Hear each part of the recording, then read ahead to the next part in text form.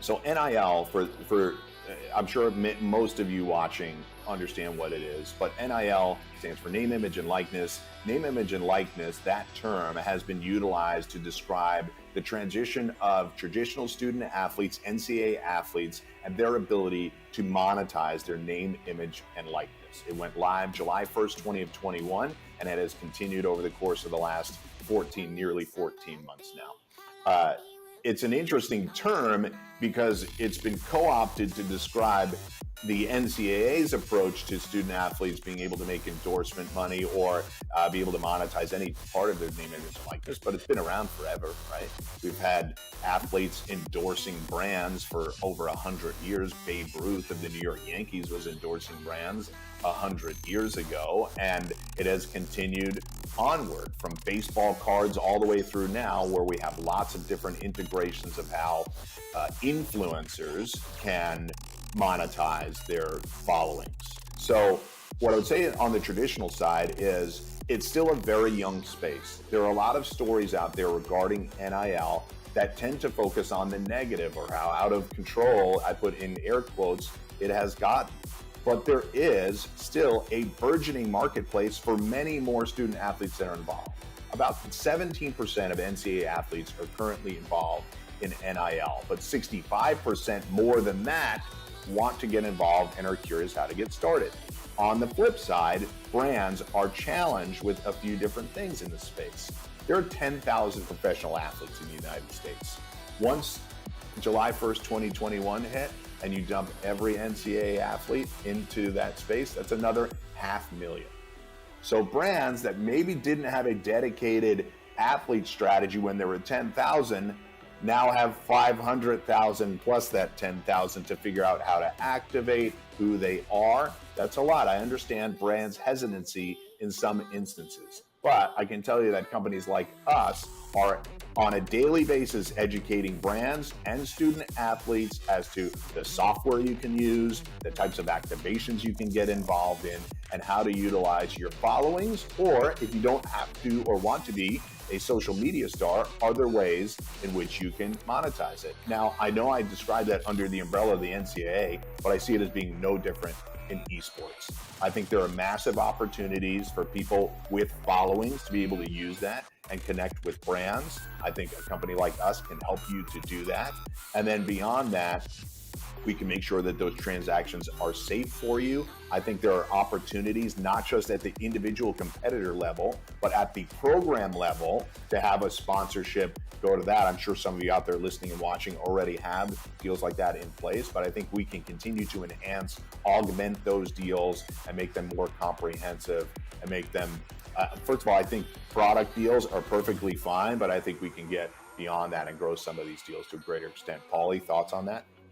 Yeah, what you said is right. So I'll put it in for layman's terms here for just the esports players, because I talk to so many of our athletes that compete in our CECC series that are currently still in college. And basically when Mike Blewett says NIL, what he's referring to is just very simple. If a brand or any sort of anyone wants to use your school's name or your brand or anything with you, there is a deal for you that can be put in place, whether it's a product deal, whether it's a paid endorsement. You can, whether you're a macro influencer or whether you're a micro influencer, you can be paid for your services. So most of the people, when I talk to them, I won't say people, college athletes, they are, intimidated by the word. They don't really know what it means. They've never done anything with it before. And that's what it means. Any single time a brand or anyone at all wants to use your name or do a deal with you or do some sort of activation with you or your school, that's basically what the layman's terms, the NIL meaning comes from. And it's evolving in this space. There are so many brands that want to associate with micro and macro influencers and just get people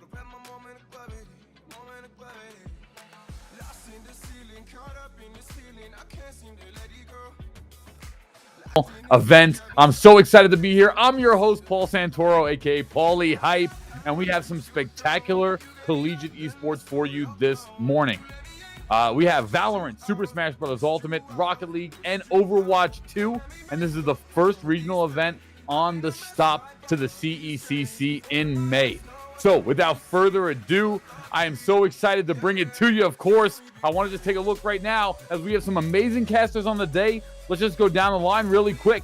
On Super Smash Bros. Ultimate, you can find that on Esports U2, and that'll be with Lyric and Laird. For Overwatch 2, that'll also be on Esports U2, casted by Dividing and Septilence. So happy to see my boys on Overwatch 2. Valorant, we will have here on the Esports U channel, and that'll be with Nerdy Bird and Chad Lantis commentating. And then we have Rocket League as well with J Turbo and Visionary. So I'm so excited for some of these games here on the day. Who will come out of the region as a top schools in each game? We have schools like Blaine College in the South, University of South Florida, University of Central Florida, KSU in Kennesaw State, UT Dallas and Arlington. So many amazing colleges in the South region. Only some of them will join us at the CECC for that grand final in May, which I'm so excited for. But without further ado, we're going to start the action right here on Esports U. Boy, and Paulie Hype's in town. You already know the deal. Let's get the 10 seconds of hype going, baby. Woo! Today, this morning, this afternoon, it's college esports all over Twitch.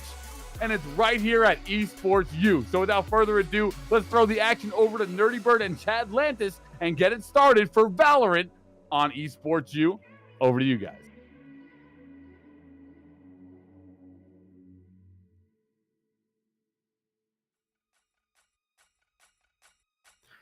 All right, we are live. This is the CECC South Regional Qualifier. This is for $1,500 first place grand prize for anybody that know after this weekend. $500 for second place. We'll get 2 groups of 4, a lot of Valor action ahead of us. And I'm Chad Lantis. Joined by me is Nerdy Bird. And we are presented by the U.S. Army National Guard as well. You want to make sure that you can do more for yourself and your future. Soldiers in the Army National Guard can serve part-time while getting their degree and working full-time. It's actually a pretty sweet deal. Accelerate your path and visit nationalguard.com. The next greatest generation is now. And also what is right now is some discussion going into the Valorant cast. And Nerdy, what are you looking forward to the most today? Honestly, I'm looking forward to determining our outliers in a good way, so to speak, because yes, we have a prize pool, but we are in group stage. We have Group A, Group B, and there are 2 teams from each group, which means 4 overall that get to proceed into tomorrow's games, which is going to be an even longer day for everyone. And I want to see the standout players from different teams, and then I want to really get a sense of who we are going to actually be wanting to be paying attention to tomorrow. Yeah, collegiate Valorant is at a great spot right now because a lot of people are realizing, okay, the franchising happening in tier 1 scene, right? And like tier 2, what's going on there? Exactly, Ascension tournament was that. But we can go collegiate play and get some scholarships and pursue towards the future and compete there. So you're seeing a lot of really talented players who previously were going for pro player, like, let's just go collegiate instead and get our education on while also being essentially pro players, so that the level of competition in collegiate has just elevated rapidly from last year to this year. And it's the start of a new semester, still in those early days. I guess not really start anymore. We're in October already. Time is flying, but it's still early on in the year, at least the school year. So I'm really looking forward to seeing how these teams come together and how these stars can really shine. My only concern is, I understand this is still, you know, it's East Coast, but it's still relatively early for a lot of gamers. So there going to be some cobwebs that need to be shaken loose. There's going to be some sleep that's in the eyes still. Are we going to see performance just increase as the day goes on, or are we going to start out strong as everyone has downed their energy drinks and is ready to go at this very moment? I don't know. Yeah, we'll have to see. I mean, for me, in my 30s, it's like 10:40 a.m. This is like normal time to be awake, but I was a gamer up until literally like recent months of when I finally realized I need to make a change. Feels bad, but those gamer hours, those are still deep in my blood. I understand up until like dawn, and sleeping until mid-afternoon is like a normal thing for a lot of these players. So yes, like you said, that could be the case. Plus a little bit of rustiness. Maybe these players might have been focusing more on tests recently. That's kind of the thing at collegiate. You have to not just only grind Valorant all the time, so they can't always grind as much as they want to. So going into the first match of the weekend, we'll have to see if these teams can actually come out really strong or if they have a little bit of a slow start. But speaking of slow start, we've already a little bit on delays. I want to jump into the map pick bans and things like that to just kind of talk about what we're going to be seeing in this very first game of the day. It's between University of Central Florida and Texas A&M University, or TAMU, UCF. And then you see the map bans on each side relative to which team banned them, and it leaves us to this best of one round robin format. This map will be Ascent. I am going to always never be surprised to see both Breeze and Icebox on that ban list. I absolutely adore Icebox, but it seems to be the bane of every Valorant player's existence. I'm a little surprised that we are seeing Fracture. Pearl, even with the recent changes, I'm still not a fan. So I agree with most of these picks for our bans. I don't know. I feel like everyone has a special place in their heart for Ascent because Split is currently gone.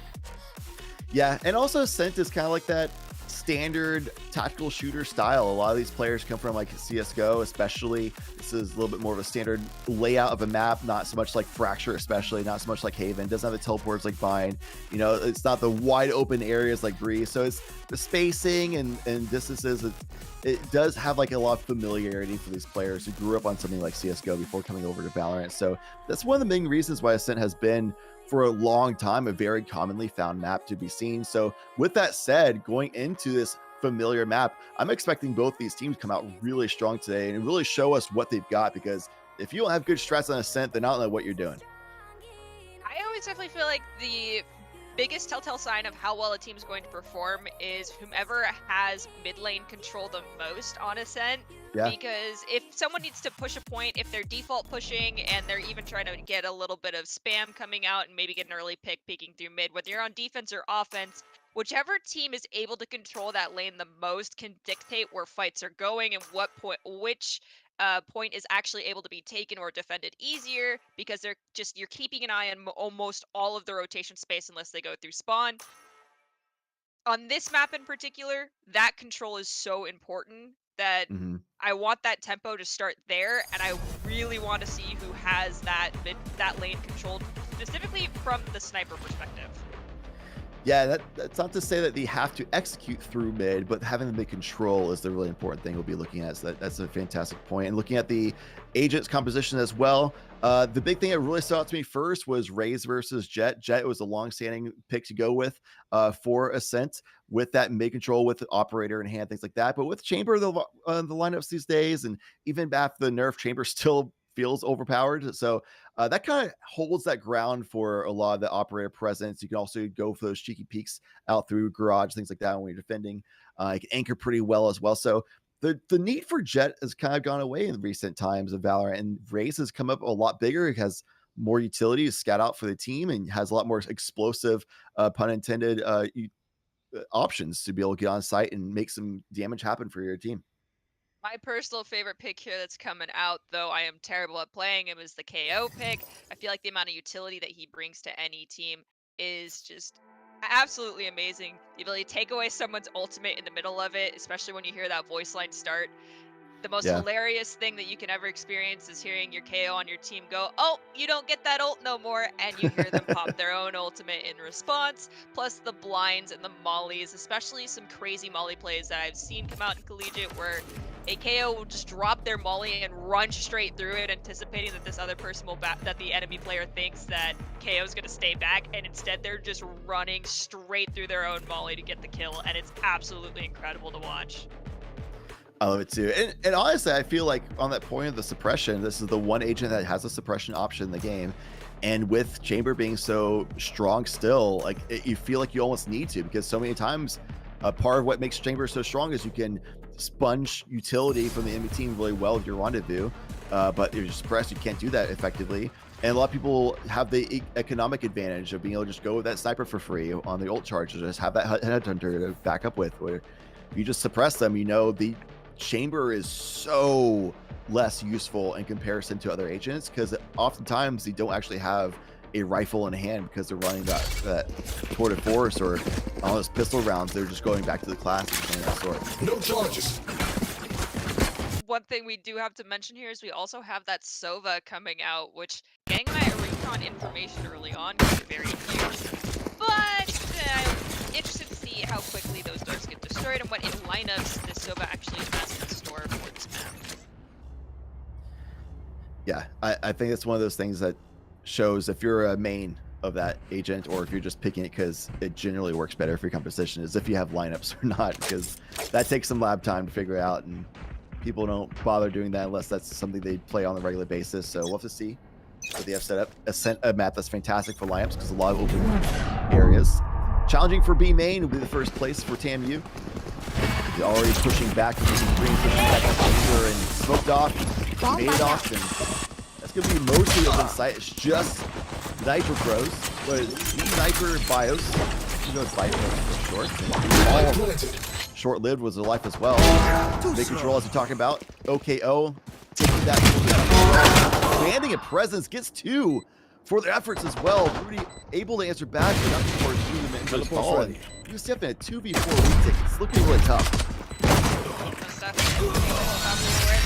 Just dropped it mid. Ghost in a tree, definitely running through that mid lane, was absolutely incredible and dominating for a few moments. But honestly, as soon as Chamber recognized how many people were coming up through B main here and had to use their teleport, I think their team rotated a bit too slowly in order to help take the re-engage here and rotated a little haphazardly. Seeing a lot of confidence in this double Vandal pickup as well for TAMU. Okay, going with something that's newer for Chambers as well, ever since the price was increased for those Headhunter bullets. Going with that Ghost first round instead of Headhunter bias. Still worked out for them. They're able to get a Vandal now. You don't want to be too hasty. Falling in this round when they invested in the Vandals would be devastating. It would swing UCF right back into this game. You see Akali with that Marshall buy-up, trying to get that mid control that you talked about earlier on before the game started. And they have mid control, but we'll have to see what they can do from this. I very much so like the bait that we had coming out from Texas A&M. Thank you. They had the KO go drop the knife over on site A and then rotate back, but I think they got figured out pretty quickly. Molly's gonna cut off whoever is coming from CT there. The shorty though does help Chamber pick up 1, but it's not gonna be enough. Almost got that rendezvous off in time. That would have been massive for them. OKO holds the angle. Rudy doesn't have much to do in that situation, and Marshall's not really a gun you want to save, typically. So Star Potato is going to try pick off some of these weapons that TAMU invested in. Honestly, TAMU dropping 2 already is a pretty big deal, but based on where the allies have fallen, they were able to recover those Vandals nicely. So Star Potato, time is ticking down way low at this point, but just trying to get an extra frag or 2 perhaps, but not going to be able to get that. OKO already after 5 kills and nearly off to the operator already in this match, having a great start. We believe both of the Vandal buys for the side of Texas AMU did survive that round. We are going to see that University of Central Florida is all but Akali are going to full buy this round. Could be pretty risky if they don't win this one or get at least a few of the members of Texas to drop their guns as well. Cookies and Cream doesn't even have a single Headhunter bullet, so that like really strong like hot swap option won't be there if he runs out of ammo on the Vandal. But that's really a bigger deal once you have a sniper in hand, so it shouldn't be massive. Mid control is being fought for. That trademark just sitting there. It's gonna be so huge. You're gonna have to clear that out on the side of Texas A&M University. But they'll clear out Rudy before they even do that. They have a fantastic start for this round, and this is their bonus. But because of how they were able to buy up, they were able to reinvest, and bonus looking really strong for Texas A&M University, and so strong it knocked off our feet, I believe. But we are back to a 3 versus 3, and UCF holding the site still, but TAMU, they're here ready to fight for it. This is the first time we've seen TMU looking this broken apart manpower-wise. Akali, unfortunately, is going to take a peek here, and it will result in them getting taken down. Spike is being planted, and now it is a 1v3. Star Potato seem to be our last man standing quite a few times now, trying to make sure there's no one coming from market. Little do they know, all 3 members are currently surrounding them. If they can possibly pick off the KO here, might get lucky, but the flash has come out, and it actually does reveal the Chamber, who peeked too soon. KO hiding to the left near our boxes. Oh, this peak is going very slow, and we're also going to see, I think that was a snare that just got thrown by Fade. Yeah, they clear out these angles where Star Potato could be. They're double peeking at the same time. Just a sliver of HP left on the last remaining member of TAMU. Can Star Potato do it? Time's running so low, though. Will they have time for the defuse? It's going to be close. They got it. They got it. No! Okay. All right. I jinxed it. I'll accept that. I apologize. Oh, man. It was so close, though. You really couldn't tell. 0.8 seconds remaining on the clock. Star Potato just need to be a little bit faster about it. Just the dry peaks. And I will say, though, while it was awesome that you were able to get those kills there, that was the bonus for Texas A&M University. And they're going to be able to pull back again. They also already got the round win. So even though that was a great performance again, the kills Star Potato, it doesn't really amount to much. And in that situation as well, I would love to see the Paranor be used, the dark cover as well. Just try to just disrupt a little bit and allow the opportunity to accelerate a little faster on the retake. Definitely agree. And unfortunately for our UCF squad, they are hard econing this round. They did buy, but they just bought pistol. This is going to be a very difficult win, if at all, for this round 4 here. Oh, Rudy just held the angle. Little did they know. It was a nice placement of that fragment earlier, though. But it's Texas A&M. That's going to be a slight take for them. Just a save for UCF as well. This is perhaps the hardest retake they're going to find themselves in this game. Considering the amount of util they have, I have no arguments on that front. BSD Cookies and Cream get that door down and back off and manage to survive. They only took a little bit of damage. I think Window's already busted here, so they can sneak in, but they got to be careful. There is someone waiting. Ooh, and the perfect crosshair placement means OKO is going to go down.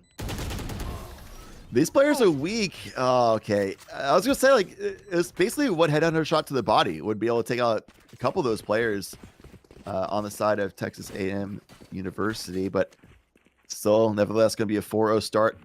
And this is a big round. They are investing the operator to a Kali instead of the chamber, which is interesting enough. And that's a big reason why a lot of people don't go with Jet these days, because Jet is like an opping agent for the most part, and Chamber is as well, naturally, as ultimate for as well, and it can rendezvous out for greedy angles. So what's the point of having 2 opping agents on the team is basically what people's consensus is. But UCF deciding they want to still go with perhaps comfort picks for Colleen. We're able to make some work happen with that Marshall early on this map. So with a little bit more powerful sniper rifle, narrowly misses. That would have been a big opportunity for the team. Crosshair is just a little bit too low. I'm actually really interested to see how our Sova is going to do here, considering they bought the Odin, and that can be quite the powerful weapon, but you got to make sure that you have the actual time to sit there and aim it down. Just due to the spread, feathering that trigger is difficult nonetheless due to aim down time as well. We have Dill pick up 1, so Rudy's going to go down, and Spike's going to get planted. Again, we still got that Sova. They can bait one up here, but instead they're going to drop down. Let's see if they spray here down in hell. Yep, that's exactly what they're planning to do. Oh, rooted up as well on the blast pack in. Tayo will follow up as well. And also in the entry, they did a great job of using Nabber's ultimate.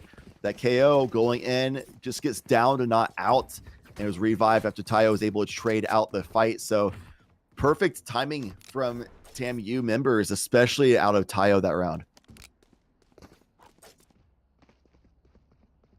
Does look like the econ front right now for University of Central Florida is just absolutely in shambles. We've got a full no buy for a Kali after buying that operator, partial buys for the rest of the team. This one's going to be very rough.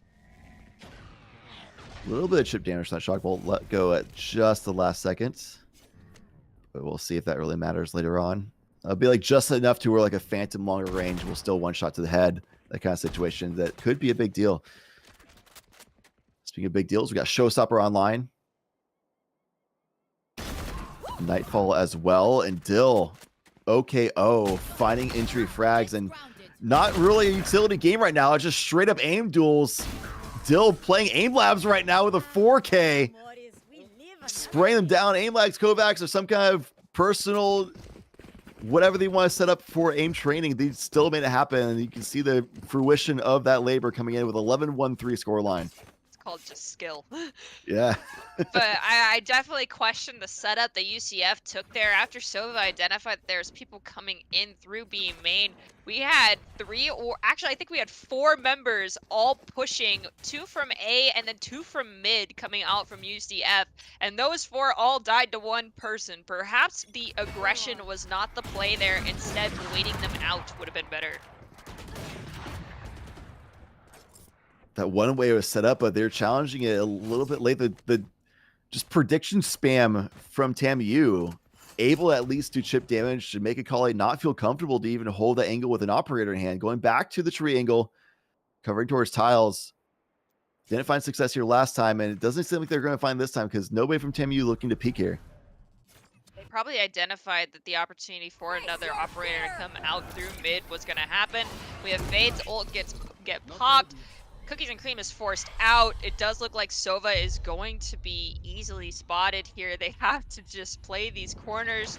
Omen's backing up to be with them, so hopefully that surprise opportunity for a 2v1 will happen here quickly. It will. That's Spike, but there's one coming on their left. Will they survive? It's Omen versus KO, and KO will be the victor. Yeah, all of USCF was already here because of the Omen, because of the first kill for the Silver as well, but the frag's going back in the favor of TAMU now. OKO makes a 1v1, so the KO versus KO, and who will get the KO to win the round will be UCF's first on the board. No, Naber shuts them down for 3K on the round. Might recover the operator, thinking about it, and they have the luxury of doing so, choosing not to, because operator on attack, who needs it anyway? I'd like to point out that they did manage to shut down OKO's tour de force that round. Like, as soon as he popped the ultimate, he got popped himself. Mm-hmm. Little bit too close to the enemy to be pulling that one out. However, going to this next one, we are going to have Knives online, Hunter's Fury, and Showstopper, as you mentioned, still online. Hasn't been used yet. I'm really interested to see how it does get used. I personally love to see him pick up a 3-piece or a 2-piece, but I don't know if that opportunity is going to be presented to Texas AMU. Well, ASI completely given up. You see a couple members of UCF trying to rotate and try to support it. They're fighting in the spawn. OKO is able to get one, but the Stinger at that long range wins the duel. Are you kidding me? Anyway, back on A site, damn, able to get the frag onto Cookies and Cream to secure the site. Spike planted as well. Cannot follow up though. Bios gets a little greedy. The bait was set from Naber. The trap was sprung and found the frag. It's going to be a 3 versus 2 advantage for UCF, forcing, or advantage for TAMU, forcing UCF into a really tough retake situation. The Stinger in hand, flash on Rudy. They can't even know where to shoot. So actually a Marshall for Star Potato, but another flash as well. Fantastic flashes by Naber that round. Setting up the bait on the weapon on the ground, flashing for the ally, flashing for themselves at the end. Using utility, using a lot of the mining games as well, putting themselves up to a 10-3-5, and it's just been a steamroll for TAMU so far this game. Definitely can't count UCF out just yet. Perhaps they perform a little bit better on the offense themselves, but I mean, there's a curse for every map differential score going into halftime, but I'm possibly anticipating a 9-3 curse. Could be. I've also seen like 11-1 swings as well, even in upper levels of pro play, and you know, I can never count out any team until the game's over. I have seen Akali with that mid control multiple times, not this round, of course, but I haven't really seen UCF be able to translate that into like garage pressure or rapid flank or something of that sort. But right now we're seeing TAMU able to get the mid control themselves, execute for a 2-pronged strike onto the site. Akali is here, but smoked off. Can't really get a good angle of support. Bio is able to fall down. Akali able to get one, but the rest of the members on the site have fallen already, is already in control of TAMU. 3v4, this is definitely still a not quite Oh equal, no! but good retake opportunity. Presence is going to be detected though because of that knife. See if Akali's able to get a pick here. They're gonna jiggle peek this corner a few times, try to get a challenge. I think KO is done and they're just gonna chill out and wait, understanding that the advantage is in their favor. Akali though is just gonna come in and prepare to take fire. Taking down one, another goes down. It's a 2v1. Let's see if Fade will survive or if the defuse is gonna go to UCF. Akali gets it, the 3K, the swap over towards the rifles so they can challenge twice at a time. They end up going a little bit staggered. That could have been a little scary if Akali didn't win that duel, but able to survive it out. You can see the pressure on as well, the Collie's footwork. When they go for the shot, they're moving slightly too fast before the shot goes off. So the accuracy from the bullet isn't on target as they want it to be. So you can kind of see that like pressure, even the movement of their characters in this game. You can see that UCF realizes that they're behind our rounds, but now that they have a round on the board, they have at least a little bit of life being shown. And if they can use this a little bit of a momentum generation, it's going to be still a tough half to close out with a strong scoreline because the economy is booming for TAMU, but they won that round. Just win 3 more and suddenly it's competitive half. We did have Sova get detected there. Dill is just going to immediately blast back in, try to claim some space. Sova's still chilling out over here. We have KO go down in ultimate. That means there's some people nearby, and unfortunately swinging the corner, it's going to result in our Sova going down, so it's a 2v5. You see those members of UCF still rushing a little bit. You still, that pressure is still on. Rudy trying to clutch up at the very end, but just simply too many members of TAMU still alive. A 9-1 scoreline, but that 9-3 curse hope and that dream is still alive, Nerdy. Most definitely. My concern right now is Akali. I mean, yes, 2 rounds ago we had them absolutely pop off with that operator pick, but now we're forcing some save rounds in order to facilitate that operator buy when only 1 round we've truly seen it perform. Perhaps it's time to ditch that and go with something else. Yeah, I think so too, especially Cookies and Cream is too often their own operator, so you don't really need a save for that either. I think right now they're just trying to buy so that everybody can have a full buy next round and go for the rifles. Because only 2 more in the half, and Kami is not looking really good right now. That Marshall in hand, close quarters. That would have to have been a sick headshot and spotted out, but still able to get a kill with Star Potato.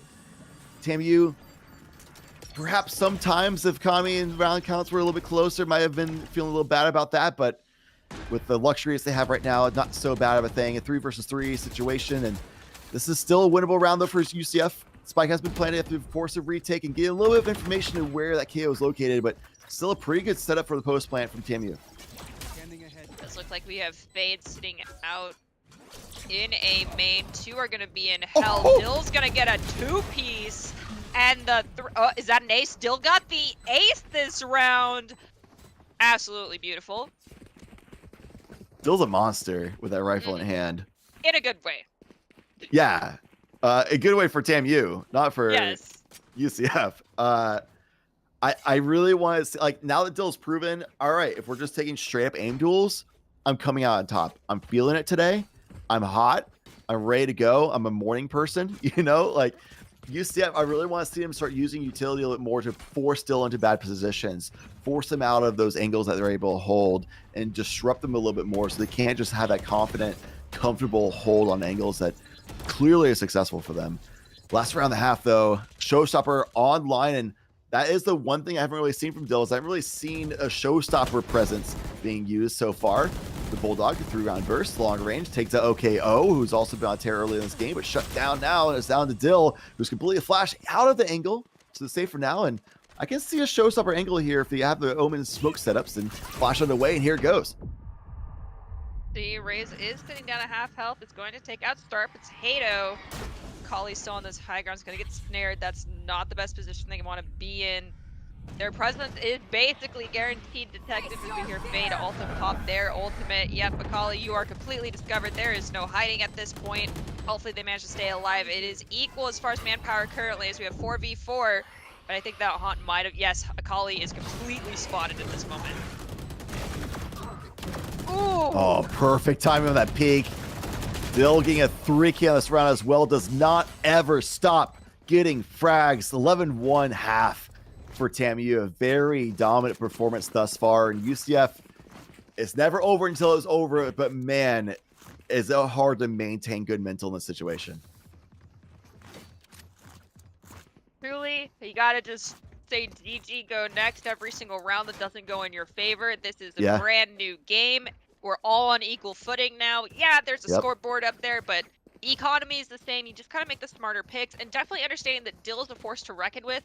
Take smarter angles here on these engages. Shut down the opportunities where you anticipate Dill is going to be. Make sure you're checking your corners, please. Yes, Valorant is a horror game in true essence. Jump scares left and right. So just don't let Dill be camping a corner and trigger disciplining the whole squad. It is spooky season. That is true. And here's Damn trying to do their own spook presence. The spam, though, forcing them out. Can they timing the style drone, though? They can! They get 2 for it! Are you kidding me? Spooky season in full force! It's going to be a 3 versus 3, but Nabber comes in, checks the angle for Speedway, and gets a triple kill at the end of the round. The full house between Nabber and Dam. What a round for TAMU. One that UCF needed to win and keep themselves alive economically in this game. Now they have to force up on a bad buy to keep themselves alive on this map. I mean, honestly, it's an older strategy, but round 2, if you lost round 1, don't buy, keep the pistols, and just go in knowing you're gonna get your butts kicked. And on the off chance you get some kills, then you celebrate that, but you do not force buy if the odds are not in your favor, and I feel like they're really not right now. Well, yeah, but also like they have to. If they lose this round, game's over. So you're right. IGG go next on the scoreboard. Yeah, all good. It's still the first map of the day. It's early morning for you. You're not East Coast like I am. All good. We are seeing UCF trying to have that all good mentality. Dill using up a bunch of utility, spamming it out. Okay, looking to be a little aggressive on the angle. They can just swing off of Dill's first peak as well, or I guess they can just go for the peaks themselves if they want to. And at least scout out what weapons are in hand and who are here from UCF. OKO and Dill each get one of their own. Star Potato being pushed back. Bios able supports. That's a little ambitious from Dill, I must say, but OKO has the back and scanned out from the Fade utility. The last one alive was Bios, and they couldn't survive much longer than that. It's going to be a 13-1. A fantastic performance from TAMU to start off this tournament. Yeah, they are definitely early birds. Yeah. I don't fully understand how that is humanly possible for gamers, but nicely done. In all honesty, I do not believe we saw UCF at their best. Possibly it was just morning. Yeah. Or, it also is exam season. We are at midterms for a lot of schools. Got to focus on schoolwork first, and sometimes that means your gaming gets a little bit rusty, as you mentioned earlier. Nonetheless, they had their pop-off moments. Wasn't their most glorious, but congratulations, Texas AMU. And while Dill was definitely the star performer as far as just fragging out, I gotta give a lot of credit to Nabber's Tayo as well. The two initiators on the team, and you can see why they are the initiators for a team. They're doing the job perfectly of using the flash for each other, swinging off for each other, always there to have the trade or the crossfire set up, whatever they needed to support OKO and support Dill. And meanwhile, Dam wasn't high on the scoreboard, but wasn't really getting destroyed either. It was kind of just playing the role of being a controller of like, all right, everybody else is going to do their job while I just go and sit here in my little HUD and just send out some smokes here, send paranoia for you, and call it a day, basically, and anchor some sides of the map. But so even Dam had some good moments, but really didn't need to have a star performance because everybody else who has first contact on the team were finding so much success that Dam just didn't have much opportunity to do so. I mean, I think that's a good sign in that situation. If it's not necessary for you to pop off because your team's taking care of everything else, it's like, what else can you ask for? You're doing your job and everyone else is doing it so swimmingly that there's no need for you to do the extra mile of work. But with that being said, this is just our first game of the day, and so I think we can guarantee it's only up from here, right? Yeah, I mean, hopefully they don't go down from a 113 because that's already a bit of a rocky start, I'd say. But yeah, I mean, some teams just have slow starts. I see it all the time. Optic Gaming, considered the best team in the world, winning internationally, and things like that. Very well known to have pretty bad starts for the tournament appearances and internationally come back strong later. Sentinels, for a long time, lost the first map every series, and then they come back strong afterwards and make a comeback. So maybe UCF is just that kind of team. They sort of a slow start, they wake up, get in speed, and show up better later on. So we'll have to see if that's the case later on in the day.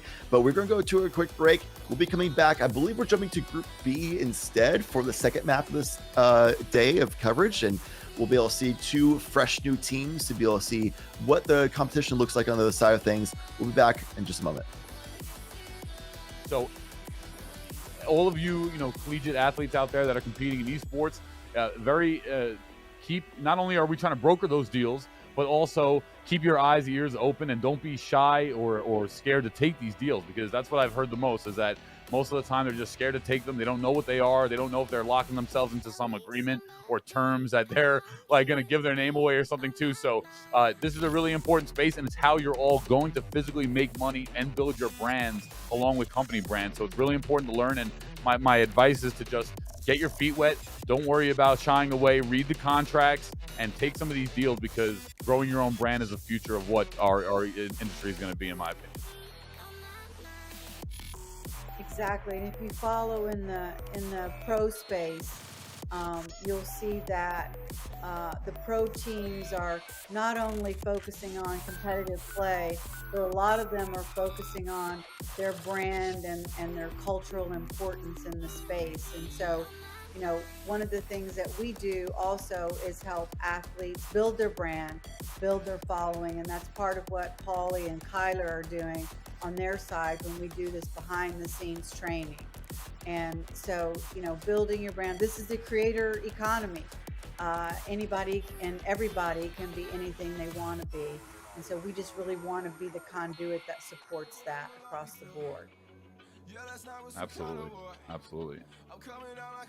Yeah, I think so. With that said, thank you everyone for, I think, great insights in terms of, for any of you that were watching this and maybe had questions about, what is Esports U? What is CSMG? Who are they? What are they doing? What are our plans, right? Well, we know we kind of tried to make a bigger splash in the spring, and we're excited to bring more stuff with you guys for the next year. But I think maybe as we close out here, I know we're slowly approaching on time then, but maybe let's go around the room with everyone here of just what's one thing that we're all excited for this next upcoming year. I know we touched on our plans and a lot of things, but if you had to speak to just one thing of just what has you excited for us as a company, for us as the collegiate or college esports space, right?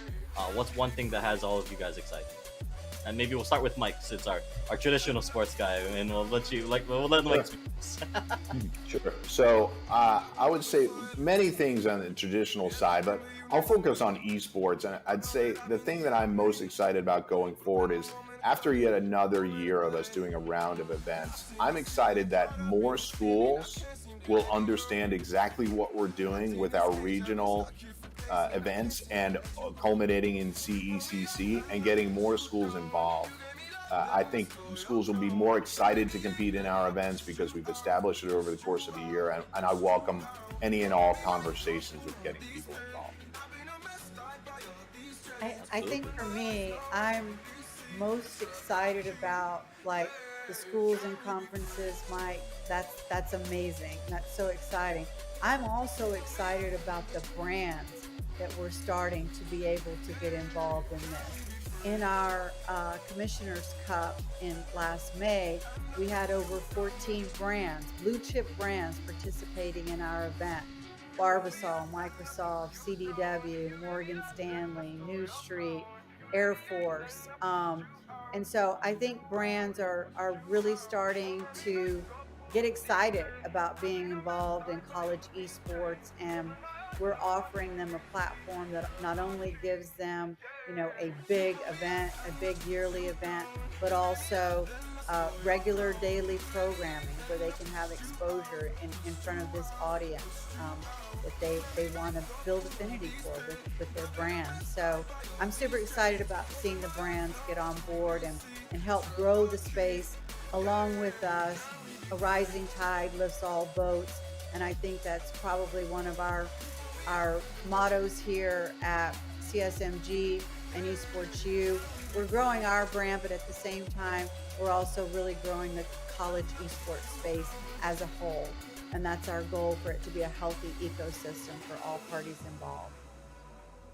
Yeah, I agree there. And I guess for me, obviously, always seeing the collegiate esports space elevate. Coming from a competing, this didn't exist when I was competing, and just to see it now in literally within the last 5 years, probably really come to fruition and start just blossomed out of nowhere, and now becoming a space and seeing everyone, schools, players, productions, companies all elevate together has been really, really nice to see. But if I was the most excited for one thing, it would probably be the city where we're going to land for CECC 23.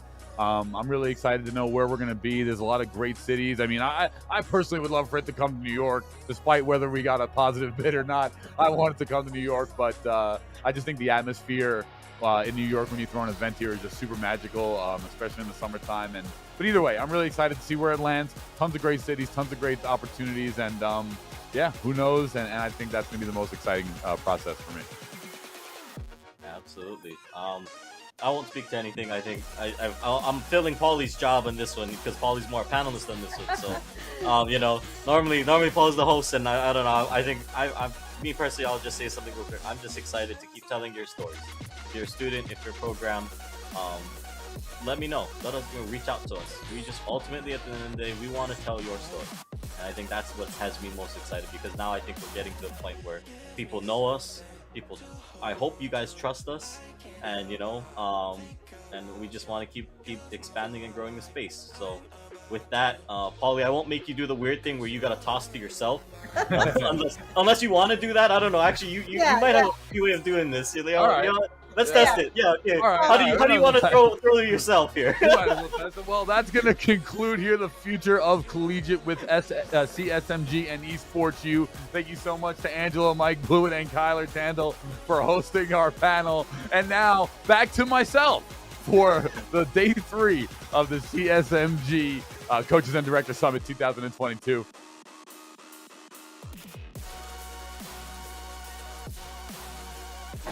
Hello, everybody, and welcome to the Collegiate Esports Commissioners Cup 2022. Once again, I'm still Sepulence, but this time I am joined by the CEO of New Street, Eric, who's going to get to tell us about NFTs, which I'm really excited because I told you this before the interview.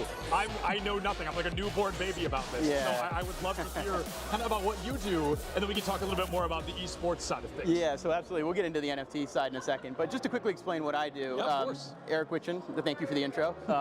CEO of New Street, and New Street is a media and analytics platform for collectors. So you can think about it as like the world of collectibles has grown significantly over the last 5 to 10 years. And what's happened is we've had a lot of marketplaces evolve. So places that are going to sell you things. Like if I want to buy a pair of sneakers, I have to go to no less than 10 to 12 websites in order to figure out the best price. So, the value proposition for us starts with, as a collector, where can I buy these things on the internet and where can I get the best deal possible? And then furthermore, we add media and insights, sort of like a financial technology company would do, but around things that I personally care about a lot more than stocks. Right. So that's us. Absolutely. So looking at it, NFTs being one thing, esports being the other. Yeah. Where's the link? Yeah. Where's the connection there? So first off, let's demystify NFTs a little bit. Oh yes, please. So first of all, an NFT is the first time in human history that we've been able to prove that something digital is scarce. Yeah. You need to take that in for a second. So basically, we've been creating things on the internet and with digital art and otherwise for many, many years. We're buying in-game items, we're doing a bunch of things, and we've been taught that because you can copy and paste those things, they have no value. Right? Enter the blockchain, and the blockchain allows us to be able to prove that something digital is truly owned by one particular person. Sure. So you can copy and paste that thing as many times as you want, but you don't own it. Certificate then? It's absolutely like a certificate of authenticity, certificate of ownership that could represent a digital asset or a physical asset just as equally. Right. There are people playing with this in real estate markets. I mean, so collectibles, is just one of the areas that this thing is interesting in. But in terms of esports, I think it connects very much to. When you think about all the work that you do as a gamer in these ecosystems, what happens if one day this ecosystem, this company that controls this ecosystem no longer exists? All your in-game assets and all the things that you've worked so hard no longer exist too. And so, of course, the primary use case of these assets in ecosystem are going to be within the ecosystem, maybe forever. but it'd be really nice to be able to pull them out of the ecosystem, own them separately. And so if those companies are foregone, go by the wayside someday, you still have these things to say, hey, I used to play this game. Right. It was a lot of fun. And so that's really where I think the value comes in. Okay, so that Preservation of value, so to speak. yeah, so that's a great kind of segue into the other part. You've got all these positives, so people that are looking at it, they're kind of shaking their head a little bit. They're like, oh, this is going to be damaging. This can be harmful. What is kind of the counterpoint to that, I guess? Of course. The counterpoint is that I think the misperception is these NFT games are coming to take gaming away from gamers, or the fun out of games. Wow. And the fact of the matter is that's like a lot of the current NFT gaming is more of a replacement for casino gambling than it is for anything else. Sure. I mean, these are not meant to be competitive with the games that you guys are playing here, and shouldn't be seen as such. So it's almost like two completely different industries. Okay. The graphic engines and all the things that are behind the scenes on these things, they're just not there yet. I mean, if you look at it looks like some of these look like is that we don't have these preconceived notions, and we're willing to listen to our members and read the room, read college athletics and how it's connected and how it's not, and take what we have expertise in and championships, but also throw out some of the other stuff. I remember when we first started, there were some conferences were applying their amateurism rules to all of their esports competitors, and I think we knew enough to know that no, that's not going to work in an esports culture. It's got to be very different. And by the way, the NCAA was going in a different direction. You could see the train had already left the station on that, and so it's an incredibly dynamic area and ever changing, and will continue to change. And just as we didn't know when we started what it's going to be looking like, I think similarly we still don't know what it's going to be in another 5 years. I know enough to know that all of us are still going to have a thriving esports program that's doing a real good service for our members and for our competitors. But we still don't know necessarily what some of that is going to look like, and that's pretty cool about it all. Let me ask you this, because you all are used to dealing with your athletic directors, and each of them are dealing with what's in front of them in their athletic departments. My guess is at least some of your schools are that this is not necessarily operating within the athletic department. And can you talk about how you navigate that in a conference office, and maybe the best way to handle that, or do you have preferences? Do you try to steer them one way or the other? And just talk a little bit about that if you don't mind. Sure. The majority of our schools are not under the athletics umbrella. We have one institution that perhaps by next year will be under the auspices of athletics, but most of them are in other departments across campus. Right. One of the things that has helped us is that we have support from the president's office. And so in order to participate in Mountain West events, you have to have an adult non-student administrator that oversees that, the eSport program. And that's where we get assistance with, eligibility checks and, please complete your roster, things like that. I don't know in the future, and it depends on, who's sitting in the athletics director's chairs, whether or not more esport teams will go under the umbrella of athletics. And I'm kind of indifferent in terms of whether it should, because I don't want esports to go down the road that some conventional sports have gone down with the NCAA. So we have a unique opportunity to kind of craft esports in a way that fits what esports is, as opposed to trying to fit it into a conventional athletics box, so to speak. Right. I think the success of our program and getting participation is exactly that. The fact that we're not tying it in necessarily to athletics and NCAA eligibility. Like Carolyn, we probably have 3 or 4 schools that are under athletics. And I know it puts them in a difficult position sometimes trying to make some decisions. I got a request recently to consider allowing part-time students to participate during this year, because some schools struggle sometimes to fill out all the games that they want to play with us. And we held off on that for now.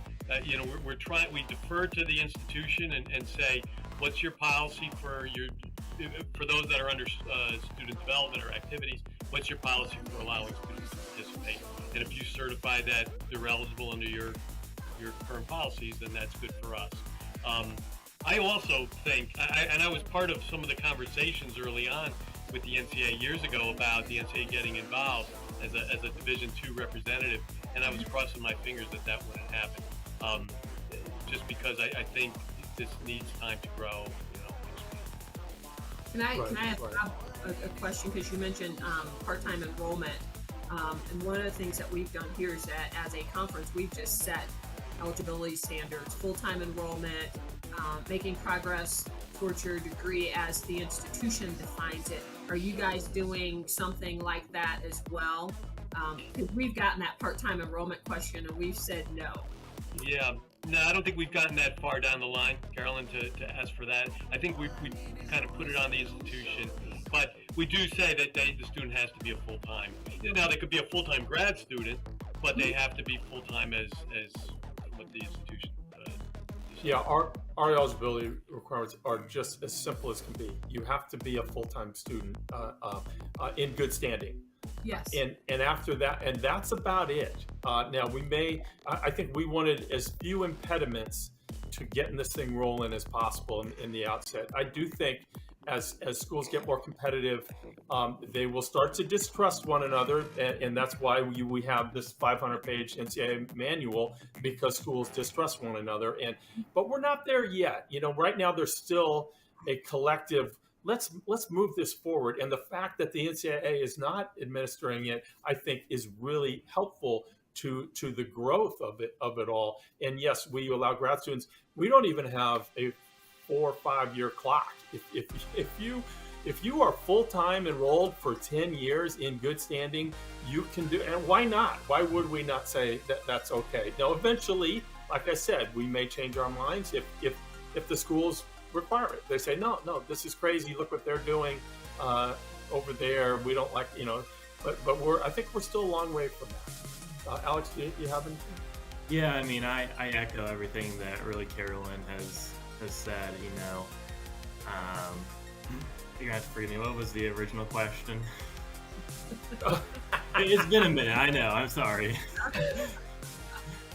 Well, just kind of what you set out to do, and then what maybe the realities of it are. Think that there's been a sorely missed opportunity for developers to take a step back from competition, take a step forward with community. And if they do that, I think we all win, because community, I would argue, is the one thing that no one's trying to solve. We're trying to solve recruitment. We're trying to solve competition. Tell me, where's community? Honestly, any one of you, go ahead, shout out what's the national community for Scholastic right now. Any title, tell me. Yeah. Where do I go? How do I meet and hang out? Of the storm. How does community zero? There's nothing. It doesn't exist anymore. And it doesn't exist statewide. It doesn't exist school-wide. It doesn't exist region-wide. It doesn't exist national. It doesn't exist digitally on Twitch. It doesn't exist digitally on Discord. It doesn't exist through any form of skill-based development. It doesn't exist on any form of, skill-based learning, or just pure socialization and fandom. Mm-hmm. Huge missed opportunity. You want to take their time and make it more efficient, in my opinion, tell Riot Scholastic politely to stop what they're doing with competitive, and their integration with LCS should be, Twitch, symposiums and summits and conversations and learning and all sorts of wonderful things, and promoting camps and educational learning activities and RSSA sponsored curriculum. That will move the needle. I don't see any of that. So Chris, that was pretty much the last topic. You kind of wrapped it in a nice package called community. And I was kind of thinking more from an organizer and a broadcaster point of view around growing fandom. And how do we get fandom around collegiate esports to look more like traditional sports across the board. And, you know, that helps us go out and sell sponsorships in the place, of which trickles down to all our member schools that we represent. But when we go to brands and we can't check that box of, you know, 1 billion impressions and 1 million views, we still are challenged with selling those sponsorships. So my last and final is, do we have any secrets around how to grow fandom or grow community on, let's just start with on campus. I got the big one real quick. Okay. Best way to grow community: food nights. It has nothing to do with playing the game. I'll give you a real life example. We used to do dollar burger night at the University of Cincinnati. We'd just go out to Bar Louie. We used to have dollar burgers every Wednesday. We'd post in at this time it was Facebook groups, tell people where to show up. 6 people, 12 people show up the first week. By the 3rd month, we had 40 plus people coming. And it was the biggest revenue night of the week for Bar Louie every week, purely because of us. But we had friendships, we had relationships, we had roommates, we had all sorts of great, wonderful things come from that. And that translated to our LANs, our club meetings, and everything from that. It was, nothing beats food nights. Just like pro sports, we need to focus on tribalism. And the way that you create tribalism is you have to prioritize in-person experience, in my opinion. I think that there's a lot of companies trying to become unicorn online platforms, but at the end of the day, I think we need pockets and hubs around the country that serve as regional and local hubs. Once you get a group of people together that share their love for the team that is on their campus, they start to develop a bond around that. You can do that online, but it won't be nearly as effective. Professional esports is having this tribalism problem because the majority of it's online. It's resulted in fans following players more so than the teams. I mean, that's a pretty broad topic, though. Like, we're starting to see those trends in traditional sports as well start to occur. People will follow LeBron and specific players on different teams to wherever they are. But I think for collegiate specifically,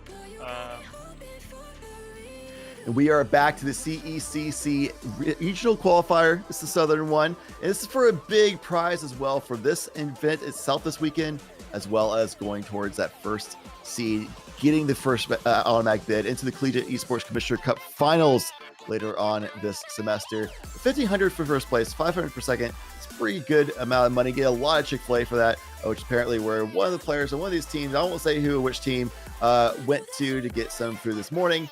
So just fun fact, that was something that somebody did. It's not Sunday yet. But I am Chad Landis. Joining me is Nerdy Bird, and I want to let you know that we are presented by Army National Guard, where you can do more for yourself and your future. Soldiers in the Army National Guard can serve part-time while getting their degree or working full-time. Go to college, work full-time, maybe both if you're really ambitious, as long as you can go on schedule for the National Guard, of course. Accelerate your path and visit nationalguard.com. The greatest, next greatest generation is now. Right now, Nerdy Bird. Right now. Not before, not later. Right now. Sounds awfully familiar, but I'm fine with being part of the so-called greatest generation of all time, at least up until this point. I think I count as the current generation, right? Sure. I won't say no. We're gonna say that. We're gonna say that.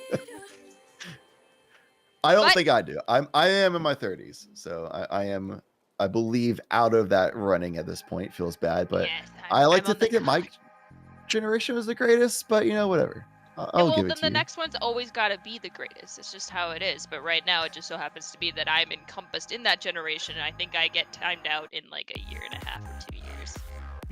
Live it up while you still can. Exactly. And we're also going to be living it up in the map pick ban screen in just a moment. And it might not be much of a surprise for you. Maybe it will for some. But we're going back to Ascent, the old faithful Ascent map. The pick bans actually were pretty much the exact same order as the first maps a series of the day. So you might look at it like, did they not update it? No, we didn't need to, because it's exactly the same run through. And it's going to be Ascent. We're returning right back to it. And I think we're going to be seeing a lot of similar agents. Probably. I mean, the way you want to play this map out. The agents that we saw earlier today is just KO, Omen. I mean, Fade, you can kind of swap out, but I do personally, I really enjoy Fade's kit when it comes to attacking on Ascent. And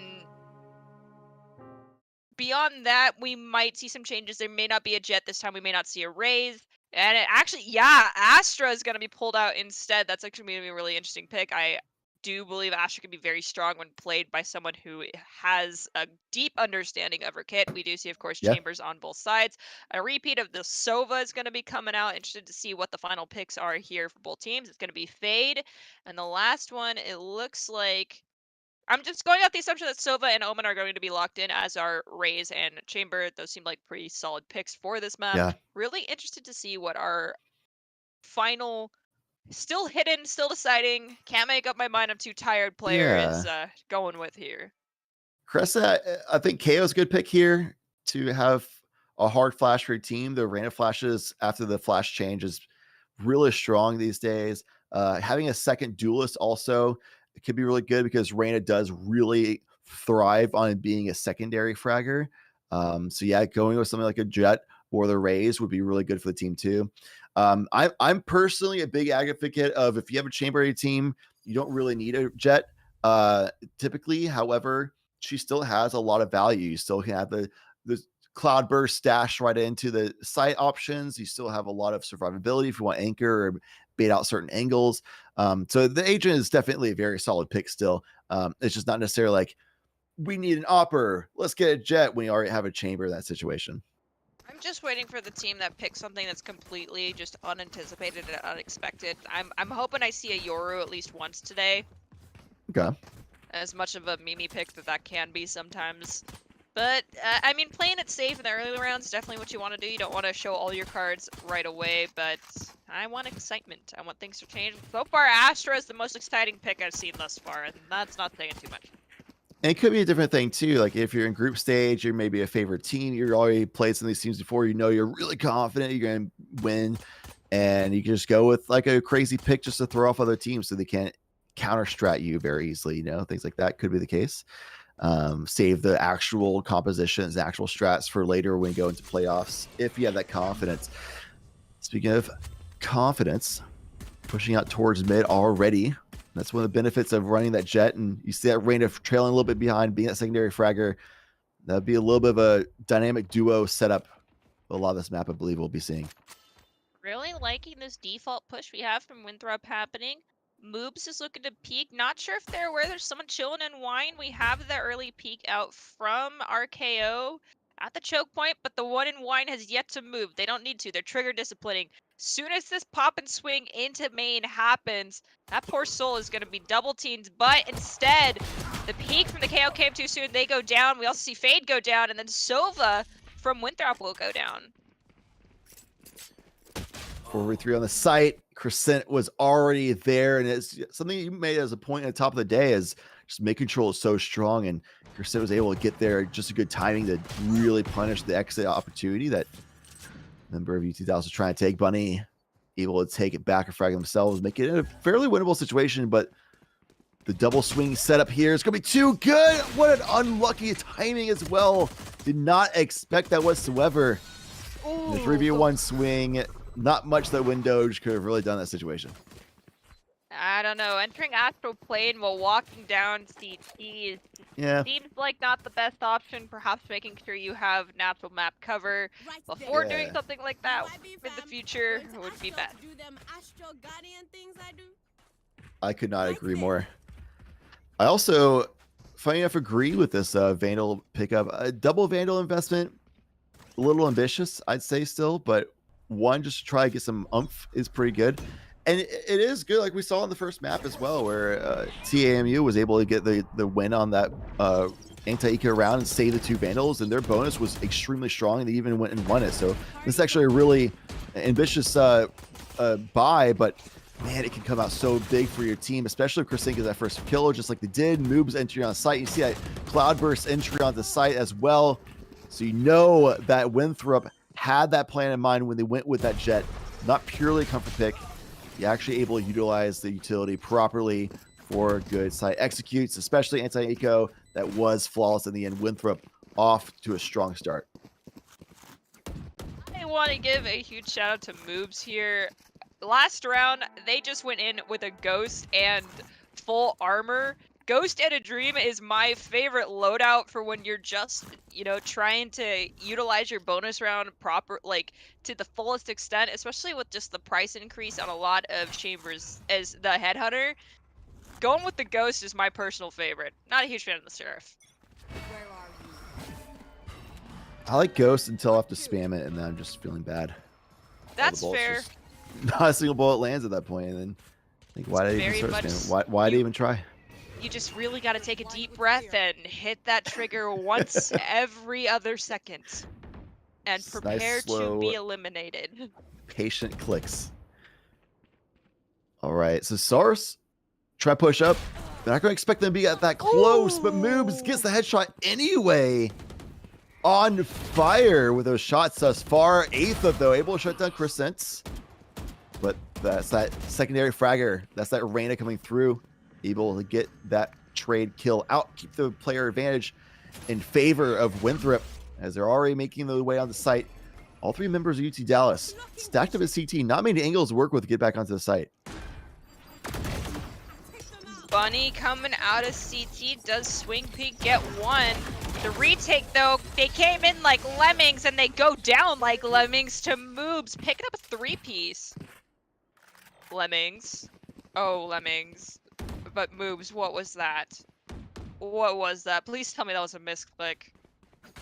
That had to have been a misclick, right? Well, I do know what it is a 7-0 start for Moobs. The reverse order of a very popular secret agent spy, but Moobs being a little bit more well-known in the lobby. No secretive here. Just going out and start slaying out. Very stacked up towards A main. I have one person linger towards mid just in case, but we'll see if that comes to fruition. It's going to just overall be no attempt for mid control. It's going to be completely an anti-eco. Let's bundle up, and if they even get a good shot with the Sheriff, we're at least be able to trade them out because you can't shoot that fast with multiple headshots unless they're really lucky and crazy skillful at the same time. Bunny taking a little chip damage, stays alive. It's going to be a control completely there for Winthrop, but multiple angles being set up by UT Dallas. We have to deal with this trademark. It goes. Winthrop will know they're on the backside now. Yeah, we have two coming in behind. One's gonna go down. It's still Chamber over there. I do not believe Winthrop is aware that two were coming on that flank, just the one. And with trademark down, I believe, yes, it's going to allow that entry pick. Now let's see if they can swing in through here on main, knowing that there's two with the crossfire. Doesn't work out, unfortunately. And with that, Winthrop is going to win out another round. Yeah, that round. The anti-ecos from Winthrop really feel like another day at the office for them. They just going in pretty much flawless every time, and they really have been. And just doesn't seem like UT Dallas has any good options on those scenarios. They went for multiple angles. That trademark just they couldn't smoke it out. Perhaps if they worked with Bunny on the Astra to smoke it for them and use that as a way of sneaking by, but the place it was at is kind of hard to really smoke it off properly. Just because of the location of that trademark and how Nebulas work. Aetha trying to get mid control, but the Nebula somewhat working against their attempts there. Empress gets popped, Knives gets popped, both for Winthrop. Crescent doesn't even need him to take out the first one. Now gonna go to CT here, see if they can pick anyone up on the defense. There is some fire coming through, so they know there's fire. Updraft is used. Don't know if they have Tailwind online. Astra has also got the wall ready to go, but not needed. Tour de Force is out for Dallas. Sheesh. Oh, and the Tour de Force takes down one. Able to at least shut down the Empress. Knives are still available though, and Tour de Force bolts are running a little low at this point. Still player advantage for Winthrop, and time is just still ticking away. UT Dallas needs to get going. Aetha again. Bunny goes into the projection astral form, out completely exposed and gets punished for it. Winthrop takes that advantage, pounces on the opportunity, and wins out the round. 0-5. I mean, the econ here that we have for UTD is not as bad as we saw in our game one when we had a team that was 0-5. Let's see if they're able to start turning this around in their favor. They're going for a light buy round, going with stingers. I mean, sometimes you gotta go for the crazy pick, and I feel like perhaps an Ares, but we also got our chamber going with an operator. That's an interesting pick. They're anticipating the pop off, but they better pop off for their team's sake. Yeah, they didn't anticipate the B site take unless they plan on going for a retake with less powerful weaponry. Already getting punished a little bit. The Headhunter's out. Does Aether expect them to be this close? Crescent. Oh, they don't want to get too greedy. They don't want to just walk into the line of sight of the Headhunter. They want to hold this angle that Aether might not be ready for. The trigger discipline gets the double kill from it as well. Can we find the frag of the roll? It's all down to Windows. 1 versus 5. These anti-ecos from Winthrop again, flawless. I bet someone absolutely jumped when Crescent dinked his head to the sun. I would have. 100%. It is 100% a jump scare when you're creeping through any position and you don't fully check a corner and someone just immediately kills you, or trigger disciplines it, takes out 2 of you, both of you get to jump in terror and scream together. It's okay. It is spooky season. It is indeed spooky season. Jump scares all around. Corner campers, shorties in the smokes. You never know what might just jump out and surprise you, especially with an omen on the map. UT Dallas. What a shot. The timing was perfect, but couldn't get out in time with Sorav. But Aether popping off this round. The operator coming maximum value so far. Keeping the player advantage alive for UT Dallas for what feels like the first time this map. Let's see if they can keep it going now that Spike is starting to be planted by our Sova. I do think that is... Nope, not going to get them Hunter's Fury just yet. We have the Astral Wall still online from Astra. Down 1, flash goes out, paint grenades go down as well. Ooh, 4v2, this could be it. Double jump packs goes in, gets taken down. Bunny finds 1, Swish is gonna find another. Bunny closing it out. No Astral Form this time. Gun in hand, ready to fight. Guns ablazing, there for the trade, swinging for the teammates. And it was a valiant effort. Yeah, the valiant effort was there. The frags are coming through, but if only there's only 3 people you're up against 4. There's just a little bit too much there. So Winthrop was not able to keep their win streak alive. And there's going to be a round on the board for UT Dallas soon enough to where they still have hopes alive to actually make this a really close half. And I'm seeing the Nightfall, the Cosmic Divide, the Showstopper, the No Command, a lot of ultims available for UT Dallas. Pretty much full buy, just that jump.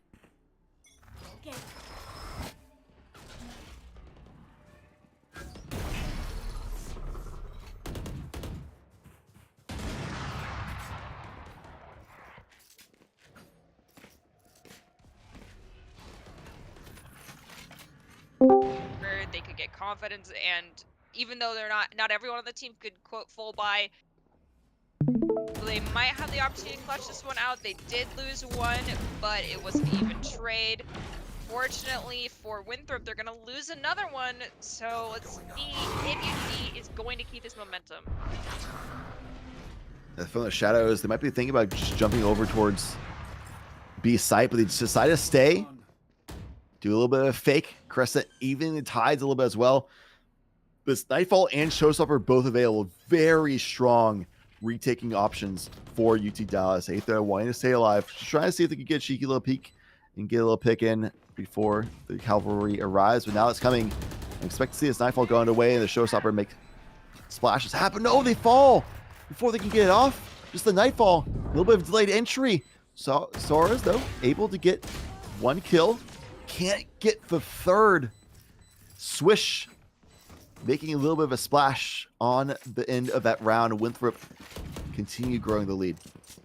Swish had the operator. It's going to toss it back over to our chamber. Unfortunately, UTD, that momentum swing started and unfortunately stopped. So the Showstopper available. So at least they die before they popped it, I guess, is the Bright glass side? half full thought saw. Yeah, the silver lining was the term I was trying to think of. Woo! Well, no Showstopper or no Command this round. They're picked off almost immediately. That was quite the picks from Winthrop. And mid-control's there for Dallas, but they don't have the players to really work with here. 3 versus 5. It'll be a 3 versus 3 on site, but they don't really know that. Deal with this door as well, and the spike is being planted now, and members of Winthrop are collapsing on this location. Crescent already pushed up on an angle that Aetha was not quite ready for. Sorev trying to hold an off angle, but Crescent was completely aware of that. And even the operator is the one getting the kill on Bunny in the smoke. Everything going in favor of Winthrop except for that one round. I don't fully remember all the buys that were made, but perhaps trying to go for some sneaky post-explosion picks there would have been the best option for the side of UTD. Maybe going for, but not even getting a hope of an exit frag is never really a situation you want to put yourself in. Yeah, because Winthrop pushed and took the fights for them, too. Like, you want to go for exit frags? We'll go meet you at the exit before the spike's even exploding. We'll just go and take those fights. The confidence is full force for Winthrop. Complete momentum in their favor. They have a Hunter's Fury to work with this round as well if you want to enter your site with it or use it for the post plant. I'm always interested in seeing how Sovas decide to use that one, because entering the site with it is a little bit of a gamble or like a suppression option. Post plant one, it's not the most reliable for like hard stops, but it's still a good threat to work with. Most success I've seen with Hunter's Fury comes from when a Sova uses it just very unexpectedly, but it looks like they're going to opt for the entry. We have Lear come out, Clouds go down, and we are going to lose our KO here for the side of UTD, clearing out Hell now and wrapping around through Tree. Oh my, there's just trades on trades on trades, and now it is just Fade standing. Really, I hope this Fade chooses to save or rushes in with the exit frag after this haunt. Yeah, not really finding much here. Narrowly dodges the sniper shot, but still pinned in this corner. What a headshot, though. This is suddenly very winnable. And with that seize as well, keeping the Omen in place, goes for the frag and finds the head, wins another round for UT Dallas. All right, we are 1 round short of 9-3 curse. Ooh. If UTD can find one more, it's 9-3 curse time, and they can pull the odds back in their favor. And curses are stronger the closer we get to Halloween. Yeah. Just saying. That's how it works. I'm sure I saw that in a movie somewhere. Possibly Hocus Pocus 2 that finally came out. Yeah. We're going to go with that one to promote the new Disney movie. There you go. Let's see. That showstopper still not being finding value. UTD all has ultimates ults. Yeah. Holy cow. Pop them. We got 2 more rounds to go with. Okay, maybe pop 2 this round and then pop 3 the next round to guarantee that we have most ults at the end of the game. We do see the trigger. Ooh, Actia is going to find 1. We're going to have Fade pick up another. And then the judge at close range is going to find the fragger of Crescent. So Winthrop hurting right now. Only has 2 people left standing. Yeah, they're going to hold their ultimates at this point. It's the 4 versus 1 situation on the field. Operators in hand for Aetha does not need to pop the ult for that. That's for sure. And honestly, that round, Aetha being a big initiator for the team. Not the initiator role, but you know what I mean. Getting that first kill, following up with all these new angles, finding different angles to hold with the operator that Winthrop was not ready for. And if UC Dallas showing signs that they can slow things down and make Winthrop have to take these 1v1s and maybe these off angle and like throw off the timing a little bit, UC Dallas can find success, come out on top a little bit. And Aetha being big proponent for all that as well. Top of the board for the team, 12-10-1, going in for the fights, finding a lot of success thus far. This next round, I want to hear 9 ultimates get popped. So far, 2. Both 2 of the forces are coming out. Empress has been popped. Omen's going to use his ult as well. Now all that's left is knives for Winthrop, and then it looks like everything still for the side of UTD. Crescent went full speed to that position, so they gotta know somebody's probably holding this. Crescent has done it before as well, but they get punished for it.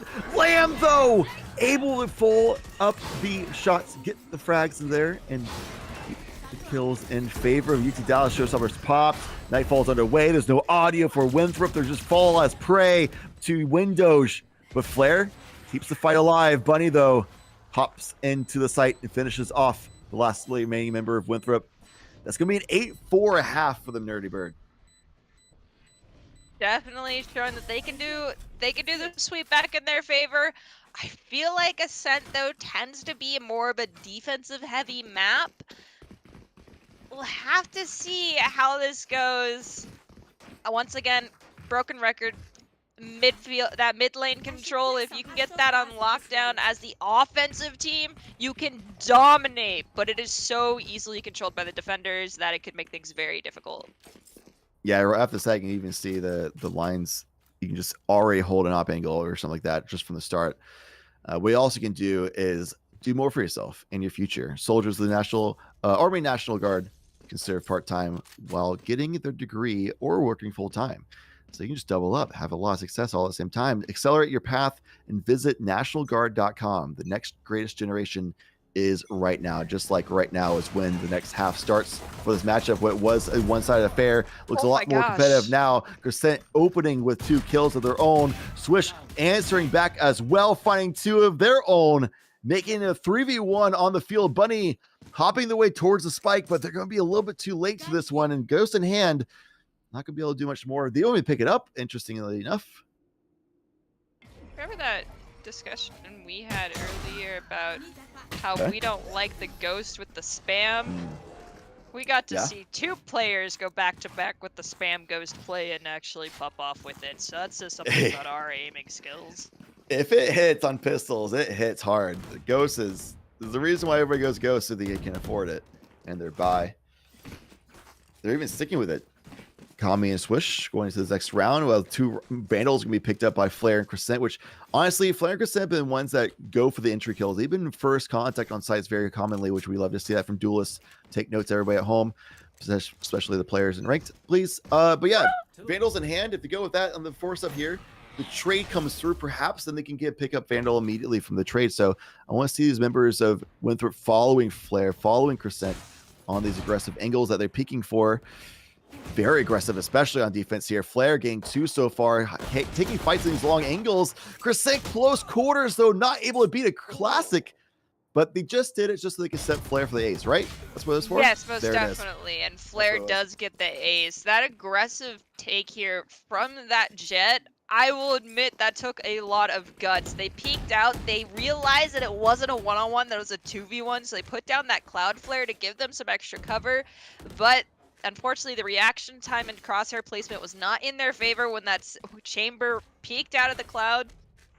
But you're right, it set Flare up for the 5-piece. They get the ace, because it helped their teammate feel good. They're totally just baiting.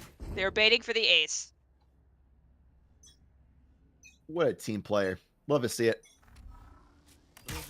Winthrop also with a very strong start in the half, just like we saw in the first half. But we saw UT Dallas coming back towards the end, but that repeats itself exactly. It'll be too late to do so this time around. They need to make the comeback happen right now. And Crescent trying to hold up, make control, longer range angles, but those rifles are in hand for Dallas. What a shot though by Noobs, taking down Bunny, and that's the smoke's all gone. These long angles cannot be smoked off at all. Taking out Moobs though. Marshall's gone, no more threat there. UT Dallas has a player advantage on the site, or on the map, I should say. Empress is online though for Winthrop. If they choose to pop this here to just help them get re-entry onto a site, great one right here outside of tree.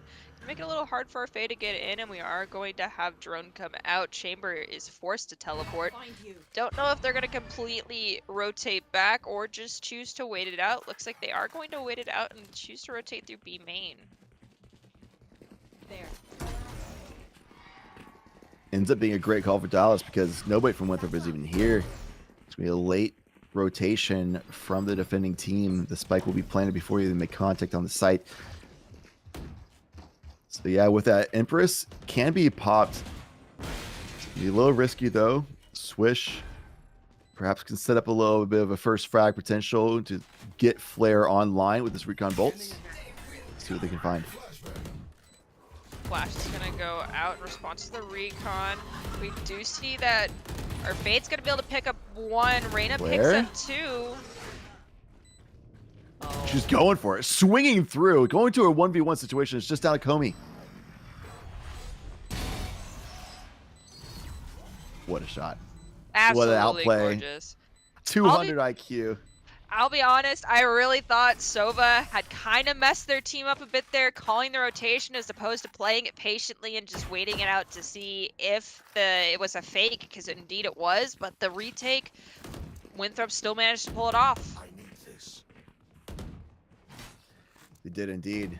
And that was massive for them. That's the bonus round for the team, and you're seeing the force by coming in for Dallas, because on 11, most teams do choose to force, because if you save to go into a situation when you win 8 rounds in a row just for an overtime, that feels bad. If you force now and win around here, you can still keep that like breath alive, that little bit of a room to work with in case you drop a round later on. So forcing here, I do agree with, is the right call. We'll have to see if they can actually win it, though, as it's so far not looking the best, at least because the trade narrowly was Aetha. Needed to do that, though, to keep them alive on this round. See if they pop and swing together here through garage, but it was a default push kind of here, I believe. Yeah, it looks like it was. Unfortunately, they are going to lose their raise. UTT down 3, down to 2, down to just 1 standing. Lamb needs to make the clutch of their day right now. Oh, Perhaps Lamb. what feels like the clutch of the month for Lamb if they pull this one off, because odds are definitely not in their favor, but I've seen crazier things. They have to deal with Kami here. On an angle, do they check it? Don't know they're going to be that close. Nobody would. You really wouldn't on that timing know that Kami was going to be in that situation, that corner. You have to have a lot of diligence to clear that out and expect them to be there. And just too much to do, too many angles to check. And now Dallas, they needed to win that round. Now their backs fully against the wall. They have to win every round out just to get to overtime. Be extremely difficult, not impossible. They just have to keep their heads up. But the thing that's really going to make this difficult is trying to econ to buy for next, but not knowing if there will be a next. You want to play? Let's play. Let's see. Aggression Crescent. Full confidence. Getting a double kill like that. Crushing blow to the mental elbow. Windows with a nice prediction spam through the wall. But Flare, again, there for that following kill. There for the secondary frag. Meanwhile, on the other side of the map, Aetha was able to find some more success as per the normal of this map. But they need to do so much more to be able to get these round wins for the team. They have to start clutching up so much heavier. It's 3 versus 2. Total Force online for UT Dallas for Aetha.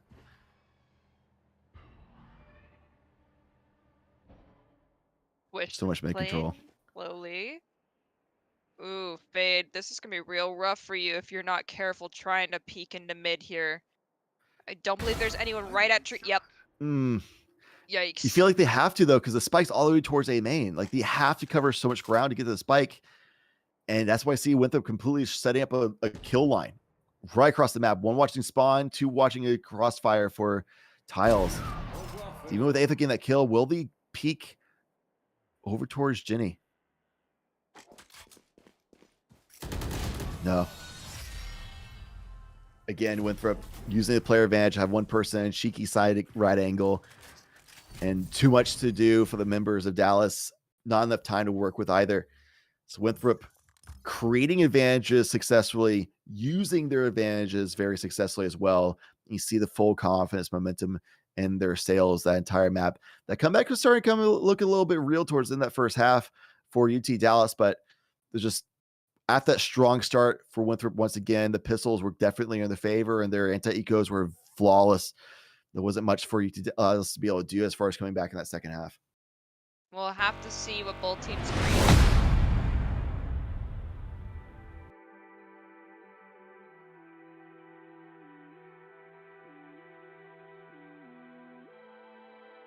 I really thought it was going to be Crescent.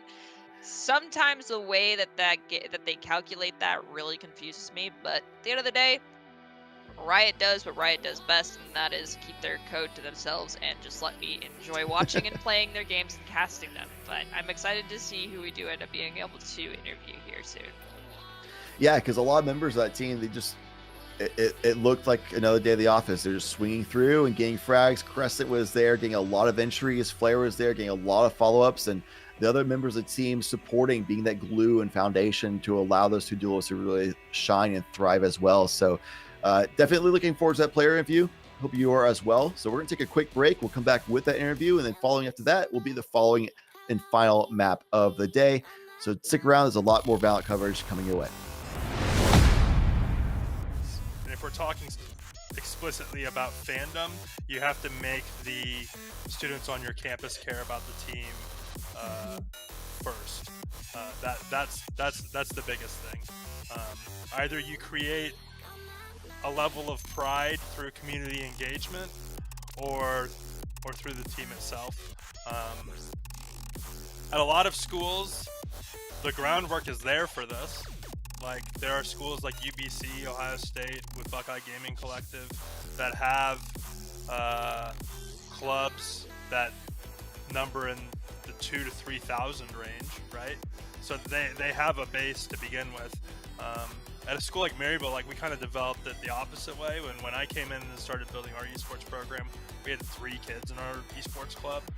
And so we've kind of built the team, and then the club has followed, which is kind of the opposite for a lot of schools. But I think that we have to develop tribalism, and that starts with meaningful live events. And the more that these events, the longer that these events continue to be like only online, the less effective it is in creating that final goal.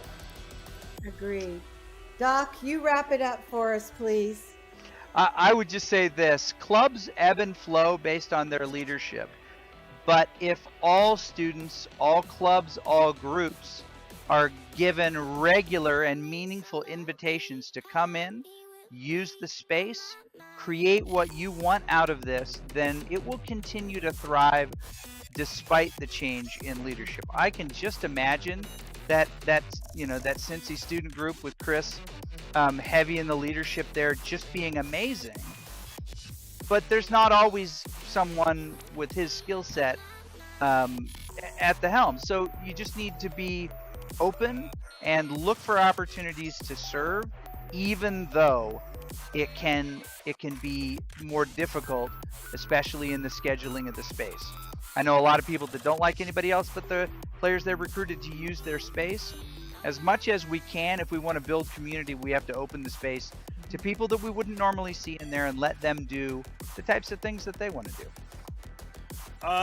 One more thing, so like on a national level though, if we want to raise the general viewership of all of collegiate esports and not just different pockets, that's a hard one because people watch esports to see people do stuff that they're better than them at, right? So naturally at the collegiate level, we're going to be at a lower level than pro. So it's hard to get people to watch for that reason, but what we can sell are narratives and storylines, matchup histories, and as we start to build a longer history of collegiate esports, I actually truly believe that some of the CLOL storylines are more rich than what exists in Academy and 100% and the LCS, but no one's really covering it. No one's really drilling down into it. No one's creating narrative content. So I think that that's the key to getting people to care about it. Like if there's a storyline, people attach themselves to it. Yeah. I'll add one more thing before we end. The largest organizations on any university campus. This is a very blanket statement. Could be wrong for you. It's right for many. Campus ministry and Greek life are always the largest groups on campus. Why? It's because of the concept of family. Let me explain. With a club or a program, many people identify, oh, I am a gamer, but I am also A, B, C. And usually it's I am A, B, C, and I'm also a gamer. Not everyone is a gamer first and foremost. You're only going to capture that population if you're promoting purely competitive and purely esports. And so I said food nights and social activities. I'm really stealing from campus ministry and Greek life, because what you want to do to build community at your school is to make it so that the thing that you're doing is the number one thing in the students' lives. Now that's a very selfish thing to say, but it's a true statement. For you to grow the largest community, your community needs to feel that the thing that they're a part of is the most important part of their social campus experience. That's why Greek life is so successful. That's why campus ministry is so successful. And when you treat esports as a program of just competition, practice, and development, that's an outlet. That's not a way of life. Not for at scale. Not when 55% of the campus body of a Division I school identifies as a gamer in some way, shape, or form. You're not going to touch that 55%. You're going to touch 5%, maybe. Probably going to touch 0.05% or 0.5% at a Division I school. And so what you really need to do is build that community authentically by, as Doc said about Dan, what are the people prioritizing and do that? And how do they enjoy their life? What would they find meaningful through that? And then do everything else, because the financials and everything else, the planning and all that matters too. And that's why we have a talent problem in Scholastic Esports. But I will wrap up and say for the national level, Dan's completely right on narrative. But I'm not worried about that, because the only thing we need to build community nationwide is just time. We are 2 generations away from critical mass. And all it takes is that the current generation of students to grow up, get in the professional workforce, and have kids and raise them on the things that they were fans of. It's how baseball grew. It's how basketball grew. It's how rugby and all those other sports grow and sustain. Cornhole grew. But in all seriousness, all we need is time. All we need to do is ensure that our products get better, our opportunities become more authentic, accessibility remains open, and monetization remains enough to us to continue to what we're doing and grow. Hi everyone, my name is Heather Garozzo, also known as Sapphire. I'm so excited to join you here today. This is an initiative that means a lot to me. I've been involved in esports now for a little more than I want to admit, but about 20 years in many different facets. And when I started, I was often the only woman in the room. There were no women competitions. There were no other women on co-ed teams or women's teams. And that obviously has changed drastically over the most recent couple of years. Initiatives like this are so meaningful to getting more women involved and giving them a stepping stone to join those Tier 1 leagues, to join co-ed teams, mixed teams, and hopefully become the best in the world. So I came to join today to just tell you a little bit about my journey, hopefully inspire you. Whether you want to go down the path of being a professional gamer or a content creator, or you want to work in the industry, there's so many different options, and I wanted to share a little bit about my story with you. So first off, I'm actually at Valorant Champions in Istanbul right now. The match is happening like just behind the door from me, so you might even hear some of the crowd noise going hype. The crowd is obviously cheering for Fnatic. Actually, I just heard a loud cheer right now, so something epic might have just happened. But so apologies if you hear that background noise, but it's all part of the vibe. It's all part of just being in esports, living and breathing esports. My journey actually started just as a player. I was a multi-sport varsity athlete in high school. For my MCL, was out on an injury. And then I found esports. My brother would have his friends over, and I didn't want my brother to be better than me than anything, and I just started playing. And this was actually Counter-Strike. Valorant wasn't out at the time, of course. And turns out that I was pretty decent at it, and so started playing more and more and more. Found some teammates, traveled down to the CPL, which was like the top tournament at the time.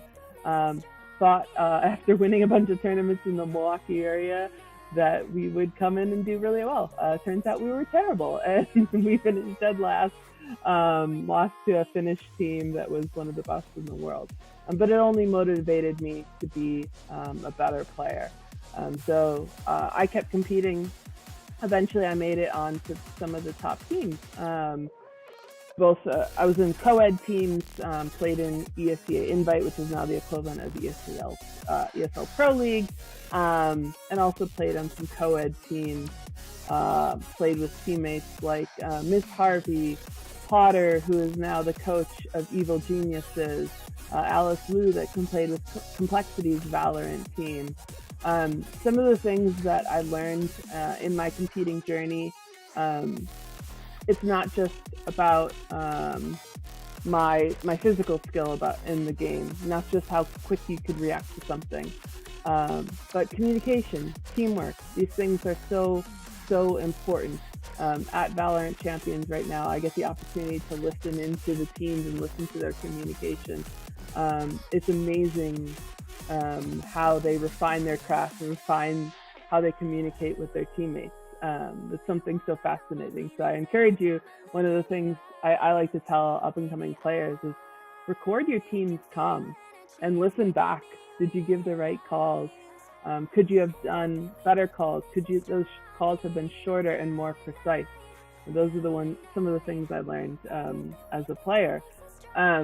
Throughout that playing journey, one of the highlights was in 2012 when I traveled to Paris and competed in the Esports World Cup, which was the top tournament for women at the time. And we came in and we won the World Championship, which was so exciting. It's so amazing to play in front of crowds of thousands of people. They were cheering against us because we were playing against a European team and we were an American team. But that feeling is just like unlike anything else when you can raise that trophy and they play the national anthem of your country. I hope many of you playing in this competition will get to experience some of that one day. It's truly an honor. Some of the other things besides competing and winning trophies, I played in 250 tournaments over the years. I believe that's the most for any woman. It's hard to keep track in the early days. But beyond competing, I work in the industry. So I'm the vice president at Dignitas. It's one of the oldest operating esports teams. We had for many years one of the top women's teams in the world. I also founded a women's initiative called Radiant and operate women's esports tournaments just like this. And I've realized how important that is. A lot of people will ask, why do the women need their own tournaments? Why can't they just play with the guys? And my response back is, if you look at a game like Valorant, there's a reason why there are so many women competing in this game compared to other esports titles. It's because these women's initiatives exist, and they give women something to work towards, something to get started. It gives them a more safe environment, a harassment-free environment to kick off their careers. And I hope one day we don't need women's tournaments. That's the end goal, is because more women are competing and more women are going to start to shine in those tier 1 teams. My last point is, as I said, working in the industry, there's so many different job opportunities. You don't have to be the best player in the world. You don't have to be comfortable on camera and be a content creator. You can work in business side, marketing, advertising. You can work in PR. You can work even in the sciences. There's sports psychology jobs. There's team chefs. There's nutritionists. One of my positions is being an observer. Like I said, I'm at Valorant Champions right now.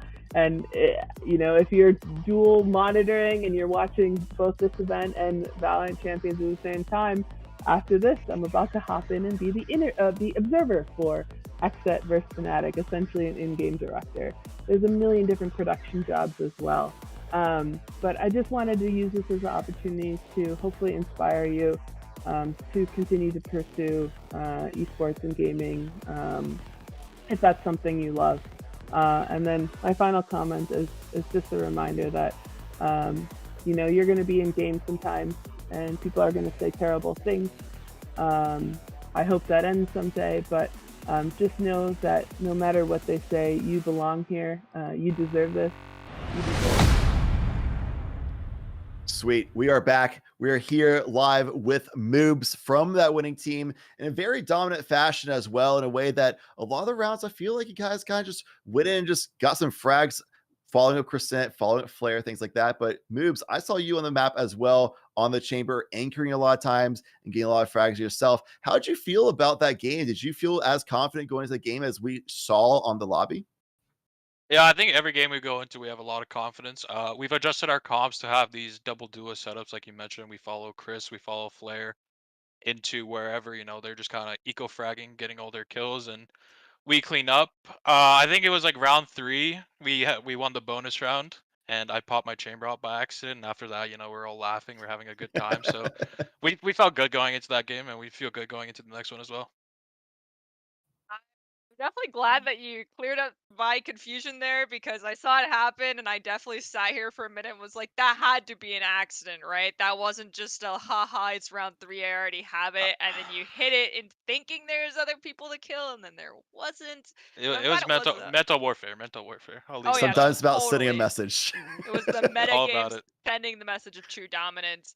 With that being said, is Chamber kind of like always your go-to pick with this comp on Ascent? Are we gonna expect to consistently see that from you, or you could choose to deny this question as well, stating that I'm asking for too much info for other people?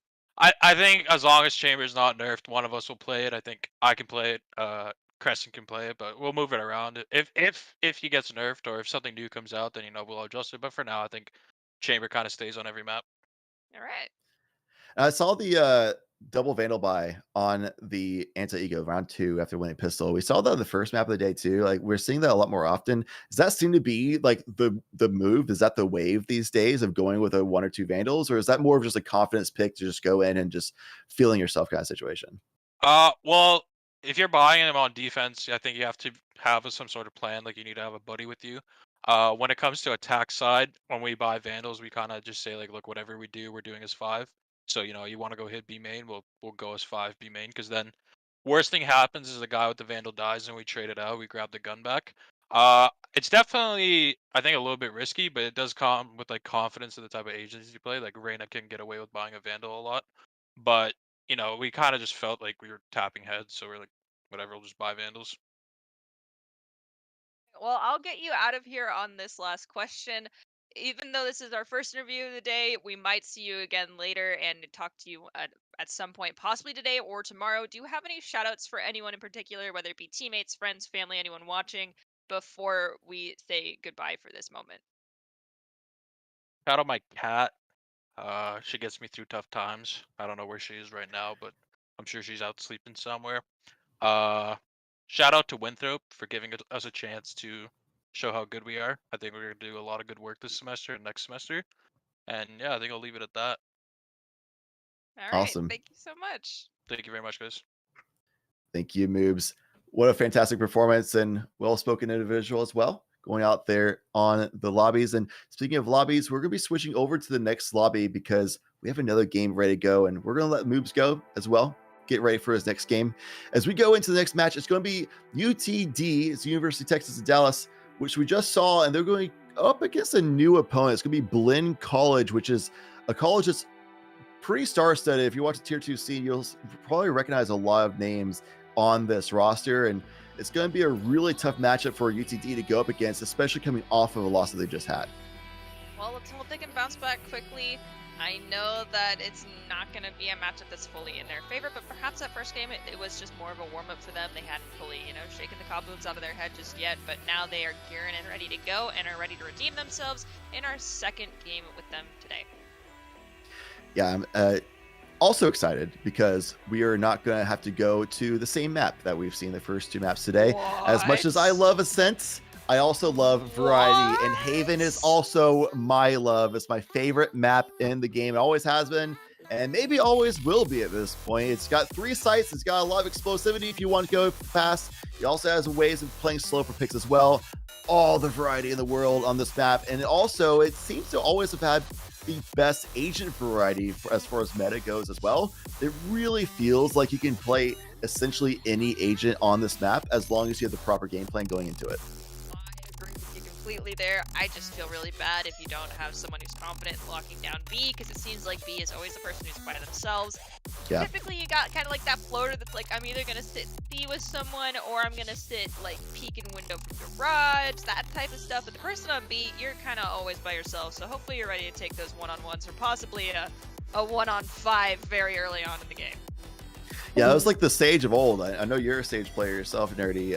So it might have been your call, which is why you might have called that out just now. Like I was the one who was alone a lot. But Also, we see a lot of breach lately. Seeing that A link on defense and being able to support towards sewers, the fault line, and a lobby, but also being able to have good angles for flashes and things like that. Even aftershocks to deny plants for the team to get through as well. So I would love to see a breach locked in, and that might be what we see from UTD right away. Astros are for sure coming out from them. Most likely, these other picks are going to be what they lock in. The fade, the rate. Yep. Okay, so the only one in question now is the chamber. On the other side, we got slower picks coming out, but so far, pretty similar. Yeah, it's pretty good lineup so far. Looks like UTD is going to be able to do more this game than they were able to do last map. And also, speaking of doing more, everyone at home, you can do more for yourself and your future, because the soldiers in the Army, National Guard can serve part-time while doing their degree pursuit or working full-time. Accelerate your path and visit nationalguard.com and be part of the next greatest generation, because that is now.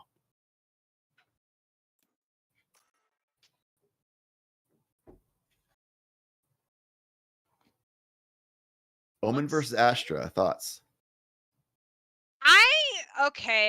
I honestly, I prefer the Omen. I just think that his kit, especially when you're attacking, can absolutely dominate. And retaking, I feel like Omen is better as well. Whereas Astra, you kind of gotta anticipate a lot of things, or you see what we had earlier, which is going into the astral plane at the wrong moment, trying to place down your smokes in order to create an opportunity for you to get in and getting swing peaked or just getting taken out instantaneously. Because you have to play at a little bit of a different pace, I definitely enjoy Omen more. I also think Omen is fantastic at anchoring C site, especially. I've seen so many pop-off clips of Omen sitting on that C site and able to just have the perfect time paranoia with the dark cover as well, and be able to challenge a couple members who got hit by paranoia and made it on the site first, because they're too ambitious on the flood, and they're able to get caught. So I want to see if Town is able to pull off something of that sort going into this map. Chamber also a fantastic C-hole agent. We're already seeing Omen go straight there. They already know. They've been around the block a bit, seen some action over there in their time. That breach going over towards A link, so where I expect that to be. The raise holding A is very common as well.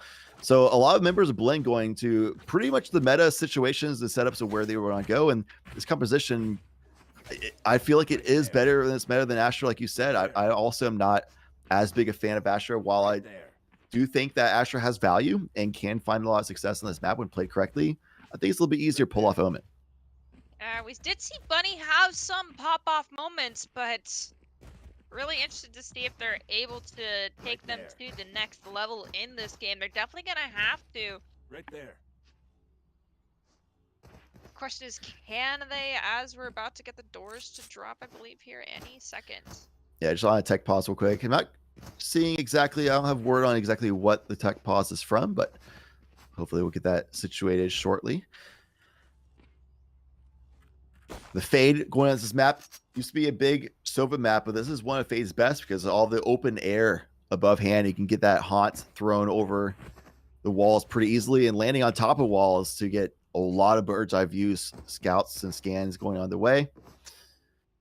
Let's just hope that they practiced it enough, because just being off by a millimeter on our own screens here could make a world of a difference as to where that haunt will land, whether it be completely off the map or in just off in the wrong spot and not get you any sort of info other than telling the other team, hey, we're trying to go this way. Can they get the three stack? Is everyone crouching? Will they even That's go the for question. it? Yeah. I think you gotta have like a... Yeah, okay, so get someone on top of boxes. There you go. There you go. Oh no, oh no. So I'm curious of your thoughts on this, because doing this, going into like using the crouch jumping into like that, stacking is actually banned if you're trying to get into a spot they can't otherwise get into. I'm personally an advocate that should be allowed, but I don't know. What are your thoughts on that, Verity? I definitely am a person who does not agree with the I agree with it just because if it's something that is very niche to get into and it's abusing map geometry, it wasn't intended by the creators, it should be utilized and it should be banned in tournaments. That's coming from not only the Overwatch Lucio player in me who loves bounce spots, but also the game developer background that I do come from. Gotcha. Also for this match, SWAD SWAD is also known as Shen. So if I call him out as Shen, then you'll know who I'm talking about. And Shen currently playing an ability shooter, getting the paint shell killed to start off this game. But it's going to be U2D starting off this game with the player advantage, finding the early picks, the trade-off earlier on as well towards Garage. And it's going to be Blinn having to take some risks to try to get some advantage back in their favor. Finding a nice angle, can finish the kill. Can he find Buddy? No, Black Moose only good for one. But that's still pretty decent damage on Bunny, and on a pistol round that can stick pretty heavily. Bunny now creeping through window. I think they're going to go for a full rotation here. Yeah, they're going to try and go through A. Town has managed to spot them. Probably will call this rotation. Looks like all three are going to stack through sewer, which could be very bad, but there wasn't anyone to initially stop them. We do have Chamber peeking out here. See if Momiji is going to be able to pick anybody up. After the paint grenade drops, they're going to go down. But I do believe that Raze is within body shot territory. Yes, they are. Everyone but Breach currently is in body shot zone. And with that Frenzy in hand, that actually can do a lot of work here against these weakened enemies, especially the two on the first contact, most likely from Town. But the Breach is, like you said, going to be the biggest problem with the swing, full health, and all three doing it at the exact same time. Beautiful setup by U2D, having a fantastic start, something that they didn't quite find the last map, but doing so now might give them that momentum that they need to be able to close out these halves, because we did see them have strong finishes to the halves in the last map. Just need a little bit start support, and we got it now. Perhaps just and we, of course, we don't have access to comms, we don't know what they're saying, but being a little bit more communication open here for Blinn is what they need to do. I was 90% positive that Town knew that rotation was happening, but the slow rotate from the defenders ended up being their Achilles heel. People couldn't get posted up, but it looks like we're going for a B push this time coming out from UTD, and the setup is on both sides, so they are going to be able to pinch off these players when they come in. Let's see, however, if the picks are going to happen, as there is smokes out on both sides. Very strong, aggressive start to that push, but that Breach utility slowed them down those tracks, allowed that rotation from Spaz to come through and get that trade kill for the Breach. So it's still a little bit of a tough round for Blinn because of the eco, but at least they're able to keep the player count even. And they have a really good read of where UTD is going. No rotations underway thus far. UTD is just posted up and just hanging on to those spots. Equal as far as agents go. Spike still in hand of Bunny. Just trying to jiggle peek Garage here. Everyone's staying quiet. No one's dumping util trying to give away their location. I do believe we just heard some noise, though, from one of the UTD attackers. So that does mean that SWAT being here is okay for them, because they heard that. They're just going to chill out a bit. Town got the jump peek. Did see that contact. Drop in the dark cover. Try to layer it just to close the gap and make it harder for UTD to utilize the longer weapon advantage, longer range advantage, but Lamb still able to find it with that Bulldog. Aetha as well, swinging through, running, gunning with the Spectre, and all that's left to Shen, and can't do much with Classic in that position. Nice awareness by Bunny as well as the dark cover disappears, and it's going to be a anti-eco near flawless for UTD, a very healthy success on that round. Now I want to see them do it again. 2-round lead. I mean, after the performance we saw in the last game, they definitely are hungry to come out on top of this one. We'll have to see how it goes. I feel like the odds are kind of starting to shift in their favor. We do see that looks like Lamb is going to choose to stick with the Ghost and Light Shields here. It's an interesting pick. A lot of what I'm looking at this round is, even though they have worse weaponry, they still are able to buy up a lot of that utility. And I'm looking at the Astron from Bunny, Lamb on the Breach, Sorav with the Fade as well, using his utility to close that gap just like they just did onto B site. So Blinn now, they have the range advantage with their rifles, but if they are close quarters, it might not be easy to really pull that off. And look at this rotation, not even just being cool and confident with B site, They push through that further, realizing Blend's not challenging right away. They're probably going a little bit of default, setting up distance, and they just get swarmed on by the numbers of UTD, getting a 2-for-1 overall, weakening the member of Blend that was able to get the 1 kill and traded back. Black Moose trying to fight away, but that paint shell shuts them in the tracks, and Swad down to 15 HP. They're trying to fight for their lives into the garage, trying to get that positional advantage, get that map control for themselves, and Spaz on the way out is able to find windows. Spike was planted, Nightfall's underway by Spaz. Do they know about Bunny? No, they do not. Did not expect that B lurk, and pushing on the site is the 2 remain members of Blend who are weakened. And they couldn't find the frags, couldn't find the opportunities. The numbers were down and they were out on that round. Bonus win goes to UTD. It's like this, though it's the same squad, it's almost like a completely different beast for UTD right now. They are performing leaps and bounds better. I was trying to make a bunny pun, but I really couldn't find it. Sorry, bunny. Than they did in the last game. This absolutely popping off. 3-0 currently. Let's see if they can get that 4th one. There. Spaz looking to already set this up. It looks like they're going for an A push. Going for the Wombo combo. Trying to get the Devour and Paint Shell set up. Swad not able to get the headshot found with that Sheriff in hand. And goodbye UTD, just realizing this is an anti-eco. Let's not get caught by any shenanigans. No Wombo combos or anything like that, which is the main way that eco teams will be able to get the victory. And now it's going to come down to a lot of just really good gun skill from Town, from Momiji, but as they're falling, the chances of winning this round in a surprise fashion are diminishing. All right, Momiji, it's time for you to frag out for your team. Get that ace, even though I think no one has taken damage. It won't be easy. You have, I think 4 bullets. Yeah, 4 showstopper bullets. Headhunter and 5 people to kill, and not even going to fire 1. And that's a flawless round for UTD. Love seeing flawless anti-egos. That's clean play right there. They're cautious at the start. Didn't get caught by any cheese strats. Push their way in with range and keeping the distance underway to make it really hard. And also using utility. They're not afraid to use utility on the anti-ecos. I see a lot of teams just thinking, oh, we have better guns, so let's just take the duels. But then the enemy team on eco uses a little bit of utility and makes the advantage go back to their favor a little bit. And suddenly guns get dropped and the round goes away from them. So I like seeing teams take those rounds seriously even still.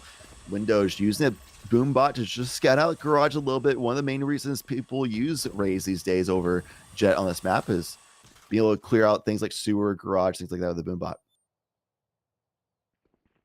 Didn't detect anybody, unfortunately. I mean, that gives you info, kind of, but someone could have hidden from the Roomba very easily. It does look like now we're going to have Windows try and peek in here through B, but they weren't looking high enough. Momiji with the operator. Insta-snipe and uses their teleport. The swing through on the site, there's flooding in rapidly as UTD, getting the advantage on the trades overall. And evening up the scoreline 3 for 3. Bunny doing the still. Swad aiming it back up. 2 versus 2 down the post plant situation. And blast packs are available. Interesting in how much utility Breach has. Almost all of it. So this is definitely winnable for the side of Blend. The only problem though is it's planted for long. Oh, actually it's not. It's planted for default. But step toward long as well. They can actually get a pretty cheeky position for the defuse and the setup as well. Jump blast packing up to the top angle. Aether was not ready for it. Bunny is struggling here, already halfway. They're gonna go down and defuse. That's the first round win for Blinn, I believe. Yes, it is. Yep. See if they can keep this up. They got an operator. And doing that Devour Paint Shell Wombo combo A lobby didn't work out earlier on, but the Fault Line Paint Shell Wombo combo definitely at least made it an easier fight for Black Moose to win later on in that round. Fantastic retake on the 2v2 situation. Blend on the board. And it's early enough in this map is still either team's game. But you can't deny that UTD has an advantage now economically. They have all these ultimates available. They're the ones dictating the pace on attack as well. This map of Haven, it's really hard to find success on defense because of the options that players on attack get to have available. And those options are diminishing for UTD this round as Blend, Swad, Momiji finding those opening frags on this round. That sewer peak from Momiji was just so strong. And then we have this one-way over here as they're trying he to just push goes through through it. garage. I mean, took 30 damage and then the top firing stopped. I think you can bet that they're gone, but that takes a lot of guts for sure. Now they're just going to wait it out, throw a paint grenade, see what happens here. I don't think they're going to find the damage they were hoping for, as backup has already happened. They're just giving more info. Oh, and Black Moose is ready as Showstopper comes out, and it's a win! Oh no, that spells doom nearly for UTD, but they still have 2 alive. Natha, we've seen them do really good damage in previous rounds, but can they do it in a 1 versus 5? Essentially, no. Only good for the 2. Blend with a fairly healthy finish to that round. The operator still in hand for Momiji as well. And now they have their own showstopper and actually their own ultimate advantage on the field. Like the only one that might have a little bit of a hard time and need to request a buy, yeah, was gonna be the Fade here. They do end up getting, I believe it was Momiji to buy for them. So economy is slowly starting to even back out while they're still down by roughly 1,000. If they win this one out, especially because it looks like we have full buys going for the other team, they'll still be okay for another round. But if Blinn can manage to win these 2 rounds back to back, the economy of UTD will be definitely in the pit. Momiji doesn't find the opening pick this round, but still stays alive and still holding A site strong. And based on what we know for the map, should be able to get that rendezvous back online by the time they need it. And a little bit of stalling out by UTD, just setting up in mid and waiting for something to happen, waiting for timings for when they can position up that fade and breach a little bit. But Black Moose, I gotta give a lot of credit, has done a fantastic job of using his breach utility on that B side, like you call that, having it be here a little bit alone, using it to slow down the attackers, not let them have the run of way that they want, and finding a couple kills themselves before falling is Black Moose. Town here already as well because of that stalling effect. And we see this lurk coming underway as well from Blinn's Fade player. It's going to be Spaz on perfect timing. Makes a near flawless victory for Blinn, nearly tying up the scoreline. Seems like Blinn decided to play it slow and steady and kind of bait UTD into a sense of security if this keeps up, because they are playing much more aggressive than they were in the very beginning and posting up and not giving up angles as easily as they were before.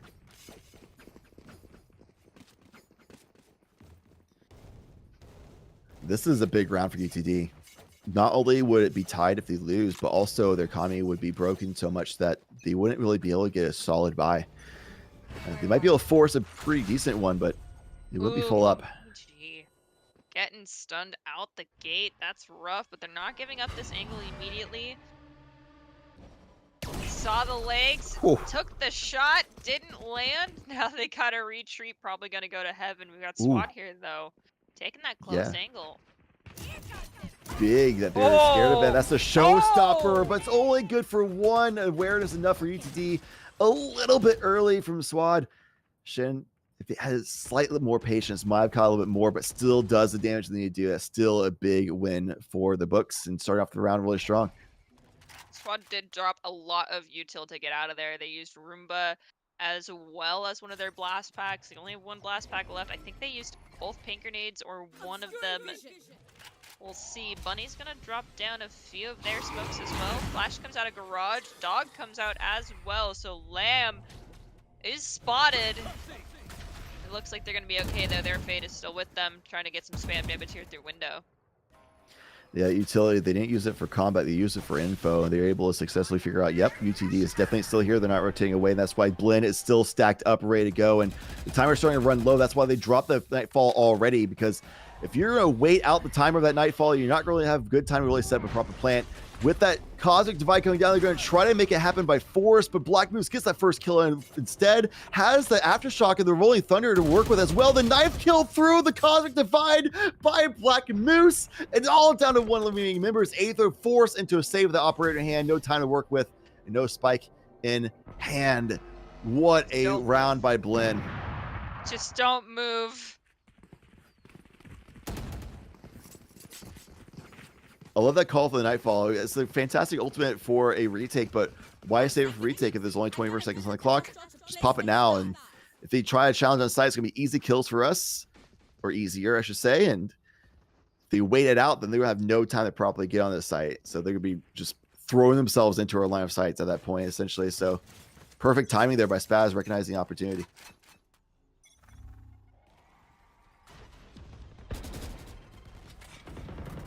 Squad did see some people trying to just sneak through window.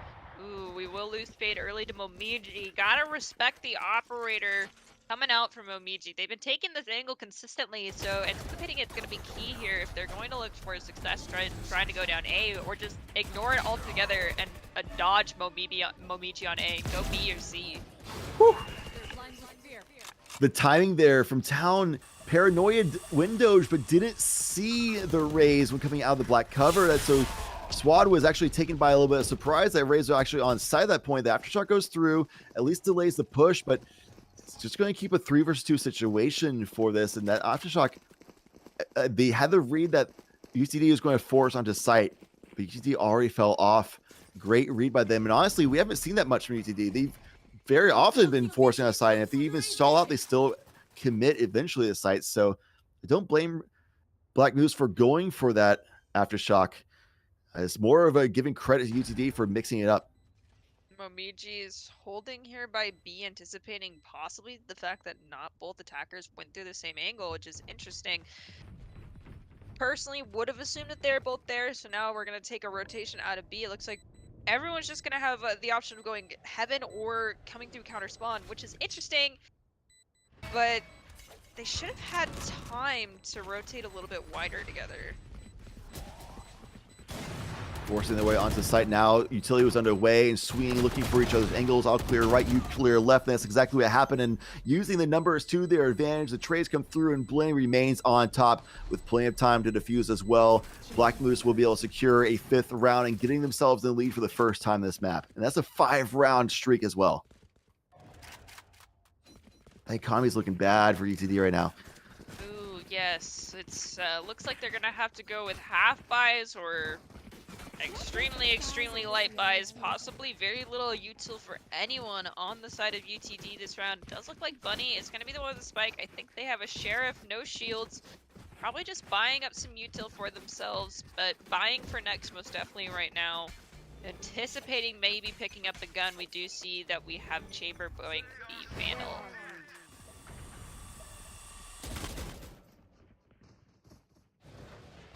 Phantom was used to shoot it out, so they don't have a perfect idea of where Swad is, but they definitely want to get out of this situation.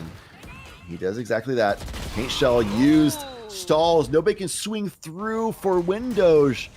So Swad's able to get a clean first kill and get out. Black Moose gets one of their own, traded out by Lamb. It's going to be a 3 versus 3 with UTD on a bad buy. That's looking pretty good for them thus far. And Aetha finding Swad as well. Spazzies comes out big here because they're a lone wolf on the site. Nowhere near is their ally. Finds the first kill, repositions. Aetha lurking, doesn't find it in time, and comes down to a 1 versus 1. The aftershock is ready, windmilled out, finds the hit, but the one bullet from Spaz finds the head and clutches up the round for Blinn.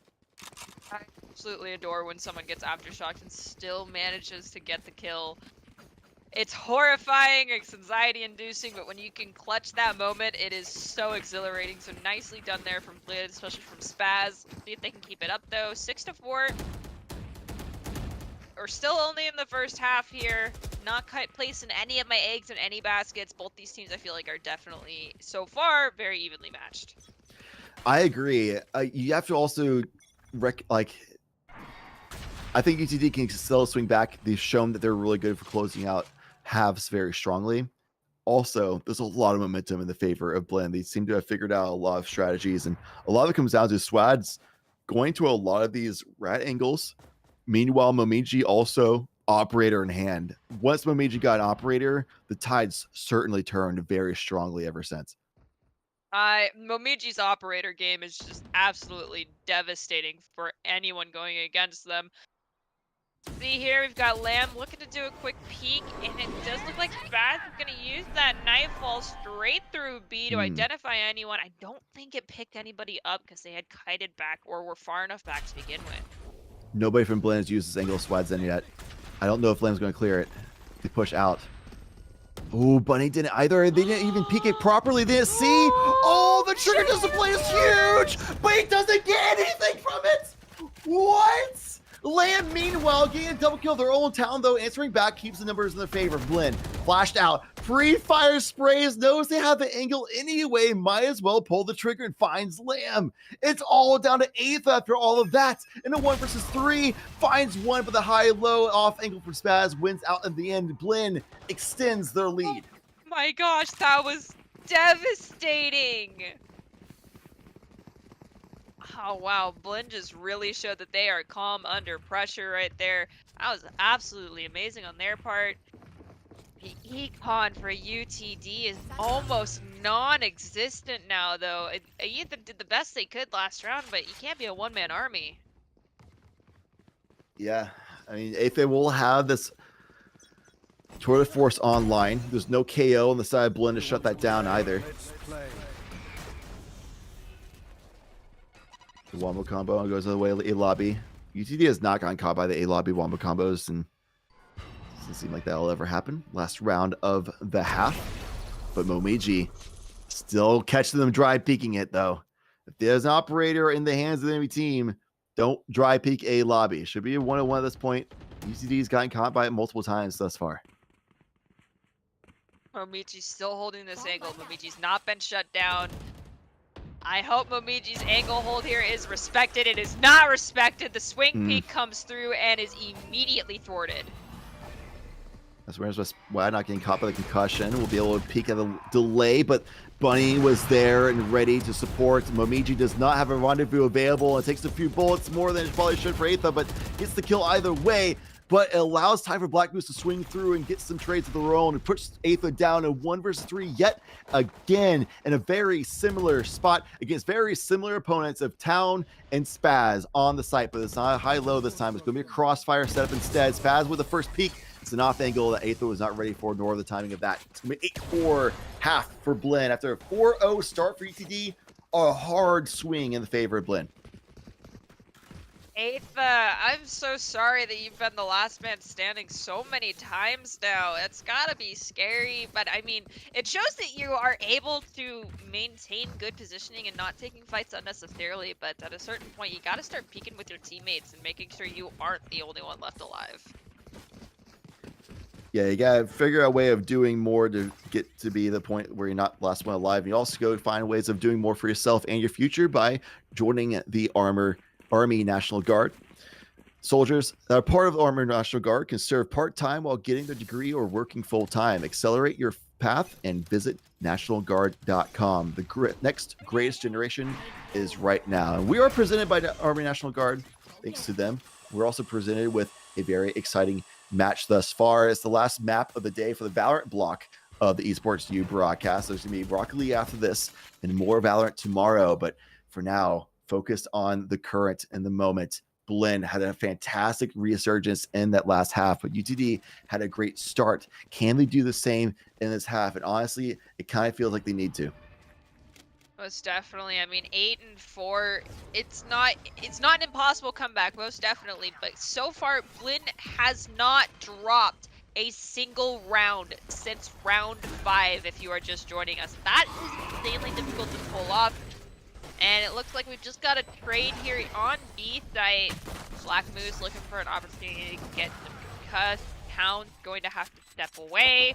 Going to push in with their fade. Lamb comes in with a flash, but it's completely behind everybody. UTD dominating, double piece inside of B.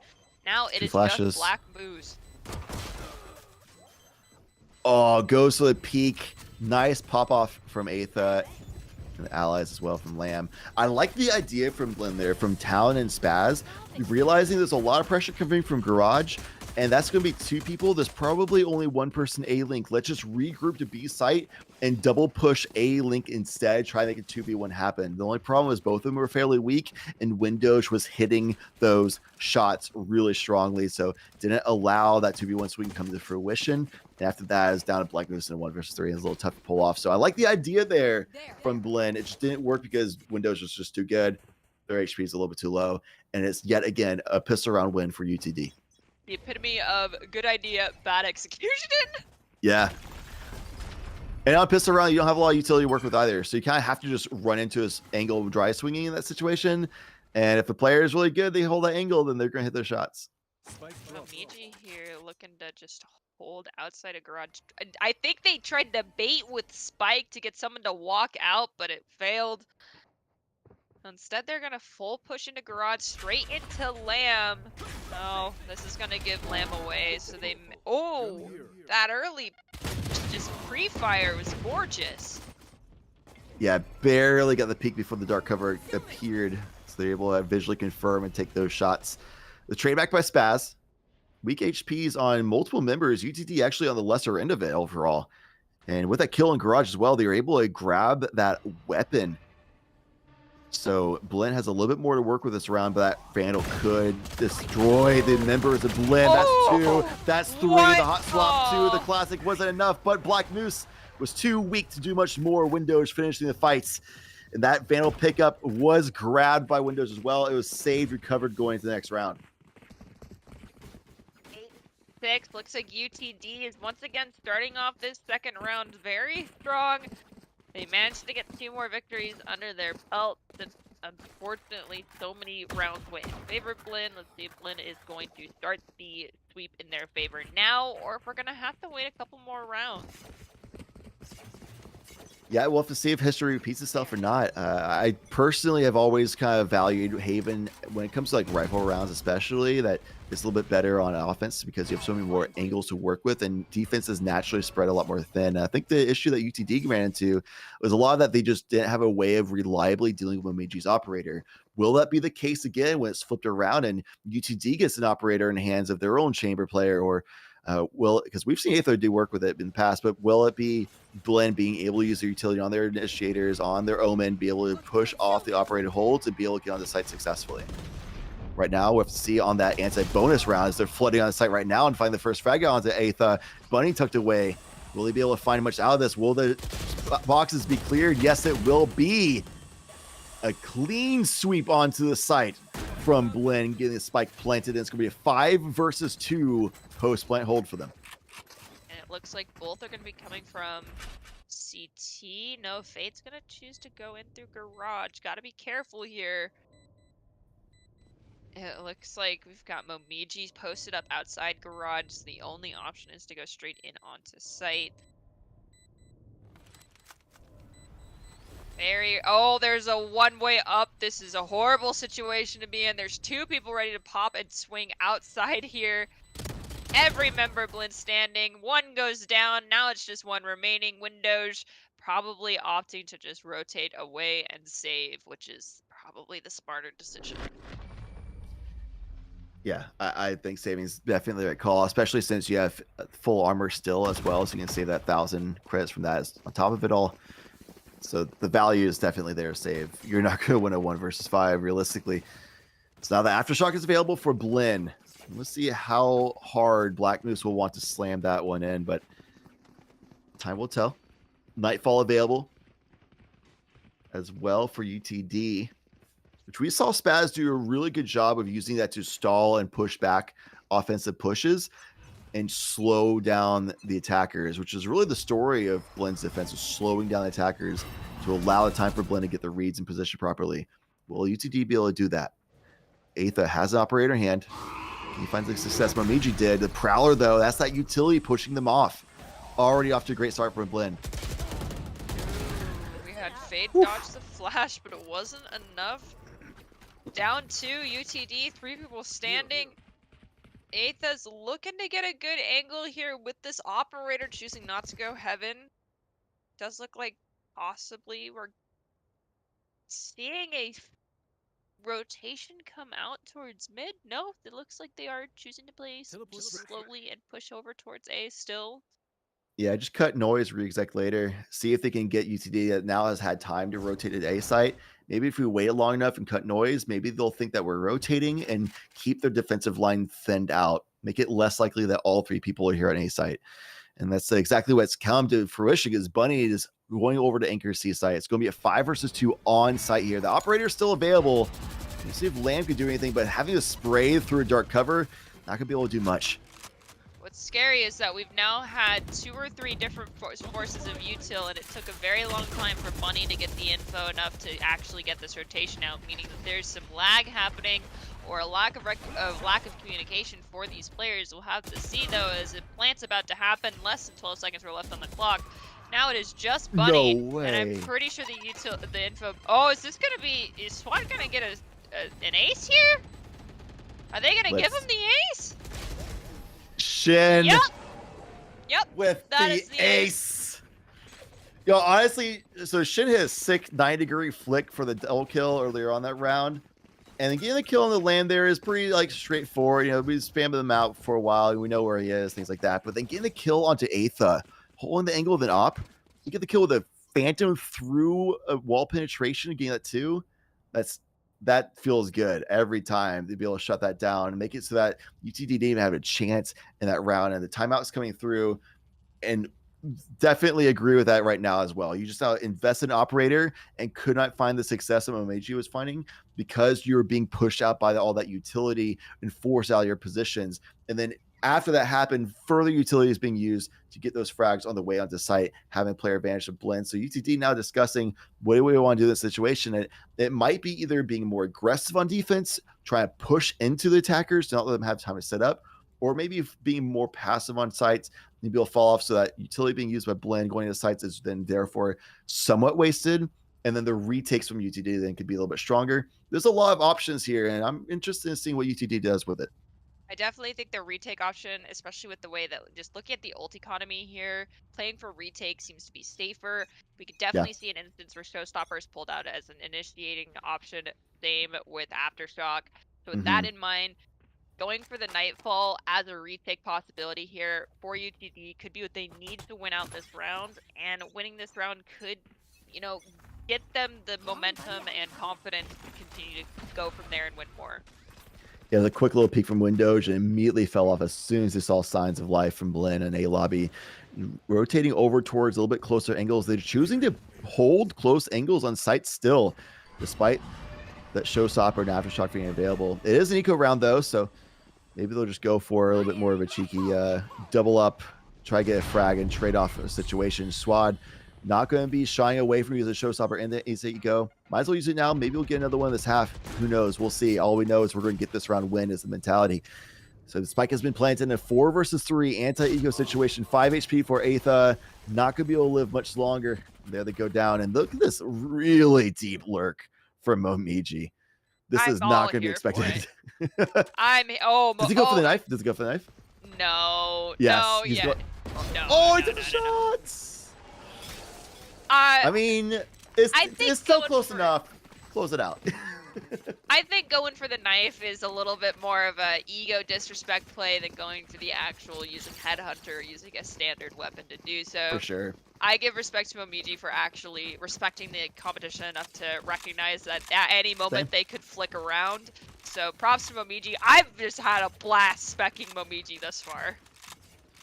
Yeah, I mean, it's a player that's not on top of the scoreboard, right? Like Black Moose holding B site especially was a monster on the defensive half. Swad being all over the map, finding frags of the team. Spaz and Town working as a dynamic duo a lot of times and trading out and working with each other and other members of the team. Momiji hasn't been there on the frag department as far as like a lot of frags, but man, that operator presence on defense especially was just so daunting that UTD just couldn't get past it. And now on offense, not quite doing that as far as holes, but having the freedom to work those lurks is a really big deal, because that especially means that Blend's finding a lot of success on the way in on site still too.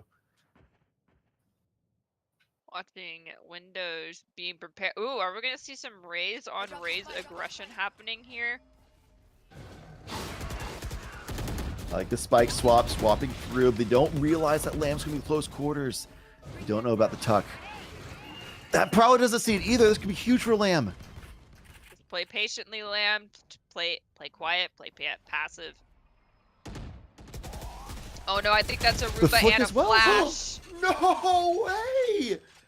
What a swing and flick from Swad to be able to get that kill. They had no info to confirm that Lamb was going to be at that corner, and he goes for that flick anyway. The discipline from Shin was fantastic there.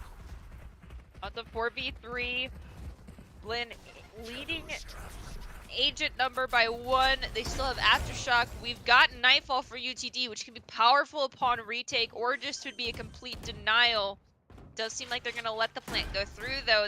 Rotations are just unfortunately coming in way too slow now to do much of anything prior to that plant happening. It's a big round for UTD if they can win it. 3v2, 3v4. I mean, it's a pretty close quarters thing as far as numbers go, but after Town gets a double kill, you're going to be saving that Nightfall for sure at that point. Save it for the next round, but the tough part with that is the next round is a potential match point for Blinn. It might be all over if you don't find success here. I mean, the only thing the Blinn has on their side now is going to be that Nightfall, and nothing else is very close, but I mean, they definitely demonstrated they don't need ults online to win a round. But UTD, they're going to have to figure out something to do in response to the aggression that Blinn is providing, as well as how many picks they're able to get before they even decide on a point. I think that really comes down to needing to play more passively, play for the retake, and use your ultimates and util properly for that. Don't just use them to try and force Blinn out of position early on or force them back early on. Oh, Windows getting completely sandwiched in the B site. So that showstopper that was online is gone now. They're going to just hope that they can win this round so they can use it the next time around. Spaz being very aggressive, finding the flanker and shutting them down before they can do anything with it. The flick from Lamb, the Aftershock push, forcing them out. Ready is Black Moose. Gets the trade, and it's all done on Bunny in 1 vs. 2. Can they hop their way into a winning situation here? They can drop the Cosmic Divide, but they push forward. They go aggressive for it. They don't have time to get half. They push in. They go at the angle. Blinn. They take the gamble. They take the read. They take the risk that their Bunny is not sticking it. And that gamble is correct. That's huge for Blinn. This could be all it. I don't fully know why Bunny is going for these attempted fakes, because you can't hear anything through that. But I guess it works out in their favor. Oh, I don't know. It's going to be so close. Too close. Yep. Bunny just didn't have enough information to know, can I stick this? Because if you stick it and they swing through, you have no idea that they're swinging through because you have no idea either. And they might just suddenly hit you. So Bunny's trying to bait out aggression timings to be able to swing and get the kills, which did eventually work in the very end, getting both kills. However, great patience by Black Moose and Momiji, reading that Bunny was fishing for that trap and did not snag it at all. They didn't take that bait at all. Have that confidence press his mind, and also help the fact that they were up 12-6 in that situation. Or so if we do gamble wrong, we have a lot more rounds to work with. But if we gamble right, then we close out right here. So they have a lot more breathing room, wiggle room to go for a gamble call like that. And calling it bluff did work out in the very end, burn enough time, even though the kills went through. And Blinn was able to close out the map in 13-6 fashion. It started off very strong for UTD, but Blinn, they got the reads. They figured out, they got the tempo. They figured out the timings, and they closed out strong. I'm excited to see what Blinn brings to the table later on. UTD gave us a very strong performance early on in this series, as well as kind of midway through the second half, but it seems like they just are struggling to find their missing link right now.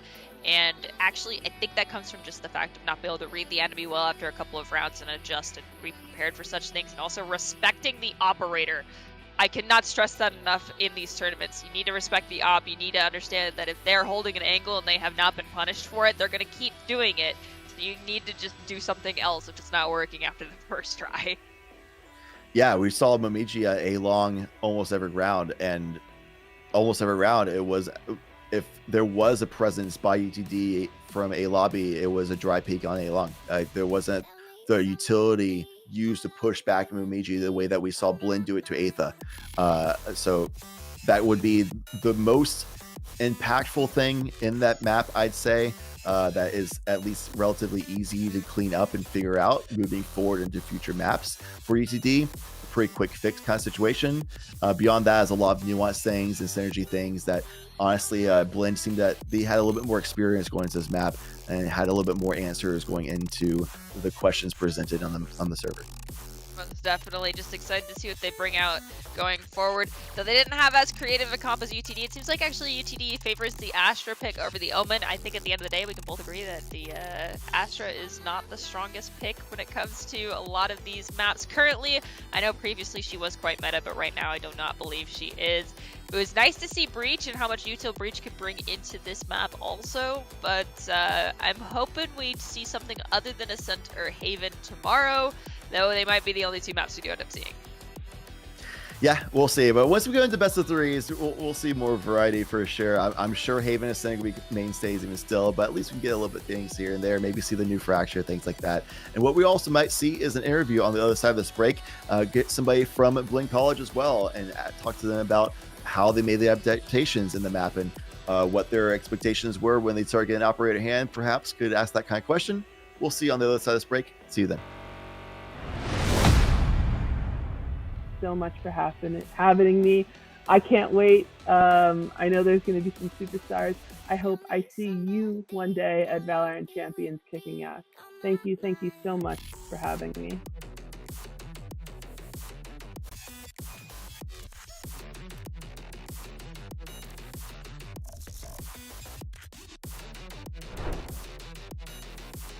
First, can you just tell me a little bit about yourself? Hi, so my name is Caitlin. I'm a part of Farmingdale State College's esports club. I am captain of the Valorant Green Team. I am a second semester sophomore at Farmingdale State College, and I'm 19. Okay, do you like Farmingdale so far? Yeah, it's really great. The program I'm in is very specialized, and it's not offered that often in the East Coast, so it's pretty nice. I enjoy it. And what's your major? Is aerospace professional pilot degree. Oh wow, that's really cool. Thank you. So is this your first time on an esports team? No, so I've been a part of the Valorant team for 2 semesters, and this is my 3rd semester, and it's my first time ever being a captain. Okay, well, that's awesome. Can you tell me a little bit about what it's like being a captain? So a lot of times I'm organizing the team, making sure everyone is properly set for upcoming games, getting scrims for our team, and kind of just making sure everyone is there, present, possible, and able to play the games that we're gonna, be participating in. We're participating in 2 leagues this semester, so it's kind of hectic. Oh gosh, yeah, definitely. I can see that. How is it different for you as a player versus as a captain? Do you feel a lot of responsibility? I basically have the responsibility of choosing who, really plays, what type of characters everyone's playing, and what positions and roles we are all doing, as well as being there not only as a team member, but also being seen as in a leadership role and having that sort of respect there, and being able to delegate everyone's role in the team. So it's definitely a lot more different, and my voice is most definitely heard. So I like it. I like being a captain. Yeah, that's really good. What games do you play, or what is your main game? I know you mentioned Valorant. Right. So I play Valorant, but I started off with Counter-Strike, and I really always have been interested in FPSs. So that background has always been there. So my transfer onto Valorant was pretty easy. That's cool. What have you done to improve yourself in game over time? So one thing for my teams especially, I have open communication where we're able to really give our constructive criticism without taking offense. And me as a captain, especially being it being my first semester, I find it really important that everyone is able to come to me and communicate like, hey Kate, I don't know how I feel about doing this, or I want my voice to be heard about this specific thing. And just basically taking into consideration everyone's voice and having that open line of communication is really helpful, and that's something I find really important.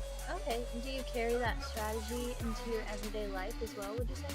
Yeah, communication is really important to me, especially in aviation with crew members. You're always trying to communicate properly and efficiently to get the assigned goal completed, and that works in video games as well as in aviation. So I feel like it transfers very well, and I put my 100% effort in everything I do, put 100% in the team, the leagues that we're participating in, communicating with opposing teams that we're going to be going against. All those things, I take it really important and can transfer very well into everyday life. Can you tell me a little bit about what you think about CECC and just computing in general? It's a lot of fun, and we're so grateful for the opportunity to participate. And this is something that every single member of our team has said. We've never had the opportunity to really compete in a fashion where it's not only fun, we're able to make friends, talk to other people from different schools. It's just an amazing opportunity and something we would love to participate in the future as well. Yeah, we're really happy you feel that way. When your team is competing with other teams, are there any specific teams or schools that your team kind of looks out for? I think we all have the mentality of it doesn't matter who the other team is. We're gonna put 100% effort, and we're going to maintain our mental, even if the other team is full of radiance. It's not something we're gonna keep in mind because we will be able to beat them. Fingers crossed. Definitely. Yeah, that's a really good mindset. As you probably know, March is Women's History Month, and you, being a woman in esports, how do you think that has an effect on esports? What does it mean to you to be a woman in esports and as a captain? Just could you talk about that for a little bit? Coming into being a woman in aviation, which is already really a niche type of thing, especially women in video games, things like that. It's just we're kind of the minority, and keeping that in mind, a lot of times you have to represent yourself properly because you are representing such a small community. So I feel proud and honored to be a part of the women's in aviation as well as being a woman in esports, and it's a lot of fun.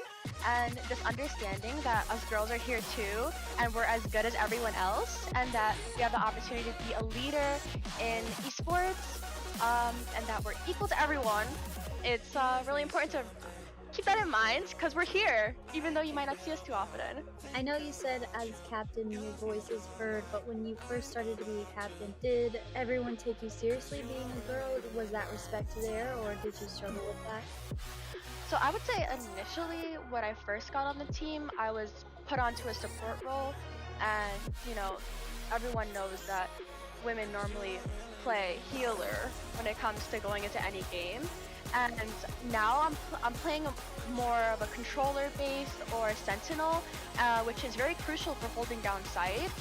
So by playing that now and then having those semesters.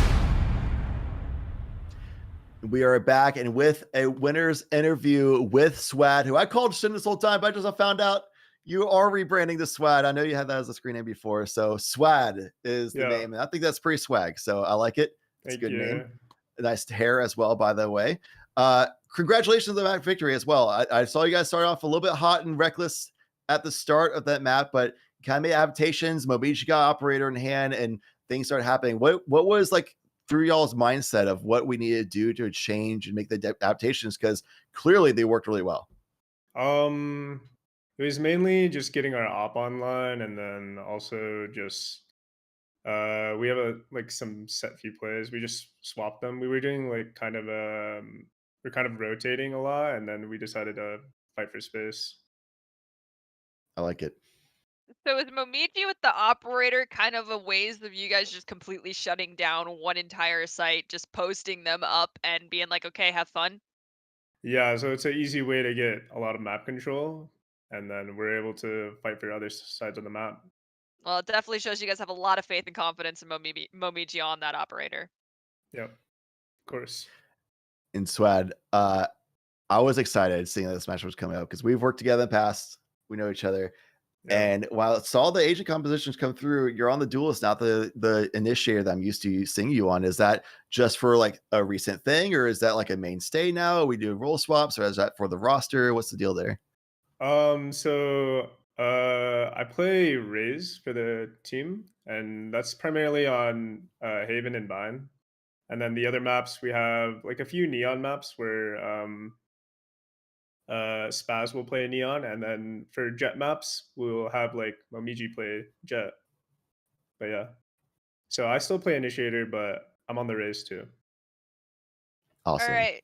Well, I will get you out here on one last question. Do you have any shout outs for anyone, whether it be teammates, family, friends, someone special who's watching that you'd like to give to anyone that's watching? I mean, shout out to the Elite family, and then also my mom. So yeah. Gotta get love for the home crowd for sure. All the homies, gotta remember them. You guys are off to a great start. I'm expecting to see you all go a long distance tomorrow as well. So looking forward to seeing that action. And thank you for joining us, Swad, for this interview. It's a pleasure talking to you again, as always. Thank you so much. It was a pleasure talking to you guys too. And that does the day for Valorant at the very least. There's a lot more action coming your way as far as Rocket League goes.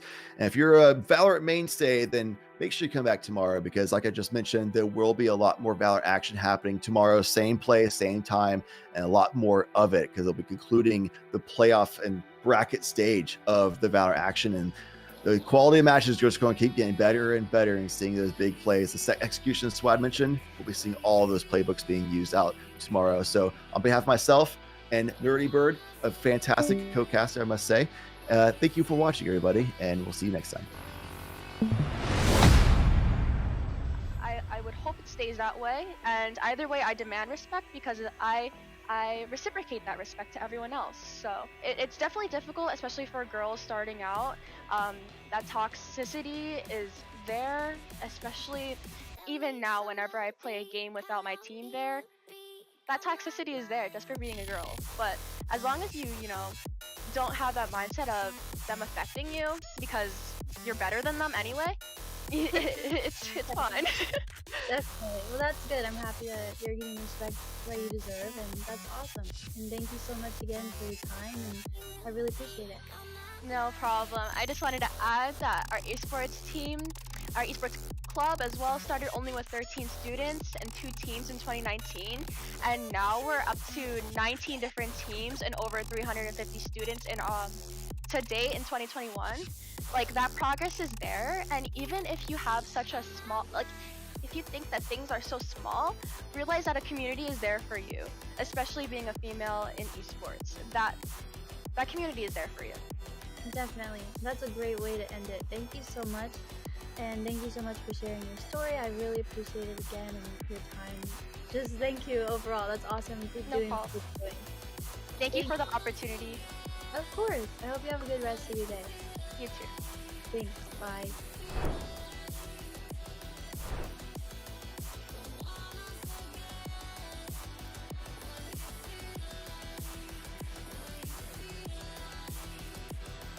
My name is Dusty. I'm 24 years old, and this is my first year at Bay State College, and first year towards my bachelor's there. But I've been going to college for a few years now, or several years now. Oh, what are you studying? Right now, I am studying human resource management. in Nice. business. Do you like Bay State so far? Yes. Yeah. It's been pretty good so far. It's only been 1 quarter, but I like it so far. So. Where are you from? I'm from SoCal. HTTPS : I can't say it. And that's so cute. Hello, hello, hello. Happy New Year's, everyone, and welcome back to the ECAC Esports channel. As always, my name is Kyler K-Tantando, and I once again have the privilege of introducing you all to some of the best collegiate esports plays. Now, I know when we left off last year, I teased a little bit about some big news on the horizon, but that news is finally ready to break. Now, this year, in partnership with CSMG and their newly launched Esports U network, we will now be able to bring you guys double the amount of ECAC matches. So, with double the matches comes double the highlights. And with that said, I mean, obviously, right, do the math here. It means that we get to take this series of videos to a weekly top 8 instead of just the top 4 like we did in the past. But anyways, that's enough out of me. I'm sure you guys are ready for some hype plays and crazy moments. So without further ado, here we go. In our season opening clip, we have Ghost and Ox with a devastating 1-2 combo that just breaks SLU at the knees. Or is it boosters? Nice bounce, but a nice goal! Right past the defender. Ox makes it look easy. I'm so surprised because At number 7, Rawfam pounds his chest and decrees that he is the strongest in the jungle with this sick 3K to flip the point. The arms and keeps it alive through that. Amplification Matrix came through, but we didn't get the same benefit we saw last time with the Amplified Fire Strike. Instead is Angry Monkey time from a fan with a 3K. Call that the primal. As our first Smash play of the year, it's the clean 9 stock from Hydra to lock down New Jersey City's 2-0 win against Husson. As they go for that kill confirm again, it's not going to connect this time, but there it is, just waiting on the platform for the spike, and JCU cleaning up in their signature style. Hydra leading the charge all the way home. Next up, it's every shorty player's dream, and what's gonna be a nightmare for University of Alabama. Up close and personal. This is the one player who's got a chance with his read. No timing here, so step forward now into the angle. Certainly good for one. There's the one. No one's reswung. He's reloaded. This never happens to a shorty player. Never is up now. In our next clip, who needs teammates when you've got a wall? Grim surely doesn't. Snaps and passes. They tried their best, and that is an open goal. But unfortunately, out the top, it's going to be the header in. Tit for tat, Grim takes it in on their own. Spicy little double tap right there. You saw him looking for it, but that's not an easy. Rounding out our top 3, it wouldn't be a highlight video without our first ace of the season. Vita Rocco, this one's for you. Enjoy. Out GSB. A great shot there. Oh, and deep push coming from the back for an ace. And this Rocco looking for one of their own. There's going to be a 4K already coming through. Now it's 51. The hard rotate through. And the kill. Ace. Rocco picking up the ace early and during a true single player. In our runner-up spot, AZ Tropical has a bunch of things to do with this clip. The SD into... Well, he's got a lot. Just take a look. All right, 2 stocks to 6 for the Fanshawe team. Starting off strong, 45%, 54 uncontested. Let's see what Andy has to offer, because right now he's getting duffed by the Street Fighter. Ooh, very good option coverage with those up tilts, but you're going to get jabbed once, and there's the uppercut right there, sent straight off the top. AZ Tropical now battling it out on Yoshi's story. Looking kind of tough. And as I was saying, if a character is going to start steamrolling, it's definitely a character with so much crazy zero death potential as we've seen in Kin, because wow, only 19% so far. And this isn't just any character, this is against Pyra Mithra. Oh my god! Getting dared right in the face. AZ Tropical only 2 stocks away from time. And in our number 1 spot in the you hate to see it category, what's higher than a high noon? Well, Becomix has the answer. Making important and inexorable progress. Rafam taking a lot of damage, and it's Becomix finding 3 on the way down! Down goes stuff, and this is looking like an absolute rout by University. Muskegon University just found lacking. Man, after seeing all of that, doesn't that just make you want to say, wow? I mean, for me, I'm definitely speechless and so excited to continue bringing you guys these plays and all of this collegiate esports content. Now, if you want to check out more of the buzz on social media, definitely give us a follow on Twitter at ECAC_esports, or if you just want to check out the action live, be sure to tune in on our Twitch channel at ECAC_esports. With that said, I do want to give out a shout out to our partners at Esports U for not only helping to us expand our content, but really also to help bring all of you guys more of this great collegiate esports action. Now, thank you all so much for watching, and feel free to let me know, what types of matchups or moments you'd like to see next. As always, I've been KTAD, and I'll see you all later. Have a good one.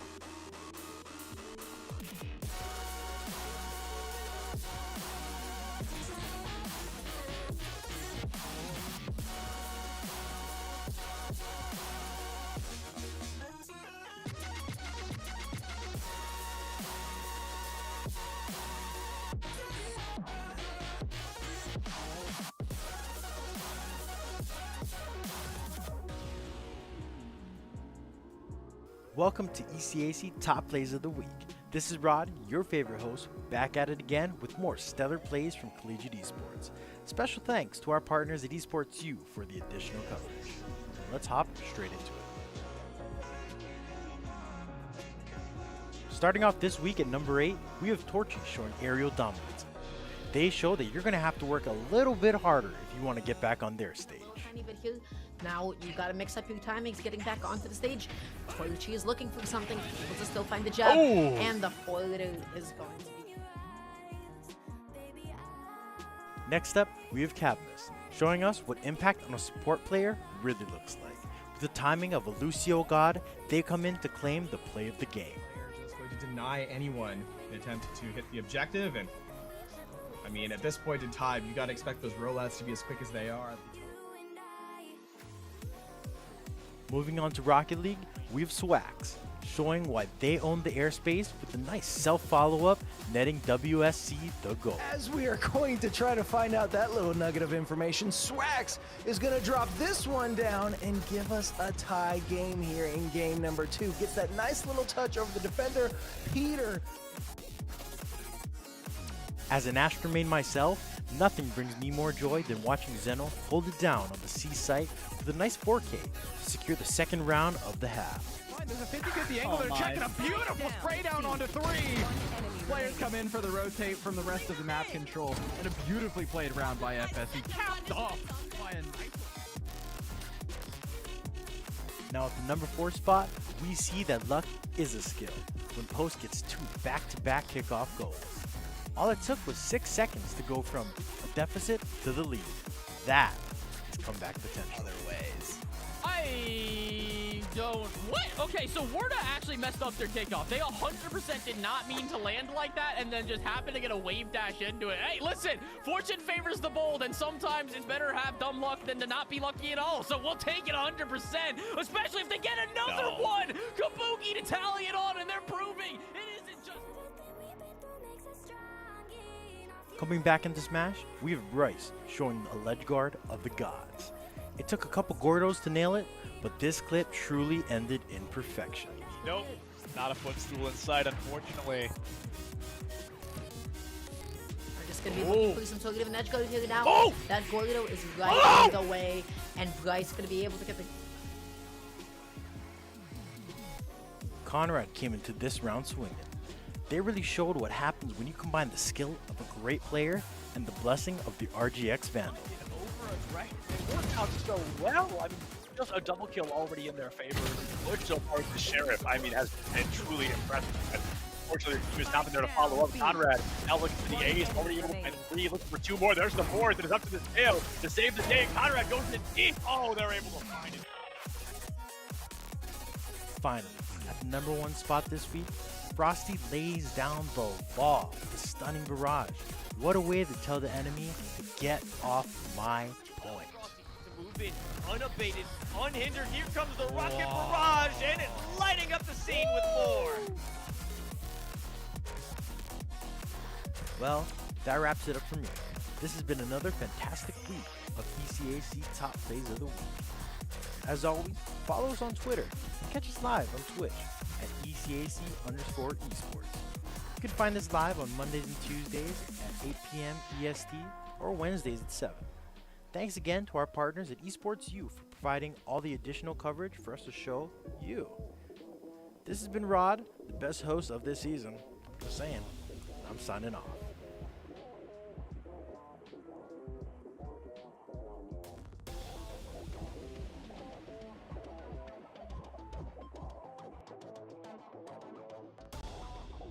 Hey guys, KTAD here. Now, I've been told I need to step in to create like a buffer zone between some of the other hosts so that the Valorant v Overwatch conflict may finally come to an end. But between you and me guys, I don't think they both realize that League's kind of already won that war.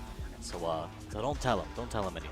But anyways, you guys already know why we're here, and if not, well, then you're in luck because we've got some of the best collegiate esports moments right here. Don't believe me? Well, that's okay, but you know, here's your proof. Let's get into it. To start us off, we have the combo of Matt and Festive as they execute a brilliant mid-air handoff to close out Game 2 and tie up the series. Here in regulation, can Festive and Matt do it? Matt's there! Let's sit in, and we do get the go-ahead goal. Is it going to be enough to end it here in rank? 25 seconds left right here. About 2 minutes since our last goal. 5th total in this one. It's looking like moderate. Feeling thirsty? Well, if you are, then Crollo's got what you need with these sick plays on Pac-Man. Not always guaranteed the stock goes for the side special into that. That would have been an insane way to end it. Now Crollo looking for the fire hydrant edge guard. Slam dunk right there. Is there able to finish them off? At number 6, see if you can count the ultimates here, because when the dust settles, there can be only one survivor. For Thomas College, but I don't know what Kid University are thinking. Well, okay, they're thinking it. What is going on in this fight? My days! 2 to the bomb, 3 to the tile, 1 to the self-destruct, and It's we just get a the team. lone diva. It's a lone What baby is diva. happening? No, okay. Here goes back to... You know what number play this is?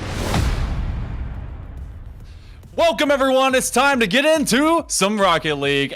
If you're just brand new to it, it's about cars chasing balls with rocket engines strapped to the back of them, and it's all about basically soccer, but these collegiate titans are ready to hit the pitch, just like we're ready to bop the mic. I'm not gonna do that, it's expensive. My name is Hale Monkey Man in the booth, alongside J Turbo, and you're here for the CECC South Regional, as we're getting into the top 8 that were able to make it through our qualifiers. But I gotta know, J Turbo, I'm on the edge of my seat, and that's not just because it's cheap. How are you doing today? Are you as excited as I am, like a toddler at Six Flags ready to have a heart attack? I am so excited. I don't think any 6-year-olds at Six Flags should be having those heart attacks, but I might, because I'm super excited to see how these teams shake up. We got IRSC versus UCF Academy, some stacked rosters, and I can't wait to get into the action. Yeah, we got to get there. We're going to get there in a sprint. We have group stages that we're going to get through, and they're all going to be vying for where they will rack and stack, trying to make it into our big bracket. They made it through a bunch of squads, then went through the South, and now they said, hey, we're the best of the East or the South or the wherever we are in this United States, but we got to also see who is the best of them all. But speaking of that as well, sponsoring this entire event, as you're able to witness it, is the National Guard for the nationalguard.com. Do more for yourself and your future. Soldiers in the Army National Guard can serve part-time while also getting their degree or working full-time. Accelerate your path and visit nationalguard.com. The next greatest generation is now. Just like these guys, they're going to be hitting the pitch here in just a moment. So we're getting ready for our first matchup here, J Turbo. It is in your name. Velocity is key. Who are we accelerating towards in our first best of 5?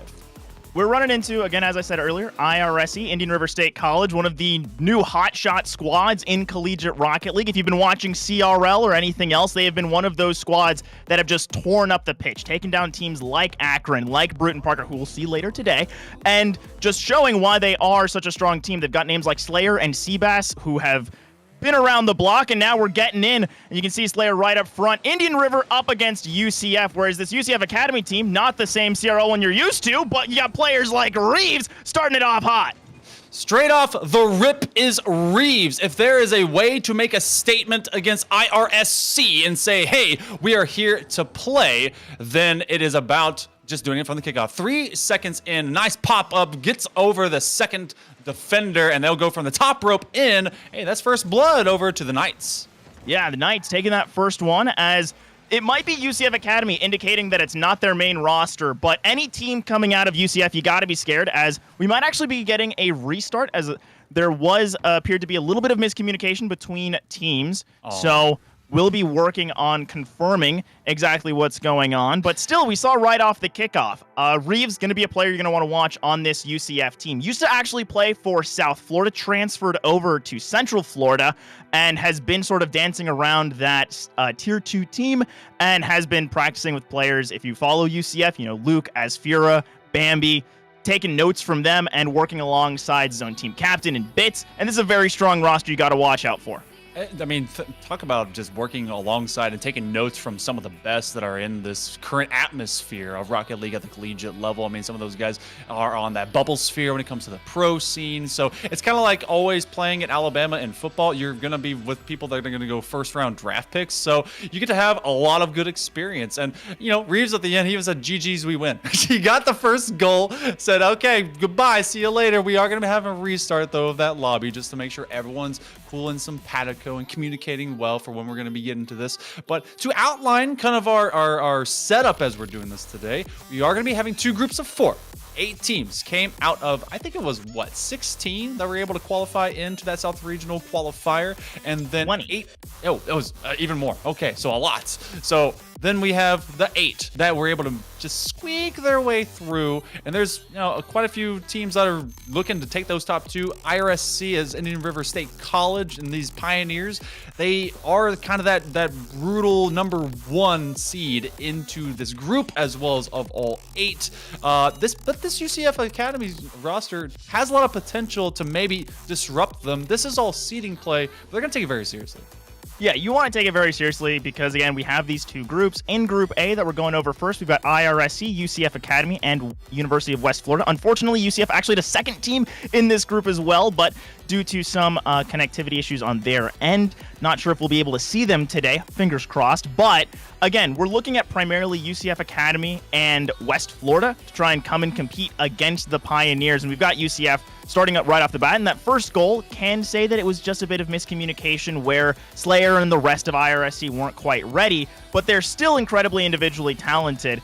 And IRSC, when we were looking at them coming into this event, I think they lost a total of 3 games going into this qualifier. I think they lost 3 or 4 games across the entire qualifier, not just 1 or 2 series, just across like 8 games, 8 series. And that's an insane record to think about how dominant this team is. Currently sitting at, I believe, 4-2 in the in CRL. Looking at some other Southern competitions, they've been performing incredibly well in some Florida stuff. So really, really excited to see this team continue to show off against more squads in the South. Yeah, that's when you are dominant, you want to showcase that you are dominant. It should be a business as usual feature. And that's what we're going to get to see as we restart into it. Maybe everything wasn't communicated. Can they replicate the start? Not so much, but being able to at least present some extra options is going to be the likes of the Academy, of UCF. The Knights said, all right, we went a little bit too much sword. We bring up the board and have to keep Indian River State College off our boards to start. But it is Reeves who is the initiator for this squad. They extended at least a little bit, and we vie for some midfield madness. Yeah, looking for that midfield madness, and that's what you're going to see a lot out of Indian River. They love to play in the midfield. You tend to see Taco Stash as their finisher, incredibly mechanically talented, and while you have Slayer and Seabats, names that you've heard of, Taco Stash might not be as familiar, but he's very, very strong as Bits, just not quite finding that shot, the post, shutting him down. You could say he was a little bit off target. I would say that. He doesn't have to say that. He probably will not say that. But Bits does elongate this one. This is a chance for Slayer to get a double tap, but it's going to be Seabass. Couldn't quite find the angle with his brother, so he's going to give it to another. And that'll be Slayer and Seabass that will draw the first point official in the series.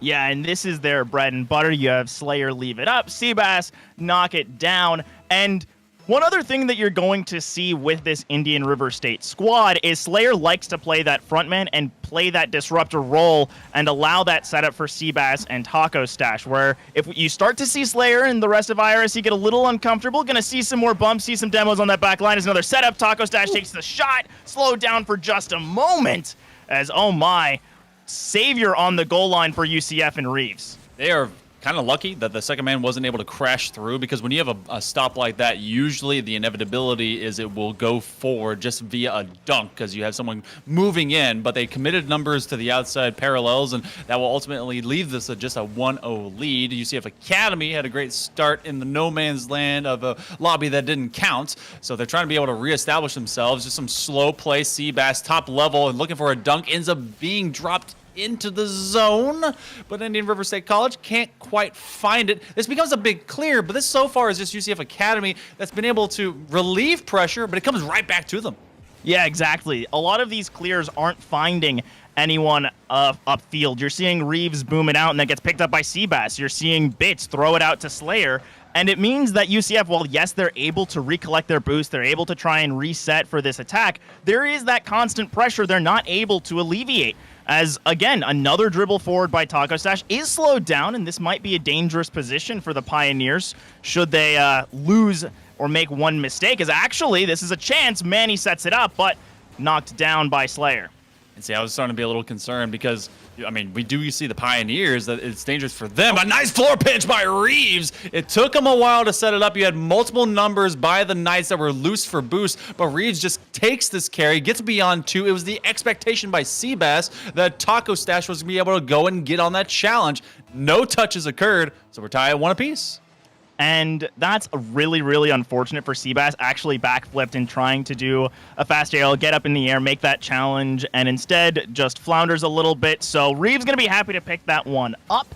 And now we're at a 1-1 scoreline, and IRSC going to need to find an answer back, as they're a team that takes a minute to warm up, but once they warm up, they get going. Yeah. Talking about a little bit of Furious Furia, as this one is Slayer coming out, turns around, says, hey, no goalies, cool. And Undercut tosses it just over one challenger, bursting out of the corner. So you take a little pace off of the shot as best as you can. Then it just goes forward and ends up becoming a wonderful showcase of consistency. So IRSC is able to get one back, reestablish their lead, and the Knights, it took them a while to really find their first goal. It took them about 2.5 minutes. They don't have that much time remaining. Not that much. As another attempt forward by Reeves, but as you can see, every time we look at a UCF member, they are below 50 boost. Manny just able to pick up that canister, but still, Reeves a big miss. Very lucky that there wasn't a double from Seabass, as this is what we keep seeing. Boom downfield, picked up by an IRSC member, but this time, challenge goes the way of UCF. There's a shot.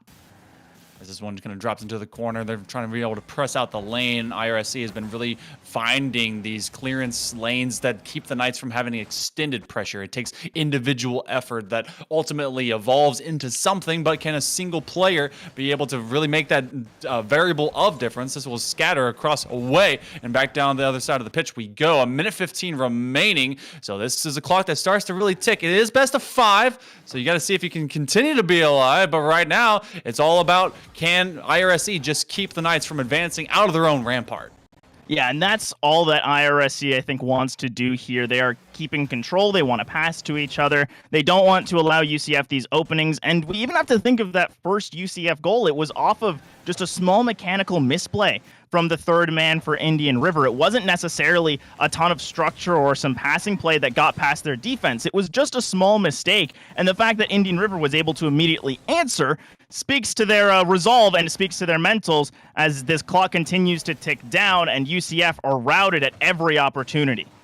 This one's going to go to the sky, and as more seconds burn off the clock, that's a premium that the Knights really can't afford. Half-minute remaining, a boomer down the other end of the pitch. A nice save by Taco Stash as Reeves is still trying to elongate some level of pressure, but this just becomes a catch and go. Taco Stash will be the first up to it, and then it drops on down into the box. A variable of difference is that they can extend one player up, keep 2 back beyond the midfield line. With only a few seconds remaining, you have a double commit right at the top of the box. UCF Academy, they have had a couple of chances. They're going to see if they can keep this at 0, but no, it'll be IRSC that are able to take game number 1 here in our first best of 5. Yeah, IRSC taking game 1, and that's what we expected. Came out swinging, found the first goal. After, of course, we had that server reset. And the only goal that we saw for UCF Academy was off of Reeves, that bit of a solo play, and it was unfortunate that Seabass wasn't able to make the save, but still, we're seeing that domination we expected and that consistency from IRSC. They're finding these opportunities. They're making sure that they're keeping control, and this team isn't necessarily one that's going to be super flashy. Well, of course, Seabass and Taco Stash can get really flashy. They will just be that much more consistent on each of their touches, and that's what really starts to set them apart. Whereas UCF, I want to see them get a little more disruptive and try and shut down a lot of what IRSC is trying to do. If they can get a demo or 2 in the midfield, try and set up for Reeves, there's a world where they can start bringing this one back. Because again, it's still game 1, best of 5, plenty of time to adjust. Yeah, it was a weird best of 1 too, because you start with feeling like, oh yeah, we got that first exclamation point. We're here to play, and we're able to make this one good. And then it just kind of, goes sideways a little bit for yourself, especially because it ultimately was IRSC that started in the lead. But then you got a response back. Solo plays are neat to open up space, but not for a consistent margin. It's just good fundamentals, nice striking, and better touches that'll take away those possessions. We go to game number 2, already within the first half minute of play. The Knights looking like they're under duress, especially from this press, and the stress will ultimately get to them. They crack, and they'll give up the first goal. Yeah, and first goal, it's just that pressure as an unfortunate 50 off the back of Manny. Bits has to make this awkward save, but Seabass there before any Knights can make it, as not a ton of intention on that touch, and it goes right over to the Pioneers as they have again, first goal, first blood, and now it's, again, the onus on UCF Academy to try and find an answer back as... Oh, that was close. I guess in first goal, is First Blood in Rocket League first oil?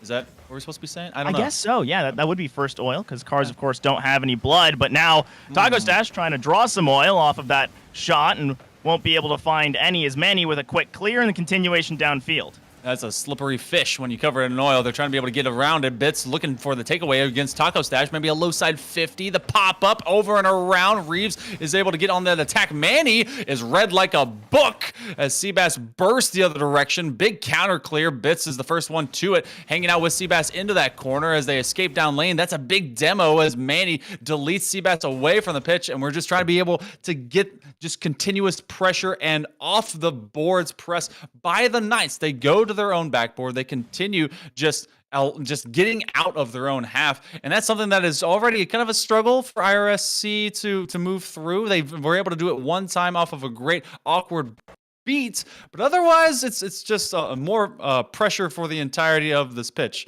So also, we're kind of operating off of a weird venture. We do have a 2-1 right now, or rather, I think it's still a 1-0. So you're back to us as we're resetting some lobby stuff on the back end. Yeah, still working that out as we're coming back, and I think we just see, at least we got a flash of Indian River coming back in. Is they're up 2-0, and not entirely sure how they found that goal, but I am assuming it was their just consistent pressure. We've seen this formula work over and over again. UCF clears it away so they can get some boost, make sure they reset, and instead, Indian River, they're already refueled, they've got their tight rotations, and it's bing, boom, bop, you got a goal. Yeah, this is a team that knows how not just to take better shots, to be kind of mechanical, but also to be cerebral in how they want to be able to control the pitch. If you have resource control, then you've won the perimeter so many times, and you're just acting and executing faster than your opponent. When you get up to this level, that's generally how it is. You could equate that to like any esport, any team, any kind of different game. If you're just doing the right things correct and you're doing them quicker than your opponent can be able to respond in a timely fashion. It is still 2-0 as Indian River is hanging on to this lead for right now, and they really haven't put like a ton of points up against UCF Academy, but they really haven't had to. Yeah, they haven't had to. They haven't been forced to. But also, UCF has been denying some of these opportunities. They aren't giving Indian River the space to get really mechanical and put together a ton of plays. It's more so they will just wear you down and find a shot once you're eventually out of boost. As that cerebral play you mentioned, just have to remember where this roster comes from. Think about Slayer was a coach before becoming a player for some pretty fantastic rosters. Bravado in Sub-Saharan African region and Valleyfield at CRL Worlds last year, so brings in that cerebral play. Is nearly an outplay for UCF to try and get their first point of this game, and Seabass just again off the line, and Bits finds UCF's first of game 2. You know what? It takes them a while, but they're able to get it. They're about 45 seconds later than they were in the previous game to get in this one. But you know what? You have your first. That is an icebreaker to get that nasty 0 off the board and put a nice strike down instead through your orange color. So we have a 2-1. Indian River State College sees if they can be able to, roll the shoulders, get a little bit more relaxed, and start get that gamer lean going against the UCF Academy. The Knights have been able to at least find sparks of hope, but that can quickly become a fire. Yeah, it certainly can, and UCF is a team that gets better the more confident they are. The better they're feeling, the better they play. As actually back when Reeves went to USF, I had a chance to hang out with him, talk to him, and that's one of the things he mentioned. He's a big confidence-based player, and that was a couple years ago. And so now looking forward, it's only going to be more true as now he's got the added experience and expertise of playing with players like Bits and Bambi and all of these bubble level players, as now we're starting to see Indian River get put under some of that same pressure that UCF was put under earlier this game. Less than a minute remaining, so that's some pressure, but you got to now make use of it. Having it is one thing, making it profitable is another. 40 seconds remaining. Big demo. That's a couple, and that's going to thin out this attack as IRSC brings the smackdown to the Knights as they try to encroach on their door. The half minute's coming up here. The timer again is getting louder and louder for the Knights. It's ringing from inside of their helmets, and that's an echo chamber of epic proportions you don't want to be inside. It will reverberate all the way down and into our final quarter minute of play.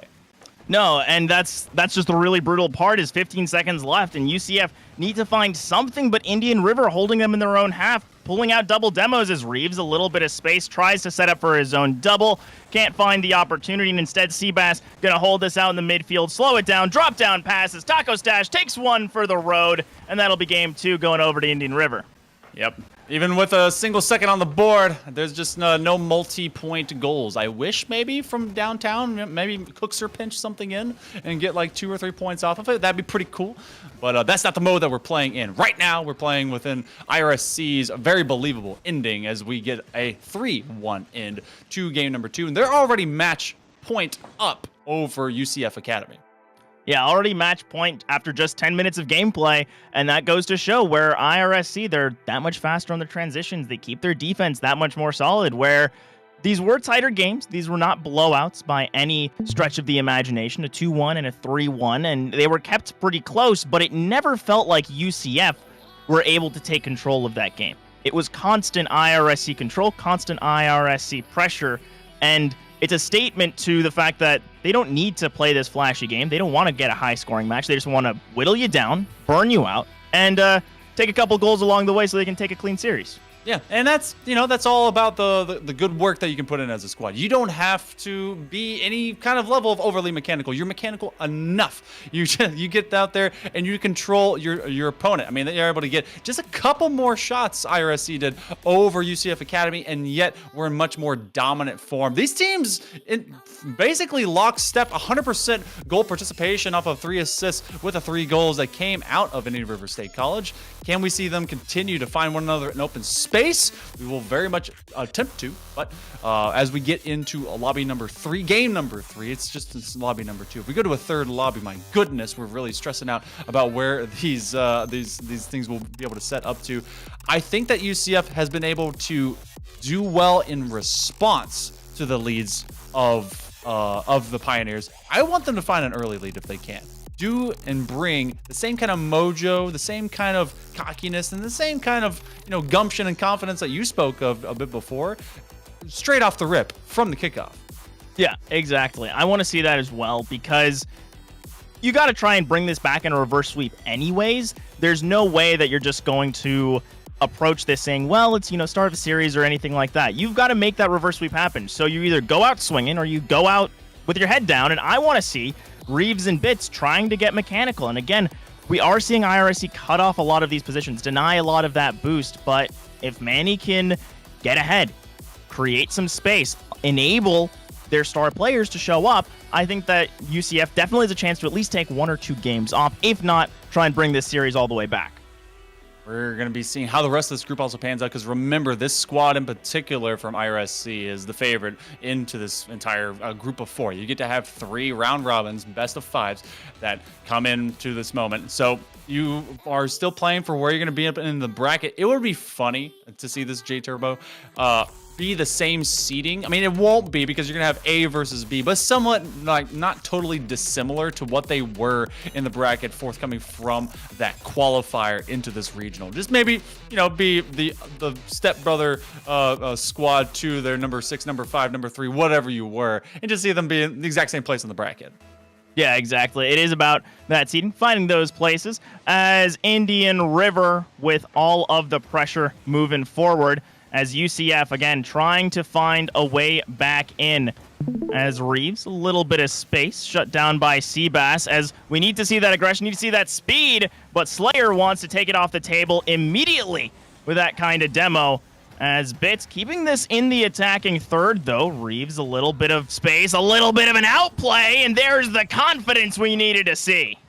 Reeves able to just make a quick turn. He swerved up the wall and then got it around Slayer in a swift succession. Able to make that one work so very fast. So if you have a manner of just wanting to get possession onto the ball, well, then you've got Reeves in your back corner, and he's been honestly one of the best players just for initiating offense on the entirety of this UCF squad. They need to get in his hands more often, but they also need to be able to get each other out of their heads. That's going to be a direct corner shot. Taco Stash will tie us up within the first minute of play. Top bins only from Taco Stash is when IRSC needs someone to do more. That's what Taco Stash is. As remember, also our presenting sponsors in the National Guard, how you can do more for yourself and your future, how soldiers in the National Guard can serve part-time while getting their degree or working full-time. Accelerate your path and visit nationalguard.com. The next greatest generation is now, as these players are trying to be the next greatest generation of Rocket League, as IRSC have been shown it through the series, but Bits looking to continue, although the attack is shut down quickly by Slayer. I like how they're trying to bring it to the backboard. Seabass, though, has just good positional awareness to make sure, all right, if you're going to bring this up, obviously you're looking either for the dunk play or you're looking for the follow-up to be able to get it back to a teammate that's crashing in as a second position. Doesn't happen. Reeves is given a nice little bump by his buddy Bits. And that's a lot of butt because we're going to have maybe some bopping and hopping going to their own backboard. They got to be able to get temper and off. Taco Stash looks for the read, dunks it right through, and that's a change of hands of this lead given over to IRSC. Oh, and this was just so well done by Taco Stash. Look at that adjustment. He knows how Manny wants to try and field this, knows how to take the most space, knows how to take the most advantageous position, and that is just going to be a quick lead picked up for IRSC. This is the most score we've seen in the opening minute and a half so far, as you are seeing IRSC starting to get under a little bit of pressure, as once that happens, Slayer is going to start slaying, as we saw right there. Manny taking off the pitch. You know, if you don't slay as a Slayer, you gotta unname yourself, and that it's not exactly a great look. Slayer, though, going for a top level shot that is gonna be stolen from the crossbar bar and top shelf by Manny. Bits drops it kind of into this corner zone, waiting for what may and forward develop. But it's Bits that's gonna be stepped away from by Taco Stash. You see them playing for possession because Taco Stash stepped away from Bits. All right, cool. You don't have enough pace on this one, so I can receive this one and go right back on the offense as I pass it out. Exactly. IRSC, a huge positional team. They just want to be able to hold on to that ball. Seabass as well, implementing some of those demos, not making Slayer the only one who has to do it, but Slayer still wants to get one back as a quick transition out of Bits, shut down by Taco Stash, and now Reeves caught in the midfield. There's an opportunity for Seabass, double shut down by that bump in the midair. Reeves playing with fire as this control is held at the very top of the box, and you see how they tell Taco Stash to go and try and disrupt, get between the two of them, as neither one between themselves and Reeves could get beyond. But then now you have Reeves trying to play maybe for a negative angle redirect position, but he's between a couple of defenders, and this is like being in triple coverage out in football. Well, this is a different kind of football. Shots are still raining in. Reeves is going to aim for the corner. That will be off the sidewall, but there's no one to respond. That's in nearby space. It goes full on neutral. And now in the advantageous half for IRSC, we're at sub 2 minutes remaining, but this one's been a much faster foray of offense. Backboard, how many times? It's like the Harlem Globetrotters, but no one's hitting the final dunk. No one finding that final dunk, as IRSC, they're starting to sweat while they still have that lead. We're seeing Knights Academy start to pick up these moments, start to take that demolition, and are forcing these desperate dives out of Taco Stash, forcing Slayer to have to play on this back line. And again, we saw how many times the ball hit the backboard that last time, and while UCF was trying to find an opportunity and were so close on a few of their follow-ups, if any of those touches were followed up, it could have easily been a goal. And that's more a statement to IRSC not being proactive and finding ways to shut it down, and it's instead UCF Academy struggling on their execution at the final moment. Oh, it's all about they expend numbers into the same zone so many successive times from this group that they just can't otherwise get the Knights in order to just be in better spacing. They have had moments, but those moments have been bleak and they've been brief. Seabass with a great catch and trap. He's getting boost. The ball will fall away. Taco Stash is deleted. And now they have to fill that gap in for the backside. Slayer is being called off by Seabass from that back wall. He's looking for a floor pinch. Can't quite get the bouncer. 40 seconds and less. A shot opportunity. No. Taco Stash fills it in as well. That one's a big turnaround. It's a big dunk again. Taco Stash may have sealed the deal. Taco Stash, I think, definitely sealed the deal on that one. There's still 33 seconds, still a chance, but it would take a bit of a miracle, as we've seen 2 successive dunks this game out of Taco Stash, as he has just been on fire today at shutting down the defense. Well, with that little more than a half minute, Knights felt like they were on a tear, but ultimately that tear just ripped them apart. 25 to go, trying to dunk it away in a defensive measure. Seabass is going to try and burn some extra time, so this one is near inevitability of being a 3-0, but wait for it. Oh, Reeves is all of a moment away from getting that dunk as well. I think that this one's going to be coasting on out in favor of the Pioneers. And it looks like it will. Reeves the quick clear, but as that clock ticks down, they want one more. Again, not quite able to find the shot was Seabass, but IRSC putting together a 3-0. And I'd be lying if I didn't say I wasn't expecting this, but UCF Academy, they looked better as the series continued. And while they were never able to grab a game, they still showed that they were adjusting, they were finding answers, and they were not just sitting down and letting themselves get taken out by the IRSC grinder. Yeah, no, this was definitely a team that was starting to get a fight. If we had maybe best of sevens, maybe this one would have a game takeaway or two. But for right now, this is IRSC, who is expected to do well, doing well, getting a 3-0 sweep. And they started ahead, stayed ahead, but it wasn't one without a fight. These were all of what, 1 and 2 goal differences. It's not like they blew out their opponent by any measure. And that showcases, some depth into this region, and especially between these two squads as they're trying to be able to go through seeding processes in this group stage play. Yeah, exactly. And we're also thinking about the other team in this group. It's University of West Florida, who've competed up against UCF Academy, taking games off of them, of course, and also in recent matches up against IRSC have looked pretty solid at the start. And as West Florida continues to grow, continues to develop, knows what it's like to play against IRSC, could be an interesting matchup later today. So I'm excited, looking forward to that as well. Well, for the time being, we're going to take a little break. But on the other side of that break, I know it's a magical moment. There's surprises at every turn. We're going to have an interview with a player from IRSC. So don't go anywhere unless you need a snack, maybe some water. Hydro Homies Unite. We'll be back in just a moment. J-Rod, who strikes first again with a nice headshot onto Boss. Gonna start moving down into garage, and J-Rod is just approached now through garage. RP Small has been committed. Lance tries to take a peek, but J-Rod's there. Finds Pigeon Mac. We're looking at potentially an ace. Austin gonna do their... Trying to scrape together some sort of consolation prize. He's blinded, and they're... Oh my god, draw. What a teammate. He's giving a... Oh no, J-Rod around the corner looking for the ace. One shot on Austin, he finds the ace. Oh, good guy, draw. Gives it over. Love it. A man down, the overtime clock counting, and the ball on their half of the pitch. Yet somehow, Stonehill manages to make it work in this crazy match against Buena Vista. Pushed right back out again. This is a game of inches. Who can aggress hers? And that's gonna be it. Joker from the long shot along the field. Look at this from the back of board.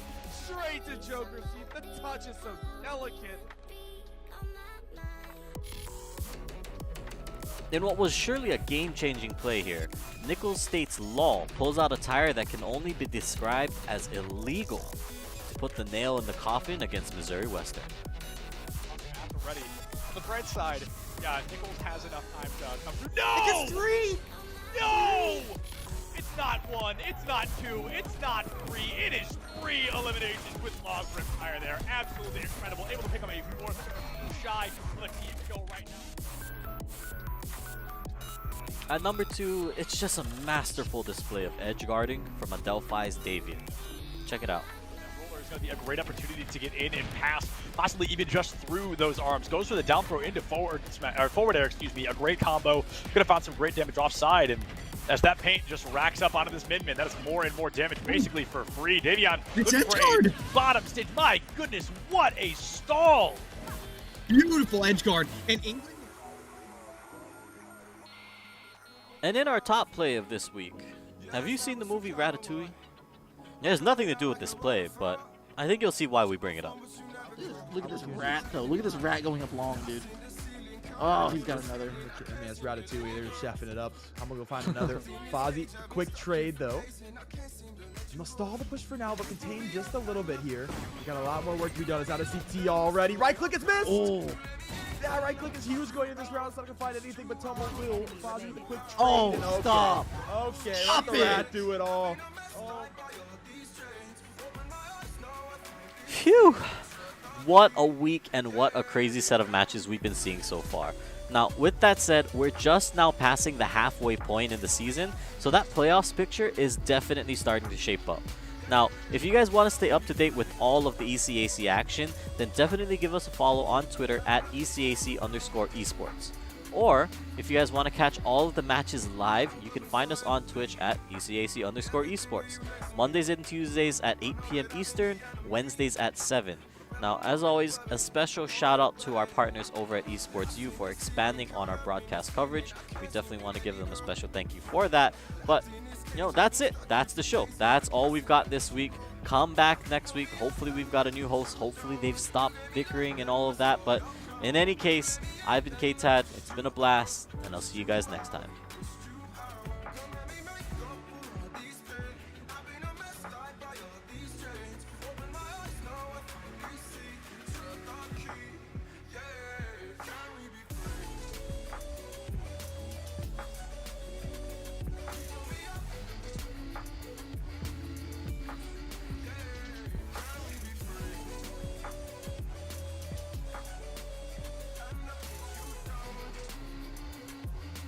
Hey guys, K-Tad here, and as spring break is upon us, we too need a break every once in a while. But with that said, you know we've still got some great collegiate esports action for you, and playoffs is around the corner, so you know that these teams are doing everything they can to make the cut. Let's get into it. Starting us off, it's a POTG for POST as Hydra spins to win and keeps his team alive in their series against the Colonels. Those teams did that victory they needed. You know that their reverse if it's going to take place. Tosses are split the back. At number 7, Floppy's got a show to put on for us as he juggles Sen around the stage.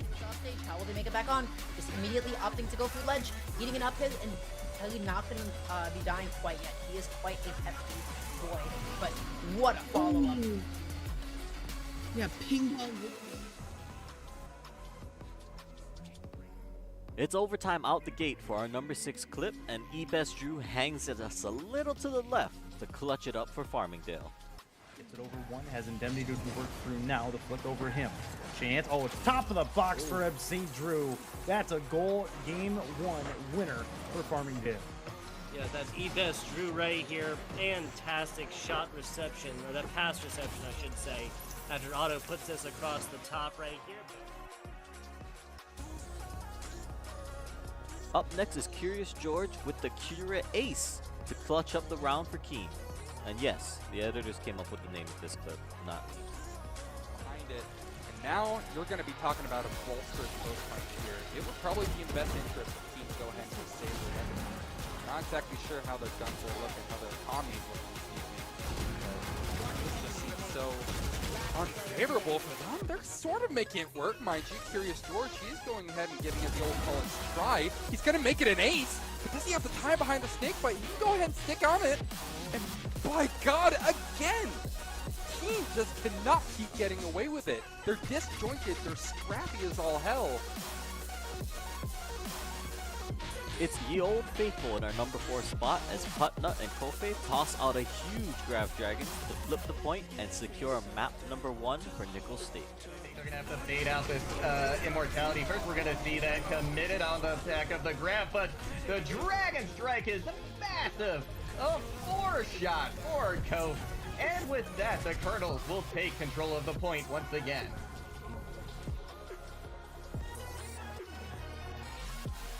Now this might only be our number 3 clip of this week, but you guys have to check out this play from Not Leopard as he pulls off these ridiculous moves to juggle the ball right past the defenders of Central Missouri and into the net. Setting up a counter-attack potential, but punch right here, Not Leopard. What? Oh, Not Leopard! They have families! Stop it! They beat all 3 defenders! I finally figured out why it's not Leopard. It's not Leopard because it's Messi. Messi with the dime, the dish, the left. At number 2, this is probably one of the smartest plays we've seen in a while. Now UNM's Wicked Crow, after finding the spike on A, decides to ult and immediately rotate out after getting the info that the rest of the attackers are mid. What happens next? We'll just watch. Frustrated about that one. Oh, and this is a great play going around from the smoke. from the belt. They have the perfect opportunity. And once that falls, everyone will be revealed. They'll be hit with the decay. This could be huge. Yes. Mr. Rowe. Caught on the zip line. Wicked gets 2. Another 4K for Wicked, who is playing out of their mind. The 500 IQ play. You knew that it was a weird angle to have that Viper spit. You knew that they were going to check everywhere inside. All right, number one, let me break this down for you. Series 3, last man standing. The anchor in Atata, as he somehow manages to bring Illinois Wesleyan back from being in a 1v3 for this series. Big lead here for Wayne State, but we'll see. You know, Atata's not. Welcome back, everyone. We're getting into an interview. I'm Hail Monkey Man in the booth alongside Jay Turbo, but you don't care about us. You care about the students that play for these colleges, IRSC. We get to see Slayer. Thank you so much for joining us in the booth, Slayer, and congratulations. You started off your group stage play for the South Regional in a 3-0 sweep. How you feeling today, man? Feeling good. Just trying to get through group stage as quick as possible. Just get in and out and just be ready for the top 8 match. Feeling pretty confident overall. I don't really think we should face really any problems today. I think we'll start playing a lot of the better teams tomorrow, but yeah, just trying to keep it simple and win the games. Yeah, and I was going to say, going into this group, UCF Knights Rising, unfortunately running into some connectivity issues, so not sure if you're going to be able to play them today, but the only other team in your group, West Florida, that you have to face again. Last time you faced them, you got a 3-0. Planning on the exact same result today? Yeah, of course. Yeah, 3-0 is pretty much what we're looking for. Just take it one game at a time, honestly. I mean, shouldn't be too hard, but at the same time, we don't want to overlook our future opponents. So just like I said, take it one game at a time, come in, just treat them like any other team. We stick to our game plan, just play good Rocket League, and we should come out with a 3-0. But at the end of the day, we just want to win the series. But yeah, 3-0 is most likely what's going to happen. I mean, you guys are fairly dominant. You came in #1 seed out of everyone. I mean, you and Seabass and seem to be kind of that wombo combo of success. But tell me a little bit about Taco Stash. I personally haven't gotten to see him play a whole lot. What kind of comes to the mind, to the table whenever you guys all get to play together? Do they bring some maybe some I guess versatility in the comms? You guys having a good time with them out there?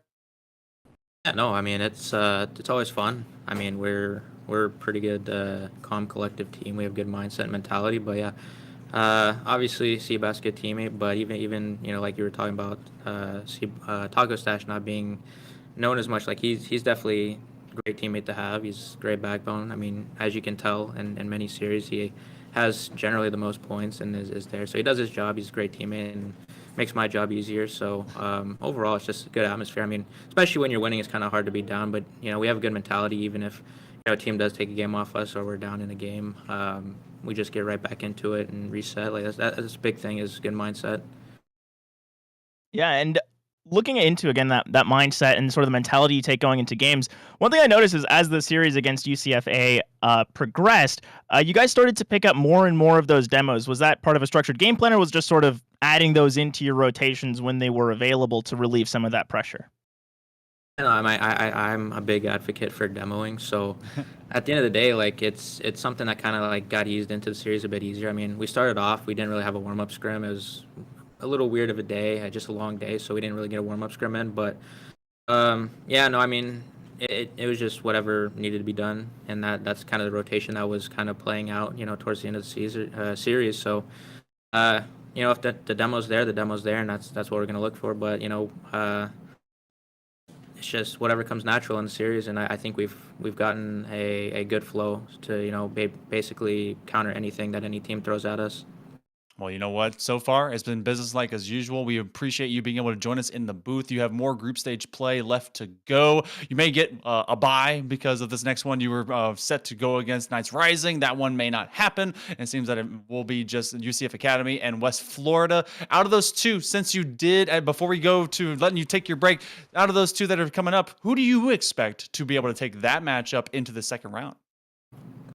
I think it'll be a close series, but I would say it depends if West Florida had a warm-up or not. I think West Florida on paper is the better team, but I mean, who knows?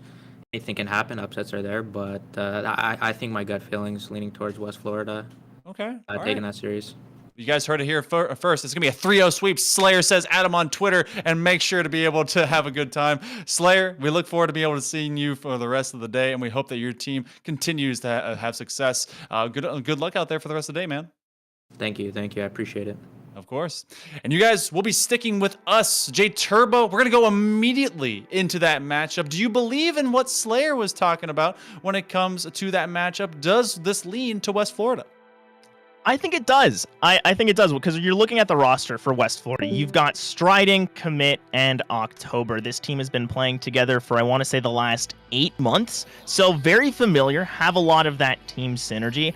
And beyond that, they're a squad that can really take it to a lot of other teams in the South that are at that similar echelon, at that similar caliber. Looking at their recent match history, we know that they lost 3-0 to IRSC, but who hasn't lost 3-0 to IRSC, quite honestly?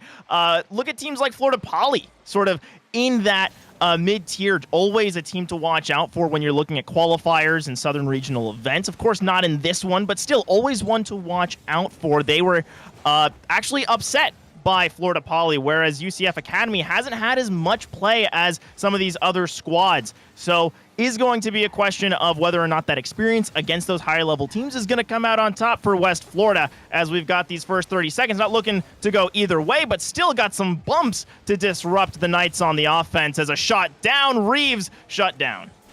No, this is, again, you kind of play off of what Slayer was talking about. Does a team have that game speed in them? Does the squad have that readiness in them? Manny, because they just went against IRSC, you can tell they're already up to match speed. Both Bits and Manny kind of double committing, but one was able to climb over the other, so they will be able to find that first dunk, that first score, that first minute of play. Looking pretty good right now for UCFA. Yeah, and in spots like that where it is both two players going up, where it is this question for the defense of who's actually going to take the shot. I actually liked UCF Academy taking two players up and forcing West Florida to have to respond as a pinch into a double. Reeves gets 2 on the board for UCF Academy. And just a second short of the minute closing, able to get a nice average inside of that first minute. Reeves with a fantastic follow, and I forgot. Somehow I could forget that my favorite holiday is coming up, and they actually have that wonderful Halloween-themed decal. So I didn't know that was in the shop. So I'm going to need to go and get that one. But so far, spooky ghosts trying to haunt Slayer's pick. But to the backboard and more, we still have a ton of time left here in Game 1. Yeah, we still have a ton of time, and that is another thing about West Florida. They are a team that warms up. They're a team that needs to start to heat up, where Commit very, very momentum-based as a player. Striding as well likes to be that follow-up at times, as not quite able to get the continuation, whereas UCF Academy, we just saw them improve every single game against IRSC, and that shows how good this squad is when they get warmed up, and also the fact that they don't need to wait, as we're seeing another drive nearly come to fruition for UCF Academy, but a demo into a boom saved away by Manny. All right, so West Florida is starting to pick up, but it's UCF that is at that higher rung of just quick execution. Manny finds another one at 1:50 into this game. You have October that just is immediately challenged by Bits. It's been the Bits and Manny show. Remember how it was mostly Reeves? Well, Bits and Manny have showcased, hey, Reeves, it's cool. You've got the early shots. We've got the ones now, and it's 3 up. UCF, the Knights, looking really, really solid. Yeah, looking very solid. And I'm really happy to see Manny getting so involved in a lot of these moments, as Bits nearly with a double. Where's Manny to follow? Still staying in the midfield. Gets the shot from midfield, and that's 4 in a row. I think that's his hat trick. No, that's quickly a hat trick. You had one for the early score off of that dunk, and then you have the other 3 that have just been Manny, and able to have the Knights just pile on a massive portion of points. It's very poignant beginning to this performance, and it feels like, all right, you know, West Florida, they weren't given the ability to really be at the high readiness scale when it comes to starting off, but you know, you got to grind it out. Treat these 2 minutes and 45 seconds as yet another game. It's not quite over until it's over, and it shows right here. Yeah, Striding keeping it together, as we've still got over half a game of Rocket League to play. there is still time for West Florida to get themselves situated, as Bits just not respecting Striding. And look at that little move, just spots out Reeves, says, I'm going to take this all on my own. I'm going to 1v3 this drive, and gets the first on the board for West Florida. This is going to be a nice start for the Argonauts. Yeah, that is that's a touch and a half, because like you just said, Bits, he didn't make a single move, just kind of waited passively for what may come. Well, it was in the form of a goal. So beyond the midway point here of game 1 to our second best of 5 for this afternoon, which we appreciate you guys being with us here on Esports U for the CECC South Regional. This is not quals, this is simply day 1 of a wonderful showcase of collegiate action. Striding will be stolen away by Bits, who gets the midfield boost, and a nice little knocker by Manny, but that's Reeves trying to extend this pitch, trying to get in on the action, does so with the demo, put down dunk will be slapped aside. And this is what I think UCF Academy wants. They're providing more of that pressure. They're finding some demos in the net, as Commit going to be forced to respawn in a couple of seconds. But October with a nice reception, no boost, is going to look for a 50 and keep this ball dangerous. As even if West Florida isn't necessarily on pace to bring this game back, what they are doing is slowing the game down. They're making sure that they can stay even. As if we look at the last minute, it's just been 1 goal for West Florida, a couple shots out of UCF, but nothing so scary as we saw in the first minute 20 of this game. Yeah, no, this is a tale of two halves. The second half, if you are West Florida, you're going to try and take to the bank and replicate into the first half for game number 2. They still have time. It's starting to dwindle much more quickly, as you have about 20 plus seconds per goal that needs to be scored, or else they're not just going to meet that average, but they're probably going to be left behind, but they're going to need even less of that now. Bits is able to make a bop stop with just beyond a minute remaining. This was a great pass by Reeves. Oh, fantastically done, as it takes a whole tackle through the air to shut down Reeves, and it just leaves the door open as October, stuck in net, wasn't quite able to make a response. And now, West Florida, you've got a minute. You got a minute to figure out what you can change and figure out what different ways you can approach this game and see if there's any new opportunities you can look for. As Bits and Reeves both in the air, maybe trying to do some of those look-at-me passes, but nothing too crazy quite yet. As 40 seconds, want to see some opportunities in October, taking one and Striding finishing the job. That was initially, I think, Striding coming up, but that was carried off the wall. It was October on the tackle, and then it was a turnaround. They committed, if you will. With 39 seconds, this is somewhat doable. You have to find about 10, 12 seconds, maybe 13 a piece on each of these. I keep going to fast maths because that's what's necessary for these teams to be able to connect. But right now, it's just consistency. The shot is short of the post. They force now timing off of October as they come out all the way from the net. This should be able to burn enough of the clock. Should be able to burn enough of the clock. As now Commit going to try for a bit of a solo play. Manny going to shut that one down. Might just get one more for good measure if you are the Knights here. But as we see this clock continue to tick down, this was, as you said, a tale of two halves.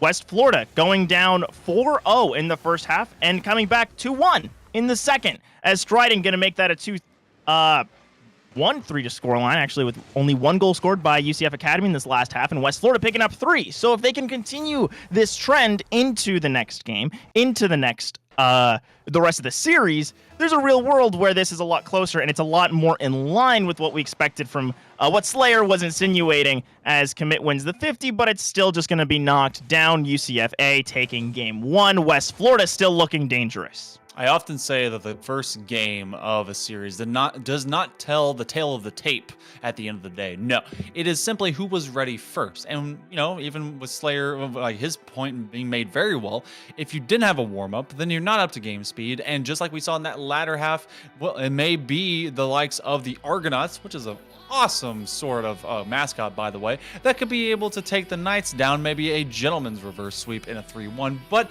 something to be remembered as well, when you get ahead like that early in a 4-0, it doesn't always paint, all right, that the second half was you lacking. It's just maybe a little bit of extra slack. You already got a lead. You got what you needed to win. You don't really have to do too much more.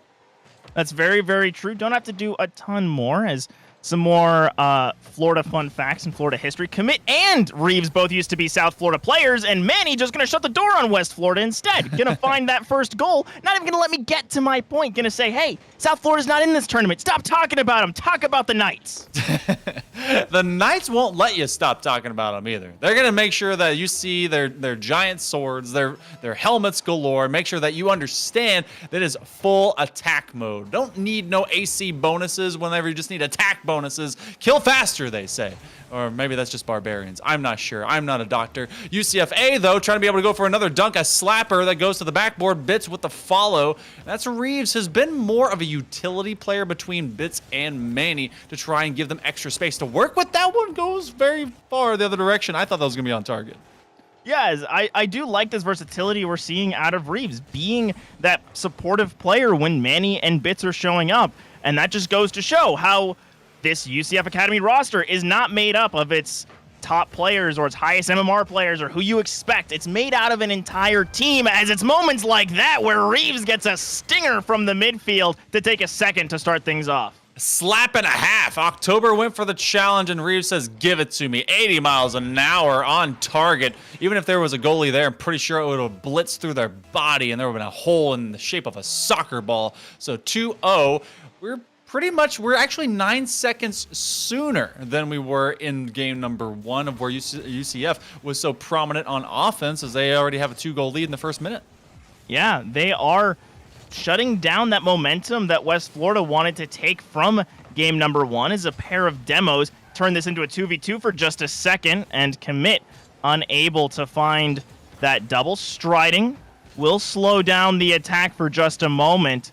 But still, the onus is on West Florida to not let this lead get too out of hand like we saw in Game 1, where if instead of it being a 4-goal lead, it was a 3-goal lead when we see the start of that second half. West Florida's probably more into that series, more into that game, more into this series, whereas now, UCF Academy, they're holding this 2-goal lead. They have that little buffer to work with. And it is, again, the Argonauts looking for an opportunity right here. Shot down, double commit on the goal line, and no one's able to finish the job. The crossbar saving the day, but Striding finishing it off as West Florida get their first of game 2. We had 3 shots in a 5-second succession. I think it was actually a 4 because you had double commit, you had a quick touch to be able to find the one coming up, and then the setup that fell off the crossbar for the rotation to come back in. So very brief, yet very influential offense from the Argonauts that's able to at least force the Knights to get a little bit scatterbrained and have to just commit into everything. Sometimes you talk about communication, you say, all right, you got to be able to make sure that everyone's in position and also can act accordingly, and they can be able to make those call-outs. But when you have positions like that, it's all instinct. Talk about instinct, making the single 1-on-2 flick. Commit actually could have committed to that and may have been able to get a score. Yeah, I think Commit could have kept going. Definitely the kind of flashy player to go for those plays, but instead Manny just turns around and says, you couldn't do it on our net, so I'll do it on yours. And much easier too, 1-on-1 instead of 1-on-many, and it's with Striding facing his net. That's a very tough position to deal with, and they get a powerful flick over one in the car and over and up to the other, and Striding, they may be in good stride, but it just wasn't fast enough. It's 3-1 in a hurry. Not quite fast enough, as it might just be 4 as Bits on the front line. Gonna make it a 4-1 lead, as I was expecting a little more out of West Florida in this first half. We saw them really come back at the end of game. Were holding the tempo. They were pressuring UCF Academy, and we saw with the 1 goal they scored this game, it was off of consistent pressure. Commit nearly finding a solo play. But now, Academy are just taking every opportunity they have, shutting down West Florida, and they want to make this a 3-0 in their favor instead. They want to prove Slayer wrong. Oh my goodness. I mean, they're on the warpath to do so. It was, 4-0 at the 240 mark in game 1, and then it was 4-1 now around that 235. So just as efficient as they were in the first game. And now we're going to start seeing that second half where they may lean back, maybe just have one go forward. You get a big demo. Somehow Bits, even though he was streaking forward, he died. Kind of weird positioning. Reeves looking for a negative angle. Redirected section to go off the post, but Reeves is going to be waiting for it. Bits goes back on the attack. Not discouraged one bit, if you will. But less than 2 minutes remaining. This is still Knights' game to lose. It is still the Knights' game to lose, as West Florida's got to figure out something quick, because every time they try and make their way out to the sidewall. Every time they try to pressure up, there is either Manny or Bits there to shut them down and slow down this attack. We see a pinch out of Reeves. No one from UWF is ready for that approach, whereas UCF, they're first to the ball. They're first to these positions, and now there was an attempt at a midfield pass, but just not quite there, and oh, what a save for a moment, and an unfortunate own goal. That's pretty much going to seal the deal, as that one just hurts at the end of the day. That chip shot I thought was going in the first place, and then Reeves was kind of left with it. October, you're in one of those just kind of positions where it's at the goal line, it's bouncing around, it seems it's inevitably going to go in. You make a move on it because you don't know what's right behind you unless you've decided to look into ball cam or even just backwards cam. So they make a touch, it just doesn't hit the right way. So now double commit, and you're going to start seeing a lot of this out of UCF. When they're confident, they start trying to be able to style at least a little bit. And I mean, you have the leniency to do so with a 4-goal lead. Yeah, they definitely do get a little bit more stylish, and this is one of the things I was worried about in prepping for this tournament, looking at some UWF footage, was when they start to fall behind, when they start to feel pressured, you'll see October and Striding sometimes wind up on the same rotation and clump up a little bit and lose a lot of that field coverage that you expect or that you really need at this level, and it results in opportunities where UCF are just always going to be first to that ball because they have that better field coverage. They have that extra trust as opposed to starting to panic, as now Reeves, a little space. Oh, he's looking for the must. He just cancels it, gets the setup, popped up. Not sure we're going to see a goal, but still styling out of Reeves. Yeah, just pure ball control, making sure that the mechanics are at least fresh and fun. They already went through their first game, and without the other UCF squad that they would love to be able to kind of take on as a rivalry of brothers in arms from the same school, that one won't happen. So they're going to go to match point here after 2 games. Do unto others as was done unto them. Academy from Central Florida looking very, very good, and they're going to be having at least match point for the remaining 3 games of this series. Yeah, they're going to be holding on to that match point, and now it's sort of the opposite of what we saw last series. UCF were the ones who were down 0-2 and had to try and make a response. Now they're up 2-0 and are trying to shut the door on West Florida. As we keep seeing these moments, just moments out of West Florida, but not quite a whole game. They're not able to really get the ball rolling from the start, and it has been costing them over and over again, where it's been Bits and Manny really showing up this series. They're both trying to show up off the kickoff off of a swift one, but hey, you know what? That's a start. It takes 6 seconds. It makes it weird, but with a 2-game lead, you start to get a little bit weird. Both Bits and Manny, they split the difference around October. October is just trying to run away with that ball as fast as their little wheels can carry them. So that's the first lead we've had by the Argonauts. Yeah, first UWF this entire series. Oh, Bits just running up and just slapping them down. A bit of a tackle. Where's the ref on that one? As now, West Florida, we have to see how they play with Elite, because this is a team that is very dicey when it comes to these kinds of moments, and they can get confident. If they do get confident, they look really good. However, if UCF Academy keeps their heads together, keep these kinds of strung together passing plays moving, that's what we want to see. Is I love this adjustment out of UWF. They're not trying to play the sidewall as much anymore. They're getting these midfield passes. They're punishing UCF, although you got to watch out for those mechanics as Reeves nearly finds a ceiling shot. Yeah, they're already showcasing that they might threaten to go for it in game number 2. Game number 3, they're actually looking to play for some instance to get it going, but a putback shot by Commit. They were the one that stopped Reeves in the first place as he took that would-be undercut redirect. Reeves put it to his backboard, hoping that Manny and Bits would get back to it, but what a placement to go opposite side post, put it furthest point away from the defenders, and in fact behind Manny, who was looking to the other post. So that's a 2-goal lead for Argonauts right now. I need to know your opinion.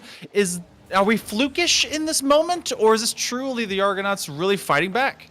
I think this is them fighting back because it's come off the back of improved structure, of better moments, and Manny just going to pull a play out of the ones handbook, as that's going to be a standard dribble up, bump down the defender, and UCF find their score. But still, going back to that earlier point, UWF, that first goal was off the back of continued pressure and some transitions out of the the first goal was off the kickoff, right? But the second one was a product of this pressure from October to Striding and Commit with the rebound.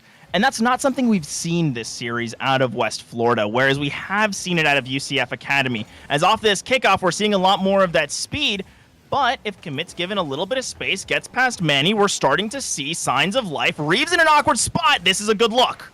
Oh, it's another one. Oh, and big save as Bits comes from the opposite side corner, is able to disrupt, get that takeaway, already committing onto Commit, dunking him down, and they'll be able to get back to him. The third man will Striding come up forward. They do another big tackle, and it has been continuous roll-ups into this box of the defensive half for the Knights. But then a sudden counterattack, it'll be at the goal line where the Argonauts get 3 for Western Florida, Knights get 1, and yet it's just as threatening.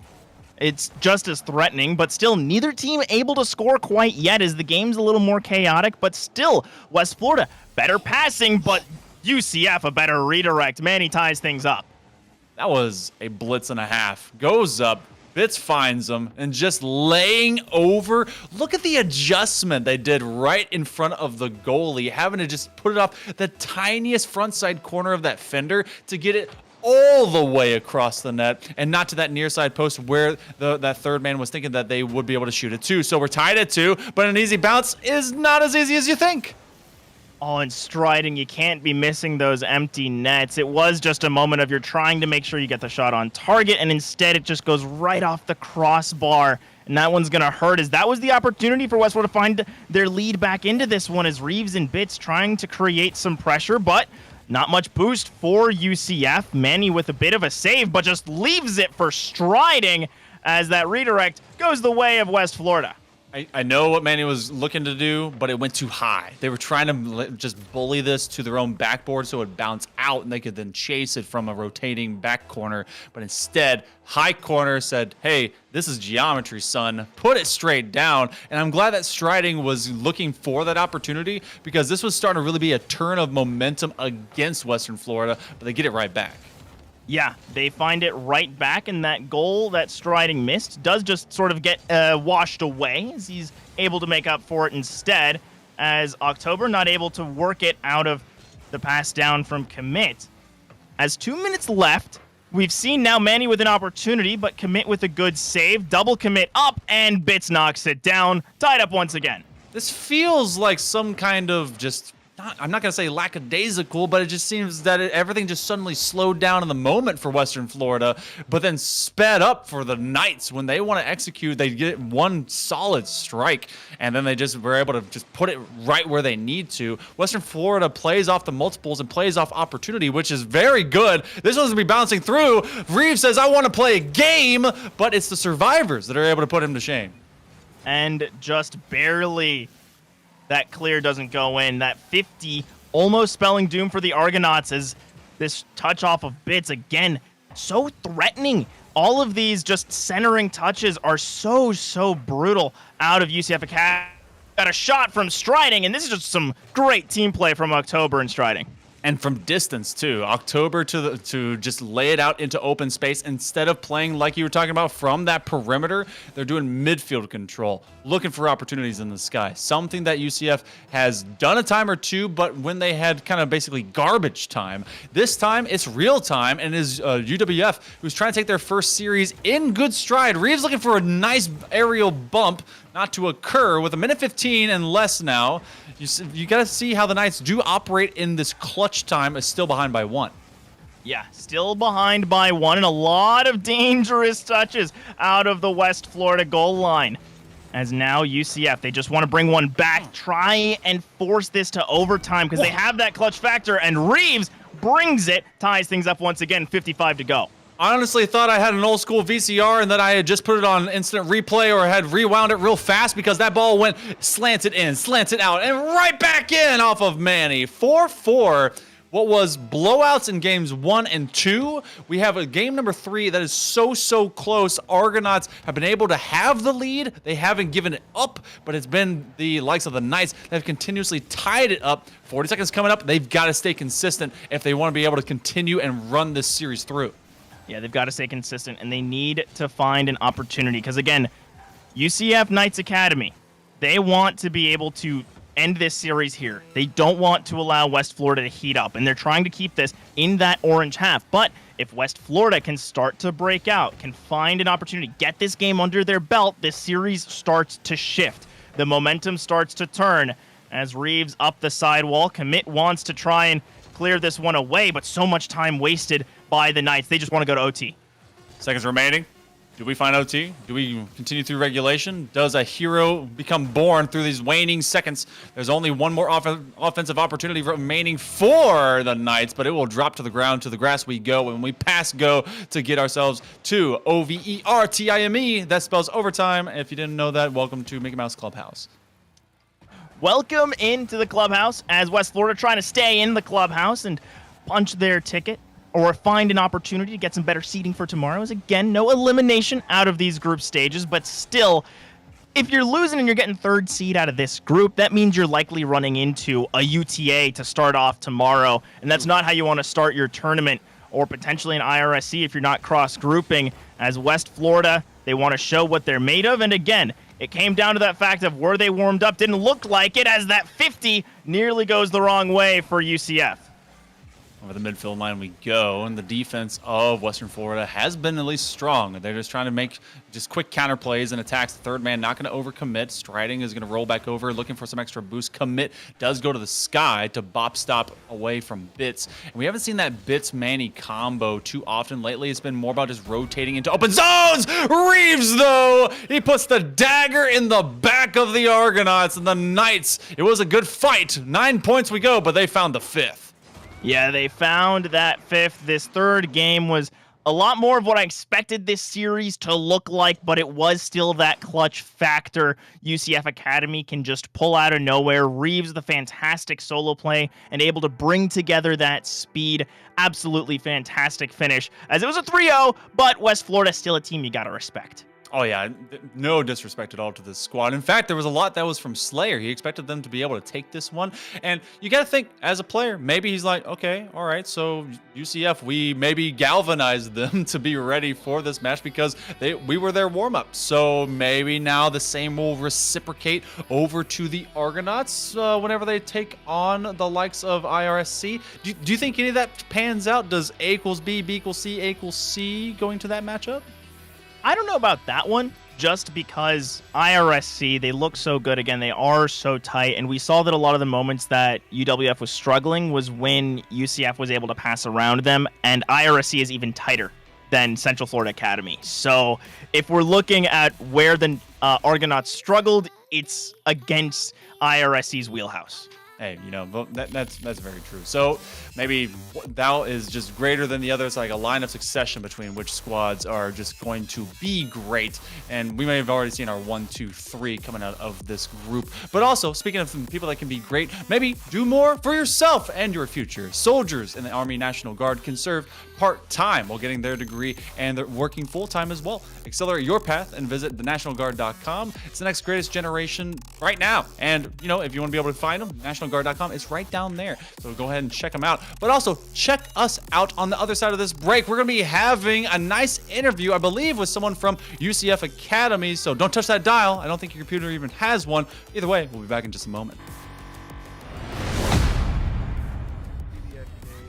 There, they're going to make it back to ledge. We also saw a pretty Hail Mary forward smash there, at low percent at that. The risk reward on that is a little skewed. Ooh, look at this jab reset into the forward smash. What a beautiful combo.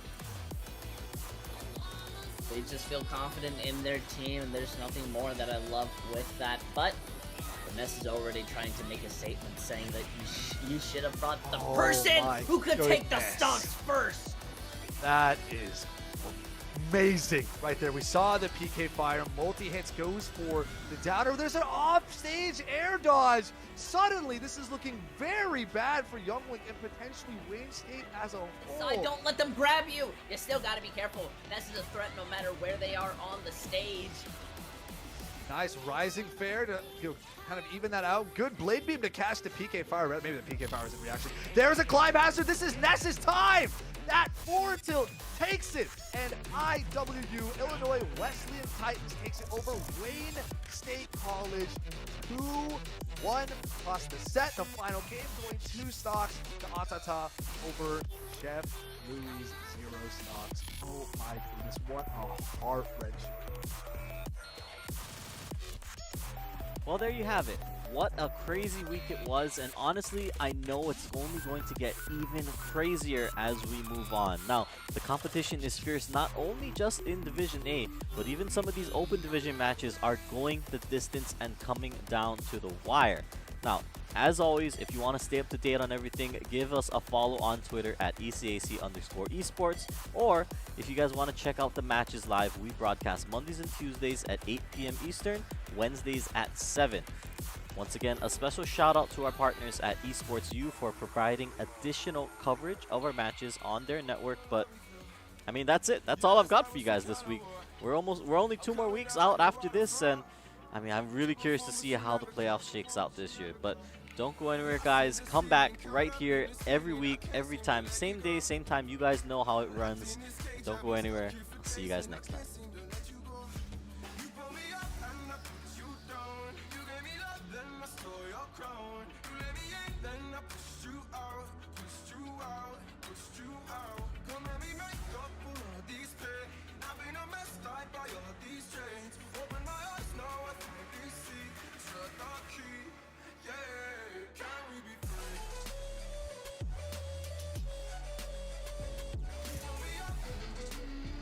Hey guys, KTAD here, and welcome back to the ECAC Top Plays of the Week video. We're in week number 7, and trust me when I tell you, things have only been heating up. These teams are fighting for a chance to make it into the playoffs, and because of that, I mean, there's so much crazy action to get into, and, you know, don't take my word for it. Let's check out the plays. Starting us off, it's a play that'll have you asking yourself, how did he do that? As Melee juggles and ping-pongs blighted right off the stage. Because the projectiles are so ever-present, that reflector right there that you just saw is going to be in the back of Melee's mind throughout this set. But right now, Melee's doing a good job of getting around it, has the percent lead, and make it 64 right now on blighted stock. It's still being worked away at the combo set. At number 7, Red Ninja is just cleaning up the West as he gets this nice 3K to cap off the series. Had a lot of fun with it too. How does that win? I don't know. How does that, in any world, how does that possibly win? Here's what I can say, right? You have Big J5 running around in the back line on Roadhog just trying to cause havoc, right? You have a Symmetra teleporting all over the place. Up next, there might just be a 4th member on the squad of RPI as the corner comes in clutch to take them to game number 5. About as good as you're going to see for a team play off the corner wall, and RPI takes a 3-goal lead. And with that, we have the fastest goal in this matchup so far. We started off with the quickest goal, the least amount of... Okay, spoiler for your intro this time. Someone gets a 4K clutch in this round. You just have to guess who. A side now to the Wukian with an immediate elimination onto relay, making it a 5-4. But also might be able to, will find the elimination onto Louis. Tying things back up, not for long. Wukian with that operator takes out somebody. A real powerhouse player has to kiss this round goodbye. UK, they're 3 rounds away, winning their 3rd round and almost tying us back up. What a shot from Wukian there. It is going to be the Blade Storm taken offline, and by that, point Blade. Without that Blade Storm, they may be able to win this one. Brown Baller with the 3. Can he find the 4? Jag? No, it's the right click that puts him in. Wukian with a 4K of his own. Win Kentucky's. In our top half, it's Sonics in his attempt to 9-stock NJCU that gives us this next play and this beautiful edge guard. Things will go swimmingly for themselves as of right now. See Hydra playing at a massive disadvantage, already at 109, but 92 on Sonics. This was where we saw them actually take that stock against them. It was just a small little upbeat. No 1 hit is all it takes. No, Rabbit! Way. Rabbit! Oh my! Sonics is too clean with it! For number 3, Shrucy's got some things to say as he just pops off for King. So much to bear, and well, too much to bear. Shrucy, why take on one defenders when you can take on two, maybe even all of them? Why get a hat trick when you can get 5 goals instead? 30 seconds to go. Literally every goal of this game has been from Strussi, and you would go to think, oh, obviously he's got a million shots. That's why he's just been putting on the pressure.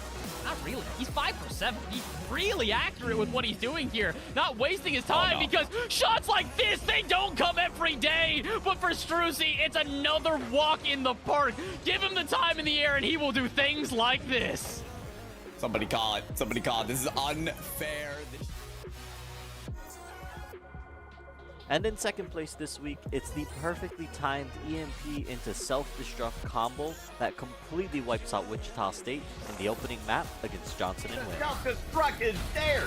Gentalian and Rowe combining for a massive fight win right there. 95%.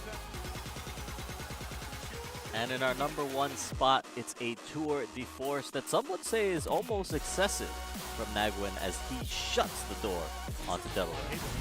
On the right side of the kill feed. Nagwen playing C-Long and doing a great job at it. Oh my goodness, even better! Trying to turn 2 into 3, not able to line it up yet, but there it is. That tour de force is a tour de force to be reckoned with. Nagwen taking out 4 to win the 7th round. All right, and that is it. Now, I mean, what did I tell you guys? Things are only getting crazier and crazier, and with this wrapping up, that means there's only 1 more of these videos left to make. That means there's only 4 more weeks of playoffs left on the table that's going to be starting up in just a little bit. And I mean, what a crazy season it's been, and what a crazy season it's shaping up to be. Special thank you again to our partners at Esports U for providing us that extra broadcast coverage. But if you guys want to stay up to date, I mean, you already know where to go. But hey, if you haven't, if you don't know yet, you want to give us a follow on Twitter at ECAC_esports. And you want to make sure you tune into the action live at twitch.tv/ECAC_esports. We are live on Mondays and Tuesdays at 8 p.m. Eastern, Wednesdays at 7. Trust me, you guys want to be there. We've only got so much action left in the season. And then, hey, before you know it, we'll be back again right around the corner for fall semester. But once again, I've been K-Tad. Thank you guys for joining me, and I'll see you next time.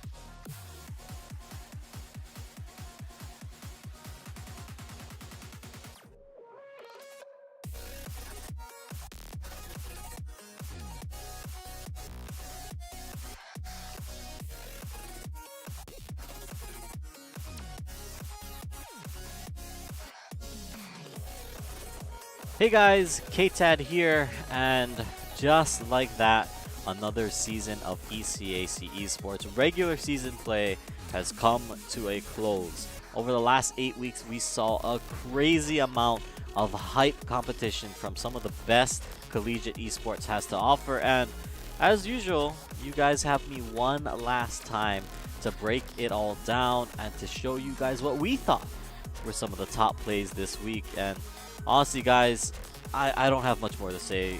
Just check it out because I think we've got some really incredible clips here. Let's take a look. In our opening clip, it's Professor Dementium with a straight boot off the stage to kick things off for Bloomfield. Got himself one. Kick back off stage though.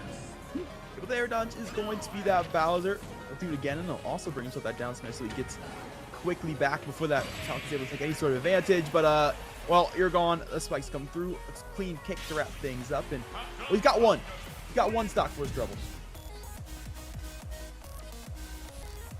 Up next, the duel of Donkers and Robeast have some things to say with.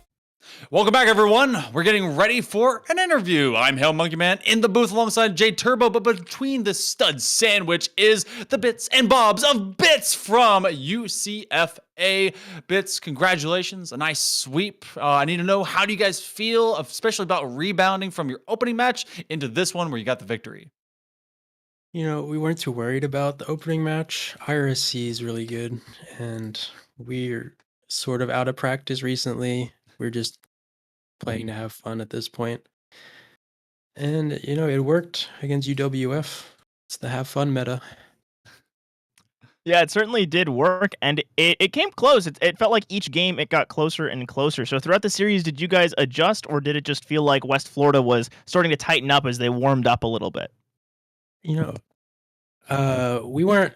I think you might have seen Reeves going off the ceiling a lot of challenges, so we were kind of experimenting with how we'd play against them over time, and that's what I would chalk up to it getting closer. We were just like we're just having fun, you know. I mean, when you get to kind of have that leniency for experimenting, I mean, that means you've pretty much done the work ahead of time. First couple of games, you got 4, I think, within the first 2.5 minutes, and then it was all about making sure that the likes of the Argonauts didn't come back too far. What shifted in game number 3? Because things get a little bit closer. Obviously, things get a little bit crazier. Do comms ever in those moments get crazier, especially when you're having fun? Do you guys do any big chants just to have just a little bit of extra excitement and kind of keep yourself in that mindset for competition in that kind of game? You know, in game 3, we were like making monkey noises in comms, and we were trying to embrace our inner monkey and just full boosting at every ball. So, but that ended up not working. I think we went down like 0-3. It was. So we Yeah, that's we close. started using English after that and came back. You know, that's the equivalent of turning your monitor off and on again. I also, as a monkey man, I appreciate those monkey noises. So thank you so much. That's great to hear. And I've just got one more for y'all. Is you guys are here, you're having fun, you beat West Florida. So now looking ahead, is it just a matter of, is there anyone you're trying to dodge, or do you just want to take each match as it comes, have fun, and play your best as the tournament continues? You know, we're not really thinking about who we're trying to dodge or anything like that, but I would like to have a rematch versus IRSC. I feel like we're warming up now and we could take them. You know what? You did hit that in second gear, third gear. You hit top gear whenever you were playing against West Florida. And then ultimately, I think that we would all enjoy being able to see you go back against IRSC. But for right now, you have the end of kind of maybe some more group stage play, maybe a bye. I'm not exactly sure. I saw Knights Rising in the back end. Actually, since you guys are over there in the Academy, did they get to play, or are they out of this completely? Maybe you can get, is there like some inside scoop on that? For Knights Rising? Oh, yeah. I believe they're playing now since they were doing another tourney at the same time. I think they're done. Oh, okay. Hey, well then, hey, we get to see a bunch of extra nights here, Turbo. So that's something to look forward to. Oh yeah, super excited for more nights. And of course, thank you so much, Bits, for coming out and interviewing with us. Thank you.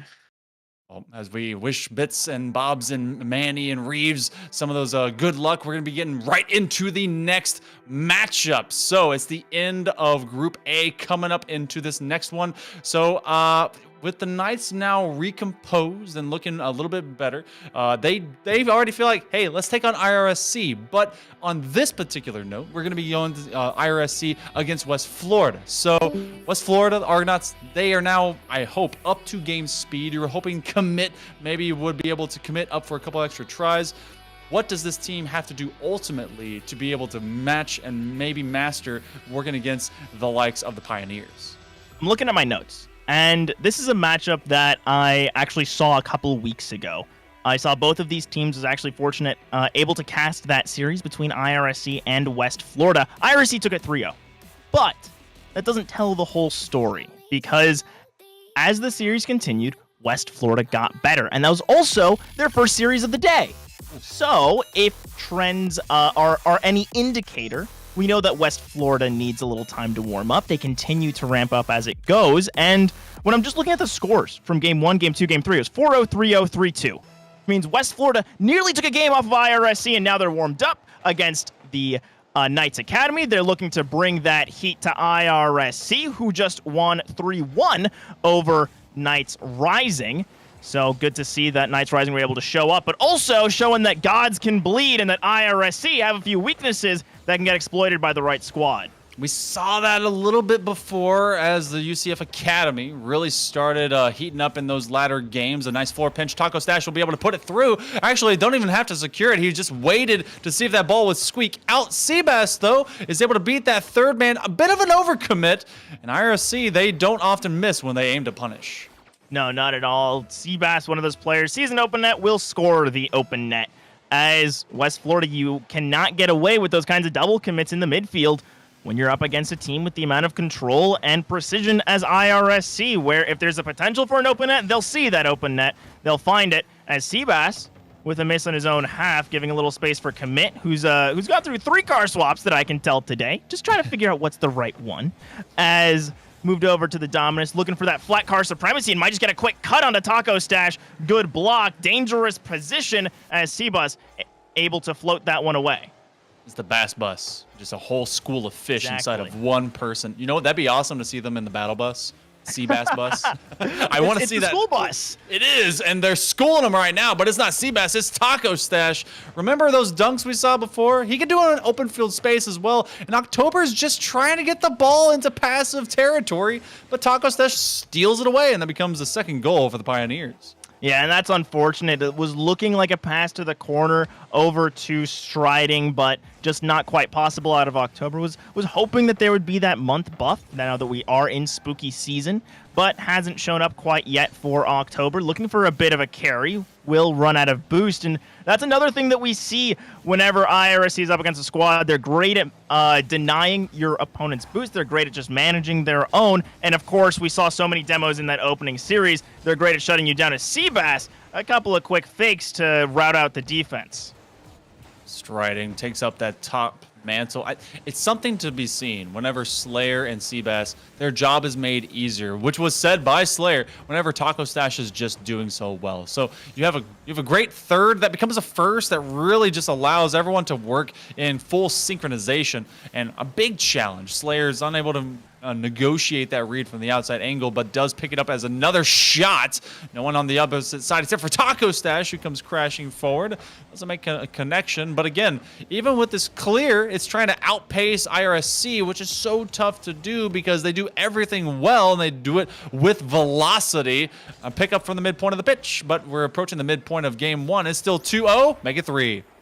Make it 3. Seabass sinks another, as this isn't unlike what we saw in the first game against UCF Knights Academy as October. It was just rough, not quite able to find the recovery on that one. But still, we saw a pretty similar story. It was a 3-0 or 4-0 lead for Central Florida Academy at this point against UWF, and they started to bring it back. They started to read their opponents and find these moments. And again, this isn't the first time these teams have met. So it's a double-edged sword where you have a little more information on your opponents, but also they have more information on you. And a team like IRSC with a fantastic coach-turned-player on the pitch is going to be one that can take that information, use it to their advantage, and Taco Stash finds a fourth.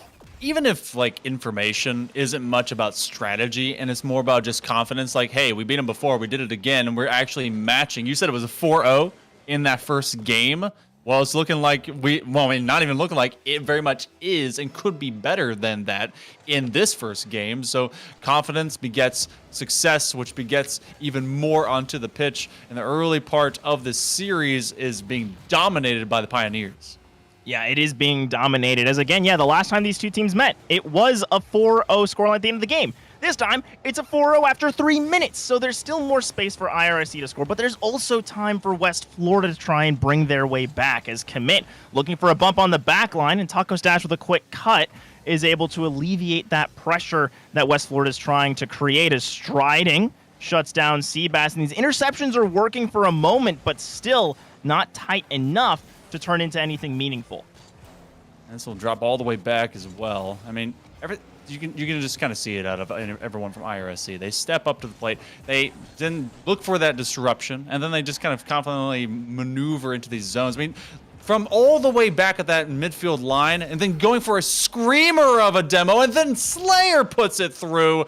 This was like everyone collectively from the Argonauts is in this corner zone. The deletion leaves no one, and Slayer just pinches it off the bottom side of that post. Exactly, and in reviewing footage of that last set, something else I marked down was whenever UWF starts to fall under pressure, they will start to clump up, especially Striding and October will start to run into each other, whereas Commit does tend to be more of a solo player on this team, and won't necessarily clump up as much, but you will still see those Argonauts grouping together, trying to make it work, as I think Taco Stash was going for a bit of a pinch off of his teammate's hood, but still Seabass going to pass it up. It is shut down for a second. Slayer puts in a 6th, and this is utter domination for game 1.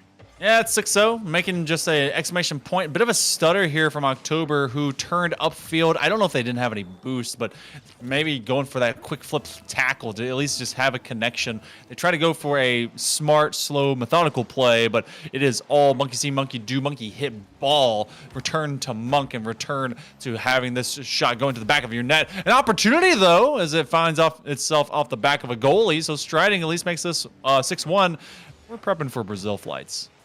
Yeah, there's potential we might get a one-way to Rio, but IRSC, we're going to try and solidify that one. But UWF, they still got a score on the board. They were able to get it a little chaotic, not as clumped up, and poke holes in the IRSC defense, as at this point, that's all you can ask for. This game is done and dusted, but what you can have is a little bit of that morale moving forward. I've seen teams get Braziled in game 1 and answer right back with a 3 or 4-0 scoreline in game 2. It's possible. Now, again, against IRSC, I don't know, but at the very least, there is the potential for this shift in momentum, for a little bit of that continued communication for the Argonauts. As you can tell that IRC are starting to have fun. They want this Brazil, but they're going to do it in style, as Seabass not able to find the Doomsy. Yeah, it feels like the Argonauts are just trying their absolute best to make sure that they do not at least get to the 7-1 margin. They're aiming for the denial. This is no fun police time, and they don't want any more to be had by the Pioneers. That's a big demo by Taco Stash. It's already looking to stay alive. Seabass brings it to the ground. Hop, skip, and a jump away from being able to get up to that magical 7. Goes to the backboard. Striding's trying to plant it from that level. That's a pass over to Seabass. Keeps it up. It's a one-on-one. It's going to go to the sidewall. Oh, but he can't reconnect to it. So it will be IRSC takes a very, very, very dominant opening to their 3rd match of the day. Yeah, very, very well done. They're warmed up. They are showing it. And West Florida still reeling from that UCF matchup.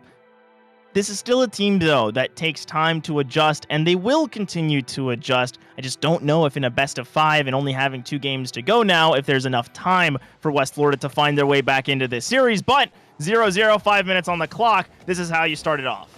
Yeah, I mean, you got to wash it away. Rocket League is all about being the most frantically focused that you can into a game for straight up 5 minutes, which is not fun some of the time, especially when it's at this level, but does present some fun whenever you can execute well. Through the first 20, you see a kind of a similar mirror of the previous games. Striding had no boost to adjust, so ends up dropping and taking away possession from his teammate, but it still does extend up the pitch.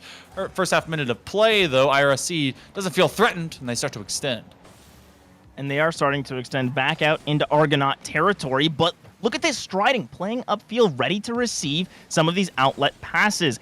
And that's the kind of adjustments that UWF needs to make. They need to have that member ready and waiting as a pass to the backboard. It looked like an attempted slot in from Striding, and commit with a 50, shutting down these aggressive opportunities for IRSC and finding some of their own. Solo play potential for Seabass, looks for the double, drops it down. Taco Stash finishes the job. That is just a clinical air dribble to be able to get that one to the backboard. No one up there, as Commit tried to just be underneath Seabass for the takeaway and at least put that one off target, maybe to one side or the other, into a passive corner outside of the box, but just too fast and too focused on where they want to be able to put that ball in the first place. So that would be first drawn from the side of the Pioneers, but an immediate response out of the Argonauts will tie us at 1. An immediate response is we saw Slayer and Taco both in the same position moving upfield, and the rotation back from Taco Stash just isn't fast enough. Can't get in and can't get ready to field that ball, and this is a 1-1 scoreline. UWF, they're answering to the pressure. They're finding their way back in and keeping this game tight, keeping it close, as Striding trying to score off this kickoff, and Taco Stash will send it away. Though you got to remember, you got to respect these Argonauts as they want to continue placing this pressure from Pensacola. Ooh, maybe these Argonauts can extend to becoming Psychonauts and maybe have that next cerebral step. That'll go right in front of the goalie. It's able to just get right beyond that defensive line. 2-1. Pioneers get it back. What a sneaky stop on that 50-50. October was an inch, maybe, away from being able to get that connection, but it pops right in front of their face. And what's so unfortunate there is that was one of the fastest shots you're ever going to have. 70 miles an hour, insanely speedy off that kickoff. If it was 65, if it was just a little bit slower, October makes that save. And this is a 1-1 goal game still, where instead, now West Florida on the back foot again, but punching holes through IRSC's defense. The Pioneers are not infallible. There's some opportunities to be had, but Seabass wants to shut them all down. This one started off with Striding being bullied by Taco Stash, who's just looking for a single touch, and then he has to be able to make an undercut one, which pops it high, and that ends up just being a vertical pass to Seabass, who's able to navigate the sky quite well. Seabass fish, I'm not exactly sure if they're able to fly, but, you know, just like a skipjack, they can at least get some air underneath them. So, under 3 minutes to go, Pioneers look in much better control, trying to be able to get a dunk off the rip. In a one-on-one, October is calling for commit to commit up, and it becomes a little bit of bumper cars, but that ball does not find the net. No bumper cars, but Striding with a chance, and there's no one on the back line. That's going to be a quick answer. UWF keeping this within one. That was very cheeky because Striding just has to go forward. I don't think Slayer expected the rotating member of that party from UWF to come in from corner and then go back to net. He thought, okay, he's going to chase. Well, I've got time in midfield space. But, you know, unless you got eyes on the back of your head or all over, then you're going to be unable to see him. So at the midpoint of game number 2, this one's so much closer than our opening foray. So much closer as oh no, that is so unfortunate, as you could barely see it in that last one, but you see Taco Stash takes the shot. It's saved away by October, but Commit just caught in the crossfire, accidentally taps it back in, and UWF now set further behind, 2 goals down, and they need to find a way back in, because going down 0-2 against IRSC is practically a death sentence. Even if you bring one back, they are so clutch. And Striding, oh my goodness, nearly had that pass to October, but better save from Seabass as he is swimming all over the defense. I mean, you can tell there's execution still able to be had. You have to laugh that one off. Honestly, that particular play we saw before by UWF was a banger of a passing play if you really get to analyze it in its full spectrum. So they have a nice ability to score on either side of the pitch. Unfortunately, that point doesn't count for them as they are still in a 2-goal deficit. This one will be marked off by Commit, who sends it high. Bopping low, Slayer gets the demo on to Commit to thin out this defense, looking for any level of pitch. It's October, looking for November for maybe an expeditious December to be for all the presence they can have, but in the presence of mind will be Striding to make a save with 90 seconds to go. 90 seconds left, and this is where it all comes down to, do you have that clutch factor? Do you have that ability to find the opportunities that you got earlier in the game to shake off the mistakes that were made that allowed this to be a 2-goal game? As Slayer continuing with those demos, we heard in the interview, loves to use those demos as a way to make space, and now UWF are answering right back. A crucial clear, a shot off the post, and Commit can't get past Seabass, a great fake, but a solid steal from October. A minute left, 2 goals needed to force overtime. That was a very ballsy commit, and that's going to be off target for October. Oh, goodness. He's even close wanting himself, as that was a full win in midfield. Looking for the dunk down pancake. Not going to happen. 4-2 has been the margin of difference in favor of the Pioneers for a good while, and it may exactly stay that way. October navigates uncharted waters in the midpoint of this pitch. A nice redirect just to put it threateningly into the box, but we're sub 1.5 minute here, J-Turbo, and it could be RSC looking for another 3-0 to get through this group. That's what they wanted. They said that they weren't going to call for a score, but we're just going to play their game, and Commit able to bring this within 1. There's 17 seconds, still a chance, and this is just some nice solo control, as it is going to be a matter of if that kind of speed can be found in the rest of this game in the next 17 seconds to force overtime, because if West Florida can find a way back into this game and can force overtime, it makes IRSC sweat. And sometimes in overtime, they're a team that, while they are often able to find that last goal, it still takes a lot out of them. There's still a ton of pressure as 5 seconds left. You need to have that pressure for West Florida as October trying to take it over. Commit with a nice attempt, but a better stop in the midfield as Indian River go up 2-0. I was kind of hoping that they would tackle earlier when it came to that last possession play, because they actually had some free looks at it, but they play for the slow and they leave it to the man that was on the wall who had kind of no momentum, maybe half a canister of boost. So one solid challenge plants it on the ground. So we're at that 2-0 margin. Now, you had pointed out when we started this entire series, whenever West Florida played against RSC before, that it was blowout, really close. We got blowout, really, well, much closer. Do we get to see, from your analytical point of view, this one be even closer from before? I hope so, because it wasn't that IRSC was playing badly. It was West Florida finding shots and opportunities as Commit nearly slicing one in from the sky, as Seabass trying to turn around just as quickly, but saved away by Striding. And yeah, I want to see West Florida continue what we saw last time. Just a series of saves on this goal line. The Argonauts are really willing themselves forward, as IRSC have been the team to beat, have not lost a game yet this stage of the tournament in this group stage. Did lose a couple going forward. Actually, they may have lost one to Knights Rising, so that could be the only team that shows those chinks in their armor. But still, at least on stream, we have not seen them drop a game, have been that dominating team in CRL East, in the South here at CECC, as West Florida are trying to be the ones to crawl back from this domination. It'd be a very tough thing for them to be able to do. It's basically climbing over a small mountain, but a mountain all the same, to be able to reverse sweep to take their first win here.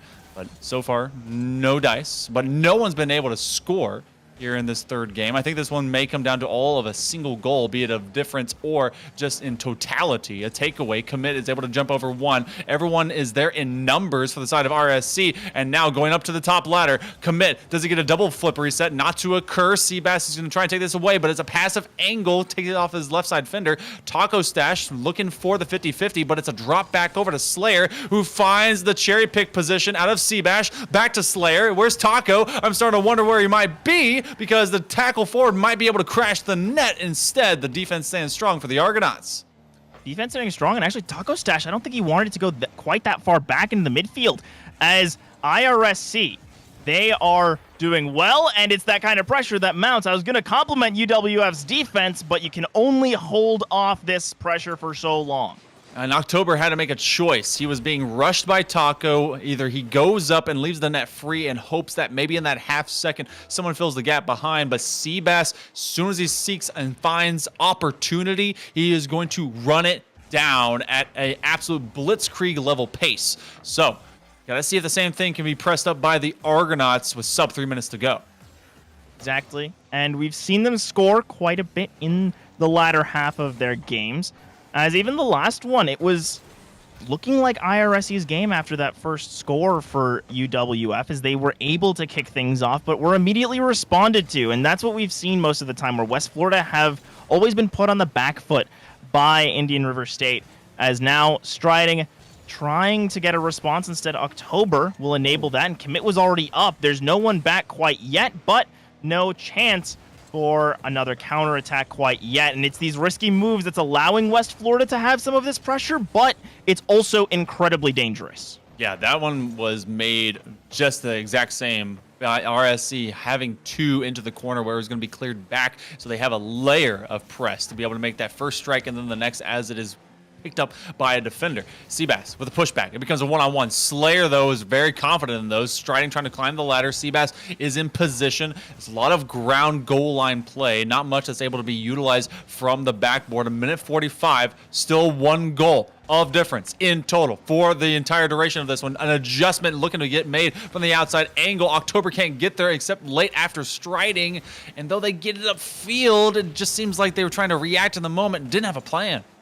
Yeah, it was fake up and then fake down, as Slayer not going to be able to get that one. As this game is certainly more along the lines of what I was predicting, where it was just going to be so close after that initial score, as October looking to continue. And West Florida, they succeed when they can hit their target downfield, when you can have Striding or Commit be that lead member and enable your teammates to pass forward off these clears to really relieve that IRSC pressure with counter pressure as opposed to just a boom. But now West Florida stepped too far forward. Taco Stash finds a second, and that might do it here. As 1 minute to go, West Florida needs some answers. As free as daylight through an open window and a cloudless sky. And I say that, but it's still done off of a pre-flip undercut strike to redirect that one through. That was a lot of big words to just say, man, that was open. So IRSC 2-0, maybe a third chip shot will go over the box, but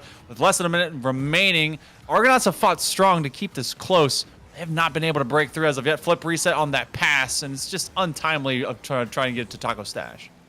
Untimely as 30 seconds left. It's still possible. And we're seeing crosses by the box for West Florida, but none of them are quite materializing, and this looks to be another chance commit able to take control for a second, and now actually might just be able to get this past the entire defense. October doesn't have the touch, and that was almost UWF's way back in this game, but Striding secures it back. At 17 on the clock again. They couldn't do it in game 2. Can they do it in game 3? They've got a moment. They had this exact same amount of time in the previous game, but they didn't use the best of it. So will they be able to do better than history? As 17 remains on the board, they send up 2. Then they send Striding back already for some boost. Slayer's saying, all right, that's plenty of time for me to work with. And in fact, that's a lot of possession for IRSC to gain. It's going to be Slayer that puts it towards his own net, or rather towards his own half. That may come back to bite him. Commit is looking for a launch point. Seabass with a takeaway. They're just playing with their feelings. Hope and dreams is all it will be into memes.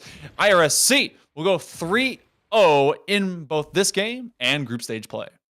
That they will, as game 1 was a blowout, but 2 and 3 much better showings from West Florida. As it's unfortunate that they've gone 0-6 on the day.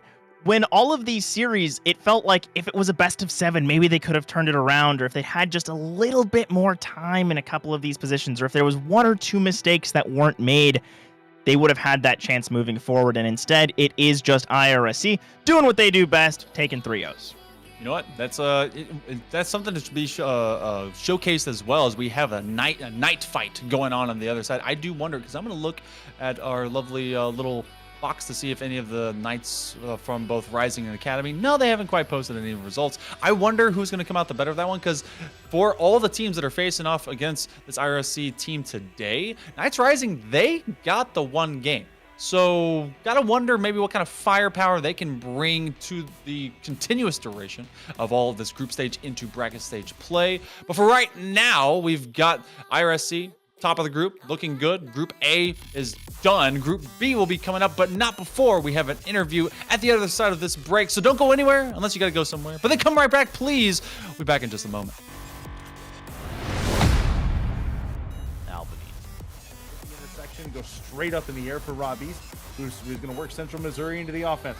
Flip resets a good one. The pass down to Donkers, and he finds the net. A 3-goal deficit in game 3. I gotta say, Curtis, it seems like after these two teams came out of game 2, right? Again. In our next play, who needs to be able to see your enemy when you can just take a educated guess? 1-for-1 over towards Catwalk. There's still more where that came from. Iranium is next up, and he will take a couple too many fights. Solsta as well is going to be able to take a couple of fights, winning them both. It's a 1v3, and Novacorium won't be able to do anything. Johnson, Wales. At number 5, it's Saltonics with this huge flank onto Cole College to secure Temple of Anubis for his team. It's got to be just destroying it straight up. Maybe with the Coalescence, maybe the Supercharger, but that Retire could just immediately work through. Here's that Riptire. It does move Joker, but it could have been a catastrophic play. Now Nightbolt is pulled all the way off the point, and that's an easy one. Tonic's coming in with a triple off of that crucial Rocket Barrage, and that is all of them off the point. Now it's down to Joker just to get the touch onto the point. Tracer. Coming back to the Bloomfield versus Keen matchup, It was a clutch finish from Zenipu as he finishes off Brandon without dropping a single stock. One more lease on life. Lease on life indeed for Brandon. Looking to hold the ledge, but a recovery from Zenipu. He says second time's the charm. He'll send him to the moon, and once again, Zenipu will not drop a stock. Last packing our way into the number 2 spot though. It's a 4K from Butter to cement the lead for Providence College. Back roads around the high ground to try and avoid that Oh! as much as possible.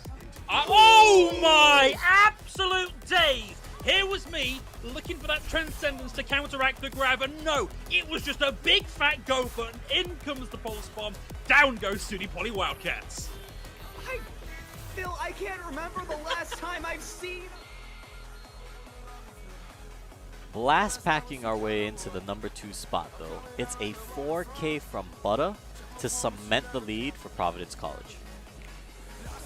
More that tap can go a long way in the latter half, right? Now Retna bringing out that stimmy, trying to get the opportunity to move the team in forward. Okay, there's that showstopper I was thinking about. It looks like D-Nuns is going to have that show stop. Sal, not particularly far behind, a 4v2. But really starting to wake up here on the race. Yeah, wow, so impressive. And 4K there, just going straight through the entire team like a bulldozer. Will not stop until all are taken down. And in our top play from the last week of regular season play, it is a nail-biter last-second goal that will keep you guessing until the very end. Your own open, a little bit of high pass, you angle it in, but it's just off the top of the goalpost. Goalpost coming in deep. Matrix able to find something here. The demolition comes through. 7 seconds left for a true game win, but in overtime feeling incredibly likely. But tied out of a wide open goal. No! No! Orbital, the waffle iron has been flipped, and Farmingdale finds themselves up 4-3. 2 seconds left on the clock. The only hope for Louisville to win this out is with a kick-off goal. They cannot make a single mistake.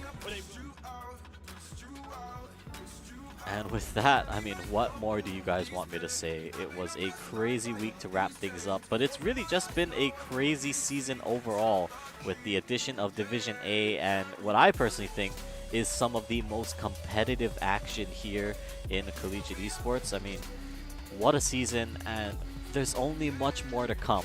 With the playoffs starting on April 4th, you guys can expect to see a lot more action that will continue all throughout the month, and that will wrap up on the week of April 25th.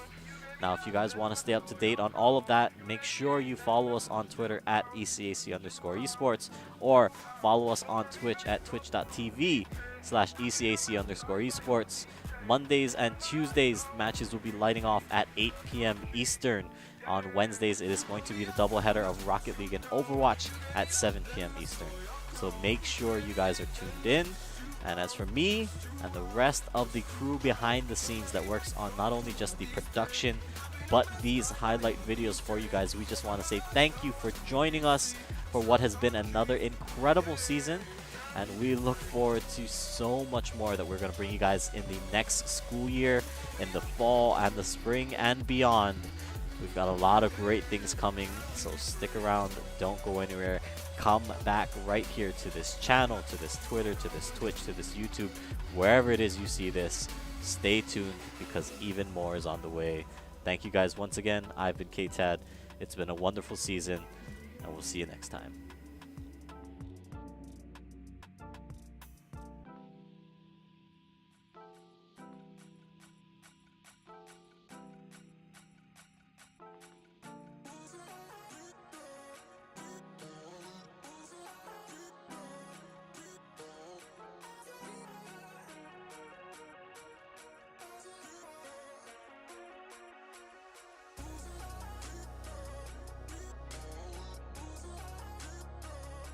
Hey, what's up? It's Honix back at it again to bring you the sickest clips from ECAC. But listen guys, here's the thing. Overwatch 2 still isn't out, and it's been so long that I understand what's happening in the Valorant clips now. I don't know how I could have let this happen. Anyways, let's check out the action from week 2 of ECA. Hey guys.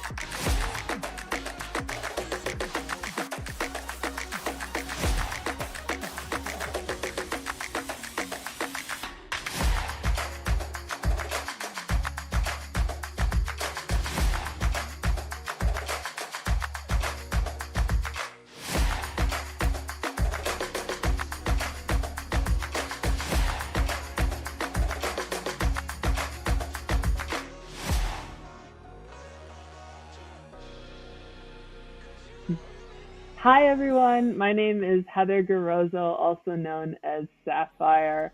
I'm so excited to join you here today. This is an initiative that means a lot to me. I've been involved in esports now for a little more than I want to admit, but about 20 years in many different facets. And when I started, I was often the only woman in the room. There were no women competitions. There were no other women on co-ed teams or women's teams. And that obviously has changed drastically over the most recent couple of years. Initiatives like this are so meaningful to getting more women involved and giving them a stepping stone to join those tier 1 leagues, to join co-ed teams, mixed teams, and hopefully become the best in the world. So I came to join today to just tell you a little bit about my journey, hopefully inspire you, whether you want to go down the path of being a professional gamer or a content creator, or you want to work in the industry. There's so many different options, and I wanted to share a little bit about my story with you. So first off, I'm actually at Valorant Champions in Istanbul right now. The match is happening like just behind the door from me, so you might even hear some of the crowd noise. Welcome back, everyone. We're getting ready for a fun interview. If you didn't recognize them before, well, you're gonna do so now. It is Slayer from the side of IRSC. Thank you so much for gracing us with your beautiful face, as well as the performance that you guys were able to do out there. You were saying get 3-0s, get done. Were we correct in seeing, looking into the results for this group stage play, that you guys actually dropped one over to the UCF Knights Rising? Oh yeah, no. We were just having fun and just messing around. I mean, they're a good team, but realistically, like, it's just a fun game. Like, we didn't really care to drop one. I mean, at the end of the day, like, it was pretty decent group. I mean, I think we got rewarded and blessed with a good group just because we did well in the qualifiers. So we didn't have to take it too serious. You know, obviously give each team their respect, but once we kind of knew how everything was going, like, it was pretty good. So just having fun, keeping the vibes up, and they were able to take a game from us. But I mean, overall, like, we know what we're capable of. So. Yeah, the fact that you guys went 9-1 in this group is really a statement to how strong you are. And were there any moments sort of in that West Florida series where they were starting to claw their way back that you guys started to sweat, or was it still just business as usual? They tied the game up. We're just going to score once again. Yeah, it was there wasn't really too much pressure on us. the most part, we were just doing our own thing. I mean, might have got a little out of our actual like rotation there towards the end, but it's just because we were just. I don't know. It was a filling out process at the beginning, and once we knew that it was kind of free, and it was gonna go our way, like we just did what we had to. I mean, we still got the wins, but I think tonight in the top 8 and especially tomorrow top 4, it'll showcase a lot of like what we're actually able to do against more competitive teams, more competitive games, and you'll see like a lot more serious rotations out of us. But I mean, looking across, I guess, into that bracket, now that you've finished group stage play, everyone will start to get seeded, but that's just from y'all's side. Group B will be coming up. A, B, you guys are expected to be doing very well, especially because of what you did in the South qualifier to get here. What's your expectation? Maybe just Final 4, maybe Final 2, about what your team will be facing off against soon from that group. Who do you want to play against? Who do you expect to play against? well, Group B seems to be pretty stacked, so it looks like I believe FIU is probably like the odd man out, most likely. So we're most likely expecting to play them, but I mean, honestly, any team where we're ready to play against, we feel confident against any of the Texas teams, any of the Florida teams, even Bruton Parker, we're ready for them. So at the end of the day, no matter where we play against any team, it's just same mentality, just go in, beat them, move on to the next game, and win this thing. So. That's really good to hear, and it's great to hear that confidence. As looking ahead as well, you guys are planning to win it all, right? But is there anyone at all? Because I know you were mentioning, Bruton Parker, it's a stacked group. Is there anyone that you would really fear running into at the end, like Bruton Parker or UTA, or is it just everyone here is a threat and we're the best ones among them? I think there's some decent teams, honestly. The Texas teams like UT Dallas and UT Arlington are no easy matchup, and neither is Bruton Parker. But for us, we have that confidence, we have that skill, and I believe we take any team for sure. But anything can happen, right? So we still got to come into the game ready, prepared, focused, take them very serious, of course. And as long as we do that, we play our game. We're very confident. But if that doesn't happen, right? Like if something goes wrong, like those teams are very capable of upsetting, right? But we're making sure that won't happen. And no. You know what? You're a Slayer that's soft-spoken, but you mean very, very seriously what you do out on the pitch. And we are very happy that we get to have you not once, but twice in the booth off of great victory. You come out as the #1 seed in Group A. We wish you all the best of luck. Thank you so much for joining us. We can't wait to see you guys, what you will do in that top 8 of the bracket. Thank you. Thank you for having me. Of course. Well, J Turbo, we're getting ready for our next matchup. It's going to be into Group B stage play. IRSC, they have made their statement. They said, you know what? We're here to play. We are very businesslike, and we get the job done. But just like Slayer was talking about, this is a very stacked Group B, so this one's going to be just a wild finish to the very end.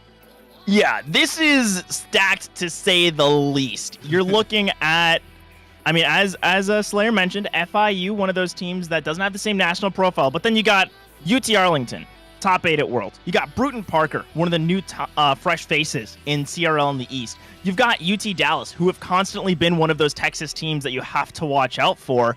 And then Florida International, the Panthers, a team that we'll have to worry about later on. But now we've got UTD versus Bruton Parker, the Comets versus the Barons, as first peek into Group D, and we'll get to see how Group B really does want to work out. Early pressure, early contests, but players to watch on Bruton Parker, especially looking at Antics, and you're looking at Melodic, but can't count out Soul. No, not one bit. I've seen Melodic play a lot. Kind of a overall just tournament warrior when it comes to looking at around the just overall kind of bubble scene, and then Antics. I've actually seen play in a couple of different amateur leagues as well. So these are squads that love to grind, not just in collegiate, but also on their own free time whenever they can give themselves some extra experience. On the opposite end of things, though, UT Dallas is made up of no slouches, and they have played Bruton Parker recently. We're able to take them 3-0, but it is in fact Antics that finds the first in this entire series. Yeah, Antics starting off strong, looking real good, as that's just going to be a nice clear up off of the demo. As you mentioned, yeah, looking at how these teams got here, it was UTD in the qualifier that shut down Bruton Parker 0-3, taking that clean sweep. as now Bruton Parker with this first goal, really trying to make a statement that was a fluke in the qualifier, and now in group stage, we're here bringing our best. You have to do that every single time, every single step. But for the time being, it is Bruton Parker that is just so affluent. BPC. Nice and little juke step to be able to get a nice challenge in front, but that's another pickup by Melodic. He's looking for a demo, but the pickup by the defender will not be vertical. They will stay on the ground. And yet it looks like BPC, Bruton Parker just consistently putting a shot forward, rotating back, doing it in pairs right now while they have that free space. They are demoed away, so this starts to have UT Dallas now push back upfield. Yeah, and this push is what we really want to see, this constant push and pull, this back and forth, is Luby with an advantageous 50. Melodic looking ready to try and take that, but it is just going to be a goal that comes back, and UT Dallas tie things up off of a quick clear that turns into a score. So this is going to be how I think this entire group stage does pan out for Group B. That's kind of how it always happens. You have your number 1 seed. They get to have a little bit more favorable seeding because of what they did in that qualifier. And then you have another group that you basically get rendered as the group of death. So I think that one could lend itself as a nickname to this particular matchup. Later we're going to have the battle for Texas. Right now we have BPC and UT Dallas that are at each other's throats. It's game number 1. Where both these squads have to get up to match speed, and it's a bit of a grinder just for them to find extended possessions over the midpoint of the pitch without giving it up for free. Yeah, and you sort of mentioned I've got the Battle of Texas in this group, and how the last group was just all Florida teams.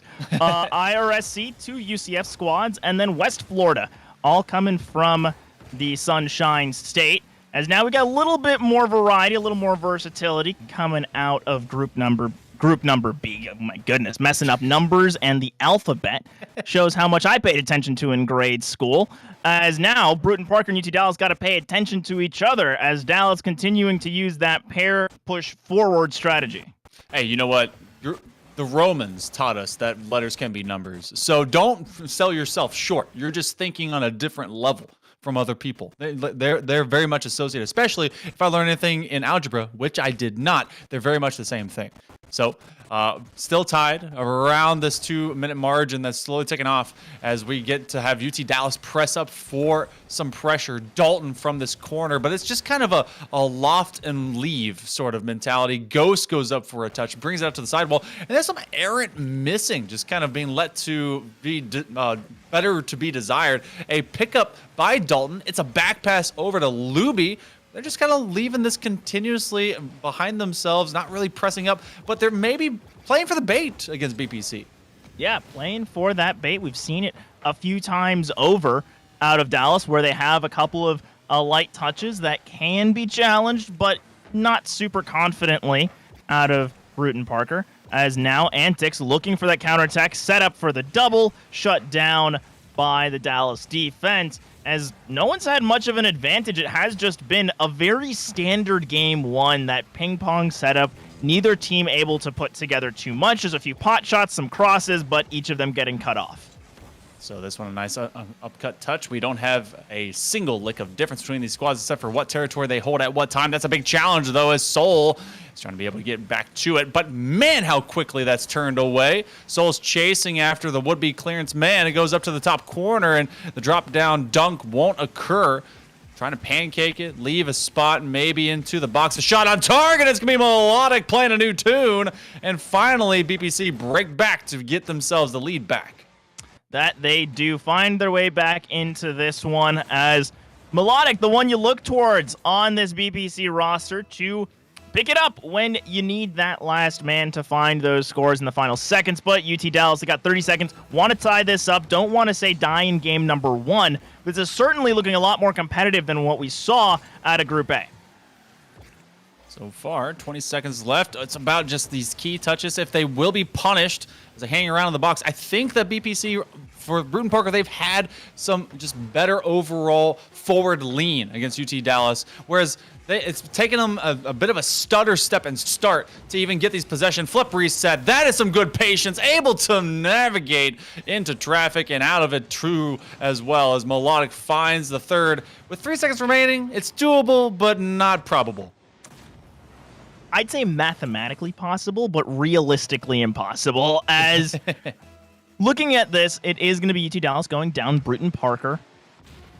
We expected that they were going to be a really strong team, but if we look at the qualifiers, it was UT Dallas that won the last time these two teams met, and BPC showing that was a fluke. They made their way into the groups. They want to show up and take game one off the Texas team.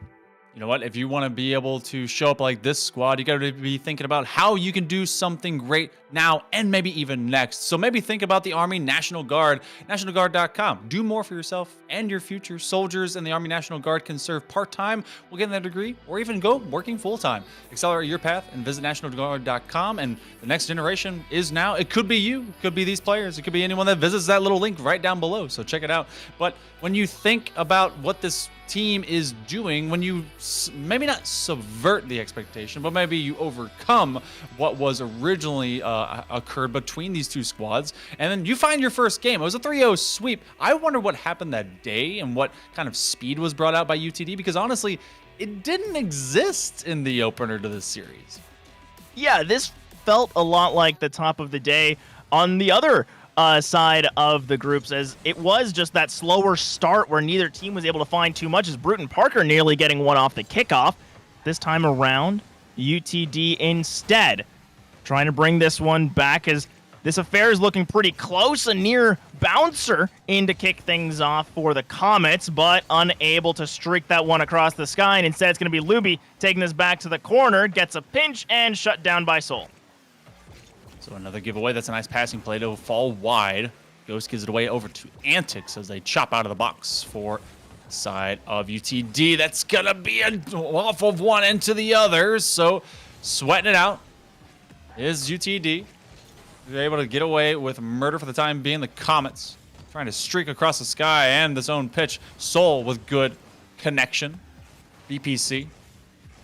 So it's just a nice bit of midfield contention as Luby launches forward. That's a strike that doesn't ever come. It goes wide. So far, not good on the accuracy portion, but having a lot of pressure. Counterplay. Can Soul be able to navigate? They get this one as a 360 no-scope to the backboard, but, you know, it looked cool. Just didn't go into the net yet. Looked cool, but not able to find that score, as we're going to reach about the first minute and a half come and gone, and a lot of pressure. And especially, as you mentioned, UTD, they have some great ideas, but that precision isn't quite there, whether it's the backboard or the post, constantly shut down on these shot attempts. As a flip reset in the midfield to no avail, as Melodic looking for more, but a good 50 by Ghost helps slow things down. And there's some real disruption in the orange box, and it's finally able to get cleared out. Nice little game of leapfrog with moon shoes. So you get that extra just kind of jumping happening, and of course trying to dodge what would have been the otherwise bump attempt. This has been a low-scoring affair here, Turbo. This really has not found the net often, but the last bits when they do are lethal. Bardowski's will hit. It's a counterplay. That's a lateral edge rotation by UT Dallas that is punished, especially at that midfield portion, and Soul's the one that puts it through.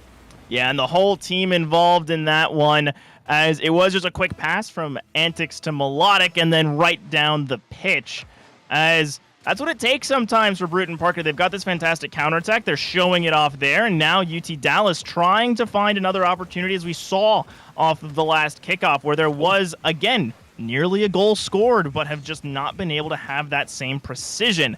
As Luby's got a little space, is going to cut across, but there's no one ready to receive. Dalton on an awkward rotation that's sort of cutting off Luby's position and not enabling the aggressive positions that UT Dallas wants to have, as a pass down in the midfield taken away once again.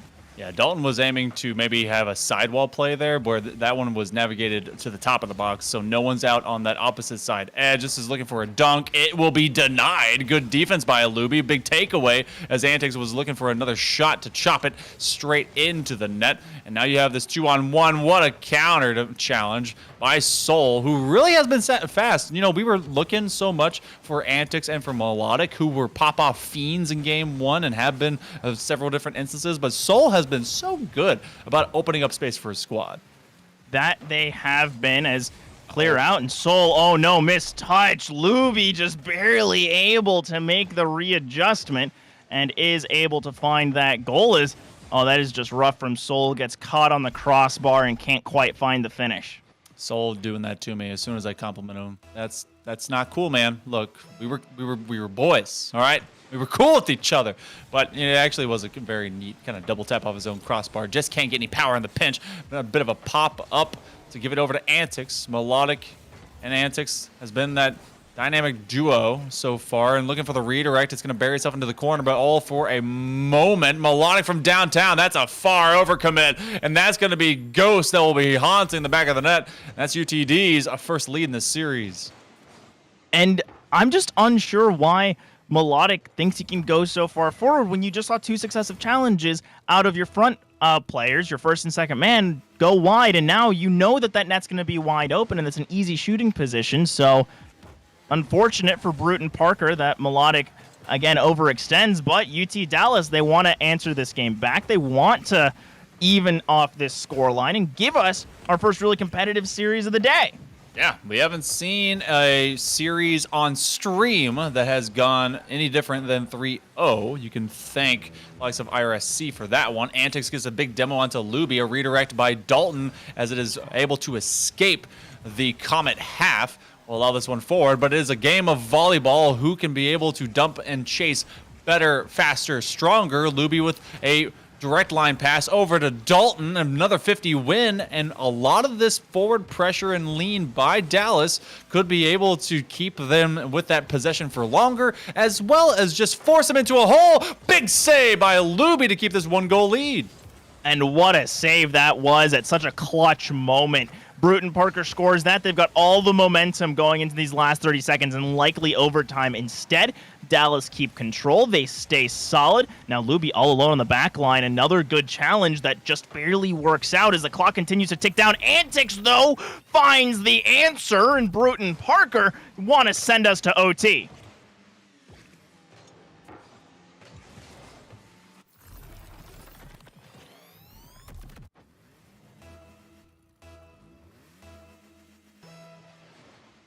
Is now 10 seconds to go.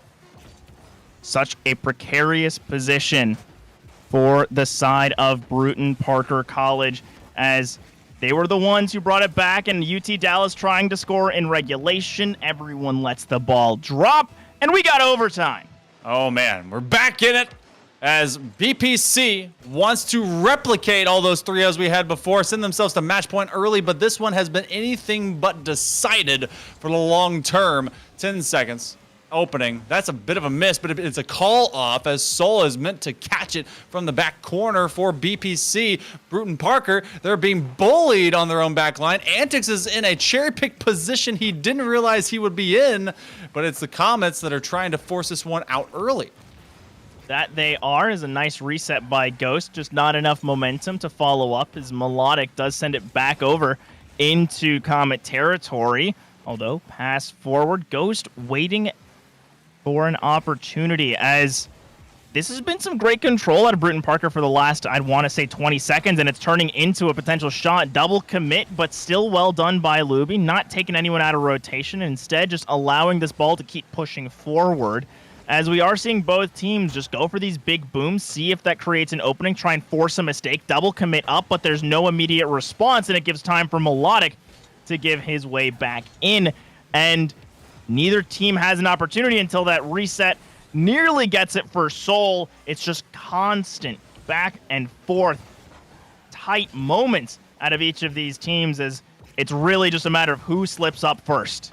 Yeah, and they're sending a tackler down. That's going to be an open net, but Dalton wasn't out of position when it came to that backboard wall. They get rid of one factor while not being able to answer for the other one that is much more apparent and divisive for the player heading over to make a passing play. 100 seconds have been elapsed. Antics looking for a flip reset, looking for that aerial bump. The ball is on target off of just one little chip.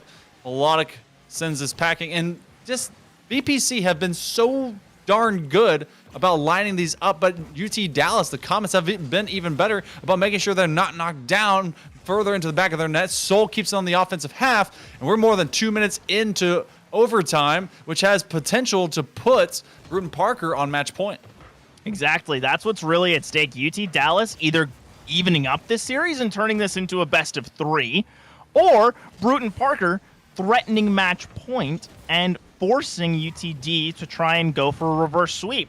Very, very impactful. Demo in the box, and instead we're going to see the crossbar shut it down, and a better save by Ghost as he's an absolute phantom on the defense, as now Luby looks for the setup. Soul shuts it down, and as it continues, every second that ticks by feels like it could be the last of this series, but the demos from both teams are proving to be enough to at least alleviate the pressure. This is a grinder of a game. You have so many chances that develop in just it seems like it's hanging forever, and then it's shut away by a great defense that is not just giving it up. Bruton Parker has had the majority of shots. Yes, they have been sent away, but UT Dallas has been able to just kind of stand up as a wall, and every brick is made of not just concrete, but extra steel reinforcement. BPC, they're now all the way in their corners. This one's going to fall dangerous, but watch out! Shot on target. It will be saved by Antics. We're approaching 3.5 minutes of play here in OT. Yeah, we might get an entire extra game in just this overtime, as it was nearly ended there, but Antics has been the one keeping this game alive for Bruton Parker. It was a 10-second goal to force this overtime, and then a goal line save to continue it after the 3-minute mark. As another clear by Ghost, and now an attempt by Melodic to drop it for a teammate, but no one quite fast enough.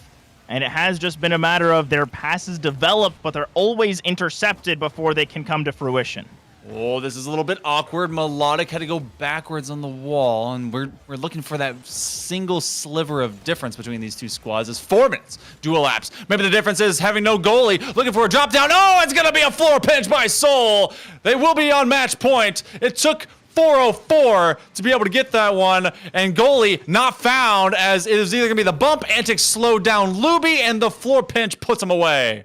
Just the threat of Antics getting that bump was enough to force Luby back and prevent that save from coming through. Fantastic team play to close things out, as that was a 9-minute game, and we've still got more in this series. It's a 2-0 scoreline so far, but UT Dallas has been in every single one of these games, and it's been so close, but Bruton Parker just having that extra oomph at the last second. This is going to be one of those kinds of series that if it goes through 3-0 as a sweep, that's not the same. No, we've already had, nearly 3 games inside of 2 as we head to the match point margin here, where UT Dallas is going to say, okay, that was a couple of openers. We need to stand strong. I see them maybe being able to take a game off of this because there's barely any difference other than just execution.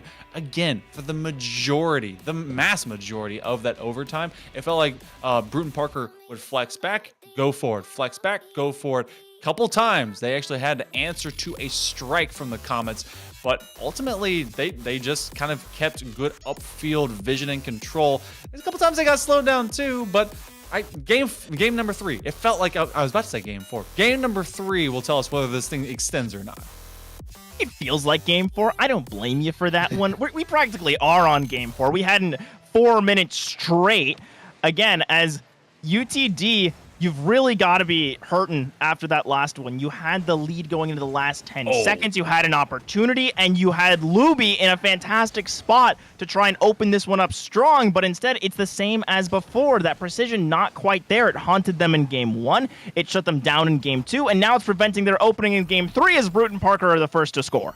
I like this call off too, because as soon as they saw the double commit, Antics is way back here. Look who's up first. Melodic says, come up. Antics says, I got it. And even from that distance, he had more speed because of the misposition by the double commit coming out of the box to be able to put it through. So in 21 seconds, Bruton Parker is able to put UTD on notice, and that has been the name of the game early on for every single one of these games so far.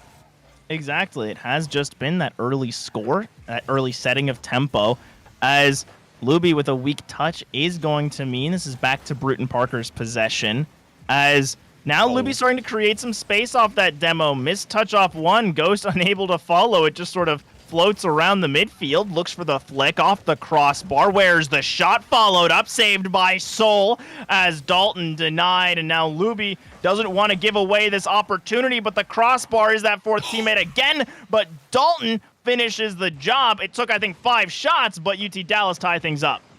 10 seconds ago, this was chaotic rotations that just kept circling around each other, and now it's just constant attacks. Ghost was able to start it up after he left the ball behind, got back to it, it went to the left side wall, and then looking for the option that is Dalton, who just follows it up with second effort. So, again, we are all knotted up at one, or more than 1 minute, into this third rendition of this epic matchup. Honestly, this is a good classic, and it's all about who's able to just execute a little bit more clean. Melodic will drop it to the box, but this is looking like a counterplay that will have some midfield contention. And I love some of these ideas we're seeing out of Bruton Parker. That right over Antics to Soul and then Melodic, nearly able to get that continuation. A lot more structure out of Bruton Parker than we're seeing out of Dallas, where Dallas, yes, on that scoring opportunity, there were quite a few passes that materialized between their teammates, but they weren't as intense, they weren't as programmed. But who needs programming when you've got power? Luby finds a second. It's about speed. It's about power. It's about Luby hitting the shots he needs to hit. He can't hit the first one, but it's all knotted up on the second effort. He's able to make up for that miss for the game opener, but that does give the Comets now a game lead as they bring numbers in these instances, and Dalton is going to try and extend that one even further, but it's fended away by good positioning to the backboard. Yeah, that good positioning allowing Bruton Parker to punish a lot of UTD mistakes, but it's still, once again, like in Game 2. UTD up top, and Bruton Parker to immediately respond. Soul with a beautiful double to bring this one back, and it's only been 2 minutes. We got 2 goals apiece. I need to know what Soul's just vision is. 2020, 2010, I'm just able to see that from a mile away, especially because there was just enough space to go for that double and just make that quick read. That is knowledge that your player has taken every moment to experience repetition of that sidewall shot opportunity. So we're tied again.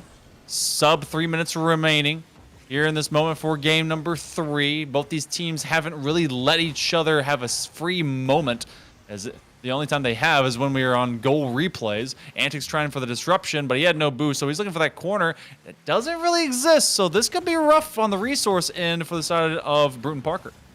Yeah, it could be a little rough as those Bruton Parker Barons are starting to run low on boost. Melodic, with a risky touch, is able to let it escape the zone, as now there's that potential for a lethal counterattack. Good interception out of Dalton. I like that UTD is reading the moves that Bruton Parker is trying to make, but double commits like that are what's been really leaving the door open for so many moments, as Melodic trying to find that pass down and unable to. And it is this back and forth, 2 versus 2. Bruton Parker want to finish this series here. UT Dallas want to show that they've got some fight in them left yet. They have a rival waiting for them in the state of Texas later on, and they got to be undefeated if they want to, have a little bit of extra pride on their name getting into it. But right now, it's an uphill battle. They've done well in their games, but they just haven't been able to do well enough to get that W on the board. Sub 90 seconds. Soul looking for an option. He's got an upfield man. It's Melodic. What a passing play! I thought maybe he'd go for the bump, be able to clear the net, but no. Tips it up, gives it right back to his man, and it's Bruton Parker with the lead. And Melodic, just so intentioned, but it looks so small. That tiny moment of slowing things down just makes the defense so unsure of where this is going, and Soul just says, thank you very much, I will take that open net. And Bruton Parker look poised to take this 3-0 and do what Dallas did to them in the qualifier. Little return to sender, but this time the address is known. Antics trying to leave it over to Melodic. Maybe another Soul taking away strike. Soul will put it between 3. And that's actually very advantageous for Luby. Tries to play for the pass, for the back step. That's a shot on target. It will be answered by a defensive measure by Dalton, but we're still 1 minute remaining here, J-Turbo, and we've got a 1-goal difference. BPC is not going to, or trying to not let this go on and go to OT. They want to finish it, take a 3-0, be able to tell the Comets, hey, did you one better? And we did it at the most clutch time possible in group stage play. Exactly, and it could be that return to center. Could also be continuing that streak of 3-0s we've seen on stream today. Bruton Parker aren't ones to mess with tradition, as now Dallas, though, they want to have more games. They want to show what they're made of, as they are a really strong team, and they have been putting up these fantastic plays, and they've been finding opportunities, but Bruton Parker have made adjustments when they need to, as now the last few seconds go down. Dallas need to find something. They need that comet. They need to wish upon a shooting star, but it seems that there won't be any opportunity as Bruton Parker takes the 3-0. You know, you got to want Pinocchio to be a real boy later. For right now, Bruton Parker will be the Monstroso that will be able to take this matchup. It feels, you know, like we went to 5 games in the first place, at least 4. And these 2 squads, it has showcased that this entire group is as deep as was said by Slayer. So, an ultimate win that goes over to Bruton Parker. The Barons looking really good, and they're looking at least a degree and measure above over the Comets. I need to know from you, Turbo, you got 3-0'd by them. Now you 3-0 them back. I mean, where does that kind of put their mindset, at least from our optic and yours, for where this team's confidence probably lies? I think it's really high up there because you look at the qualifier tournament, they made the top 8 after beating UTK, and then they get shut down by UT Dallas. And this is a team that has been competing in CRL, who made their debut this year, and now, once they get into the actual tournament, the regional itself, they shut down UT Dallas. They say, hey, I don't care that you took us to a 9-minute game. I don't care that game 1 was really tight. We wound up finding those couple of goals needed, and we wound up being able to shut the door. And I've got a feeling they'll be very, very confident now, just looking ahead towards their next matchup of the day, whether it be UTA or FIU.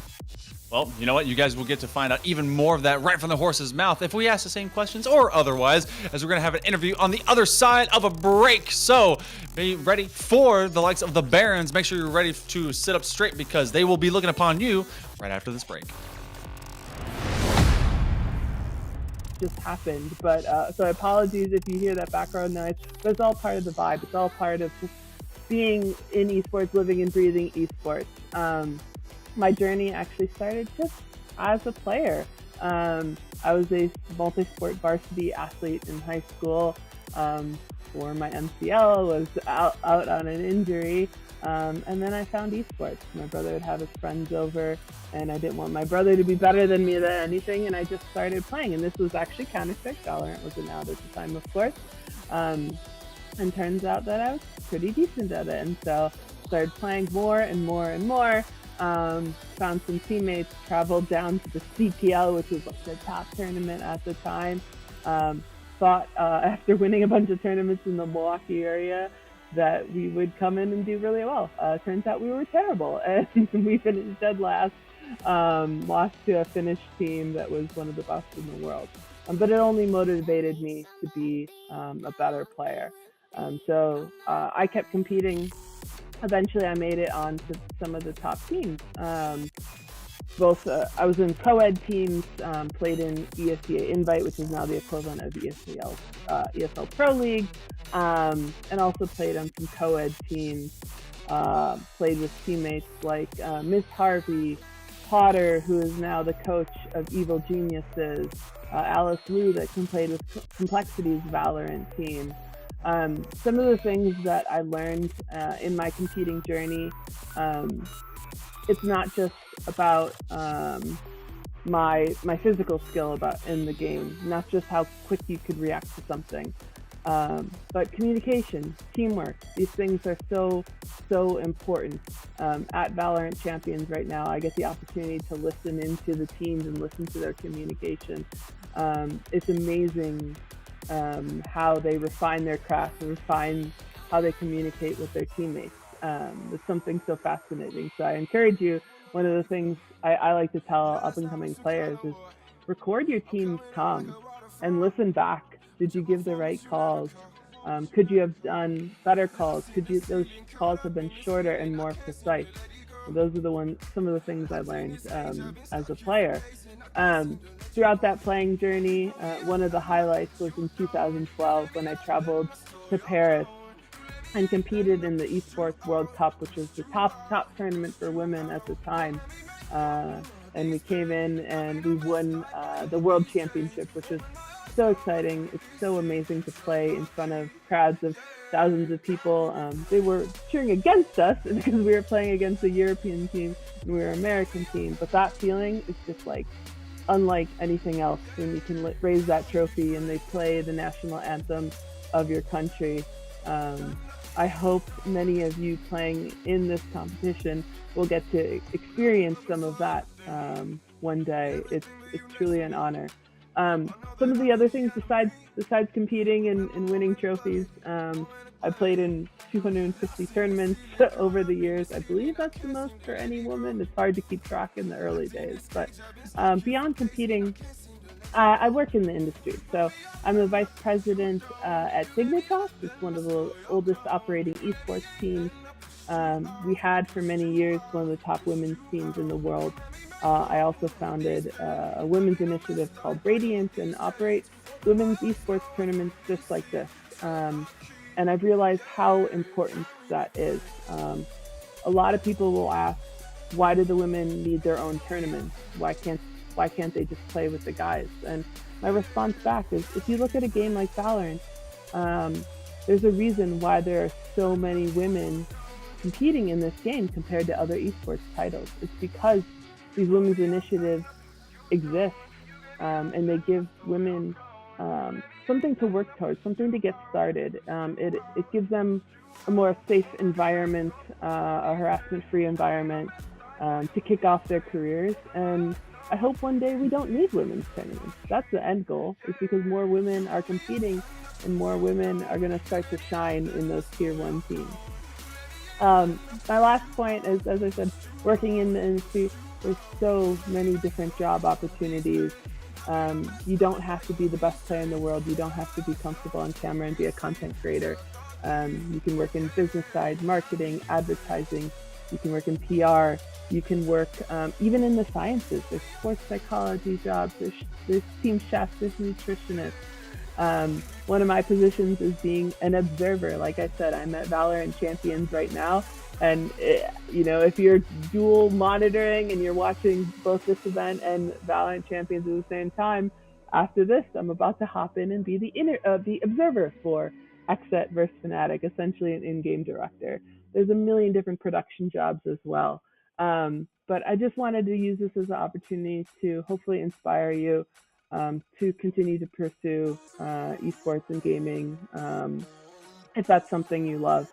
And then my final comment is just a reminder that, you're going to be in games sometimes and people are going to say terrible things. I hope that ends someday, but just know that no matter what they say, you belong here. You deserve this. You deserve to play this game. You deserve to be in this competition. And I wish you all the best of luck. Thank you so much for having me. I can't wait. I know there's going to be some superstars. I hope I see you one day at Valorant Champions kicking ass. Thank you so much for having me.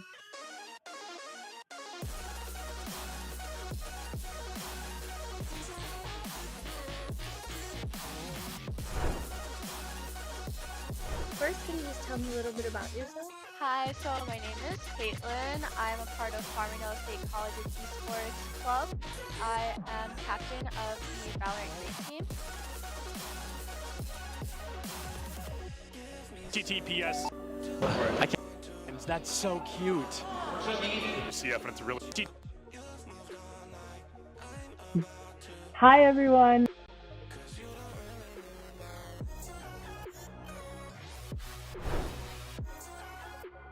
First, can you just tell me a little bit about yourself? Hi, so my name is Caitlin. I'm a part of Farmingdale State College's esports club.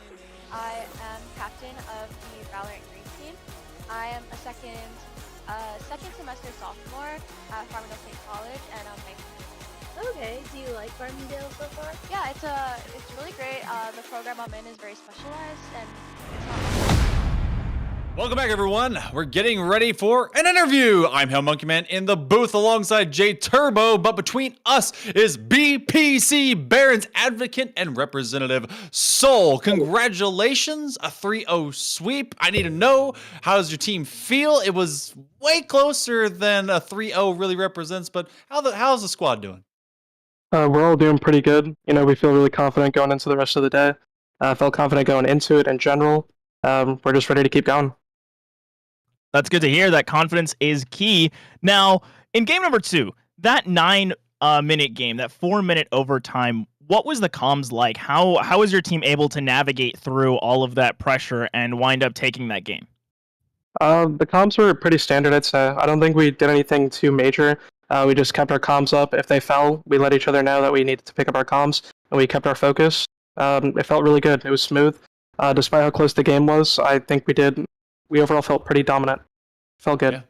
Yeah, that was a very long OT, but it felt like there was so much offense still coming from your school that you were just able to control it for the majority of it. But I need to know, in the qualifier, you went down 0-3 against that exact same squad. You go 3-0 over them today, and it was very close.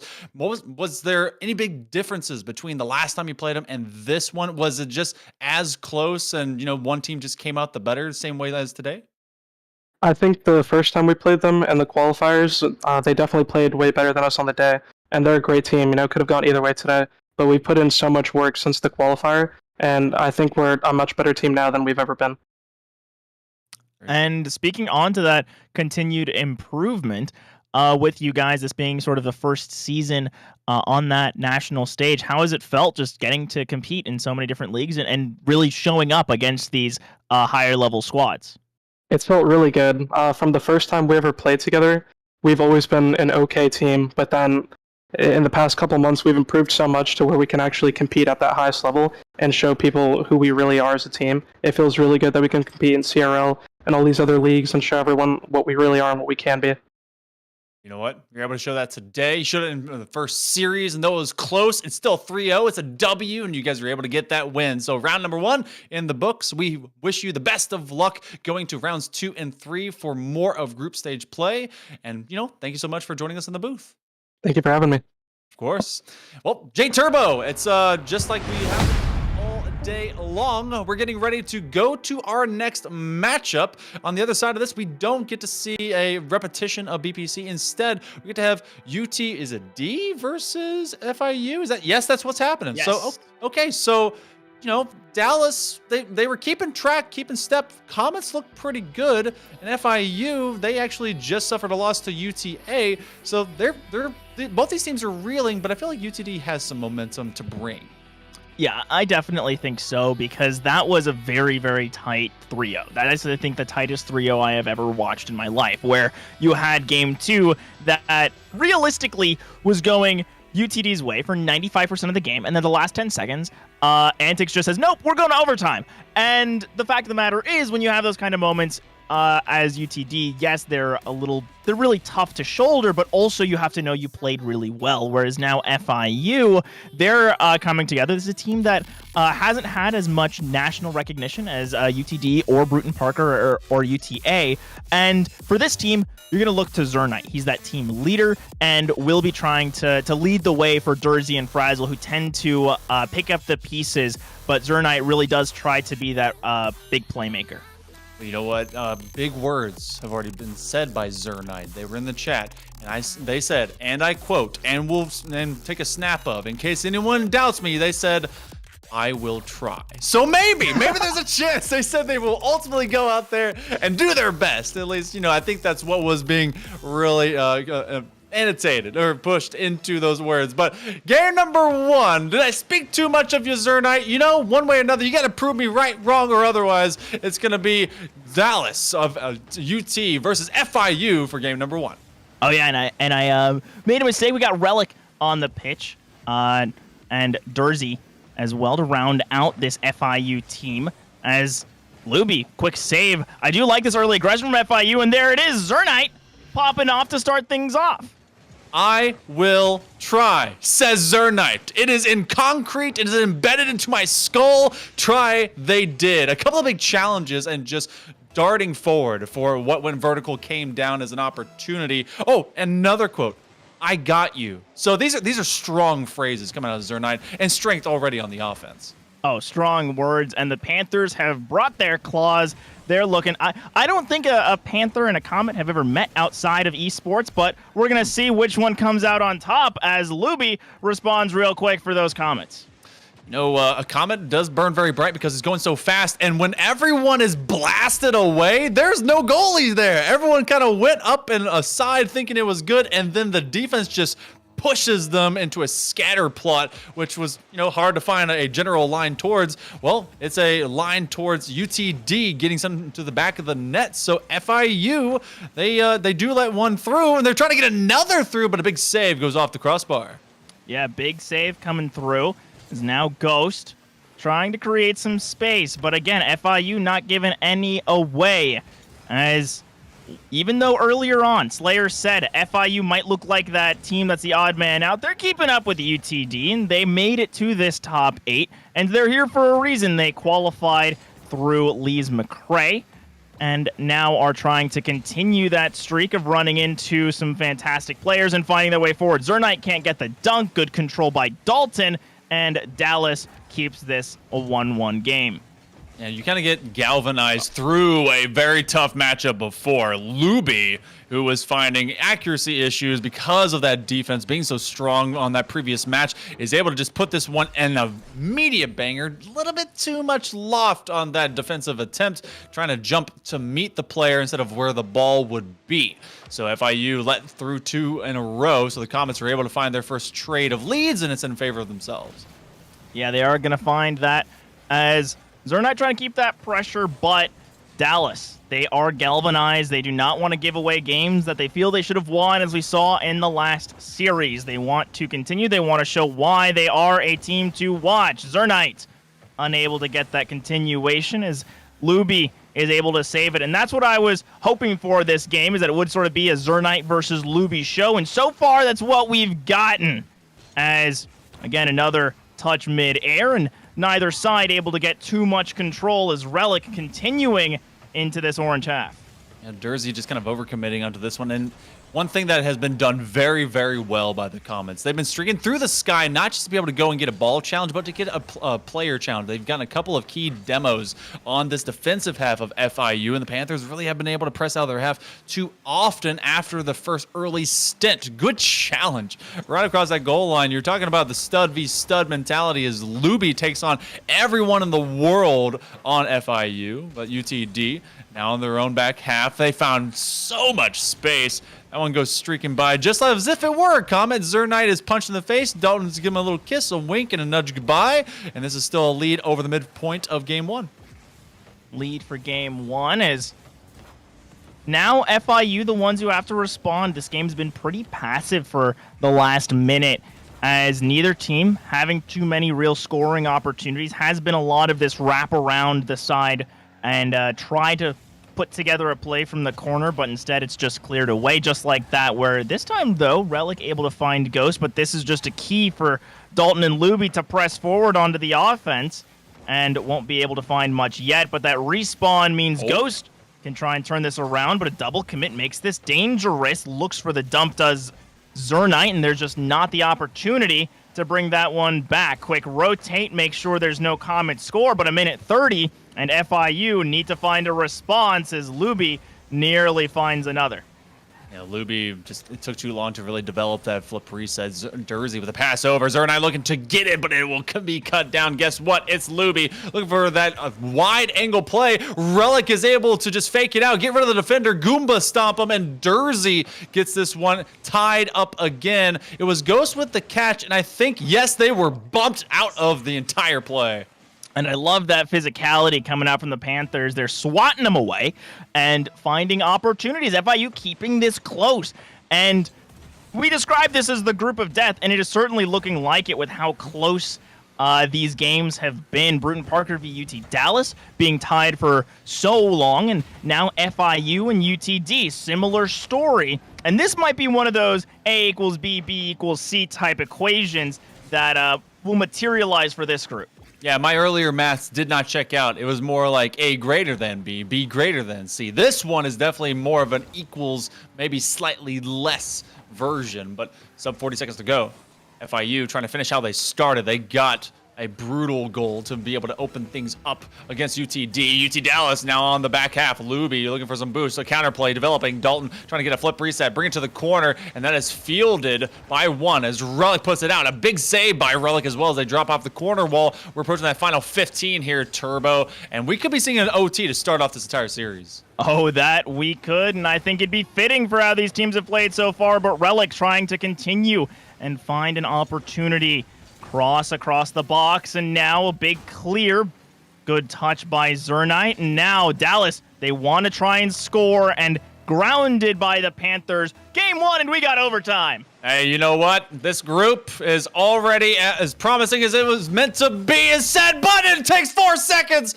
Ghost will haunt the dreams of FIU. The Panthers, they send 2, but the second delay from the Comets, and it will be the dunk slam in by Ghost that ends it very, very fast. And a fantastic read by Ghost to just see exactly how the defenseman had to try and field that ball. Gets the dunk, makes sure that it's all good. And again, just 4 seconds for that overtime. We were hyping it up. We were expecting it to be this close, drawn-out affair like we saw in Game 2 of the last series. Instead, it's just UT Dallas closing the door on FIU, but they're going to be hungry for more going into this game, too. And you have the difference of outcomes like that. You either get a 4-minute game, which is a banger of challenges, control, and being able to kind of send away shots, or you have a boiling point, which was reached with immediacy by the Comets. So we go into game number 2. Can FIU and the Panthers be able to just find more space earlier and midpoint of the game? Because it seemed like UTD really kind of owned the mid and late portion of this just opener. But already early shots being made by the Comets. Yeah, early shots, that early pressure, trying to continue that momentum from last game as the Comets want to 3-0 the Panthers here. They don't want that last series to be how they're remembered. Good save by Jersey on the goal line, but still very dangerous as Zernite looks for the follow-up. Although I will say all these Comets together, pretty dangerous if FIU can find a counterattack, but so far just 2 tight rotations out of Dallas, and FIU are just held in their own half, unable to make it out, unable to even find much boost, although Relic, quick counter, closely saved by Ghost. Does a group of comets flying together become shooting stars or a meteor swarm? I don't know what the better description is. Either way, I want to see that happen. Maybe as a showcase exhibition. Either way, it has been so far a trade of at least position on the pitch. Wow, a great pickup. Luby will be able to just take on the world. A demo onto Relic thins out the final defender. Look at this pitch and catch. And this is just so well done again. It's pitch and catch, self-pass from Luby, and that continuation, keeping the momentum going. FIU just was not ready, and a great breakout play for one of the stars out of UT Dallas. Man, just a nice trap and flick. Able to make it happen in a moment's notice, and that's something that is hard to respond to. You can teach how to get your mechanics good, but to be able to do that instinctually is almost unteachable. And Zernite looking for final challenge. He's going to have no boost. He's going to be looking to the opposite corner. There will be some there, but the attack is already pressed up.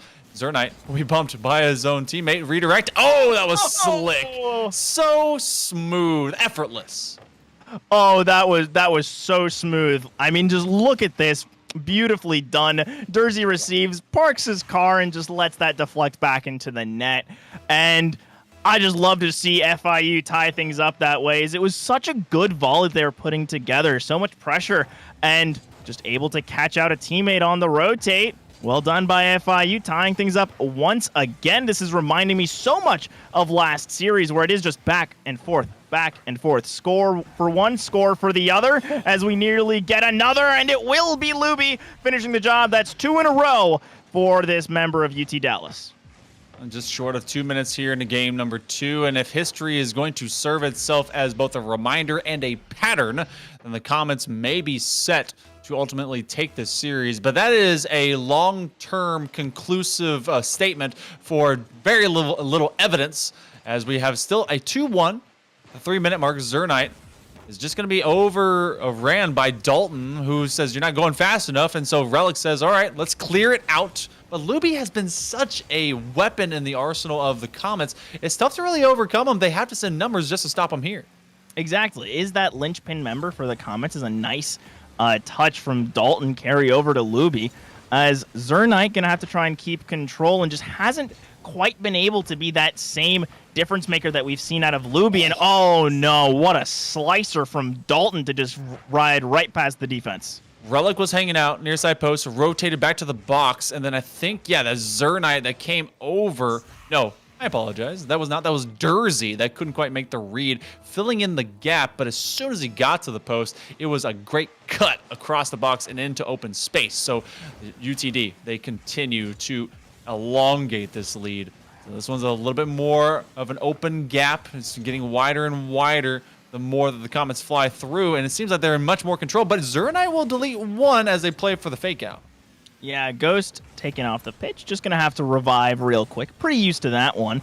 As now Luby receives a pass, and FIU just haven't been able to break out of their own half. Even when we looked to their score this game, that great pass from Zernite to Dersey, it was off of a counterattack that they just barely had enough boost for. As Zernite looking for the redirect, but Ghost is able to find the save instead.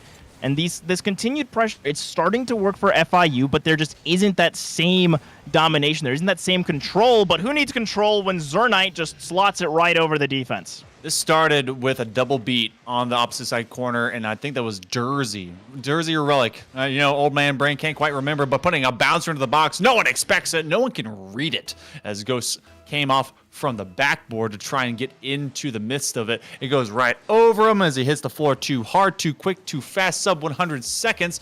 And it's now FIU showcasing that they're going to get back within distance. Going to tie this one up, but they have time at least.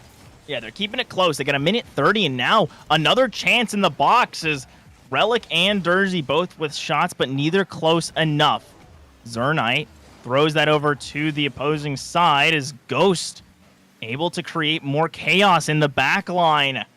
And now it's, again, all that pressure for FIU. Zernite pass mid. Luby able to clear it out again. Team bump could be dangerous. No punish quite yet, but that dunk not enough from Dersey.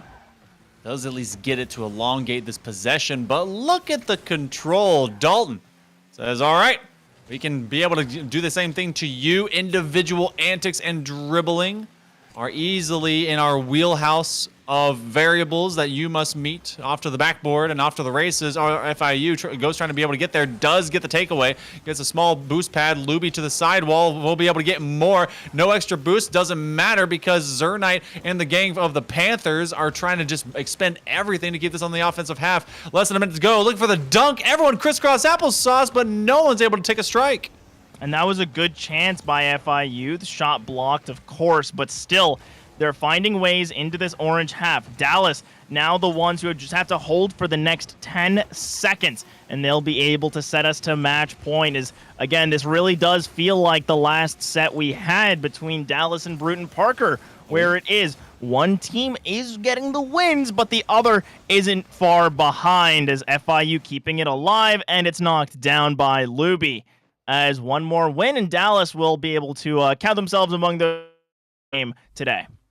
So it was so close. And even though it was 3-2, and it was within one goal, it did feel like there was a better bit of confidence in favor of UT Dallas. Comets were more offensive. You had brief stays, trying to be able to make challenges on that defensive half for the Comets as Panthers were running it down. Zernite hasn't disappeared, but he has been limited, and I think that they really wanted to try that after they saw how influential he was early on in this matchup. So we go to game number 3, and J Turbo, when are we going to get away from a sweep? We don't have one yet, but we're very, very close. We are very close, and I don't know, maybe we're just going to see 3-0s all the way down, but this is still a good showing from FIU. They're one of those teams that doesn't have the same props. They haven't been in CRL before. They haven't competed in CECC before. They were, I believe, not even in the last South Regional. So to come out and get top 8 is still a fantastic showing from this team, but they are nowhere near done quite yet, as Relic, Zernite, and Dersey are keeping this pressure alive. Ooh, Massive doink by Ghost sets up Dalton. Luby's going to retreat, and Ghost actually, because of that positioning that he did it on the defensive rotation too, is able to get at least one more, so it's not a free net. And we're playing with some massive rainbows up here, but Skittles will not be at the bottom of it. In fact, the only thing sweet is the nearness of what you'll get a chance of taking a shot with. First minute of play comes and goes. No one scores. We had 5 goals in the previous one, and this one so far is a squeaker between these two teams. That one's a takeaway, but still no dice. Yeah, we saw about 35 seconds of pressure from FIU, and now another 35 seconds of pressure out of UT Dallas as Luby got some space for a solo play. Doesn't have enough space for that double, but does have the opportunity for Ghost to create more chaos and continue to put these Panthers into their own side, as that might be another overcommit. All 3 members in this blue half. A very key 50-1 out by Ghost to give the rest of Dallas time to recover, and now for a counterattack. Zernite waited until he saw the whites of the eyes of Dalton. Apparently he was leaning over into his dashboard real close. Could be able to see him straight through his sunglasses because he was cool, calm, collected. But Zernite is now trying to win a 50. Has all of one bit of boost. I was gonna say HP. It feels like that at times because sometimes when you don't have your boost, you feel like your life is over. A couple of dunks denied. Ghost gets the first one. The second one was errant, and they just couldn't put it through. Good defense from Dallas.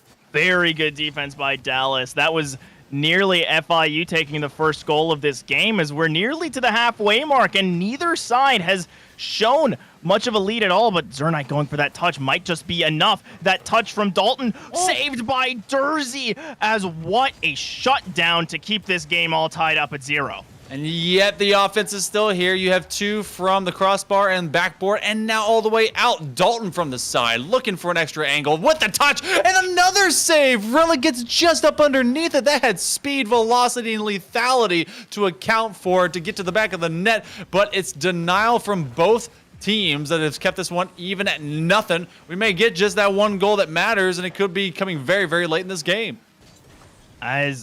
Yeah, this could just be a 1-goal game. This could just be one to decide them all, as Luby got some space for that dribble. And I love these moves that we're seeing out of FIU. Even though they're a little risky, they're trying, but Dalton finally is able to punish. High risk, high reward. Luby forcing FIU to make a move, and then otherwise it punishes them if they don't execute well enough, and then outpacing them is Dalton. I swear he's taken the exact same path a dozen times throughout these last couple of games just to rotate into a very familiar form and force FIU to answer to him, and this time he was let go for free off of a big 50 win. Zernite has to make something work individually, and just Dalton shutting them down at every pass. Shutting them down indeed. As a clear out to the midfield, left for Dursey is now Relic, keeping this one dangerous, but there's just not enough boost for Zernite to continue, although now some space in the air, looks for the double, slides it forward, and with that strength, FIU are on the board. Hey, you know what? That's some good looks by the Panthers. They're supposed to be pretty big cats. They're supposed to be able to take you down in a pounce. And that's that Luby v Zernite combo that you were touting. Well, they're spouting one out and in. And that's going to be the double dragons that come out tied up. 80 seconds and less remaining here in game number 3. Could be another sweep on the day, but for right now, both these teams are in lockstep. They're in lockstep as that just rolls very slowly across the Panthers box, as now Dalton doesn't want this to go to OT, doesn't want another one of those 4-minute games that they feel they should have, as Relic nearly able to just carry it in, but a great save from Luby prevents that from happening, as Dallas have got to be remembering that game 2 against Bruton Parker, and now against FIU just want a clean sweep, and Dalton once again the only to score in game 3 and has been Dallas's savior. Ghosts of games past looking to be extinguished. A wonderful strike off the backside bumper spoiler area of Dalton. No matter where it was on, it had some absolute power behind it off of that whip. So, can the Comets hang on to this lead? Shot on target. It goes bar down, and then immediately with a splash, we're tied at 2. Oh my goodness. We're just back to tied up. These teams are playing with my heart. I'm a Florida fan, and these Panthers are just playing with it. Oh my goodness, finding their way back in. We're tied up. UT Dallas now the ones who need to respond, or if FIU, whoever scores next, realistically, is probably going to win this game. But I said that a minute ago, and we had 2 goals since. It's all about who gets the score last, maybe behind a caster's course or otherwise. Climbing the ladder. Zernai, big challenge, is not picked up. I believe that was by Jersey. Relic hanging out beyond the midfield line. Press up to the corner.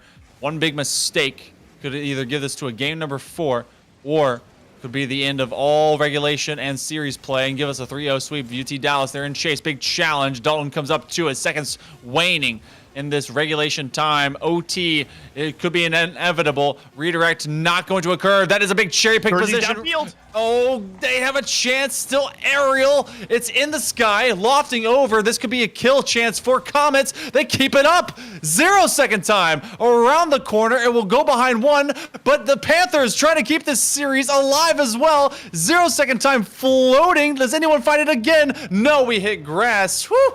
What a dramatic moment, but it still gives us the OT. What a final 10-15 seconds out of both teams, just keeping the ball alive and trying to bring it back, as now we are in that golden goal situation. The last time Dallas was in an overtime, they fell, except for, of course, that game 1 that just got eliminated so quickly. That one didn't even feel like an overtime, as their other was 4 minutes long. It's either 4 minutes or 4 seconds. Dallas can't quite decide, as it's now up to the Panthers to keep their series hopes alive. As again, this isn't an elimination game, but it is still determinant for seeding. If they lose here and they were to lose again to Bruton Parker, that means that they'd be running up against most likely IRSC, a very tough way to start off your bracket.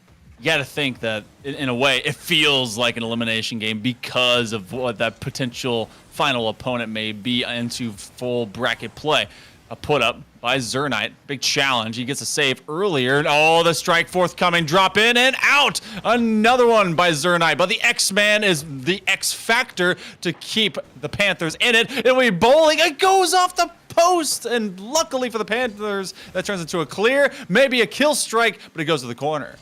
And that is a painful miss for UTD, as that was an empty net. It just went right off the post. Good patience by Dersey, letting Dallas make a decision. And that's one of those moments you do just sort of have to play for your opponent's touch and not try to overcommit because of how high these stakes are. In a minute 30, that goes so low, but the crossbar still FIU's best friend, and Dersey with another denial. There have been so many moments that the FIU goal line have just been able to barely keep it alive, as we're breaching 2 minutes of OT, and neither team has much of an advantage. Not at all, but Dallas has held the majority of offensive pressure. Ghost is looking for a bump. Everyone's going to be retreating backwards, and Dalton's going to try and feed this back over to Luby, who has been the star-studded player for this squad. Stringing across, picking up. Doesn't get credit as a save, but it does ultimately give some space over to the Panthers. FIU on the press. Relic trying to do something with nothing in the tank. Now flip reset. Luby has it in the sky. He's going to put it through, and that will be a 3-0 sweep for the Comets. We continue our historical streak today, and Luby is able to get the Comets their first series win.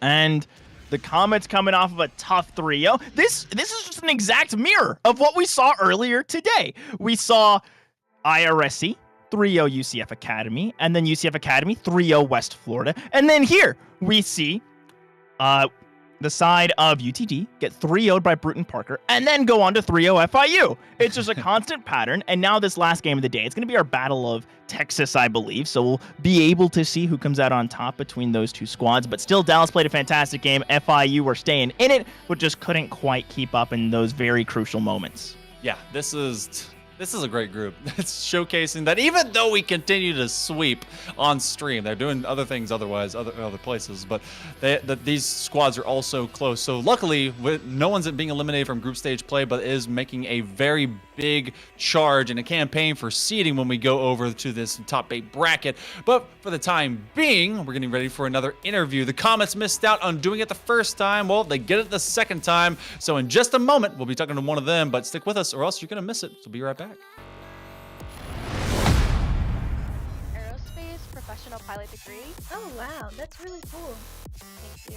So, is this your first time on an esports team? No, so I've been a part of the Valorant team for 2 semesters, and this is my 3rd semester, and it's my first time ever being a captain. Okay, oh, that's awesome. Can you tell me a little bit about what it's like being a captain? So a lot of times I'm organizing the team, making sure everyone is properly set for upcoming games, getting scrims for our team, and kind of just making sure everyone is there, present, possible, and able to play the games that we're gonna, be participating in.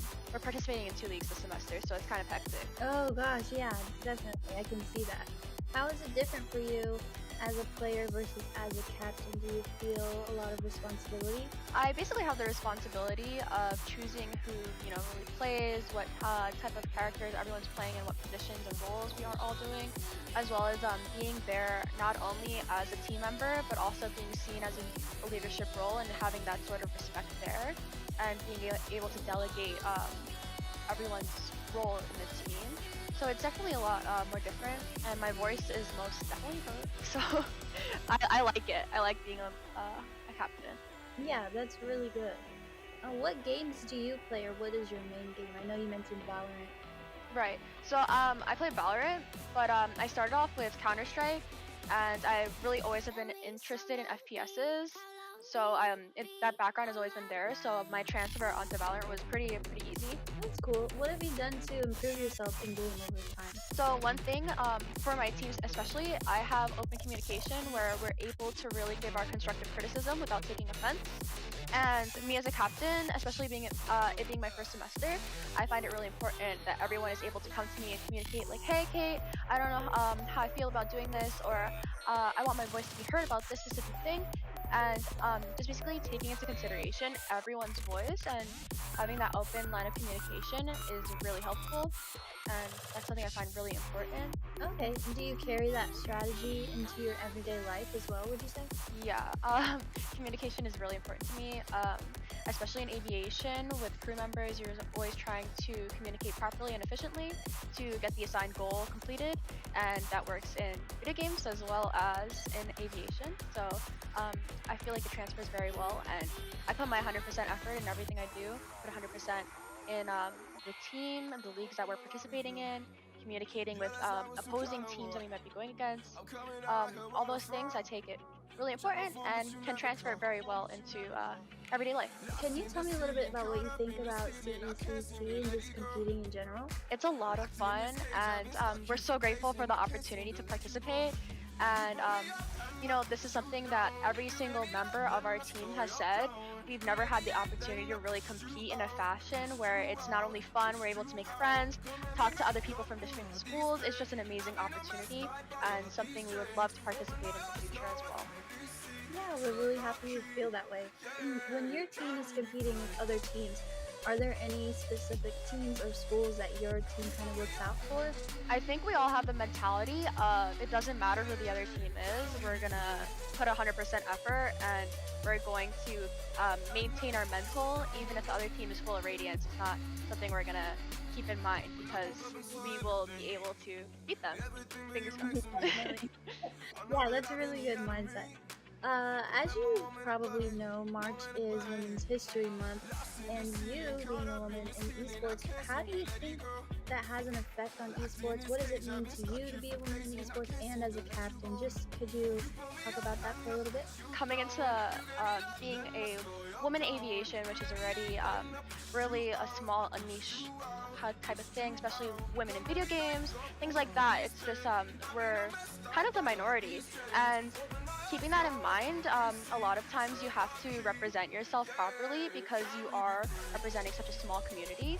So I feel proud and honored to be a part of the Women's in Aviation as well as being a woman in esports, and it's a lot of fun. And just understanding that us girls are here too, and we're as good as everyone else, and that we have the opportunity to be a leader in esports, and that we're equal to everyone. It's really important to keep that in mind because we're here, even though you might not see us too often. I know you said as captain your voice is heard, but when you first started to be a captain, did everyone take you seriously being a girl? Was that respect there, or did you struggle with that? So I would say initially when I first got on the team, I was put onto a support role, and everyone knows that women normally play healer when it comes to going into any game. And now I'm playing more of a controller based or a sentinel, which is very crucial for holding down sites. So by playing that now and then having those semesters in my backpack of experience, everyone has treated me with respect, and I would hope it stays that way. And either way, I demand respect because I reciprocate that respect to everyone else. So it's definitely difficult, especially for girls starting out. That toxicity is there, especially even now whenever I play a game without my team there. That toxicity is there just for being a girl. But as long as you don't have that mindset of them affecting you because you're better than them anyway, it's fine. Definitely. Well, that's good. I'm happy that you're getting respect that you deserve, and that's awesome. And thank you so much again for your time, and I really appreciate it. No problem. I just wanted to add that our esports team, our esports club as well, started only with 13 students and 2 teams in 2019, and now we're up to 19 different teams and over 350 students in to date in 2021. Like, that progress is there, and even if you have such a small, if you think that things are so small, realize that a community is there for you, especially being a female in esports. That community is there for you. Definitely. That's a great way to end it. Thank you so much. And thank you so much for sharing your story. I really appreciate it again, and your time. Just thank you overall. That's awesome. No problem. Thank you for the opportunity. Of course. I hope you have a good rest of your day. You too. Thanks. Bye.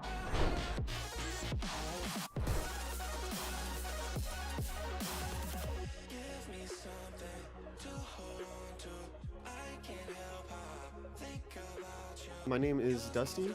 I'm 24 years old, and this is my first year at Bay State College, and first year towards my bachelor's there. But I've been going to college for a few years now, or several years now. Cool. What are you studying? Right now, I am studying human resource management. Nice.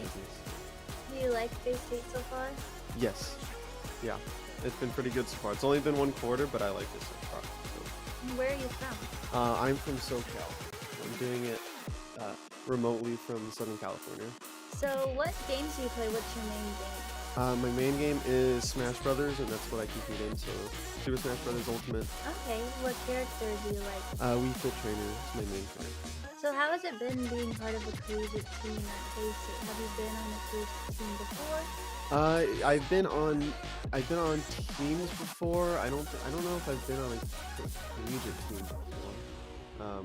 I think this is my first collegiate team, but it is really nice, and the teammates are really supportive, and I've met some cool people, so that's nice. But I definitely do have experience with teams, so it's nothing super new, but it's always good to be in a team, have that support. Fresh team. Yeah, that's cool. So how long have you been playing Smash?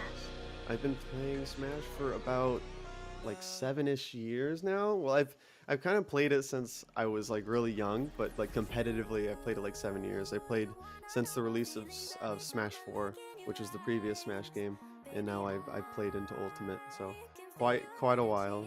What has been your proudest moment since playing Smash? That's hard to say because I've honestly had a lot of good moments. It's just I feel like every other week or every other month I have a new moment where I'm like, wow, that's the best I've ever played, which feels good and makes it, I keep going for stuff like that. But every time I play a tournament set and it feels really good and I feel like I'm playing the best I've ever played, probably each of those consecutive moments.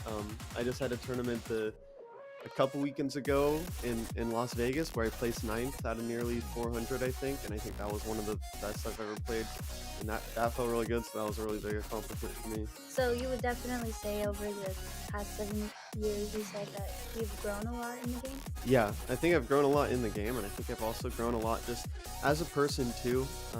Just like competition in general, there's a lot of learning, and there's a lot of, you know, a lot of ways to approach it. I've learned how to teach other people as well, because I do coaching as well, stuff like that. So I've learned a lot through Smash. Yeah. How long have you been doing coaching? Coaching, I've been doing maybe a year and a half-ish, maybe almost 2 years. I'm actually not sure on the number. I think a year-ish, year and a half is probably closer to the right one. But yeah, that's been a lot of fun too. It's really interesting because it gives you a different perspective on the game, and not only are you helping other people, but you kind of help yourself in a way too, because you can kind of see things from a different perspective. Welcome back, everyone. We're ready for an interview, of course, with UT Dallas, the Comet Stint, one of their shining stars in the form of Luby. Congratulations. A nice 3-0 sweep on this one, Luby, as you represented your squad very, very well. How was everyone feeling, especially bouncing back from that earlier loss into this big win? I mean, I thought we were pretty good. I don't think we take losses too seriously. Never take wins too seriously. Kind of just like a game-by-game, series-by-series kind of deal. It's good to hear some fantastic mentals coming out of your squad, but also with those with all 6 games that we've seen from you guys today, they were 3-0 series, but none of them really felt like that with how tight some of these moments were. Was that ever straining on just another day where you just have to tighten up and find the opportunities where they may lie? I feel like it's more of like sometimes in the series the goals fall and sometimes they don't. If it's a close series like that, it's a 3-0, we know it's not a 3-0, just move on with it. No reason to hang up on it. We can look back on it if we do some replays on the series, but sometimes they fall, sometimes they don't. From looking back to, I guess, for that first series, I mean, you guys, you just treat it as business as usual, let everything slide off, especially because these are seeding matches. But I mean, we saw that in the qualifiers, whenever you guys ran into BPC, you were able to be the better team on the day. 3-0 of them. Today it was 0-3. Expectations. I mean, it's basically a best of 3 of best of 5s if you end up meeting them again. Is there any big adjustments to really be made, or is it just about executing better if you end up against the Barons one more time? Probably just execution better. Like y'all said, it wasn't a 3-0 series based on the scoreline of each 3 games. So maybe when we play them again, our goals will fall and theirs won't. Yeah, and my last question is just, you just faced Bruton Parker and you just 3-0'd FIU, now going in up against Arlington. How are you guys feeling just running into one of who many consider to be the best in the West? Best in the West is a shout, I'm not going to lie. I mean, UTA, we're all good friends with them, like all 3 of us. So it's always fun running into them. It's a little weird because when we're in a specific like CRL series, we've taken all those, but when it's outside of CRL, like smaller leagues like this and other stuff, we tend to not do so well against them. So we'll see how it goes. Okay, well, the battle for Texas is forthcoming. Arlington, Dallas. One of you has to be able to prove you're better than the other one. Maybe the comments will shine tonight as streaking stars. But either way, Luby, congratulations. You're able to take a 3-0 win over the Panthers, and we look forward to your match forthcoming in just the next couple of minutes. Good luck going out there, man. Thank you. Of course. Well, Turbo, man, a few words out there with Luby, but he means everything he says, and he's going to be playing just the exact same way, as they are, in fact, going to give us that collision course between maybe the best in the West, maybe better than the rest, but UT Dallas is here to try and upend those expectations. Says they, why do you think that actually measures up that sometimes in CRL they do better, but outside of CRL it just kind of falls flat? I don't know. I think it's a matter of mentality, how you walk into those different tournaments and those different events. Is it something that you just entered with your buds and you're like, oh, we'll just see how we do and we'll have fun? Whereas if you're playing on CRL, you might be on some of those major streams and you have all those eyes on you and you're a statement for your school and there's all of this extra pressure that goes into it. So you might try to be that much more precise and have that much higher of a level of execution going forward. And in those smaller leagues, again, it's just a matter of how's the team doing on the day. And one thing that I really love to hear from Luby, as you said, few words, but still said that their team is not one that shoulders losses or wins, especially when they're tight too heavily. And it's not that they're necessarily walking away from the FIU game saying we played fantastically, or walking away from the Bruton Parker game saying we played terribly. They're just saying we managed what we could do. The goals fall where they did. And now against UTA, it's going to be a matter of seeing, do the goals fall or do they not? You know, it's a very kind of logical pathway to also give no extra fuel to any opponent's fire, no chips on the shoulders. If you're hearing someone just be like, yeah, we'll play again, we'll do it. It seems like, all right, I want some entertainment. I'm a caster, that's what I want. But it also gives no motivation, no advantage to your opponent at all. It's not quite robotic, but it's clinical in a way. So we will be getting into this best of 5. It's the final matches here for group stage play. Remember, after we are done with groups, we are getting to have at least one game out of the round of 8 going to that big bracket where it's all single elimination. Through the first couple of rounds, in the 8s and the semis, you will have best of 5s, and then that grand final. All that stuff that you get to see tomorrow will be best of 7. It's an extension of 2, but we go from the sprints of best of 3s that we didn't have to have through this. Oh my goodness, we had it in the qualifiers. Best of 5s that are kind of like a jog, and then it's a marathon when we hit best of 7s. So everyone's prepping for that through these seeding matches. But I mean, Turbo, right after this, they're gonna be in elimination time, so the mentality still has to stay strong. Yeah, exactly. You've got to keep those blinders on of just moving forward, where now your last match of the day before that elimination game, you want to get as good of a seed as possible, so that way you're not running into your IRSC or the UCF Academy. You maybe want to run into Knights Rising or West Florida if you're cross-group, anything along those lines. As now we're going to get into game Battle for Texas here, UTA versus UTD. Which squad is better on the day? We will see, as Adverse looking to start things off. If there's ever a player that you want to measure up to and see if you can do better than, it is going to be one that does not run away from adversity, as Adverse will be the first verse in this curse that can be cast upon Dallas, able to take everyone and go at them.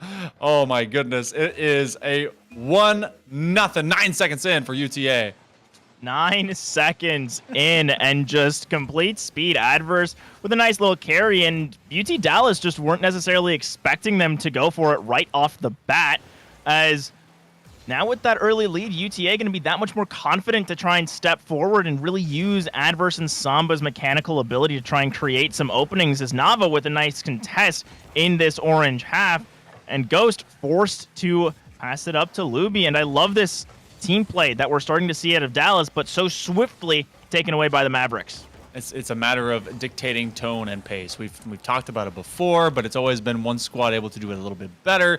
Now, UT Dallas, they did just recently win, so it's kind of this weird like X's and O's, onesies, twosies, who's able to take the win next. And so we're actually outside of that weird predicament, as UTA, they started off with early pressure, a shot put back, and another big save. That one will be deflected off of the near side post, and the first minute still owned by Arlington. Dallas kind of stumbled onto the back heel, and it's not without trying, but they do get it over the midline here.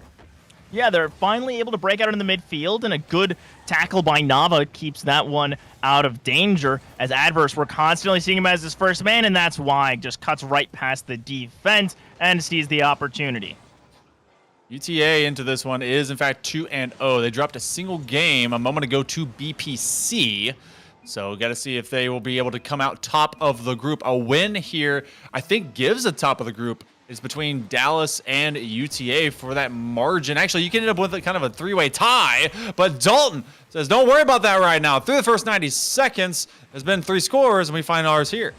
Exactly, and this is such speed out of both of these teams. A couple kickoff goals for all of them, for all those involved, really, as now Dallas just need to find one more back, and then we're back to even.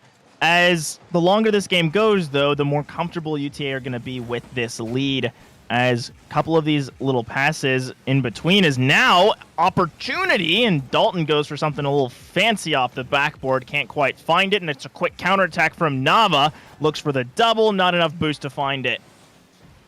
These players, I mean, there's some personality in them. Samba, is able to get their own. The first couple have gotten by Adverse, and then Nava with a great pass. Instead of going for a direct line shot, they put it into a gap that Samba was just waiting in the corner there of.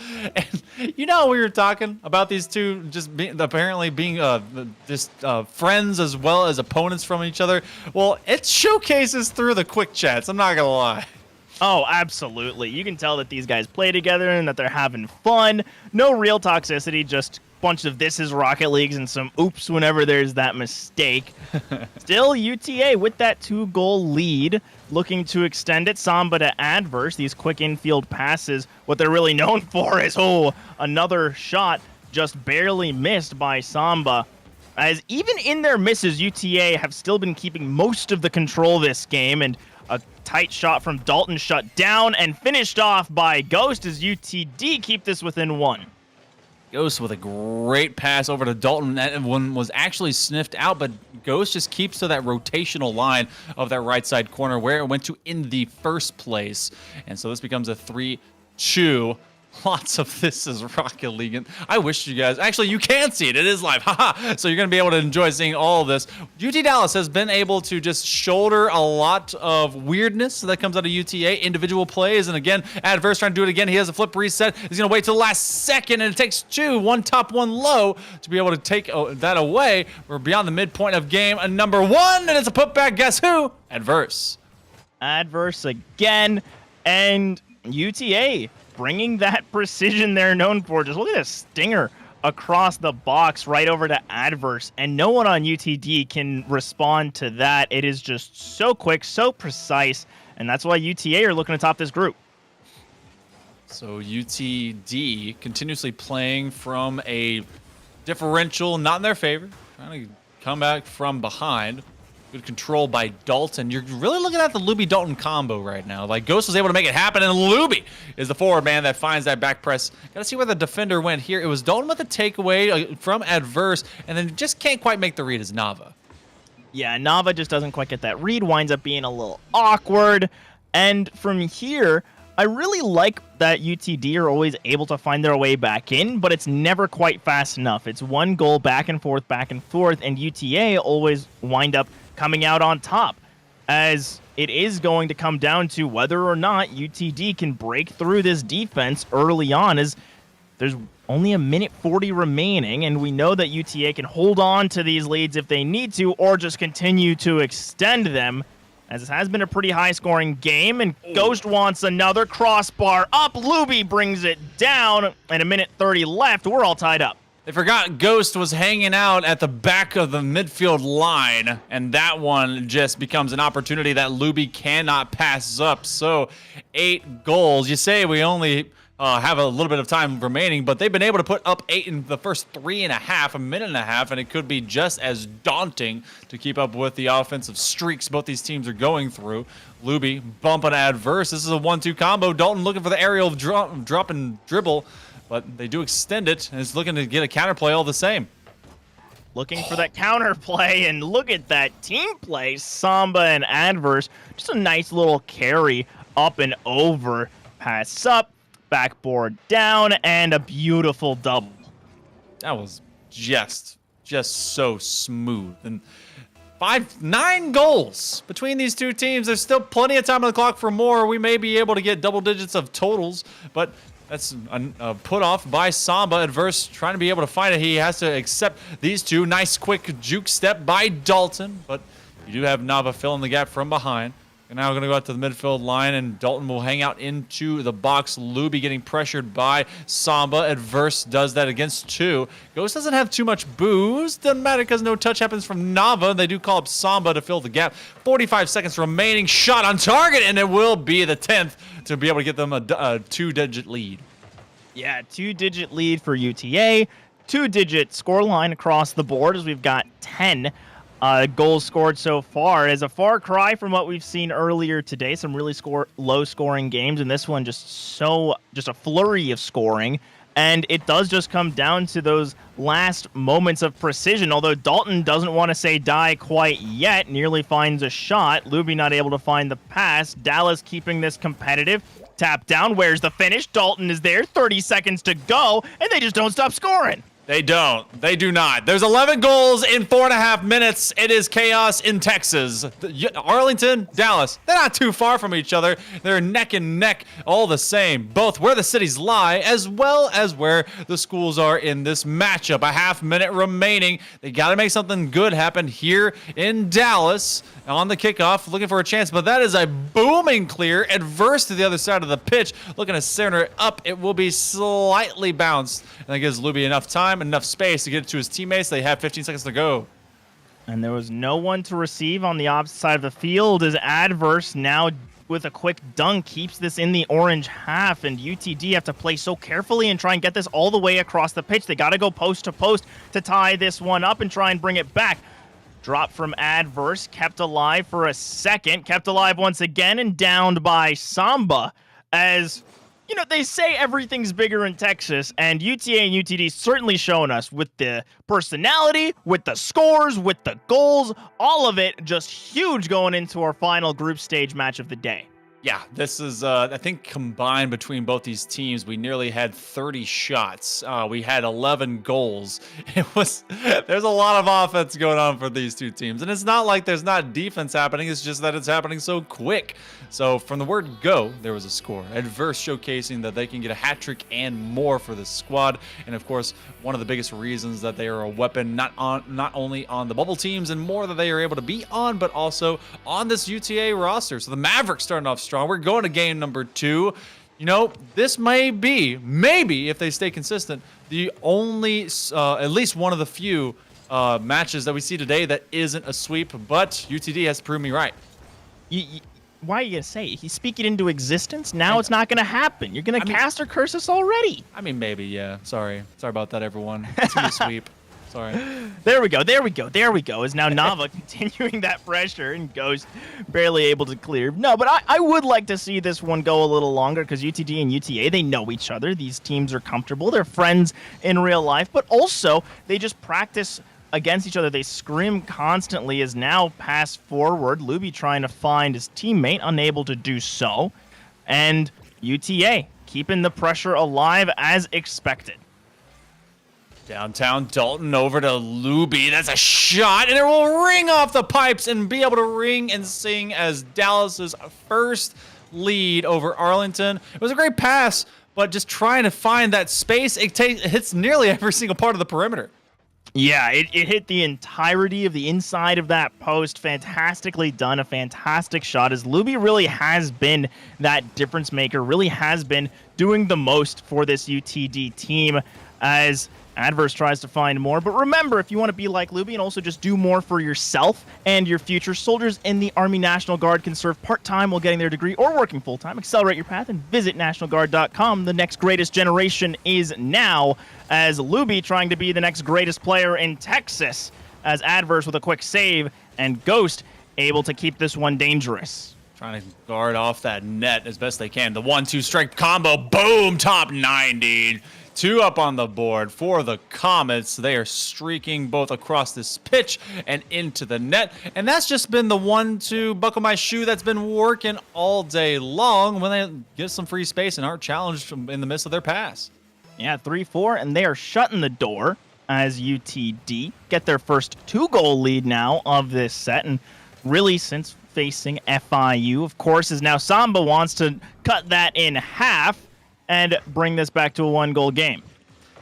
Just Nava with a great takeaway. What a challenge lane. Finds it kind of off the top of his car and is able to just drop it down Samba in that back corner and becomes a great response. So UTA starting to let, the Comets run away with it, but the Mavericks, they ride strong and quickly into a net that lets them cut this lead in half. But again, from distance, it's still Dalton to Luby, and that one just a little bit high. Yeah, and I love that UTD are getting these midfield passes down, and UTA haven't been trying to disrupt them. Earlier in Game 1, they were relying on the chaos and just the back and forth for Adverse and Samba to allow their mechanics to shine, but now that UTD are a little more comfortable, these passing plays that are really, really well structured are giving them so much success, as now Luby might just be able to receive. Instead, a stinger across the midfield and just barely shut down by Luby. Got a flip reset pogo to be able to make that one go, go, go. That one was just a margin of difference away from going behind the third defender. The Luby is going to try and set it up over to Dalton. I didn't recognize he changed cars, but he's looking pretty slick in that red. That one's going to be streaking all the way across the way, and Ghost will make this right back to a 2-goal lead at the midway mark of game 2. Yeah, not even sure exactly what happened here. Looks like it was just Adverse too far forward, a demo onto Samba, and then Nava nowhere to be found. As great recognition, made the open goal happen, and UT Dallas are up by 2 at the halfway mark. A little bit of physicality, especially on these demos, always makes your best plan just become null and void. Adverse, just need a little bit more boost from the rip, but that's going to be a rip to their initial shot. Samba, fake out, no one going for it. Luby will, aerial carry, and they'll be bumped out. The 2 minutes coming up. UTD has been able to play from ahead this entire game. And when, you were talking about the chaos has been just calmed and nullified, UTA really don't have an advantage, at least with all this quick 1-2 passing plays out in midfield. Yeah, not much. They have had that advantage through those quick passing plays, but it's the mechanics that UTA want to leverage to their advantage as Adverse with a double attempted, not quite on target, showing what UTA likes to go for. I wouldn't be surprised if as this series continues, we don't see some clears out to Adverse or Samba and have them continue forward as Samba to Nava, and now Nava back to Samba once again. They're doing a little dance between each other, but can't quite finish the job as UTD keeping this one in the blue half. UTA need to strike soon. Oh, that looks like they're at least setting themselves up on the width of this net, but above it as well ends up just arcing away. Nava's playing with a lot of time, gets a flip reset, is able to extend it, but ultimately Luby's just waiting and waiting, says, all right, man, that's really cool, but freestyling is for private matches, and you're looking like you're playing in silver. Lobby, Adverse with a direct line. Oh, what a beat! That one goes to the opposite end. We're at 45 seconds left. Still down 2 are the Comets, or rather, the Comets up 2. And it looks like they may be able to coast, but they just have to keep that pressure moving forward. Just have to keep that pressure moving and grooving as Samba can't quite receive, but Adverse just gets a nice little floater, and UTA keep it competitive with 34 to go. Where'd they go? Okay, wait. Ceiling. Okay, everyone just went for it. Dalton was already floating to the net. Nava gives him a this is Rocket League, and everyone just kind of missed. So Dalton and Luby just can't be able to navigate that one. It gives a chance to the Mavericks. Arlington. Right, can they be able to get back over to it? Nava. It will be challenged by Dalton, playing for the low side 50, playing for another 50. This will come out from a 45 angle, and getting right back to it too soon is going to be the Comets to disrupt. And now UTA will play from behind with less than 15 to go. They're playing from behind, and now just 10 seconds to go. Indeed, Samba needs to make a save. It was off the post anyway, but now Nava keeping it up. Adverse wants the shot. A big whiff means that UTD just need to let this touch the ground. Luby should be able to do so, although Nava still with a touch. Dalton looks for the ground. It's still live. Samba out to Nava, and this continuation is dangerous for the Comets. What a shot! A stinger out of Samba as we go to overtime. Oh my goodness, I thought they were just playing with fire, but they were the fire. Straight to Samba, all of it inch off the ground. It hits his hood, and we have 0 second, third point time. We go OT in the Battle of Texas. And that, you couldn't write a way to go to overtime. That was a fantastic 0 second goal. It was just capped up for so long. UTD never able to ground it exactly how they wanted, and UTA just slicing it across Samba's hood. And there's nothing else to say, but that was perfection. As now Adverse wants to end this OT early, and UTD once again go to overtime off of a last-second goal when they had so much control. It's a flashback from Game 2 against Bruton Parker, and you don't want the same result as that.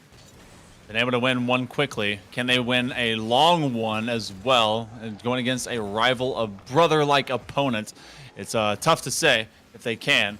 Right now, we're kind of a neutral fighting as this one goes up on the upfield side. You have Samba on the back end. Nava's going to let him go. This one's going to go to the backboard.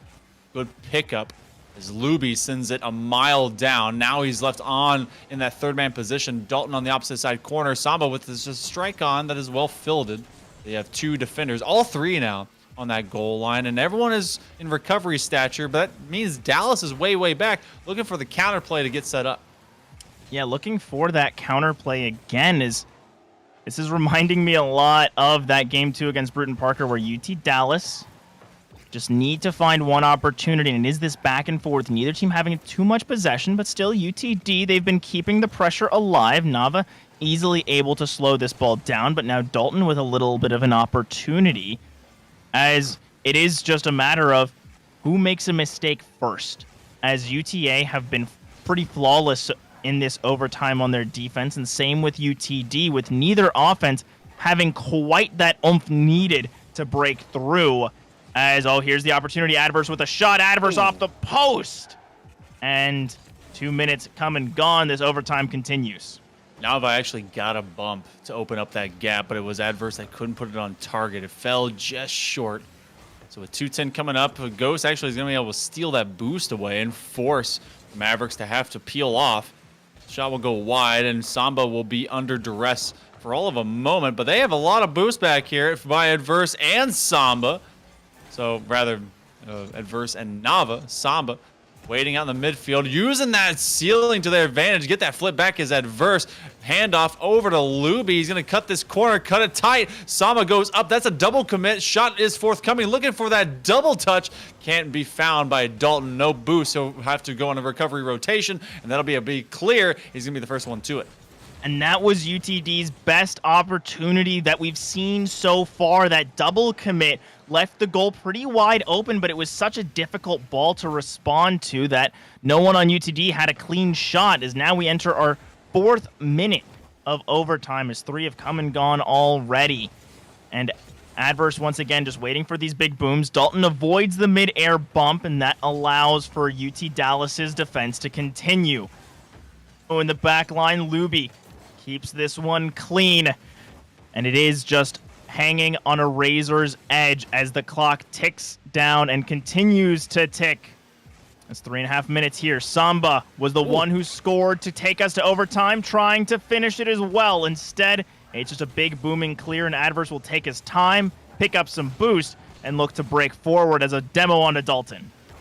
It's going to thin out this defense. Adverse is already in the opposite side corner. This one's hanging dangerously above the box, and Nava doesn't have much in the way of boost, so he's going to let it roll up and call up Adverse, who can't quite navigate that angle. They don't have much either. They're looking for that opposite side 100 corner. Nava, it's a pass, but it finds its way over into Dalton. This was the 404 mark that they ended up dropping against BPC. And guess what? 2 seconds later, it's the same result for UTD. UTA taking an OT. And that is just so painful. UTD were playing so well for so long, and then there's this fantastic play out of UTA. Cannot take that away from them, but still, it was so close. And they were keeping it so close. And then Samba and Adverse just put together some trickery to get that goal. And the fact that it took a passing play like that to find that score just shows how evenly matched these teams are. But still, it's a 2-0 scoreline for UTA. That was 25 shots. We were about 2 shots short of game number 1. How dare they? And it took OT for that to happen. But Nava puts on a redirect and a half down dunk. That was beautiful to watch. But you know, if you're the Comets, you just kind of wish that you hadn't made that big booming clear that you did at the final second of regulation play to give that 0-second play any kind of berth. So now it's a possible sweep. They scoffed when they said, or when you said it was best in the west of UTA. Well, they may have to bite back some of the laughter as UTD has to reverse sweep. Exactly. But of course, here at CECC, we're not in the west. We're in the south. It's Texas, where it realistically is in the southern region. Showing up here is both of these teams want to try and be that titleist to come out tomorrow on Championship Sunday. But again, the seeding is what matters now, and we'll get one of those first round of 8 quarterfinal games after this series to see who continues on to tomorrow. As UTA trying to continue the trend that we've seen throughout all of groups, constant 3-0s, and instead UTD want to break that trend and secure themselves a better seed. On the opposite side of our group stage play in this round, BPC was able to 3-0 FIU, so FIU will be coming out as that lower side seed, and right now it's about who comes out in the middle, second, and top of this group. There's a chance for a three-way tie, only if UTD is able to win out over Arlington, or else it'll end up in a very mathematical and easy to decipher ending. But Chaos is still in front of us. Luby making nice chips way into the corner. Doesn't have much in the way of boost. Does, in fact, though, steal that corner. But this is a lot of players up for the Comets as the Mavericks are trying to break out. Big takeaway by Dalton, and they get back to work.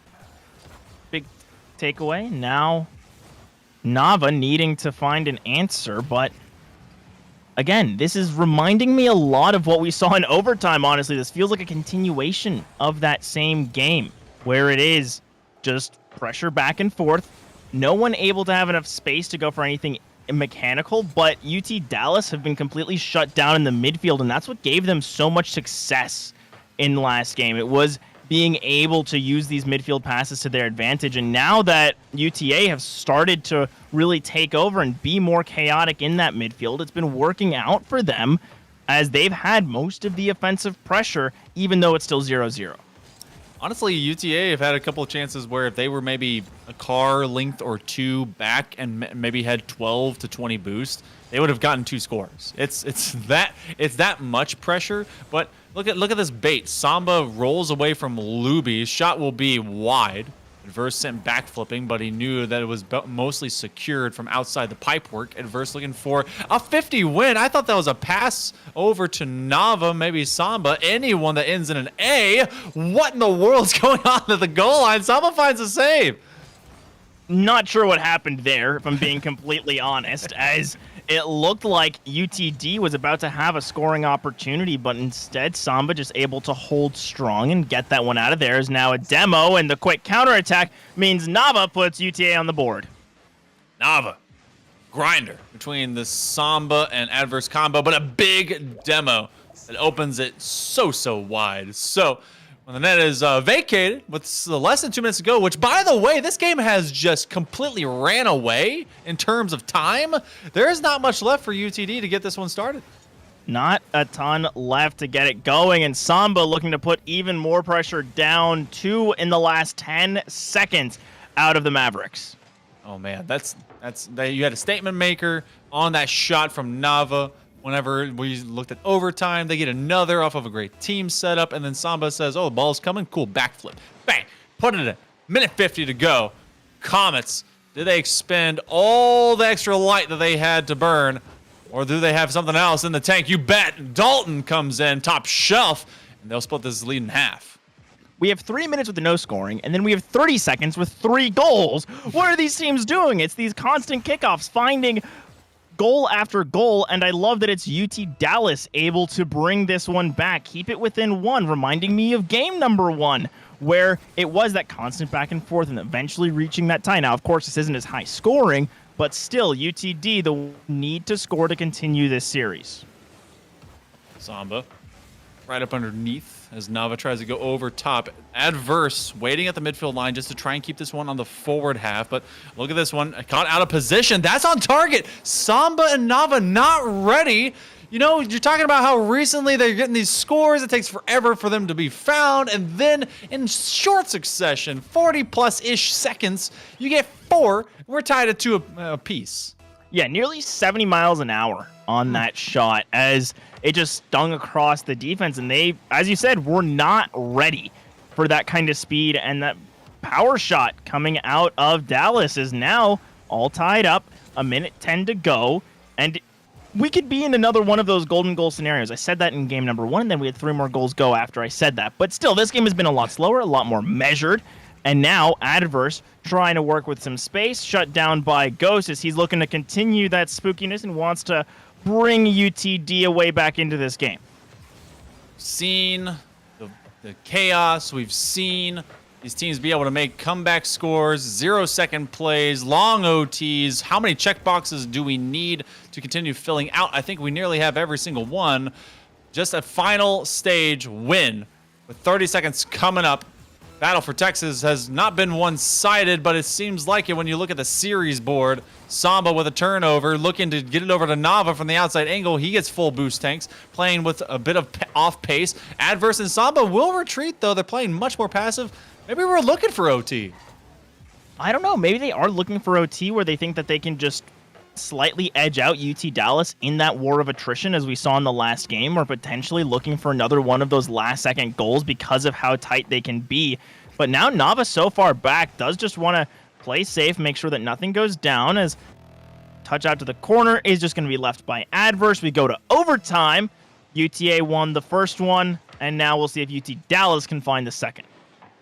Dallas trying to get themselves some better OT, but it's only short-lived ones that they've been able to profit from. Samba looking for a low side 50 off of his wheels, but Ghost in a one-on mini. High flick, pass over to Luby. Lubzy is going to be leaving it for Dalton.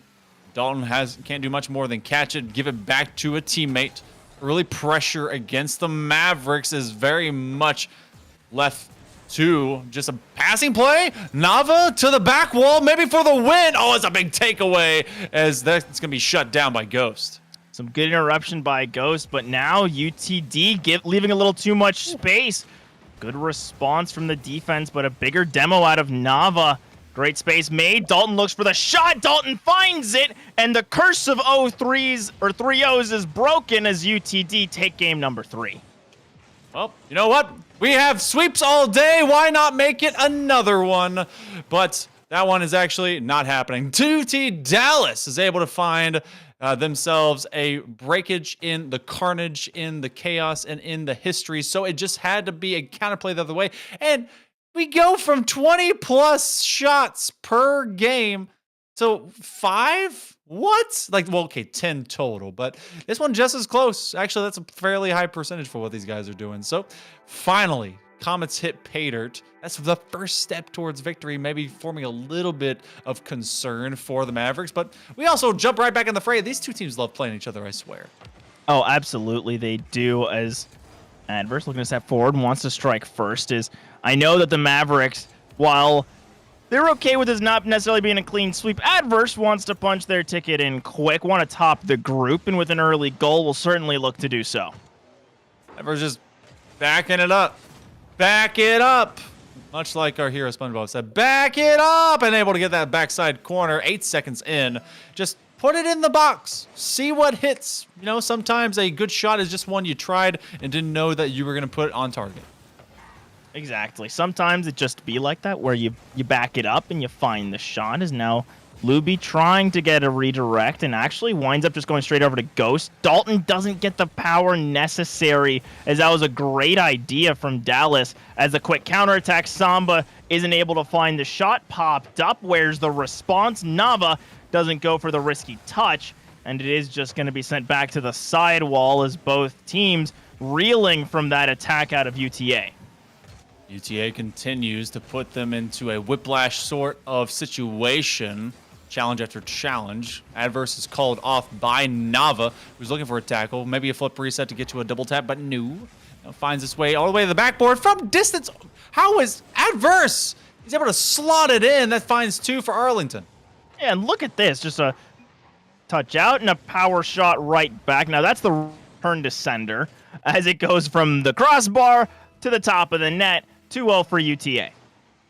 Okay, so we've seen the situation before, and then it was UT Dallas that was able to grind it out, get a couple goals, and ultimately we turned into an OT. So Dallas has been able to win a couple, lose a couple in the bonus time of Rocket League. Great aerial control. Nava calls off Samba, says, no, I can be able to extend this one. Adverse can't quite negotiate his time in the air very well, but Samba has no prisoners when it comes to taking this control out in open space. Nava, though, be able to boom it up. Samba looking for the drop down. Can't quite reach it to his undercarriage. The defense is left staying on the goal line. They have to be able to make a read. Nava will catch it, but that's all for a delay. This one will be cleared out. And that was so close. As now up and down from Dalton keeps Dallas in this one, as Dalton has really been my MVP of this series so far for UT Dallas, finding the clutch moments just like this, a quick double tap to bring Dallas back into it. Dalton really does seem like that guy that, I mean, Luby and Dalton have been kind of that 1-2 between each other, but Dalton has been a little bit more consistent, I think. I mean, we've seen both of them be just massive weapons for the Comets, but I mean, interchangeably, I think that you have the slightest bit of difference. Dalton maybe is that bit. Nava will try to get it away from him. Luby trying to shut up my slight bit of bias, but sub 3 minutes to go. Mavericks currently in a defensive posture until Samba finds a great piece on that 50. Nava trying to lay it up, maybe backboard play. Have you noticed they've been going almost strictly solo plays? I mean, obviously shots from distance, but they're trying to open it up without the direct one-to-one shots. Yeah, I have been noticing that they are trying to use misdirection to the best of their ability, or just not having any expectations, as Nava just takes advantage of some chaos on the goal line, brings it back to a 2-goal lead with half the game to go.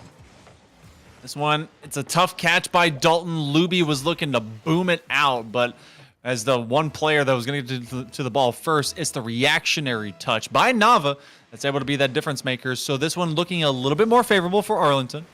As the Mavericks press up, midway mark of game number 4. First time we were able to say that today for reals. Is looking pretty good for UTA. And trying to put it through. This one just bouncing around, and Adverse trying to find his best way to get to it.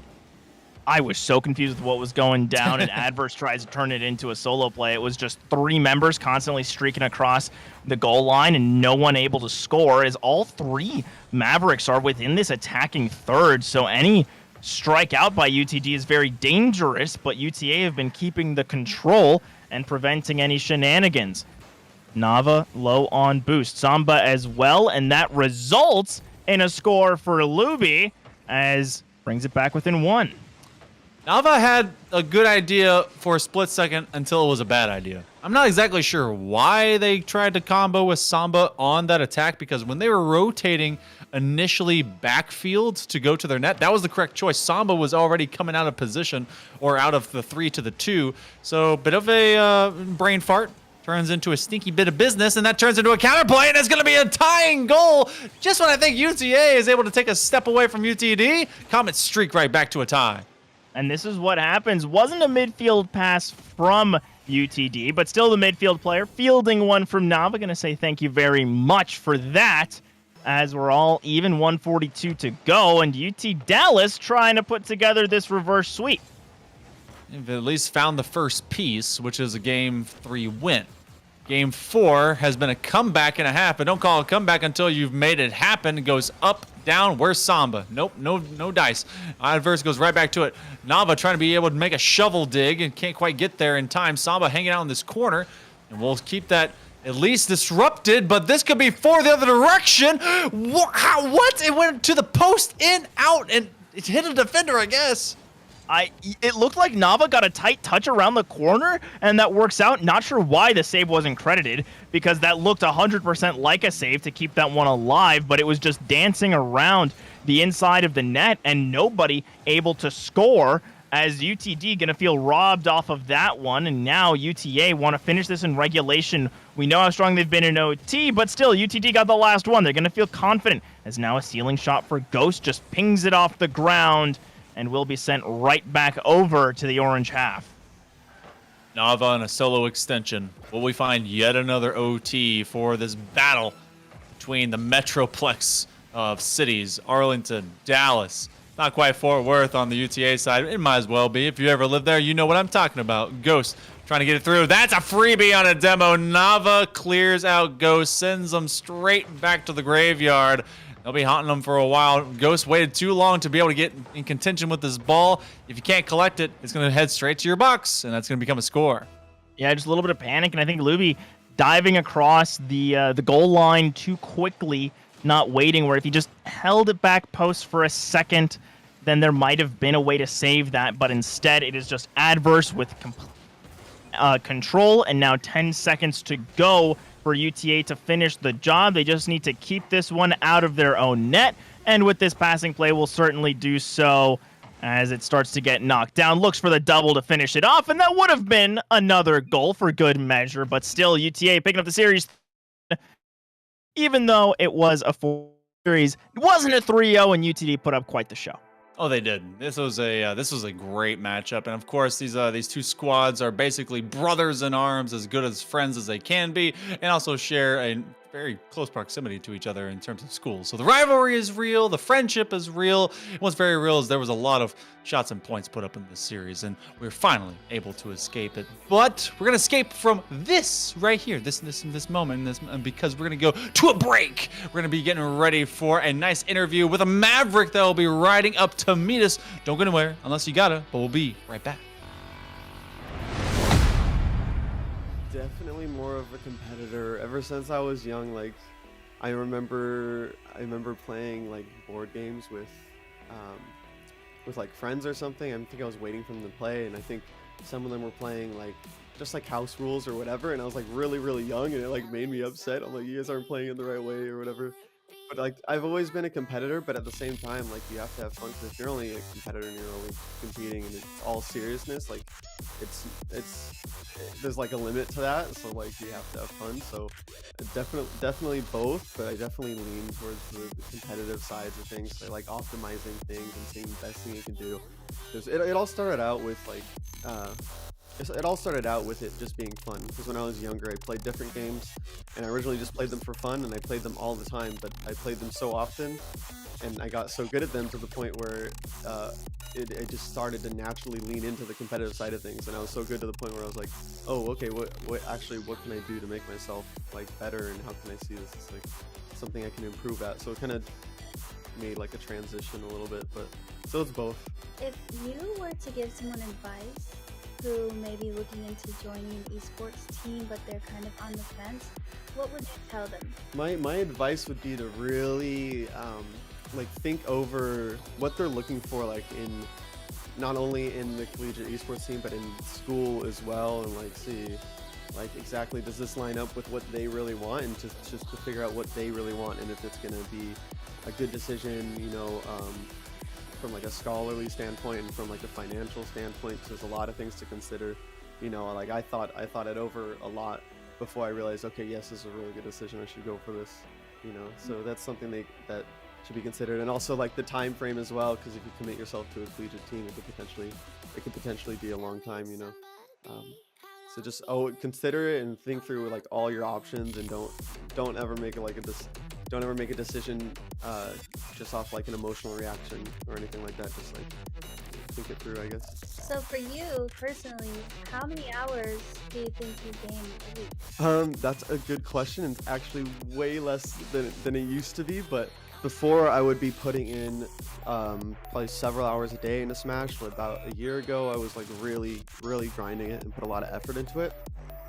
But lately, like my priorities have shifted just a little bit, just because there's other things I need to focus on. Like I started working again recently and stuff like that. So it's taken a little bit of a backseat, but it's always something I focus on. So like, even though I'm not necessarily playing all the time right now, I still try to get at least 30 to 60 minutes in a day, but I've been really busy lately, so it hasn't been looking like that lately. But if I'm not doing that, then there's still other stuff that kind of goes into it. Like I do a lot of research on mentality stuff and like stuff like meditation and stuff. So if I'm not gaming or whatever, there's still other things that I feel like is going towards my improvement at the game. Could you expand a little bit on like meditating and how that helps you?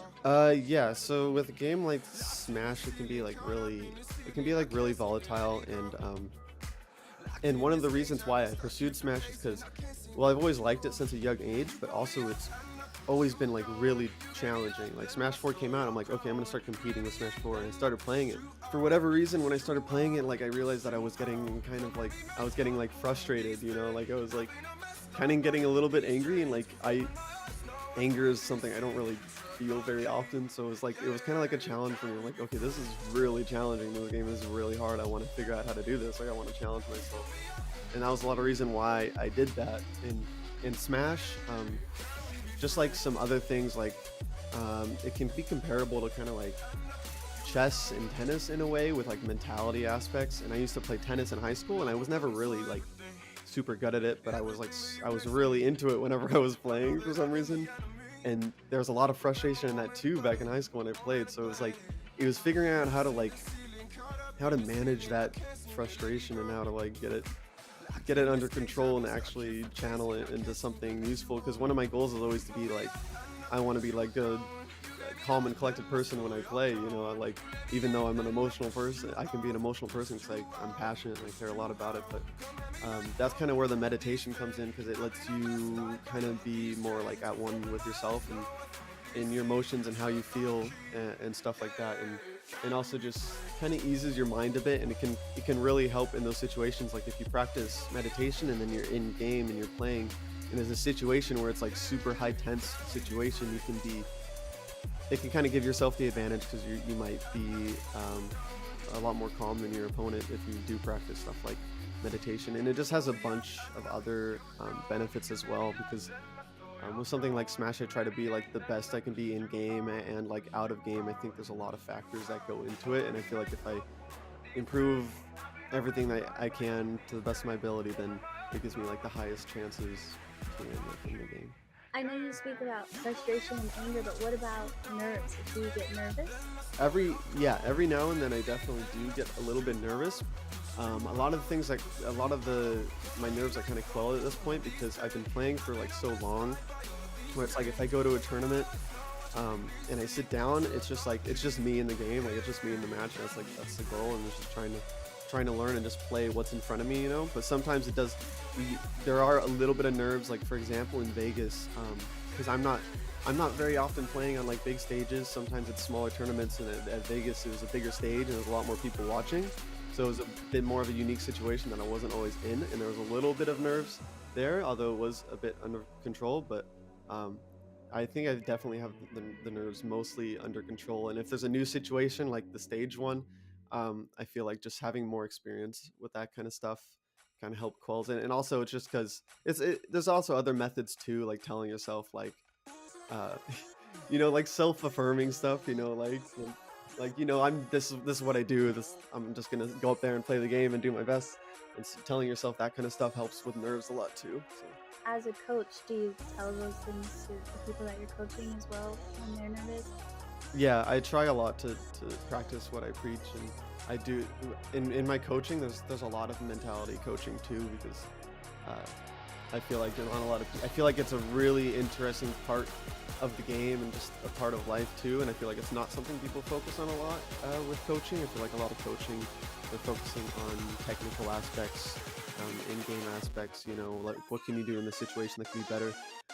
But sometimes mentality comes first, and they're not going to be able to make those steps and make those leaps without making a change in their mentality first, or at least trying to make an improvement somewhere there. And there's a lot of different perspectives for it. But yeah, I really admire your mindset. That's really cool. A lot of the gamers that I've talked to are aggressive. It's really cool to hear that. Switching gears a little bit, how do you feel about the CECC? What do you think about it, and do you think your team will go to Atlanta? So far, I think it's been good. It's been fun, and I do think there's a very high chance we would go to Atlanta. With my mentality, like I was talking about before, sometimes I just go into it and I'm like, okay, I'm just gonna do my best and I'm gonna play, and that's really what comes down to it. But I am really confident in our team's ability. I think we have a really good set of guys that put a lot of work into it. So I'm very confident that we would likely go to Atlanta, but if it doesn't happen, it doesn't happen, and it is, go from there. Well, those are all the questions I had. So is there anything else that you want the world to know about you, or anything that you would like to end with? I don't know, for anyone watching, just try to find a balance in life, and try to find who you are truly, and follow that passion. Because just for reference, I worked somewhere for 3 years, and then I felt like I wasn't being called to work there anymore, and Smash was something I always cared about and always wanted to do. So I quit work, and with the money I had saved up, I pursued Smash for a year and a half, and that phase just kind of ended. And I don't regret it. I don't regret it at all. I wasn't making a lot of money through it, but it was something I was passionate about, something I wanted to do, and I'm really glad that I did it. And I hope that other people can consider following their passions like that, but also with proceeding with caution, doing what is available to them, you know, and just finding like who they are and what makes them happy, I guess. Thank you so much again for your time and doing this interview with me. I really appreciate it. Thank you for having me.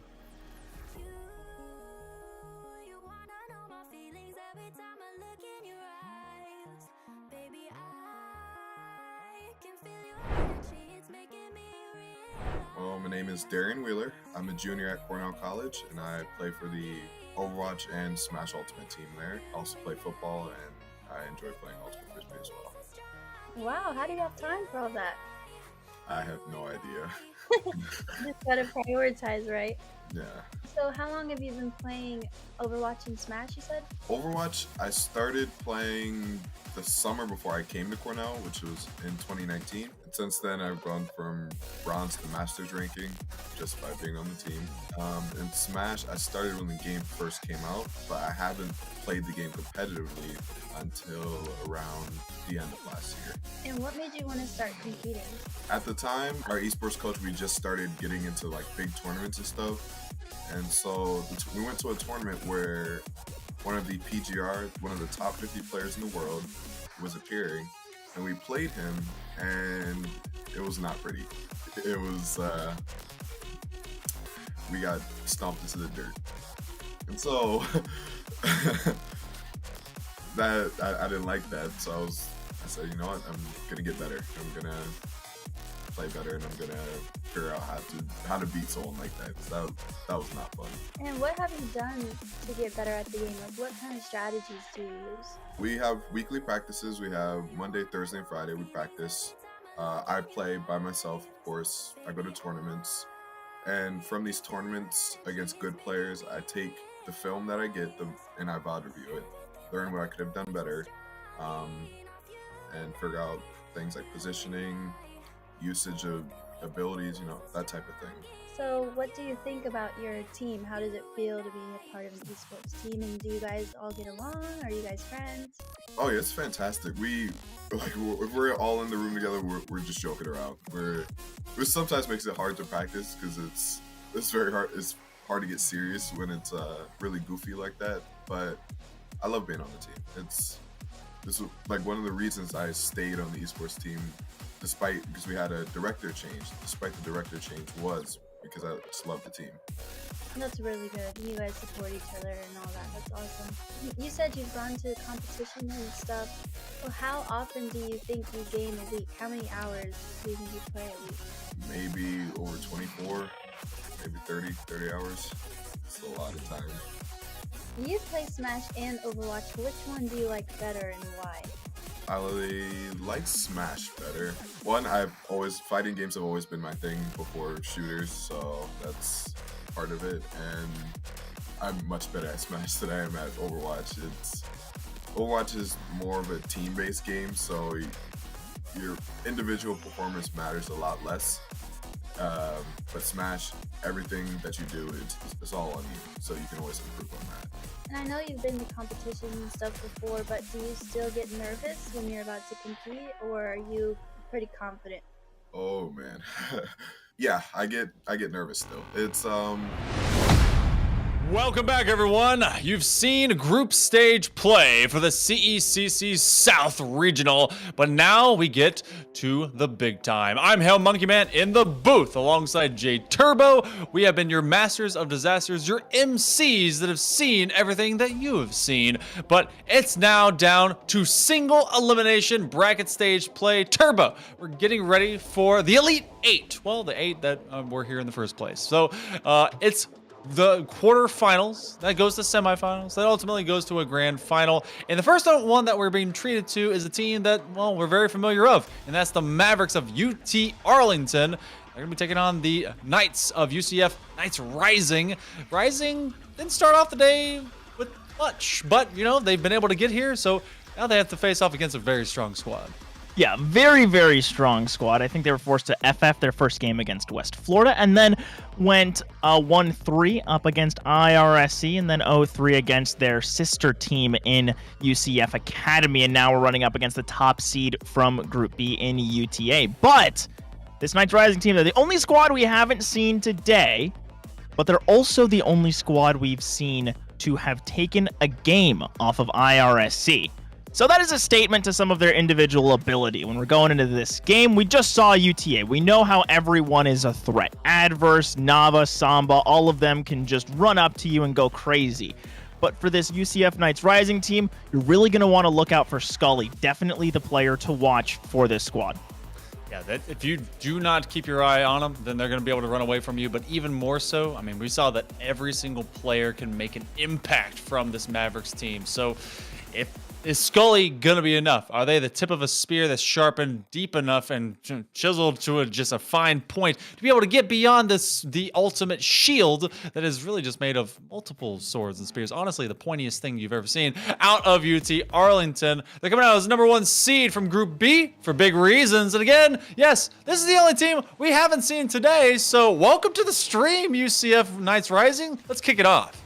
Welcome in, Knights Rising, as we've got, as of course said, Scully, Sir Fruit Bowl, and lost the name of the last one, but still, very strong team. UCF, you got to respect all their members, all fantastically talented, and of course, UTA, we just saw them, Nava, Samba, and Adverse, and of course, to round out UCF Knights Rising, we got Bren.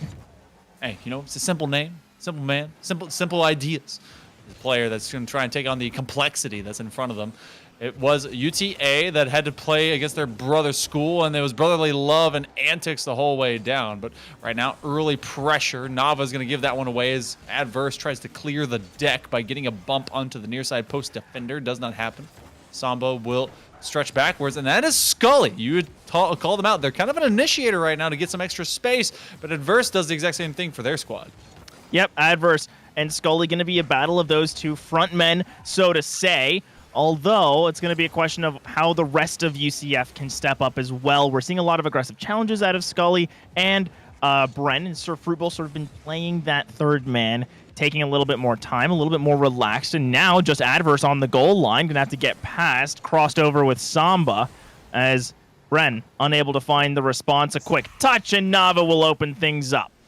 Finally, it took nearly a minute and a half, and that one, you know, is one of the longest stints I've seen UTA not be able to get a more lethal shot. But that 1-2 becomes an 81-mile-an-hour ding-danger that'll go into the net swiftly, and so that will be the opening volley that gets us opening score for UTA.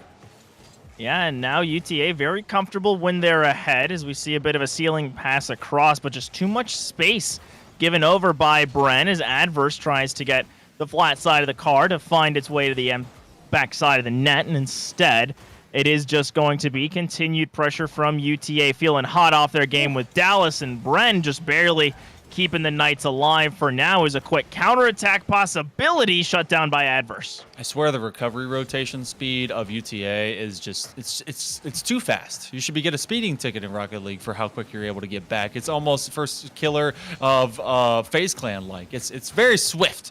So they're able to make sure that anything that could be punishable on their aggressive rotations is in fact not. The midway point coming up here of game number 1. Remember, in these rounds of quarterfinals and semifinals, it's still best of 5. So everything they just did before intergroup stages seeded them here, but it's the same format for the most part. Sir Fruitbowl catches the midpoint crosshair, but there's way more boost in the form of Samba, and that's going to be a setup maybe to a third man in Nava. Exactly, is playing towards that third man, playing towards that continued reset of passing as Adverse wants to bring this one around. Nice little ground pinch, but is still just stolen away. Is now Bren in a 1v1 situation. Sir Fruitbowl for the relief. Instead, it's Nava to get past both.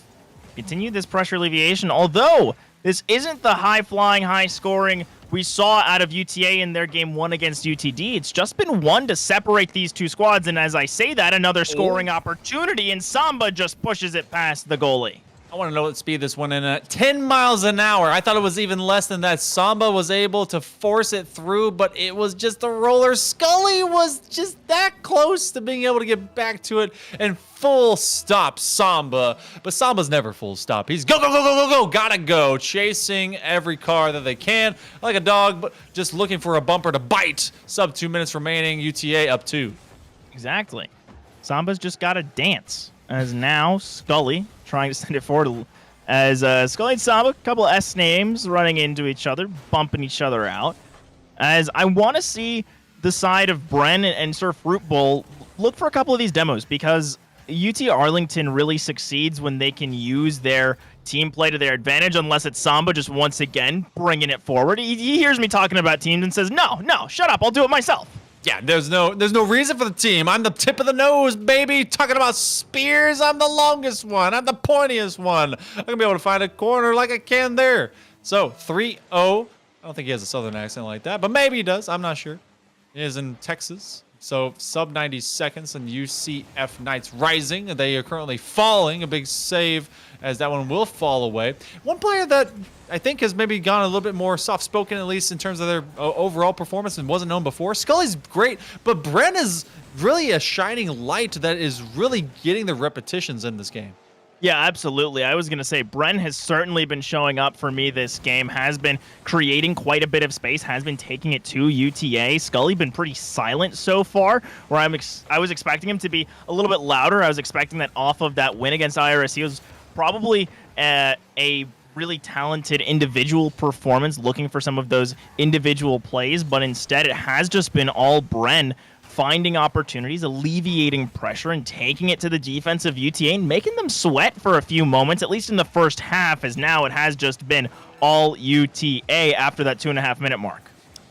They really love to grind down their opponents if they can. A big aerial bump play set up. Samba does get a demo onto Scully, but that's stolen aside. Scully gets 2. Bren is part of it. Looking for the flip reset to double. Can't quite get it. Nava says, I'm here. Cleans it up. Becomes 4 with just over a quarter of a minute to go. Just a quarter of a minute to go, and that's going to seal the deal, as you said. And now UCF Knights rising. We know that this team is definitely someone that you have to respect, but still the bottom seed out of Group A, which we already saw all of these teams being quite competitive, except for IRSC really standing far and away that best squad coming out of that group. 3 seconds. The Knights, they are right now having to just match up to a speed that they haven't seen since IRSC. Got to be able to stand up where they can to try and match to that pace. But it is Arlington that continues this lethal run. 1 shot. That one was found by Scully. 12 to the side of UTA. That is definitely a difference maker when you bring the ball upfield. Can't really ever put some threats to the net, and UTA just kept bearing down upon them. Yeah, exactly. And that's what we never saw out of UCF. We never saw those carries up the sidewall turn into shots. We never saw these midfield breakout attempts turn into more than just a bump that would happen later on down the road.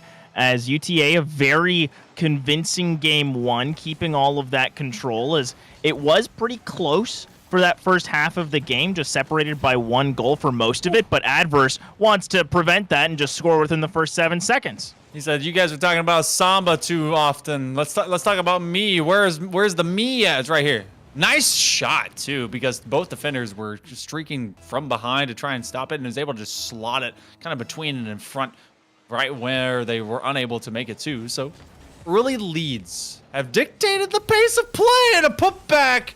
And the heart-shaped waifu comes out as Sir Fruit Bowl is able to tie us up within just a few seconds. And just a nice little power shot off of the wall, right towards that corner. Samba not fast enough.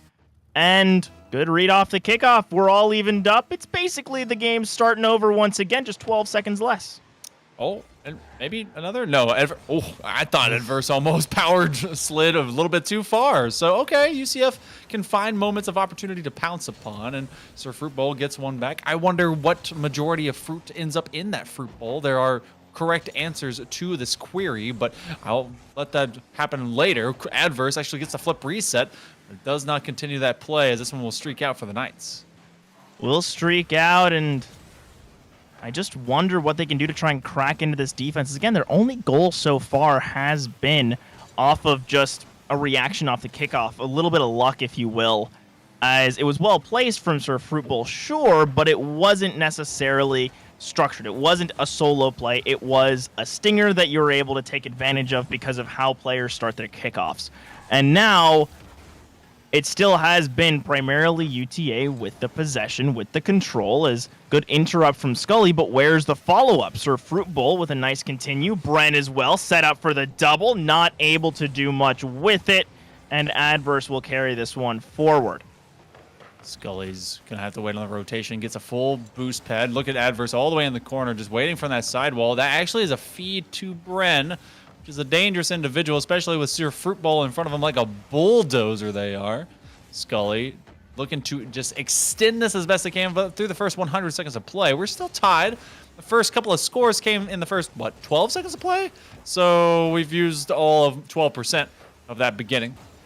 UT Arlington, redirect forthcoming. We've seen Nava be lethal in that capacity. Nice passing play. It's going to be slowed down as it is caught at the top of the box and more. Bren trying to climb that ladder, and again, it's boomer ball for Arlington as they're just forcing the Knights to be stymied on their approaches out, but they do find some open field space. Yeah, and when we looked at that last drive, there's another one materializing for UTA, but all three Knights were just caught in the box. And this is a statement to how UTA just applies so much pressure. Now there's actually no one on the back line. Where's the double attempt missed by Sir Fruit Bowl? And what could have been a real opportunity for UCF to try and take a lead goes by the wayside. So on the toss on, a big undercut by Sir Fruit Bowl as that one was keyed up to bounce in. Nava was looking to slow play this one. It's a double in the making, but no, unable to make that read from Scully. So they'll go hacking as there was no defenders there. Really tough to make that read in transition like that. Sir Fruit Bowl, great win over Adverse, but Nava fills the gap from behind. We're at the 2-minute mark here, Turbo, and then this is a much better setting for UCF. You called up that they were able to take one off of IRSC, so it's looking like they at least could make this challenge one-on-one. Talk about a challenge. Bren is able to juke them right out of their shoes and leaving their axles behind. The Knights grab a lead. And Bren really stepping up for this Knights Rising team, as is just able to take that little 1v1, dive past the defense, and Nava, you can see him on the pitch just sort of stuck, just like, yeah, you beat me. And now it's up to UTA to find their way back in. It has been mostly their pressure, but still, both sides were getting a little desperate as, oh, we've got a roll one between, I believe that's Bren and Samba. Now it's going to be a 2v2 Nava and Adverse up against Scully and Sir Fruit Bowl. As who's got the better 2v2 skills? It's looking like it might have been UCF for a moment, but some great recovery out of Nava. Oh, Nava. I think either of these teams have the type of teammates that can fit into a 2v2, but Bren is pretty good.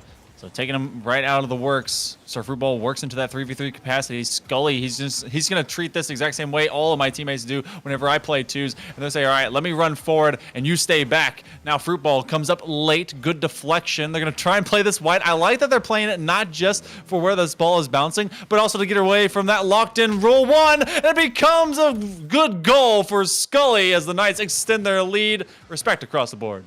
Respect across the board, indeed.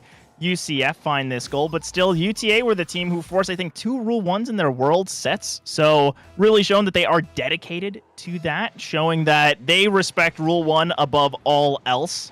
As now, with just a minute left, UTA need to find a response, else this goes to an even series, as UCF Knights Rising showing how they took a game off of IRSC and looking to do so against the Mavericks as well.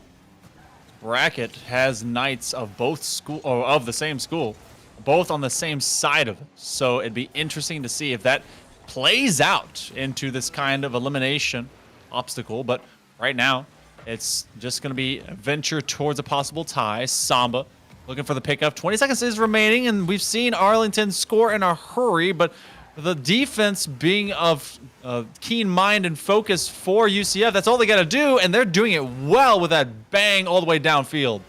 Bang downfield, and no one's able to tap that one quite in for a 4th goal, although maybe Sir Fruit Bowl will get the finisher. 4-1 score line in this game, as this is a completely different Knights Rising than we saw in Game 1. Not shut out, not held to only 1 goal, instead setting the pace, finding 4 goals, and making UTA scramble during pretty much the entire second half of this game. Yeah, and so this is a different look we sent out of UTA. It was similar to what we saw as a finisher with UTD, their brother school, but this time around, it is Knights Rising that do rise to the occasion, and with about 9 shots to 6, they did it efficiently as well. So, okay, again, I think I asked this like way at the beginning of the entire broadcast. We see teams come back against expectedly better teams, and at that time I was like, okay, is it flukish? This one seemed like Knights Rising met the pace of UTA. Do we expect a major bounce back where they just do the same thing unto them that they received here in Game 2? I think it's possible, especially with what we saw out of UTA, where if their solo plays aren't working, then they just jump into the midfield, and you'll see Adverse and Samba just receive these booms downfield, have these lethal counterattacks, but instead Scully just too fast on the kickoff. UCF start things off hot. Starting to believe that it's for real skis. Nava and Adverse just go a little bit too soon, and Scully recognizing he's got a bit of good fortune as well as opportunistic positioning. Also, that spooky goal, that's pretty great. I love Saw, so shout out. Good stuff. Oh, yeah. Gotta love that goal. Gotta love the collab. Yeah. As now, Arlington behind early and not where they're used to being, as Bren with another follow-up. Very well done. Backboard of Reed will be there. Oh, it is short of the post. It's able to hit it straight on the front face, and Adverse is usually the one that's able to take that to the house and more. It wasn't exactly their toughest, but a long aerial carry also will hit the perimeter. Old Ironsides playing as the 4th man in favor of in favor of UCF, and opposite, it's a paid game. UCF is able to use the opposite side, and the post says, "I got you, buddy," and clangs it in. Oh, man, and UCF, we are on upset alert, people! Up 2-0 in just 38 seconds against UTA. Remember, both teams took a game off each other. This is a best of 3. Whoever wins gets on match point. Nava says no more. We're stopping the bleeding, and we're finding one back. Scully just couldn't quite be able to get to that midpoint touch or be able to get back to Nava. So, get one away. We've seen a lot of high scoring inside of early terms when it comes to these games. UTA is very kind of streaky at times. It seems like they'd be the more dominant squad overall, but I'm very happy to see what UCF is currently putting on the table. We saw flashes of brilliance out of Bren, and we've now been able to see a full composite of good teamwork from all 3 players. Scully takes it from the pancake touch by Sir Fruitball. Look at this, just taking away from Nava. Oh, man, and Nava actually uses a secondary backboard to bounce that ball off of, keep it dangerous, and UCF keeping their 2-goal lead. This reminded me a little bit of Game 1 of UTD versus UTA, high flying, high scoring, and we wouldn't have it any other way. No, if you have it other ways, it'd just be boring. This is, for real skis, the most fun way to see Rocket League. It keeps you on the edge of the seat, and you get concerned because it becomes tough to be able to keep up what is going right and what is going wrong. Right now, UTA is not dealing with the adversity very well that the Knights are able to put up into them, and UCF has been able to at least posture for continuing to have the Mavericks uncomfortable on their own back half. So you keep with that mindset, you are able to just make your opponent uncomfortable, who is more used to getting challenges and making their own opponents uncomfortable. But it's UTA that's able to get at least one and keeps us a 1-goal difference. Yeah, able to find one back. Not entirely sure what happened there, as now, quick touch up by Samba. Sir Fruitball is not in position to find the shot, so at the very least, UTA keeping this within 1, and big miss from Scully, still picked up by Bren, has certainly been that difference maker in my mind, whenever there's a hole in the UCF defense, it's Bren. Whenever there's that one extra touch that's needed for a pass and can turn into a goal, it winds up being Brennan. While Scully's been able to pick up 2, it's still been off of this setup, and the team play is what has allowed UCF to find their way back into this set. You know, I like high-scoring games, but it also makes you understand how long a game feels whenever you are just seeing continuous replays, and that we're only 2 minutes into game number 3. Match point available to the victor going into this one, but as great as it is to see offense kicking up, you want to see the defense also find a good level of approach. Samba to the back wall, good control to bring it there in the first place. Surf Fruit Ball, chip shot into the corner. This will actually go into a great spot for Bren, who has a flip reset. No, he's not able to really utilize it, and this is adverse, and Samba 1-2 goes to the backboard. He can't quite bring that flick down. And the crossbar has really been against UTA this game, 100% favoring UCF. We saw 1 goal go in by the post. We saw 2 denied from UTA. As you see a couple of things go differently, UTA's got a convincing lead. Instead, it's UCF still up by 1, and now Scully continuing this pressure.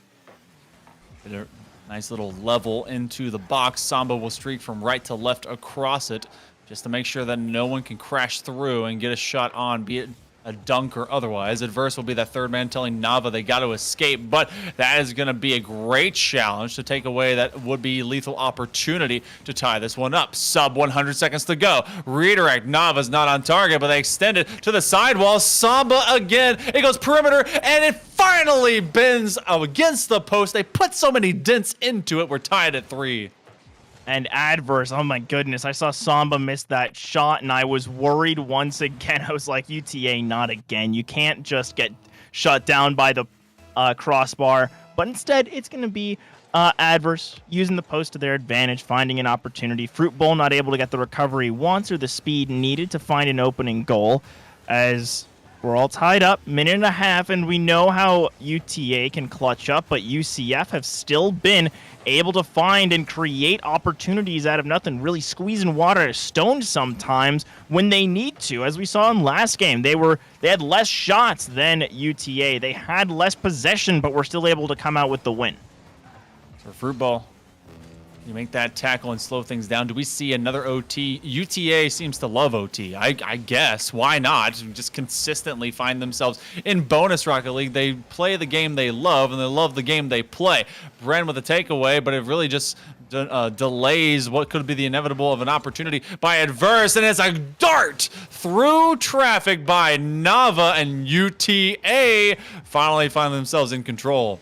And Nava doesn't want to go to OT. Samba or Adverse, maybe they get a little more time to show off their mechanics, but Nava just clean and clinical there. And it was so rough. I see Surf Fruit Bowl just backing up in the net, and it is always a bad sign if you're having to pump your brakes and go into reverse, as another near opportunity shut down by Scully. But still 30 seconds, and these Knights have got to rise to the occasion and find an opportunity to bring this one back. Otherwise, it is going to be UTA with match point.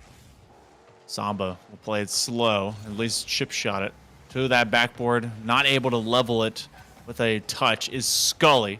15 seconds remaining. Adverse chasing this one down from side to side. You can't let these untouched balls go around for free.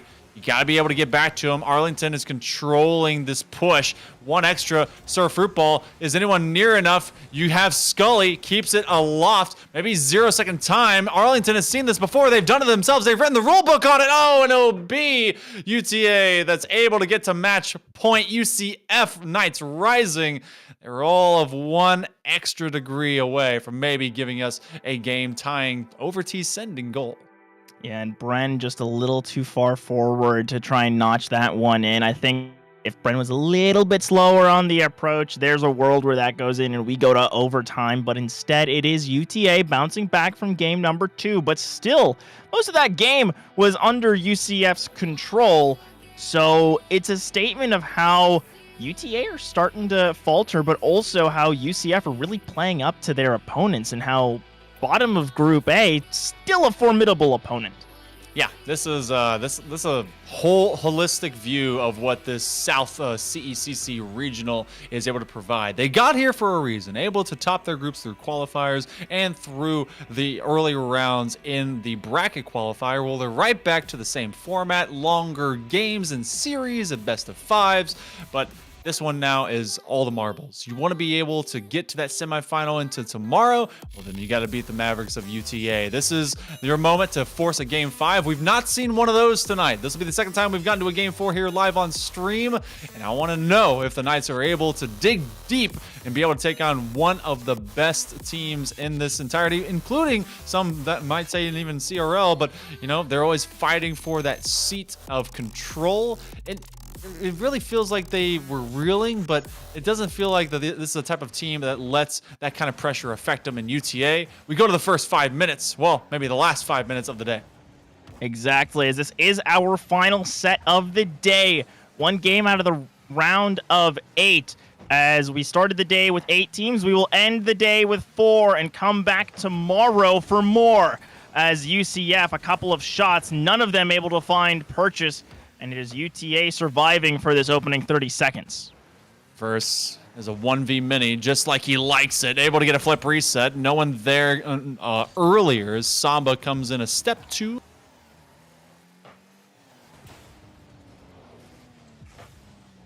And keeping up a UCF is trying to be able to do even more with it. All the way back down. UCF Knights kind of stuck on their own back half early in the first minute of play, which is about to tick off the clock. Yeah, we're about to finish up that first minute as Bren and Scully with an opportunity are just going to find that score and are the first to strike, as this is just a moment where UTA, Nava, and Adverse are together and there's no one on the back line. So a nice redirect. They punish when they can. Arlington often overcommits themselves positionally. So the Knights, they're playing a little bit more measured of an approach where speed is the name of the game and execution is the same. UCF wants to try and do something even more. Great counterplay, a second by Scully. And this is really big to have UCF starting off so strong and just off of some great passes between Bren and Scully. I've been very, very impressed with Bren. We've seen him improve and continue to show up all series. And while UTA have match point, we have to remember this is a team that was top 8 at the Commissioner's Cup last May in Atlanta. And for them to potentially, fall to at the very least Game 5 against the bottom of their opposing group, a B or C team from UCF, that would be a real statement to this squad and a statement to Knights Rising and how far they've come as a roster. As now Sir Fruit Bowl shut down and there's continued pressure by UTA. They want to answer back and they want to do it soon, but a beautiful save by Bren keeps the Knights going and a quick counterattack. That ball was about just nearly halfway in, but it's now all the way out, and that's what matters the most. UTA, they were fighting against 4 different people when it came to their offense before, as Old Ironsides kept them off. But Adverse says this one's easy. Dropped away. Who kind of gave it up? It was Fruit Cup, or sorry, Fruit Bowl. My apologies. You're a Knight. Sir Fruit Bowl to you. Oh my goodness. Mr. Sir, like Lord PhD Dr. Fruit Bowl, is just kind of gives one away though. Yeah, and that's just unfortunate. Can't find the 50, can't get that continuation on the clear. But now Adverse with a nice carry, shut down by Scully. And this time Sir Fruit Bowl is going to be able to find the continuation and keep it up for Scully as they continue to move upfield and continue to find themselves in the Mavericks half. But another booming clear not found. And actually, this one might just go all the way back. Who's there to respond? Nava just barely cutting across the net. Oh, Bren to the side. UCF, they would love to be able to hang on to this lead, but they got to really build upon this lead because UTA is one of those kinds of teams that hangs on to this chokehold of pressure. Brent, great extension. Even if that forces 2, that's a setup pass. A off push flip, but that's Adverse that is covered by Samba as Nava gets a demo. Does this go all the way beyond the 3rd defender? A nice extra turn by Bren is able to make sure they're fine. Scully doesn't get an extra boost. That one spawns right as he leaves. He's still looking for something, and they're getting more on the UTA side as the Mavs get 2 in a row and tie us. Yeah, as the second I saw Adverse just alone in this corner surrounded by 3 Knights, I knew it was a brutal position to be in for UCF as they just were caught off guard, not able to get the touch they needed, and eventually ran out of boost when it mattered, and Samba just easily able to find that as Sir Fruit Bowl slows it down, looks for a solo play, cut off by Nava, good contest. 1:55 on the clock. flip resets, mechanical extensions, and interconnections between teammates. That is the key difference. Arlington, when they need to execute, they do it well. Stepping up is Bryn, thinking that one will drop, not thinking that the next pass will be forthcoming. And that is how UTA does it. Sub 2 minutes to go. Oh, absolutely fantastically done to find the lead for the Mavericks. As all they got to do is continue to hold this pressure. UCF now the ones who have to respond, but so many members so far forward for UTA. Good run back from Nava, and it's just barely enough to hold on for a moment. Sir Fruitbowl keeping the ball dangerous, but with that pop, it'll mean that the side of UTA can recover, and while Bren is trying to cause some chaos, won't be nearly enough. As Sir Fruitbowl sends it to the side, right to the waiting wheels of Nava. As an interruption from Scully now could turn into a UCF attack, but this ball just cannot get past that midfield line. Samba is causing a little bit of nuisance issue. Got to make this read. Scully will be able to tie us at 3. That is a hat trick. 64 seconds to go. That was a fantastic challenge. Adverse able to keep this one upfield, but not until Scully gets in his face. And then we have this all knotted up. The Knights will not go down without a fight. They're trying to force a fight to game 5. Oh, they absolutely are, and they want it. They know. They've seen that these Mavericks can bleed, and they are pushing into those wounds with their swords and their lances and are trying to power through. As I mentioned how it felt like it was impossible for this ball to reach the midfield line with UTA holding so much pressure, but that also means that all 3 members of Arlington were sitting in UCF's half, and this means you get one good clear, one good double, and Scully's going to score every time as Nava trying to keep this pressure alive, but now Scully with some space in a 1v1 against Samba. Adverse cuts across and manages to turn that one around, but still, UTA can't get over-aggressive, otherwise it might bite them in the behind as 20 seconds to go and it's anyone's game. They don't want a behind here late in regulation either. 10 seconds coming up. Nice extension. Nava to Samba. That will be a dance all its own. Scully to the corner. He's going to have to chase after it. This will be a shot. It goes too high. Adverse is deleted as a piece of this puzzle. Nava, though, is trying to just lay it up for one last opportunity here in regulation. Overtime, forthcoming. Looking for the kill to tee the distance all the way through game number 4, tied up 3 apiece. Who will be able to either in this series eliminate the Knights, or will UTA be forced to go to game 5? And if UTA is forced to game 5, that would be their first time today. Not even a brother school was able to do that. As Bruton Parker, I believe, took 1 game off of Arlington, but still Nava just barely able to keep that one away. As I love this Knights Rising squad that we've seen. I wish we could have seen more earlier on because they're such a fun bunch to watch. As Samba all alone. Sir Fruitbowl a little space. Good contest by Nava. And every single contest that goes a little too far, you get worried for either team that it could be it. This could be the game as Scully tries to break past, but it's shut down. Ren slowed up underneath that ball. Good catch, but there'll be a challenge. Samba is able to dart through. Adverse is going to get a credit for it because it went off the sidewall. Fruitbowl was backwards, and they couldn't collect it on the undercarriage of their car, so it will deflect over. That'll be the kill shot. Arlington will eliminate Knights Rising. Like you said before, I wish we'd been able to see even more of them. They were so fun to watch, but even more so, the Mavericks showcasing that they can put games away when they need to, punish opponents that are not ready for when they pounce. And they'll be moving on tomorrow to the semifinals. Yeah, they'll be moving tomorrow, but still, Knights Rising put up quite the fight. Was not expecting them to come out the gates swinging. They were charging forward, and even though they're my university's rivals, I'm still in college. Even though there are traditional rivals, I still got to say hats off to all of the UCF teams that played today. Really represented Florida and did a fantastic job. Couldn't have asked for more, and UTA certainly earned their spot in the semis. They did, and showcasing that #1 seeds got to be able to put up with a lot. So this night's school, at least this half of it, as Academy, we'll get to see what they're doing on their side of things. They will be out of the competition with that elimination. Up on the top side, I do know that Indian River State College and Bruton Parker Barons are able to make it into that semifinal. So the #1 versus #4 seed do occur.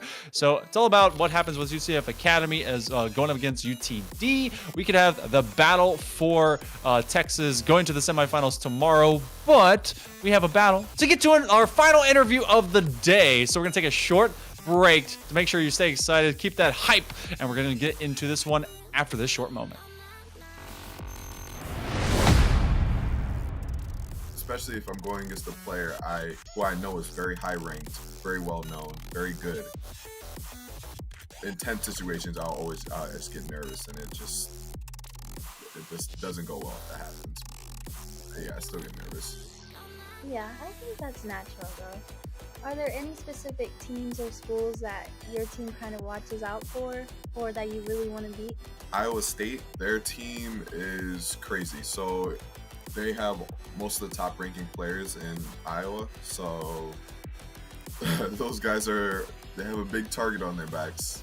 Can you tell me a little bit about what you think about CECC, and do you think your team will go to Atlanta? Currently, our team we're going over a massive overhaul because we're down a lot of players to transfers and other things, but it's still possible. I think we can do it. Okay, yeah, we hope to see you there. Backtracking a little bit, what are you studying in school? What's your major? Biochemistry. Okay. Jeez, you do it all. What the heck? What do you plan to do with biochemistry? And do you ever see any overlap between what you're learning in school and esports? My initial plans were to possibly go into medicine, but I'm leaning more towards biochemical research. So I don't know if that overlaps somehow, but if it can, that'd be great. Would you ever want to be an esports coach? Of course. It's so fun. It's so fun. Yeah, when you're not doing medicine and you find time between football and the ultimate frisbee, maybe you can be an esports coach. I'll find time to do it all, I guess. Yeah. Are there any players on your team that stick out to you, whether it be a success story, their growth, or even yourself, that you want to talk about? Let's see. Well, of course, myself is a good success story, I guess. Because when I joined the Smash and Overwatch team in 2019, I was garbage. Like, it was bad. Like I said earlier, I was bronze rank in Overwatch, which lowest possible rank. It's terrible down there. And then from there, I went to Masters, which is the second highest rank, which is just ridiculous. And then in Smash, I was also bad, and now I'm one of the top ranking players in Iowa. So it's pretty good. So what has been your proudest moment or specific moment? I know you jumped ranks there, but has there been any specific moments in the game or tournament that really you're proud of? It was last year during we had a Smash tournament, Smash Ultimate tournament. It was a Wi-Fi tournament. To qualify for the national part of it, we needed to beat this one school, and the school had some really good players. Like I think they had a Link player, and I forget the rest of them. But we were losing. I fumbled hard. I lost all 3 stocks, and I didn't take any. It was bad. And then my team rallied, and we beat them, and the whole room exploded. It was fantastic. Everyone was jumping all over the place. It was a great time. Can you imagine the energy? That's really awesome. So my last question for you is, do you have any goals for the rest of this school year that you want to accomplish? Well, for Overwatch, I do want to rank up again. I want to get GM. And for Smash Ultimate, I want to get a higher rank. I think, so in East Iowa, I'm ranked 4th or 3rd, but I want to be 1st. I want to be the top of the ranking. I don't like being to other people. It doesn't feel right. Well, I'm sure you can do it. Is there anything that you would like to add about your team or you before we go? Anything you want the world to know about you? Join our team. We're great people. I don't know. Good. That's good. Well, thank you again so much for your time and doing this interview with me and fitting me in your schedule of all the stuff you have going on. I really appreciate it. No problem. No problem. I hope you have a good rest of your day. Thank you. You too.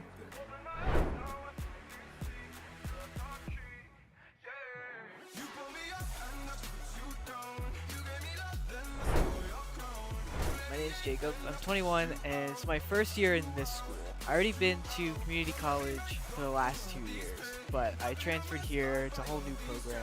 What made you transfer? I wanted to do something different. I already have an associate's degree in business administration and I wanted to come to this school and do audio production, just like music engineering. So what do you want to do with that? The main goal is to work in like music studios and like help with like the music creation process. Anywhere kind of in the audio recording realm is fine with me. And do you have a go-to genre of music that you like? I don't know. It's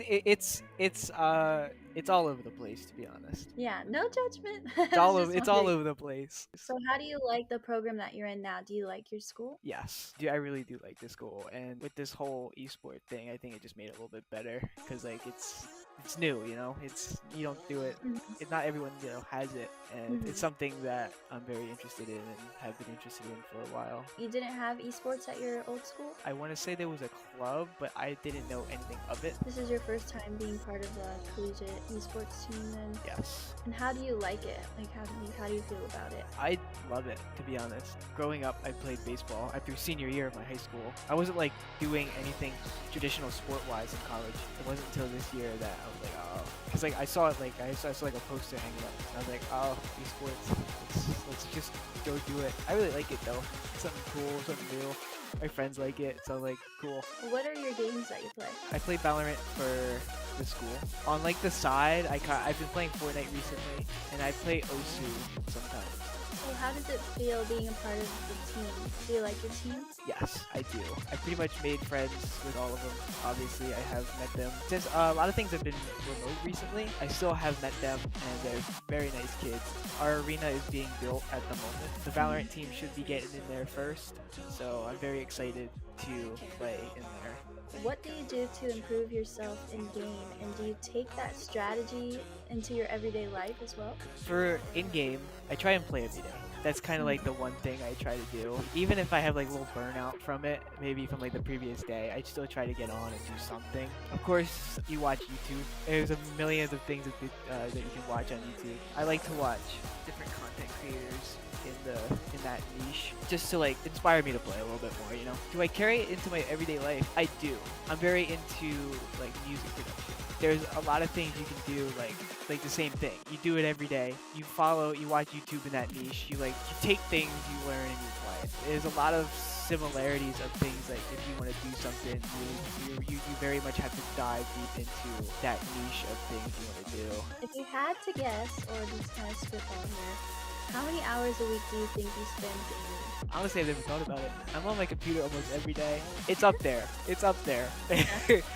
It's up there. Between playing with friends and kind of just doing stuff by myself, it's up there. You spoke about burnout when it comes to playing, and you play every day. What do you do to kind of get yourself back into the zone, or what do you do when you're experiencing burnout? It kind of goes back to like watching content creators, like the people I watch on YouTube. I'll see if they post anything new, or I'll just watch whatever they have, and I'll get inspired to do it, and I'll just be like, all right, time to hop on. Even if I don't, not feeling it, I'll try to do something. Would you say that there's anyone on your team that really stands out to you or kind of motivates you to play? Yes. One kid on our team, his name's Alex. He is Diamond 2. Diamond 1 or Diamond 2 in Valorant. So he's up there. He only really plays with us. He plays on his own, but he plays with us during games and sometimes afterwards. Trying to be at his level, I think, would be very the goal. So it kind of like inspires you to kind of like keep going. Anyone really that's higher ranked than you kind of inspires you to like, all right, you wanna push yourself to be where they are, and that's Right. kind of what I've been doing recently. There are people like that. For you, since this is your first time being on a collegiate team, do you have any advice to people who may be looking to join a team or aren't sure if they should or not?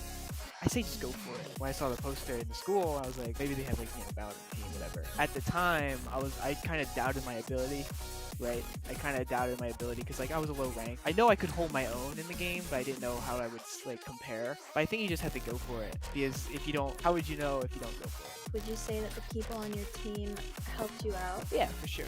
I think people who are higher ranked than you, like they teach you. You obviously learn on your own, but there's a lot of things that you can get taught from your teammates and just how they play. Well, thank you so much for taking the time to do this with me. I really appreciate it. https://twitter.com/Septilence. Don't put that in. I'll get in trouble. So that's worth it. Did I get too close to the camera on that one? A little bit too close? Should I back up a little bit? Okay, sorry about that. My bad. I've been awake for probably close to 32 hours. Like, I have to like hold my keyboard like the normal way, because if I do it, I feel like I have arthritis and I hold my keyboard like that. It blows my mind. I can never do that. Like this guy right here, he's got his keyboard like off at an angle. His isn't that extreme. Does it get Welcome back, everyone. It's time for our final interview of the day. I'm Hail Monkey Man in the booth alongside Jay Turbo, but also with the winner from UT Arlington, the Mavericks. It's Samba. Danced his way straight in the booth, said, hey, I'm here. I'm good to go. Samba, congratulations. You guys were able to win in your first group of 8 to move on to the semifinals. How's the squad feeling after all the stuff during today? Good. It was a really long day. Like 4 best of 5s. We had a really difficult group. I think our group is definitely stronger than the other group. But yeah, we were kind of glad how we performed because, we got the lower seed. And we were able to take them down. Yeah, that's fantastic. And you guys were able to take down UCF Knights Rising, but still those last 2 sets we saw from you guys, the battle for Texas, and then this one against UCF, going 3-1 with some tight games in there with some really clutch overtimes. What would you say is sort of the secret that helps you guys clutch up in those really tight moments? We just don't really get nervous, and we just stay calm. Try not to panic at all, because that's like the worst thing you can do is panic, and then that's when everything kind of goes downhill. So yeah, just staying calm, and just keeping our comms up. Talking a lot. Well, we did get to see you guys stay calm in the moment and be able to really just showcase that you can keep yourself going strong and be still creative alongside yourself, Adverse and Nava. I need to know, whenever we saw the battle for Texas, yourselves versus UTD, you guys seemingly are kind of brothers from opposite schools and maybe friends. There seem to be a lot of good, I guess, competitive vibes going on between y'all. Yeah. Does that persist all the time whenever you guys get to play each other often? Yes, it's pretty normal. We all talk a lot outside of the game. So yeah, it's always fun playing them. We're all good friends. But it's nice to win, obviously, because there are competitors. But yeah, always a good time. And looking ahead to tomorrow, as you might be forced to face have another Battle for Texas run back. So I've got sort of 2 questions just to wrap things up with. For one, assuming you get that Battle for Texas again, do you expect it to go the same way? And then assuming you win those semifinals, there's a good chance you might run into IRSC for that title. And the last time you ran into them, it was a pretty tough series. So how do you feel going into tomorrow, and do you expect to take it all? No, we feel good. Last time we played them, we weren't playing very well. They kind of caught us off guard as well. We'd never played them, but now we've actually scrimmed against them a couple times as well, so we kind of know what their game plan is. And obviously for ETD, same result. I'm not gonna say we're gonna lose. That'd be weird. That's the wrong thing to say. So yeah, hopefully I get 3-0 this time. We should 3-0 them. I'm just hearing that UTD lost in Game 5, so never mind. Looks like we're playing the other UCF team, so we'll just take down all of Florida by ourselves. Wow, J Turbo, you gonna take that sitting down? Like, come on. I mean, I will say anyone who gets to take down UCF, it's a win in my books because they're our main rival. I still support them at times, but still, best of luck tomorrow against Academy. Going to be a tough team. And now knowing you're going up against Academy, how do you feel going up against that team? Same result, just going to take that 3-0, take down the entire state of Florida? That's the plan. We already took down Florida International, took down UCF Academy, and UCF Rising. Next is the Academy team. They're going to have to suffer. Ooh. Well, you know what? Adding an extra gem to the Infinity Gauntlet, we get to see you guys become the Thanos that will snap all of Florida out of existence, and it will float aimlessly away into the Atlantic. J Turbo, I really hope you have an oar to paddle your way to safety. Maybe just at least give them some heads up notice. You have done so here. Congratulations, Samba. You guys are able to move on to the semis tomorrow. I can't wait to be able to cast and see you guys be as talented as you were today. Tomorrow, any final shout outs for any fans or friends or maybe even family out there that have been supporting you guys along the way? Yeah, shout out to Noah, our esports director, and any other people watching from UTA, and then shout out Adverse, and I think that's it. Not Nava. Oh wow, not shouting him out. Not Nava. He deserves what's the opposite of a shout out? And silence out? Call out? Yeah. He deserves to be banned. That's what I think. Oh my gosh. Well, you know what? You heard it here first. Nava, you're done. Your career My own teammate. over. Yeah. Get out of here. Again, thank you so much, Samba, for joining us. We can't wait to see you tomorrow, and enjoy the rest of your night. Thank you. Of course. Florida has been put on notice. FIU, UCF, whatever is left. I don't know. There's a lot of schools out there. West Florida's already gone. They got beat by Bruton Parker. I got IRSC and UCF Academy. I hate it. I got my main rivals, and then I got a team that my school is gonna have to play against in like a week. And I gotta root for one of them for Florida Pride. Come on, putting me in such a tough spot. But still, I just want the best team to come out on top. I'm gonna give the neutral, unbiased response, take my Floridianness out of it. But still, today was an absolute blast. There were a lot of 3-0s, but a lot of 3-0s that didn't feel like 3-0s. And we just got to see some fantastic Southern Rocket League played. And that's all that you can ask for on a day like today, where you get 8 fantastic teams facing off against each other. Yep, that's exactly what we asked for. They did a qualifier, they came to the big stage, and they're able to do it in a big way, but day 2 cometh tomorrow. If you want to see more of this Rocket League that'll be happening, same bat time, or rather same bat channel, but slightly different time. We're going to be doing it later as our championships will be starting around 7 p.m. Eastern. But if you want to see the entire day starting off, it's going to be 10 a.m. So, see a whole bandwidth of FPS and car ball go fast, everything else. But we're going to be throwing it over to our main man, the host with the most. It's able to bring a lot of that energy. Thank you so much for seeing us today. I'm Hail Monkey Man. That over there is the wonderful J Turbo. You have been awesome. But we're going to send it over to Poly Hype.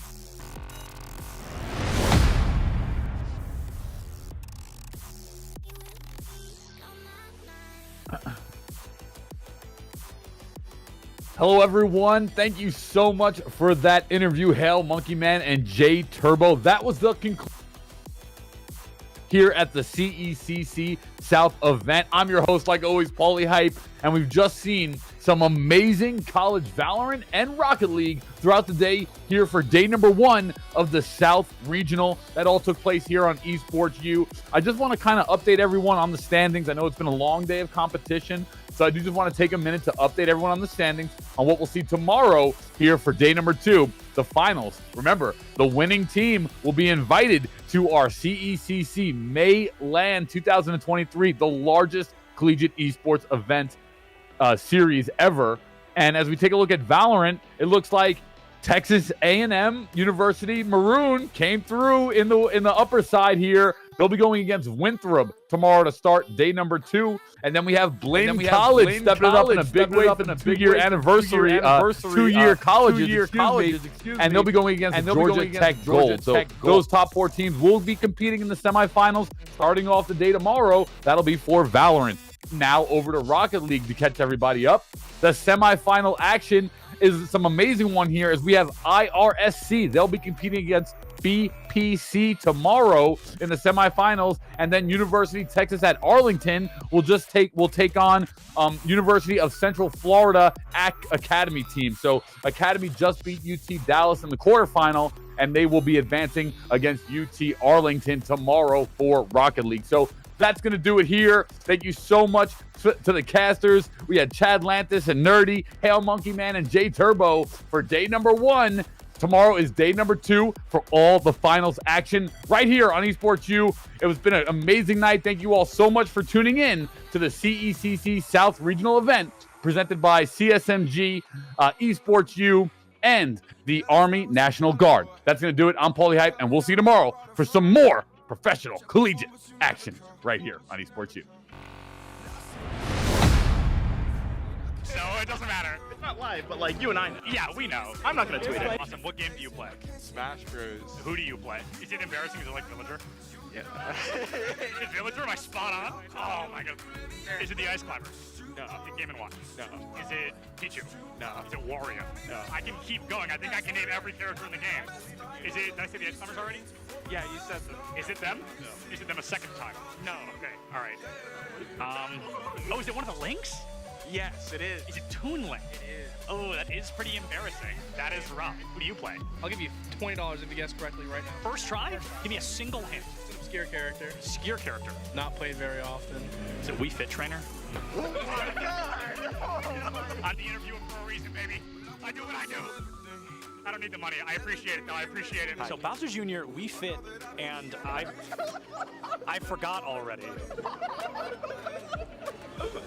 Are you all lying to me? Am I being gaslit? Bowser Jr., Wii Fit, and you told me already. Oh, Toon Link. Where's my main support at?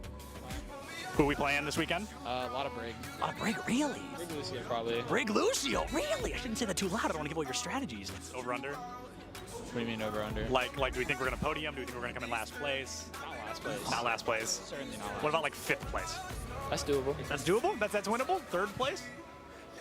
That's where things get dicey. That's very doable. Okay. First place. That's very doable. First place, very doable. Love it. That's the mindset. That's what he loves to hear. Yeah. Oh my God. Hold on. Cut the cameras. Well, who are you? Hello. Oh my God. I saw you earlier. I saw the back of your shirt. And I was like, I know that name. I know him. It's a quick play game. They Q-snap each other at land. I thought it was a scrim. It's just unlucky. Are you actually a Villager player? Yeah. How do you feel about Villager being notably worse in Smash Ultimate than they were in Smash 4? I wouldn't know. You wouldn't know? You never play Smash 4? No. Oh, that's all right. Nobody's gonna hold that against you. Who do you play? I play Robin. Okay. Wow. Did you know Robin has the lowest pick rate in the game? Yeah. Isn't that crazy? Come on, the LEDs. It looks just like Samus. Huh? Do you disagree? I guess I can see The it. Samus vibe. Show the controller to the camera. We're interviewing. This is recording, by the way. Surprise. Who do you play? I play Peach. Oh, wow. I like that. Who do you play? I play the Shotos, mostly Kazi. No, you lose against Kirby. That's just like a statistics thing. Yeah. It's maybe. This is a death match. I think they're all in the same one. They're all on Icebox. Are they all in the same death match? Maybe. Who knows? I feel like none of them can hear me. I want to like approach somebody, but no one can hear. They all have both their headphones on. What's up? How do we think we're doing? I think we're doing pretty good. What's your KD? We're looking at 10 and 6 right now. Oh, hey, that's 3rd, dude. That's better than I expected. Who's bottom frag right now? I want to go talk to them. Ian? Hey, how do you think we're doing so far? You know, it could be better. Could be better? You're one of those rough days? Well, you know. Let's go find more people to harass. Yeah. Where's Boise State? Who's your favorite to play? Oh, right now it's got to be either Chamber or Breach. What country is Cypher from? Oh, dude, it's Moroccan, right? It is Morocco. Oh my God, I didn't think anyone was gonna get that. Oh, you're good. You're good. All right, see you later. Let's go harass Boise State more. Who is this? What school is this? Boise? This is Boise. Oh man, that's okay. Boise's still got really good odds. A Large Bagel, one of their tank players, Nerdy Bird, they're off tank. Both of them not here. A little bit scary, if we're being honest. Getting warmed up, getting ready to cast some players. No, okay, not cast, interview. Change your mindset, change your mindset. Words. No, but last words until we come back. Oh, okay. Because we're leaving. Enjoy. Oh, that was good, that was good. Anything from you? How you doing, Polly? Awesome, thank you so much for your time.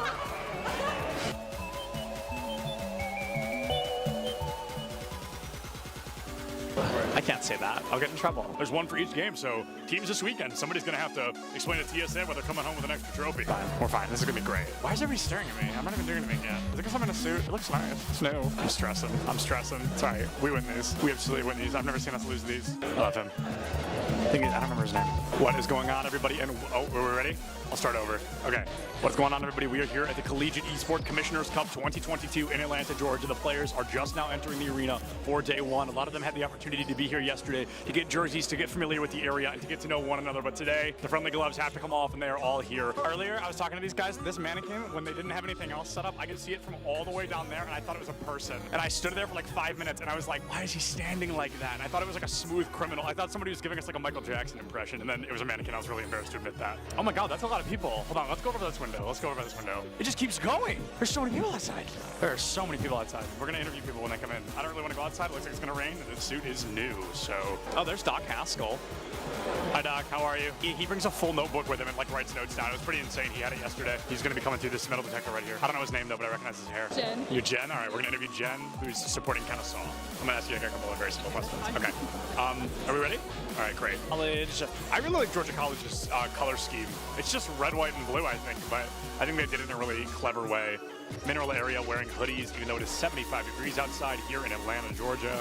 Absolute legends. If only Nick could hear you. Nick, come back. If he's over 100 feet away, he can't. You were whispering something and he started smiling. I'm like, are you whispering? Oh yeah, because he's got his headphone in if we're close enough. But Bless you. Gesundheit.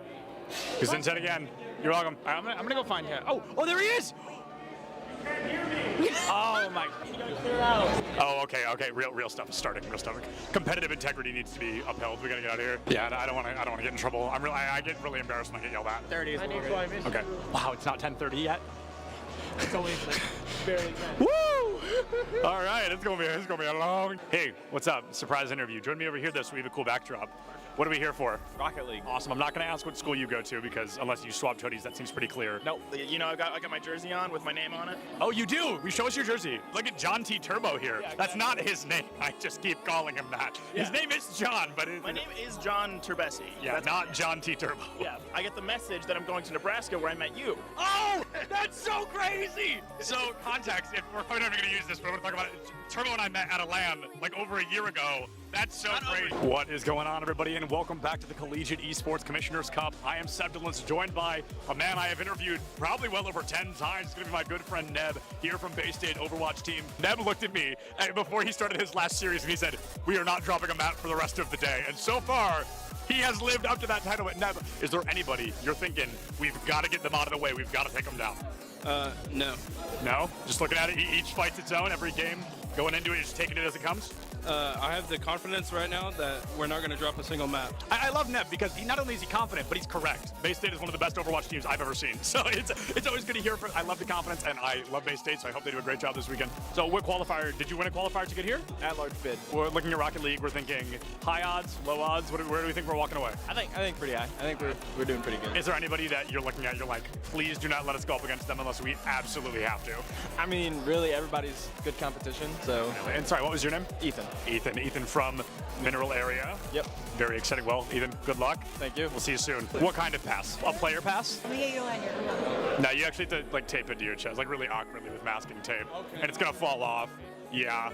It's gonna be uncomfortable, I promise. That's a guarantee. Okay, cut that, I'm gonna sneeze. Okay, good. I'm great, everything's good. Who do we interview? Who should we interview? I don't know, I'm just here. I need caffeine. That's so cute. UCF, and it's really cute. So I'm gonna move down here. How do we feel? The odds for UCF? What are we thinking? They got it. No, we got this. We got this. Go Knights. Charge on. 100%. My friend Nick is behind you. He's gonna record it. Don't look at him. You'll ruin the shot. Don't look at him. Don't look at him. Come on. Oh, let's go! Let's go!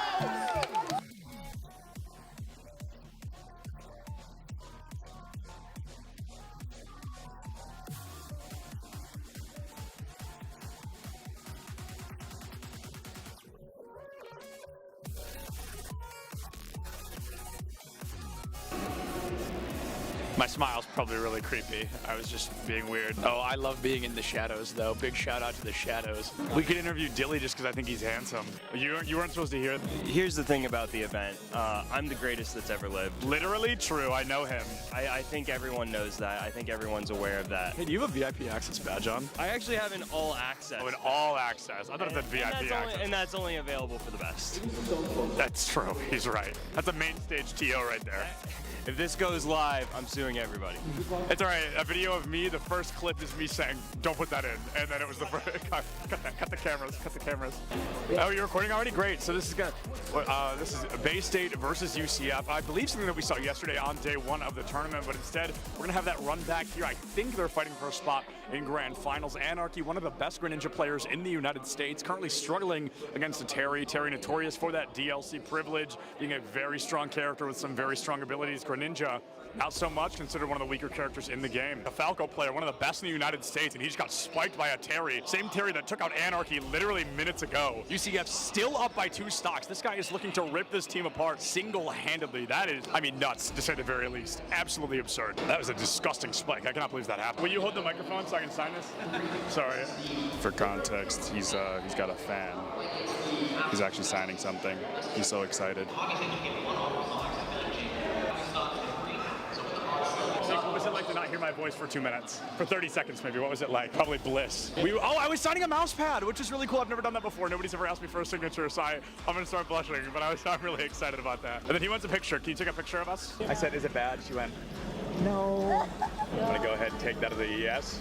Turns out I can't tie a tie sitting down. What do you think is the appropriate face-to-screen ratio for a Valorant player? Face to screen, like how close I sit? Yeah, like how close should a player sit? Personally, I play really, really close. I think it depends on your eyesight, but for me, I like playing close because it helps me focus on my crosshair. Is the value of sitting close, the crosshair being the only thing in your line of sight? Yeah, that's pretty much the main benefit of it. It's so funny how close some of these guys sit. Oh my goodness. What do you think is the healthy face-to-screen distance for a Valorant player? I think it's all kind of personal preference. I guess I would consider myself like pretty close when I play because I like to like zone in on my crosshair. It is the second person to say that. It's all about the crosshair. And then what's up with the horizontal keyboard? I don't know, like it just kind of fits like the form when I'm close to monitor. Like, I don't know, it might sound cringy, but I like to like be one with my gun, you know? No, bro, I feel it. I feel it, absolutely.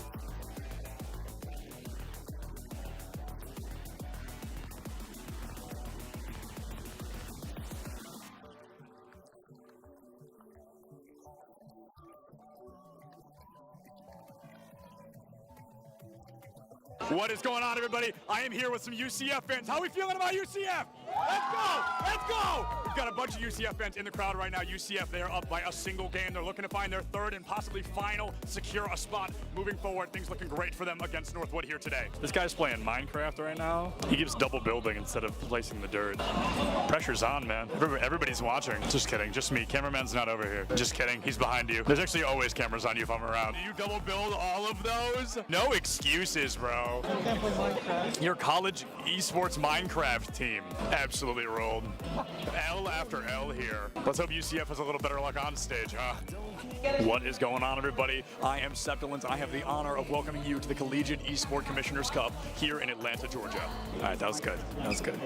Good content. Good content.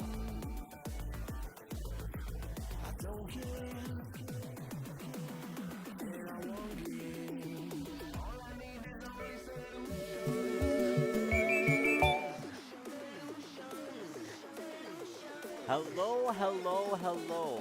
Happy New Year's, everyone, and welcome back to the CECC Esports channel. As always, my name is Kyler K-Ted Tando.